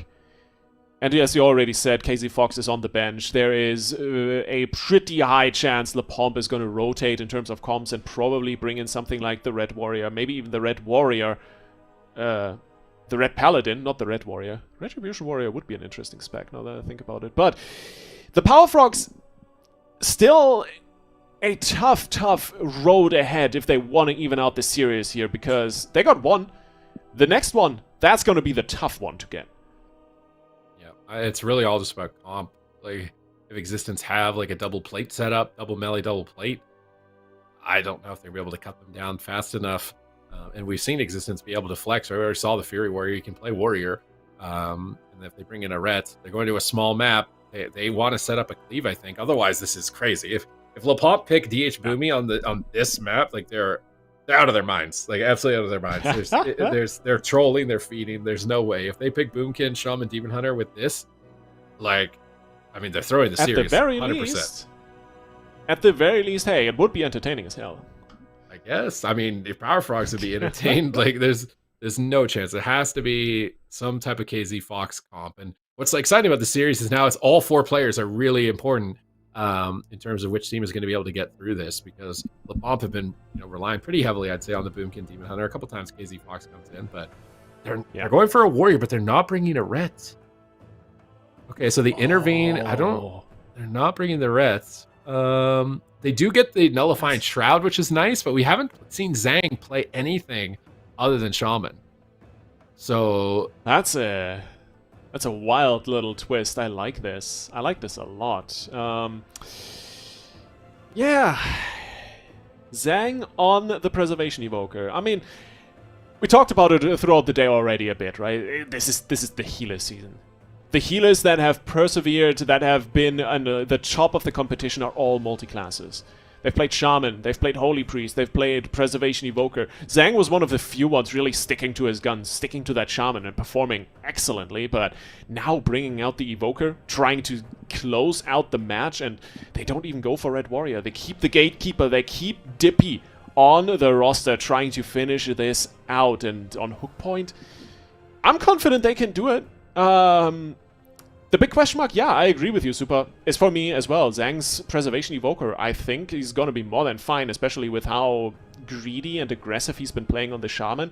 That's a playstyle that I think translates really well onto the Dragon. I think Nullifying Shot is just really good at this matchup if you protect it with Reversion. It just gives you a 30-second window where you can't be CC'd, and that's what the Power Frogs used in that last game. So if he times that in the window where players don't have a trinket, it buys them 30 more seconds. The Warrior provides Intervene, so if they try and run after the Dragon, there's going to be some protection there. There's also protection for the Boomkin. The Warrior is, I would say, also a lot less liable to die than the Demon Hunter in the matchup. So in theory, this composition makes a lot of sense. On paper, it makes a lot of sense. So to me, I'm thinking they should win this, but it's also performance. If Zhang can't play at the level on Evoker that he needs to, all of that theory doesn't matter. All the technicalities don't matter. So can he perform is now the question. I think this is, to an extent, the NA region this season in a nutshell. Like, there's a lot in NA that's on paper just insane, be it teams, be it comps, be it just setups in general. And we get a completely different result than expected because teams suddenly play out of their minds or have an off day or something along the lines. I mean, that's how we get Unitas eliminating the move in the lower bracket round 2 in a cup, right? And all over the place, I don't think this is going to stop just out of nowhere in the middle of the gauntlet. So on paper, yeah, POMP should be able to pull this out, especially Dippy just putting in an insane performance on the Boomkin all season. Performance, that's what we need to look at. And overall, I mean, you can definitely tell the Power Frogs are not intimidated by nerves, by any momentum or anything along the lines. These guys, they come to play every single map, they show up, and even if it's third map, fourth map on match point, they are not intimidated. Yep. I mean, Chun-Li is a veteran as far as tournament experience, so I don't know why it took this long to pick him in sometimes for these Demon Hunter teams. I feel like having a Windwalker is so good as like a counter Demon Hunter pick. Either a Hunter or a Windwalker, but the Hunter comp didn't look practiced enough. But the Windwalker looked so good in that last round. It plays into the strengths of their team. It kind of plays like Rogue Mage with the crowd control setups and the burst. So I really like this flavor from the Power Frogs, this twist. But LePomp have theory crafted a composition that looks like it could possibly be bulletproof. But this is the first time we see Zhang on something other than a Shaman. Can he play at the level that's going to be necessary here? Because he could be a bit of a liability. He's very low armor target. He could get one shot if he gets caught in a bad spot by Chun-Li or Daze. The gates are about to open. Tournament lives on the line. An entire year of play to qualify into the North American Finals is going to be decided in this series. He's waiting for that Shroud, zaps it off immediately, double cheap shot actually, to get rid of it, and Zhang trying to get away with the breath, will be able to dodge away from the Rogue, but still liable for CC Existence, popping in the Avatar, looking for some damage with the Blade Storm. Chun-Li now connecting. Zhang, the first target, massive damage on the Warrior, and die by the sword, traded out immediately, swap over onto Zhang. Massive damage from the Power Frogs as they start out the game, rushing from the gates. Yep, they got the Warrior's Trinket. They got, I think, 2 walls from Zhang and Time Dilation. So they could swap to Zhang on the next setup with him having no more Obsidian Scales. I think Chun-Li knows that. They're trying to find the weak point. They're trying to test Zhang on that Evoker. Nice Cyclone from Dippy on Daze, though. He's tried to step Kidney Shot, but he still gets it. He wraps him behind the pillar, but a double Shockwave from Existence, and that's the advantage of the Warrior, is to protect the Dragon in this type of situation. It's really good synergies between all 3 of LePomp's classes, and they totally shut down that swap. Existence Bladestorms here, anticipating a swap as he's got no trinket, so he can immune all stuns with Bladestorm. They Cyclone Chun-Li, but now that Bladestorm is over, he's not going to have its defense. Chun-Li is baiting Existence, I think, behind the pillar here. Kidney Shot, triple CC, beautiful setup by the Power Frogs. That forces Emerald Communion from Zhang. So Medallion out of the way, Emerald Communion out of the way. The next main ticket is Zhang's Trinket, and they're trying to get it with a swap right here. Are they going to get it? They're so close to a kill. 2 targets are low. They're getting cleaved. And honestly, I mean, Power Frogs offensively are getting very close to a win. This is looking solid for them. Yeah, the big thing with this map, it's not only perfect for LePomp, it's also perfect for the Power Frogs, really. They got so much opportunity to just connect. Tuna gets inline for a moment. Dippy trying to get away, getting gouged on the go here. Existence has another Blade Storm. Nice cleave. Good double fear defensively, just making sure his team is fine. Zhang puts out the HOTS, connects some heals, and now it's Power Frogs under pressure like crazy. Once again, Dampen Harm coming through. Chun-Li is able to stay alive, gets cycloned here by Dippy, who can just sit on the outside and just just Cyclone and cast for free. But of course, you gotta worry about Zhang. He's trying to get the Sleepwalk in, not quite able to finish that cast as he has to kite away and put some halts out. But overall, it's a very dead even standstill at the moment, but we're just waiting for the next go. Serenity in a minute, something. Fortunately, in the meantime, Dazed is getting chunked by Dippy, who has Incarnation back up in just 2 seconds. Super, they might be sending it here. Ooh, pressing roar, deep breath, that's a triple, baby! Ooh. Are they gonna get the kill off that Sleepwalk as well for follow-up? Crazy setup, that forces Cloak of Shadows, that forces the Trinket from Chun-Li, but now they're turning it around. They're punishing the aggression of Zhang with this leg sweep. They force his Obsidian Scales. Is that actually going to be enough for him to survive? They're cleaving 2 targets. Existence is taking a lot of redirected damage, but Dippy's got Incarnation. He's in position to start ramping, and Chun-Li doesn't have a lot of defenses, so he's going to pull back to the pillar along with Dazed, but they stack up on a Warrior, which could be dangerous. Chastise comes through, likely a double fear. They stack up, big mistake by LePomp, and Tuna looks to punish Existence, almost goes down through his Trinket and is died by the sword, and LePomp cannot afford to make missteps like that, stacking up against the Windwalker and stacking up against the Priest, but now they're turning it around. They get a Sleepwalk into a Clone. They're chasing down Chun-Li, but no, man, you can't catch Chun-Li. He's on the opposite side of the map. They're forced to go after Dazed, but he's got evasion. He's dodging all the Warrior attacks. Existence leaps over. Chun-Li ports away. You just can't catch him. And Zhang didn't even burn his Trinket on that go, so not quite what the Power Frogs were looking for, but still, they keep finding these opportunities, these moments. They are punishing every single minor mistake that LePomp is making, but Dazed getting chunked out. Existence with a triple shockwave, looking for the big setup. The Fire Breath is in as well. Dave's taking so much damage, he might just go down. Their cheat death procs. Tuna needs to get the big heals in, get sleepwalked, and Dazed is still under fire. GS is still there, might even proc in this situation. So much damage from LePomp. They're trying to finish it off once and for all, but the counter go is there. Quick kidney onto Zhang. He pre-walls the go and stays alive in this situation, but what a scary moment here for the Frogs. All right, Chun-Li gets pulled away, but he just charges in right again. And Zhang's going to rescue Existence, get a big shield. He's got Emerald Communion. Zhang's team is in a great position to win this. They're ahead on mana massively. They've got tons of defensive cooldowns to trade. They just need to not be greedy and have Zhang be in a position where he can use this Emerald Communion or Trinket Rewind. Here's the Fury of a Loon. It's massive damage incoming from Dippy. Triple Shockwave. Again, forcing the Void Shift from Tuna, and Dazed is absolutely getting crushed. He's got no cheat death. Cloak of Shadows comes up in 2 more seconds. Can he survive? Tuna gets pummeled. The entire team could die. They're so close to a triple kill at the moment. Dazed is trying to peel. He's cheap-shotting the entire universe, but Existence is there with the intervene, redirecting damage, double in-cap roar from Dippy, and now if he gets a clone on Tuna, he's trying to go for it. He gets kicked on it. Any CC on Tuna at this point, and it could be over, and he knows it. He's going to go into Angel form to immune it, and they're actually keeping Dippy pushed back a bit here. Nice swap on Dippy. They weren't expecting him to go on the balance turret, I think, at this point. They get time dilation, at least forced from Zhang in this position, but I don't think they're going to be able to drink. They need to win the game with this next Serenity Shadow Dance. Zhang is getting aggressive. Can they punish it? They go for a full kidney shot. They get Typhoon away from the fear, but Tuna looks like he's still going to be able to get there. Triple leg sweep, Emerald Communion forced from Zhang. They've got one hit wonder here. I think possibly killing Zhang and stunning his Trinket is their best odds with this next Serenity. Yeah, it is ready. It's available. Chun-Li just needs to send it.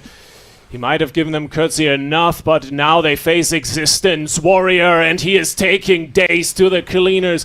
The evasion already forced. They beat down to half. Chun-Li is sending it. There's the Serenity. It might be the last moment. They need the last chance they have, and another shockwave shuts him down. Power Frogs struggling for their tournament life. The entire season on their backs right now as they are looking for something. Another Shadow Dance in 15 seconds. Dazed needs to make it count with Chun-Li in the backstrike of the Windlord. 8 seconds. Dazed down. They're running. Tuna has barely no mana left in the tank as Dippy pushes in for some CC. The ring is beautiful. Dazed gets gripped out. Chun-Li stays on the offensive, is trying to keep up the damage and tries to be offensive, but the dampen arm is popped. Existence gets cheap shotted, and Chun-Li might just die in this second. Dippy with an in-cap roar finds them both, and Super, they might be sending it all the way to the bank in just a moment. I can't believe Tuna is still keeping them alive. He's actually still keeping them alive. Dazed has been so low for so long. Tuna's had basically no mana this entire time. Dazed has vanished. He vanishes away. He's kiting with Tuna into the back line, but where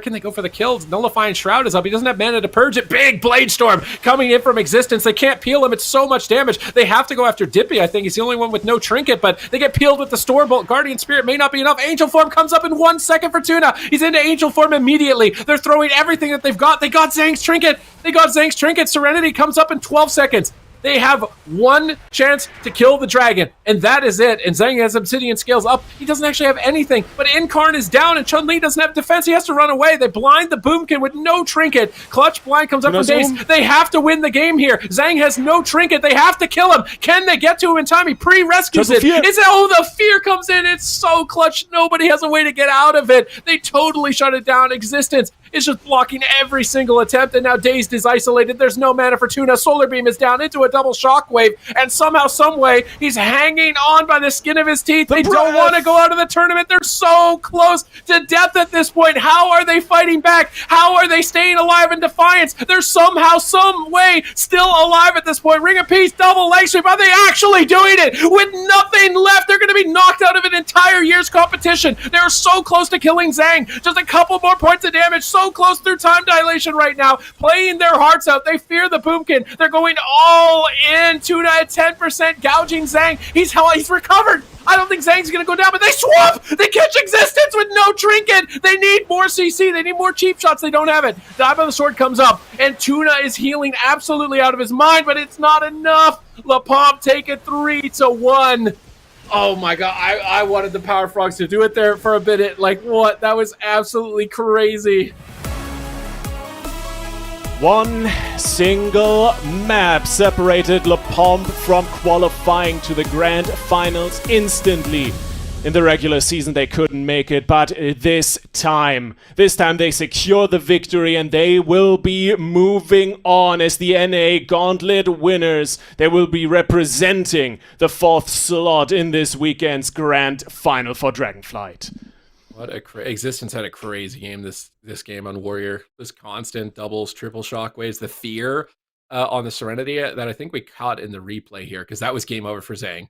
And Existence was able to block it. Actually, this is after it. We missed the fear. It feels bad. Existence hero play to keep him alive. Maybe we didn't. I don't know how long this game was overall, actually, in hindsight. I think this was the end of the game. It's a bit later. Where they were just fighting. Oh my god, they were so close to kill. I think it's Dippy that saved Existence here in a second. So intervene, disarm the rogue, knock him off, and then what does Dippy get? Because Existence should die. He's stunned with no trinket. And it happens in a second. And I think it's Dippy that heals him.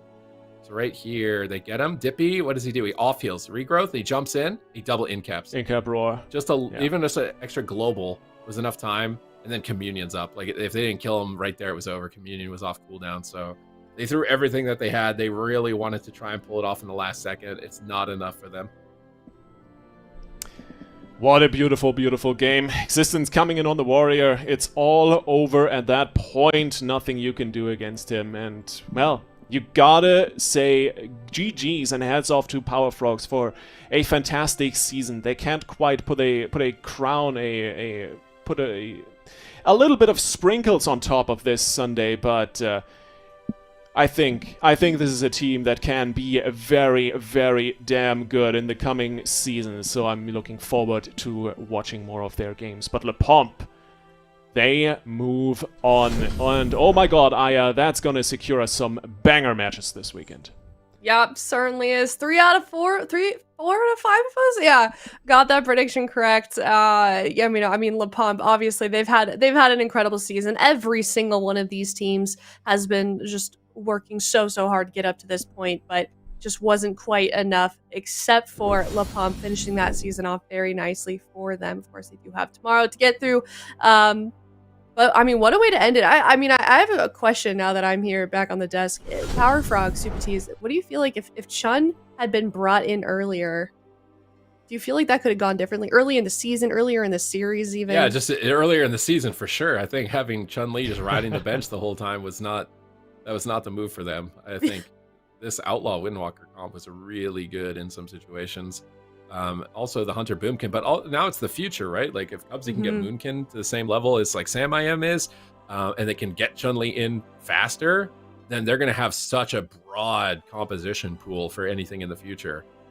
Yeah, we saw their potential in just the last moments of that series there, which wasn't quite, it was a little bit too late for them, but that's okay. Speaking of the move, we have our bracket now for North America. They're going to be heading off against Boy GG, and it is Team Liquid for global finals of Dragonflight season. And Ooh, I'm so excited. I mean, I feel like these 4 teams, they've had an incredible season. They've had ups, they've had downs, and it's a difficult one to predict. I feel like production, they asked us for our predictions, Lithy, and I had a tough time with both regions.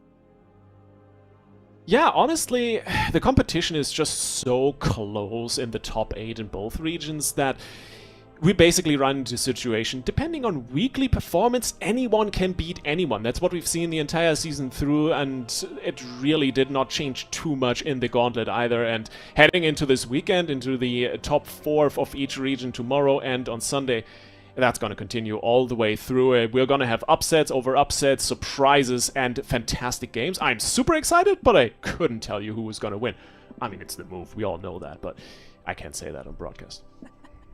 Got bad news for you. Your mic is unmuted.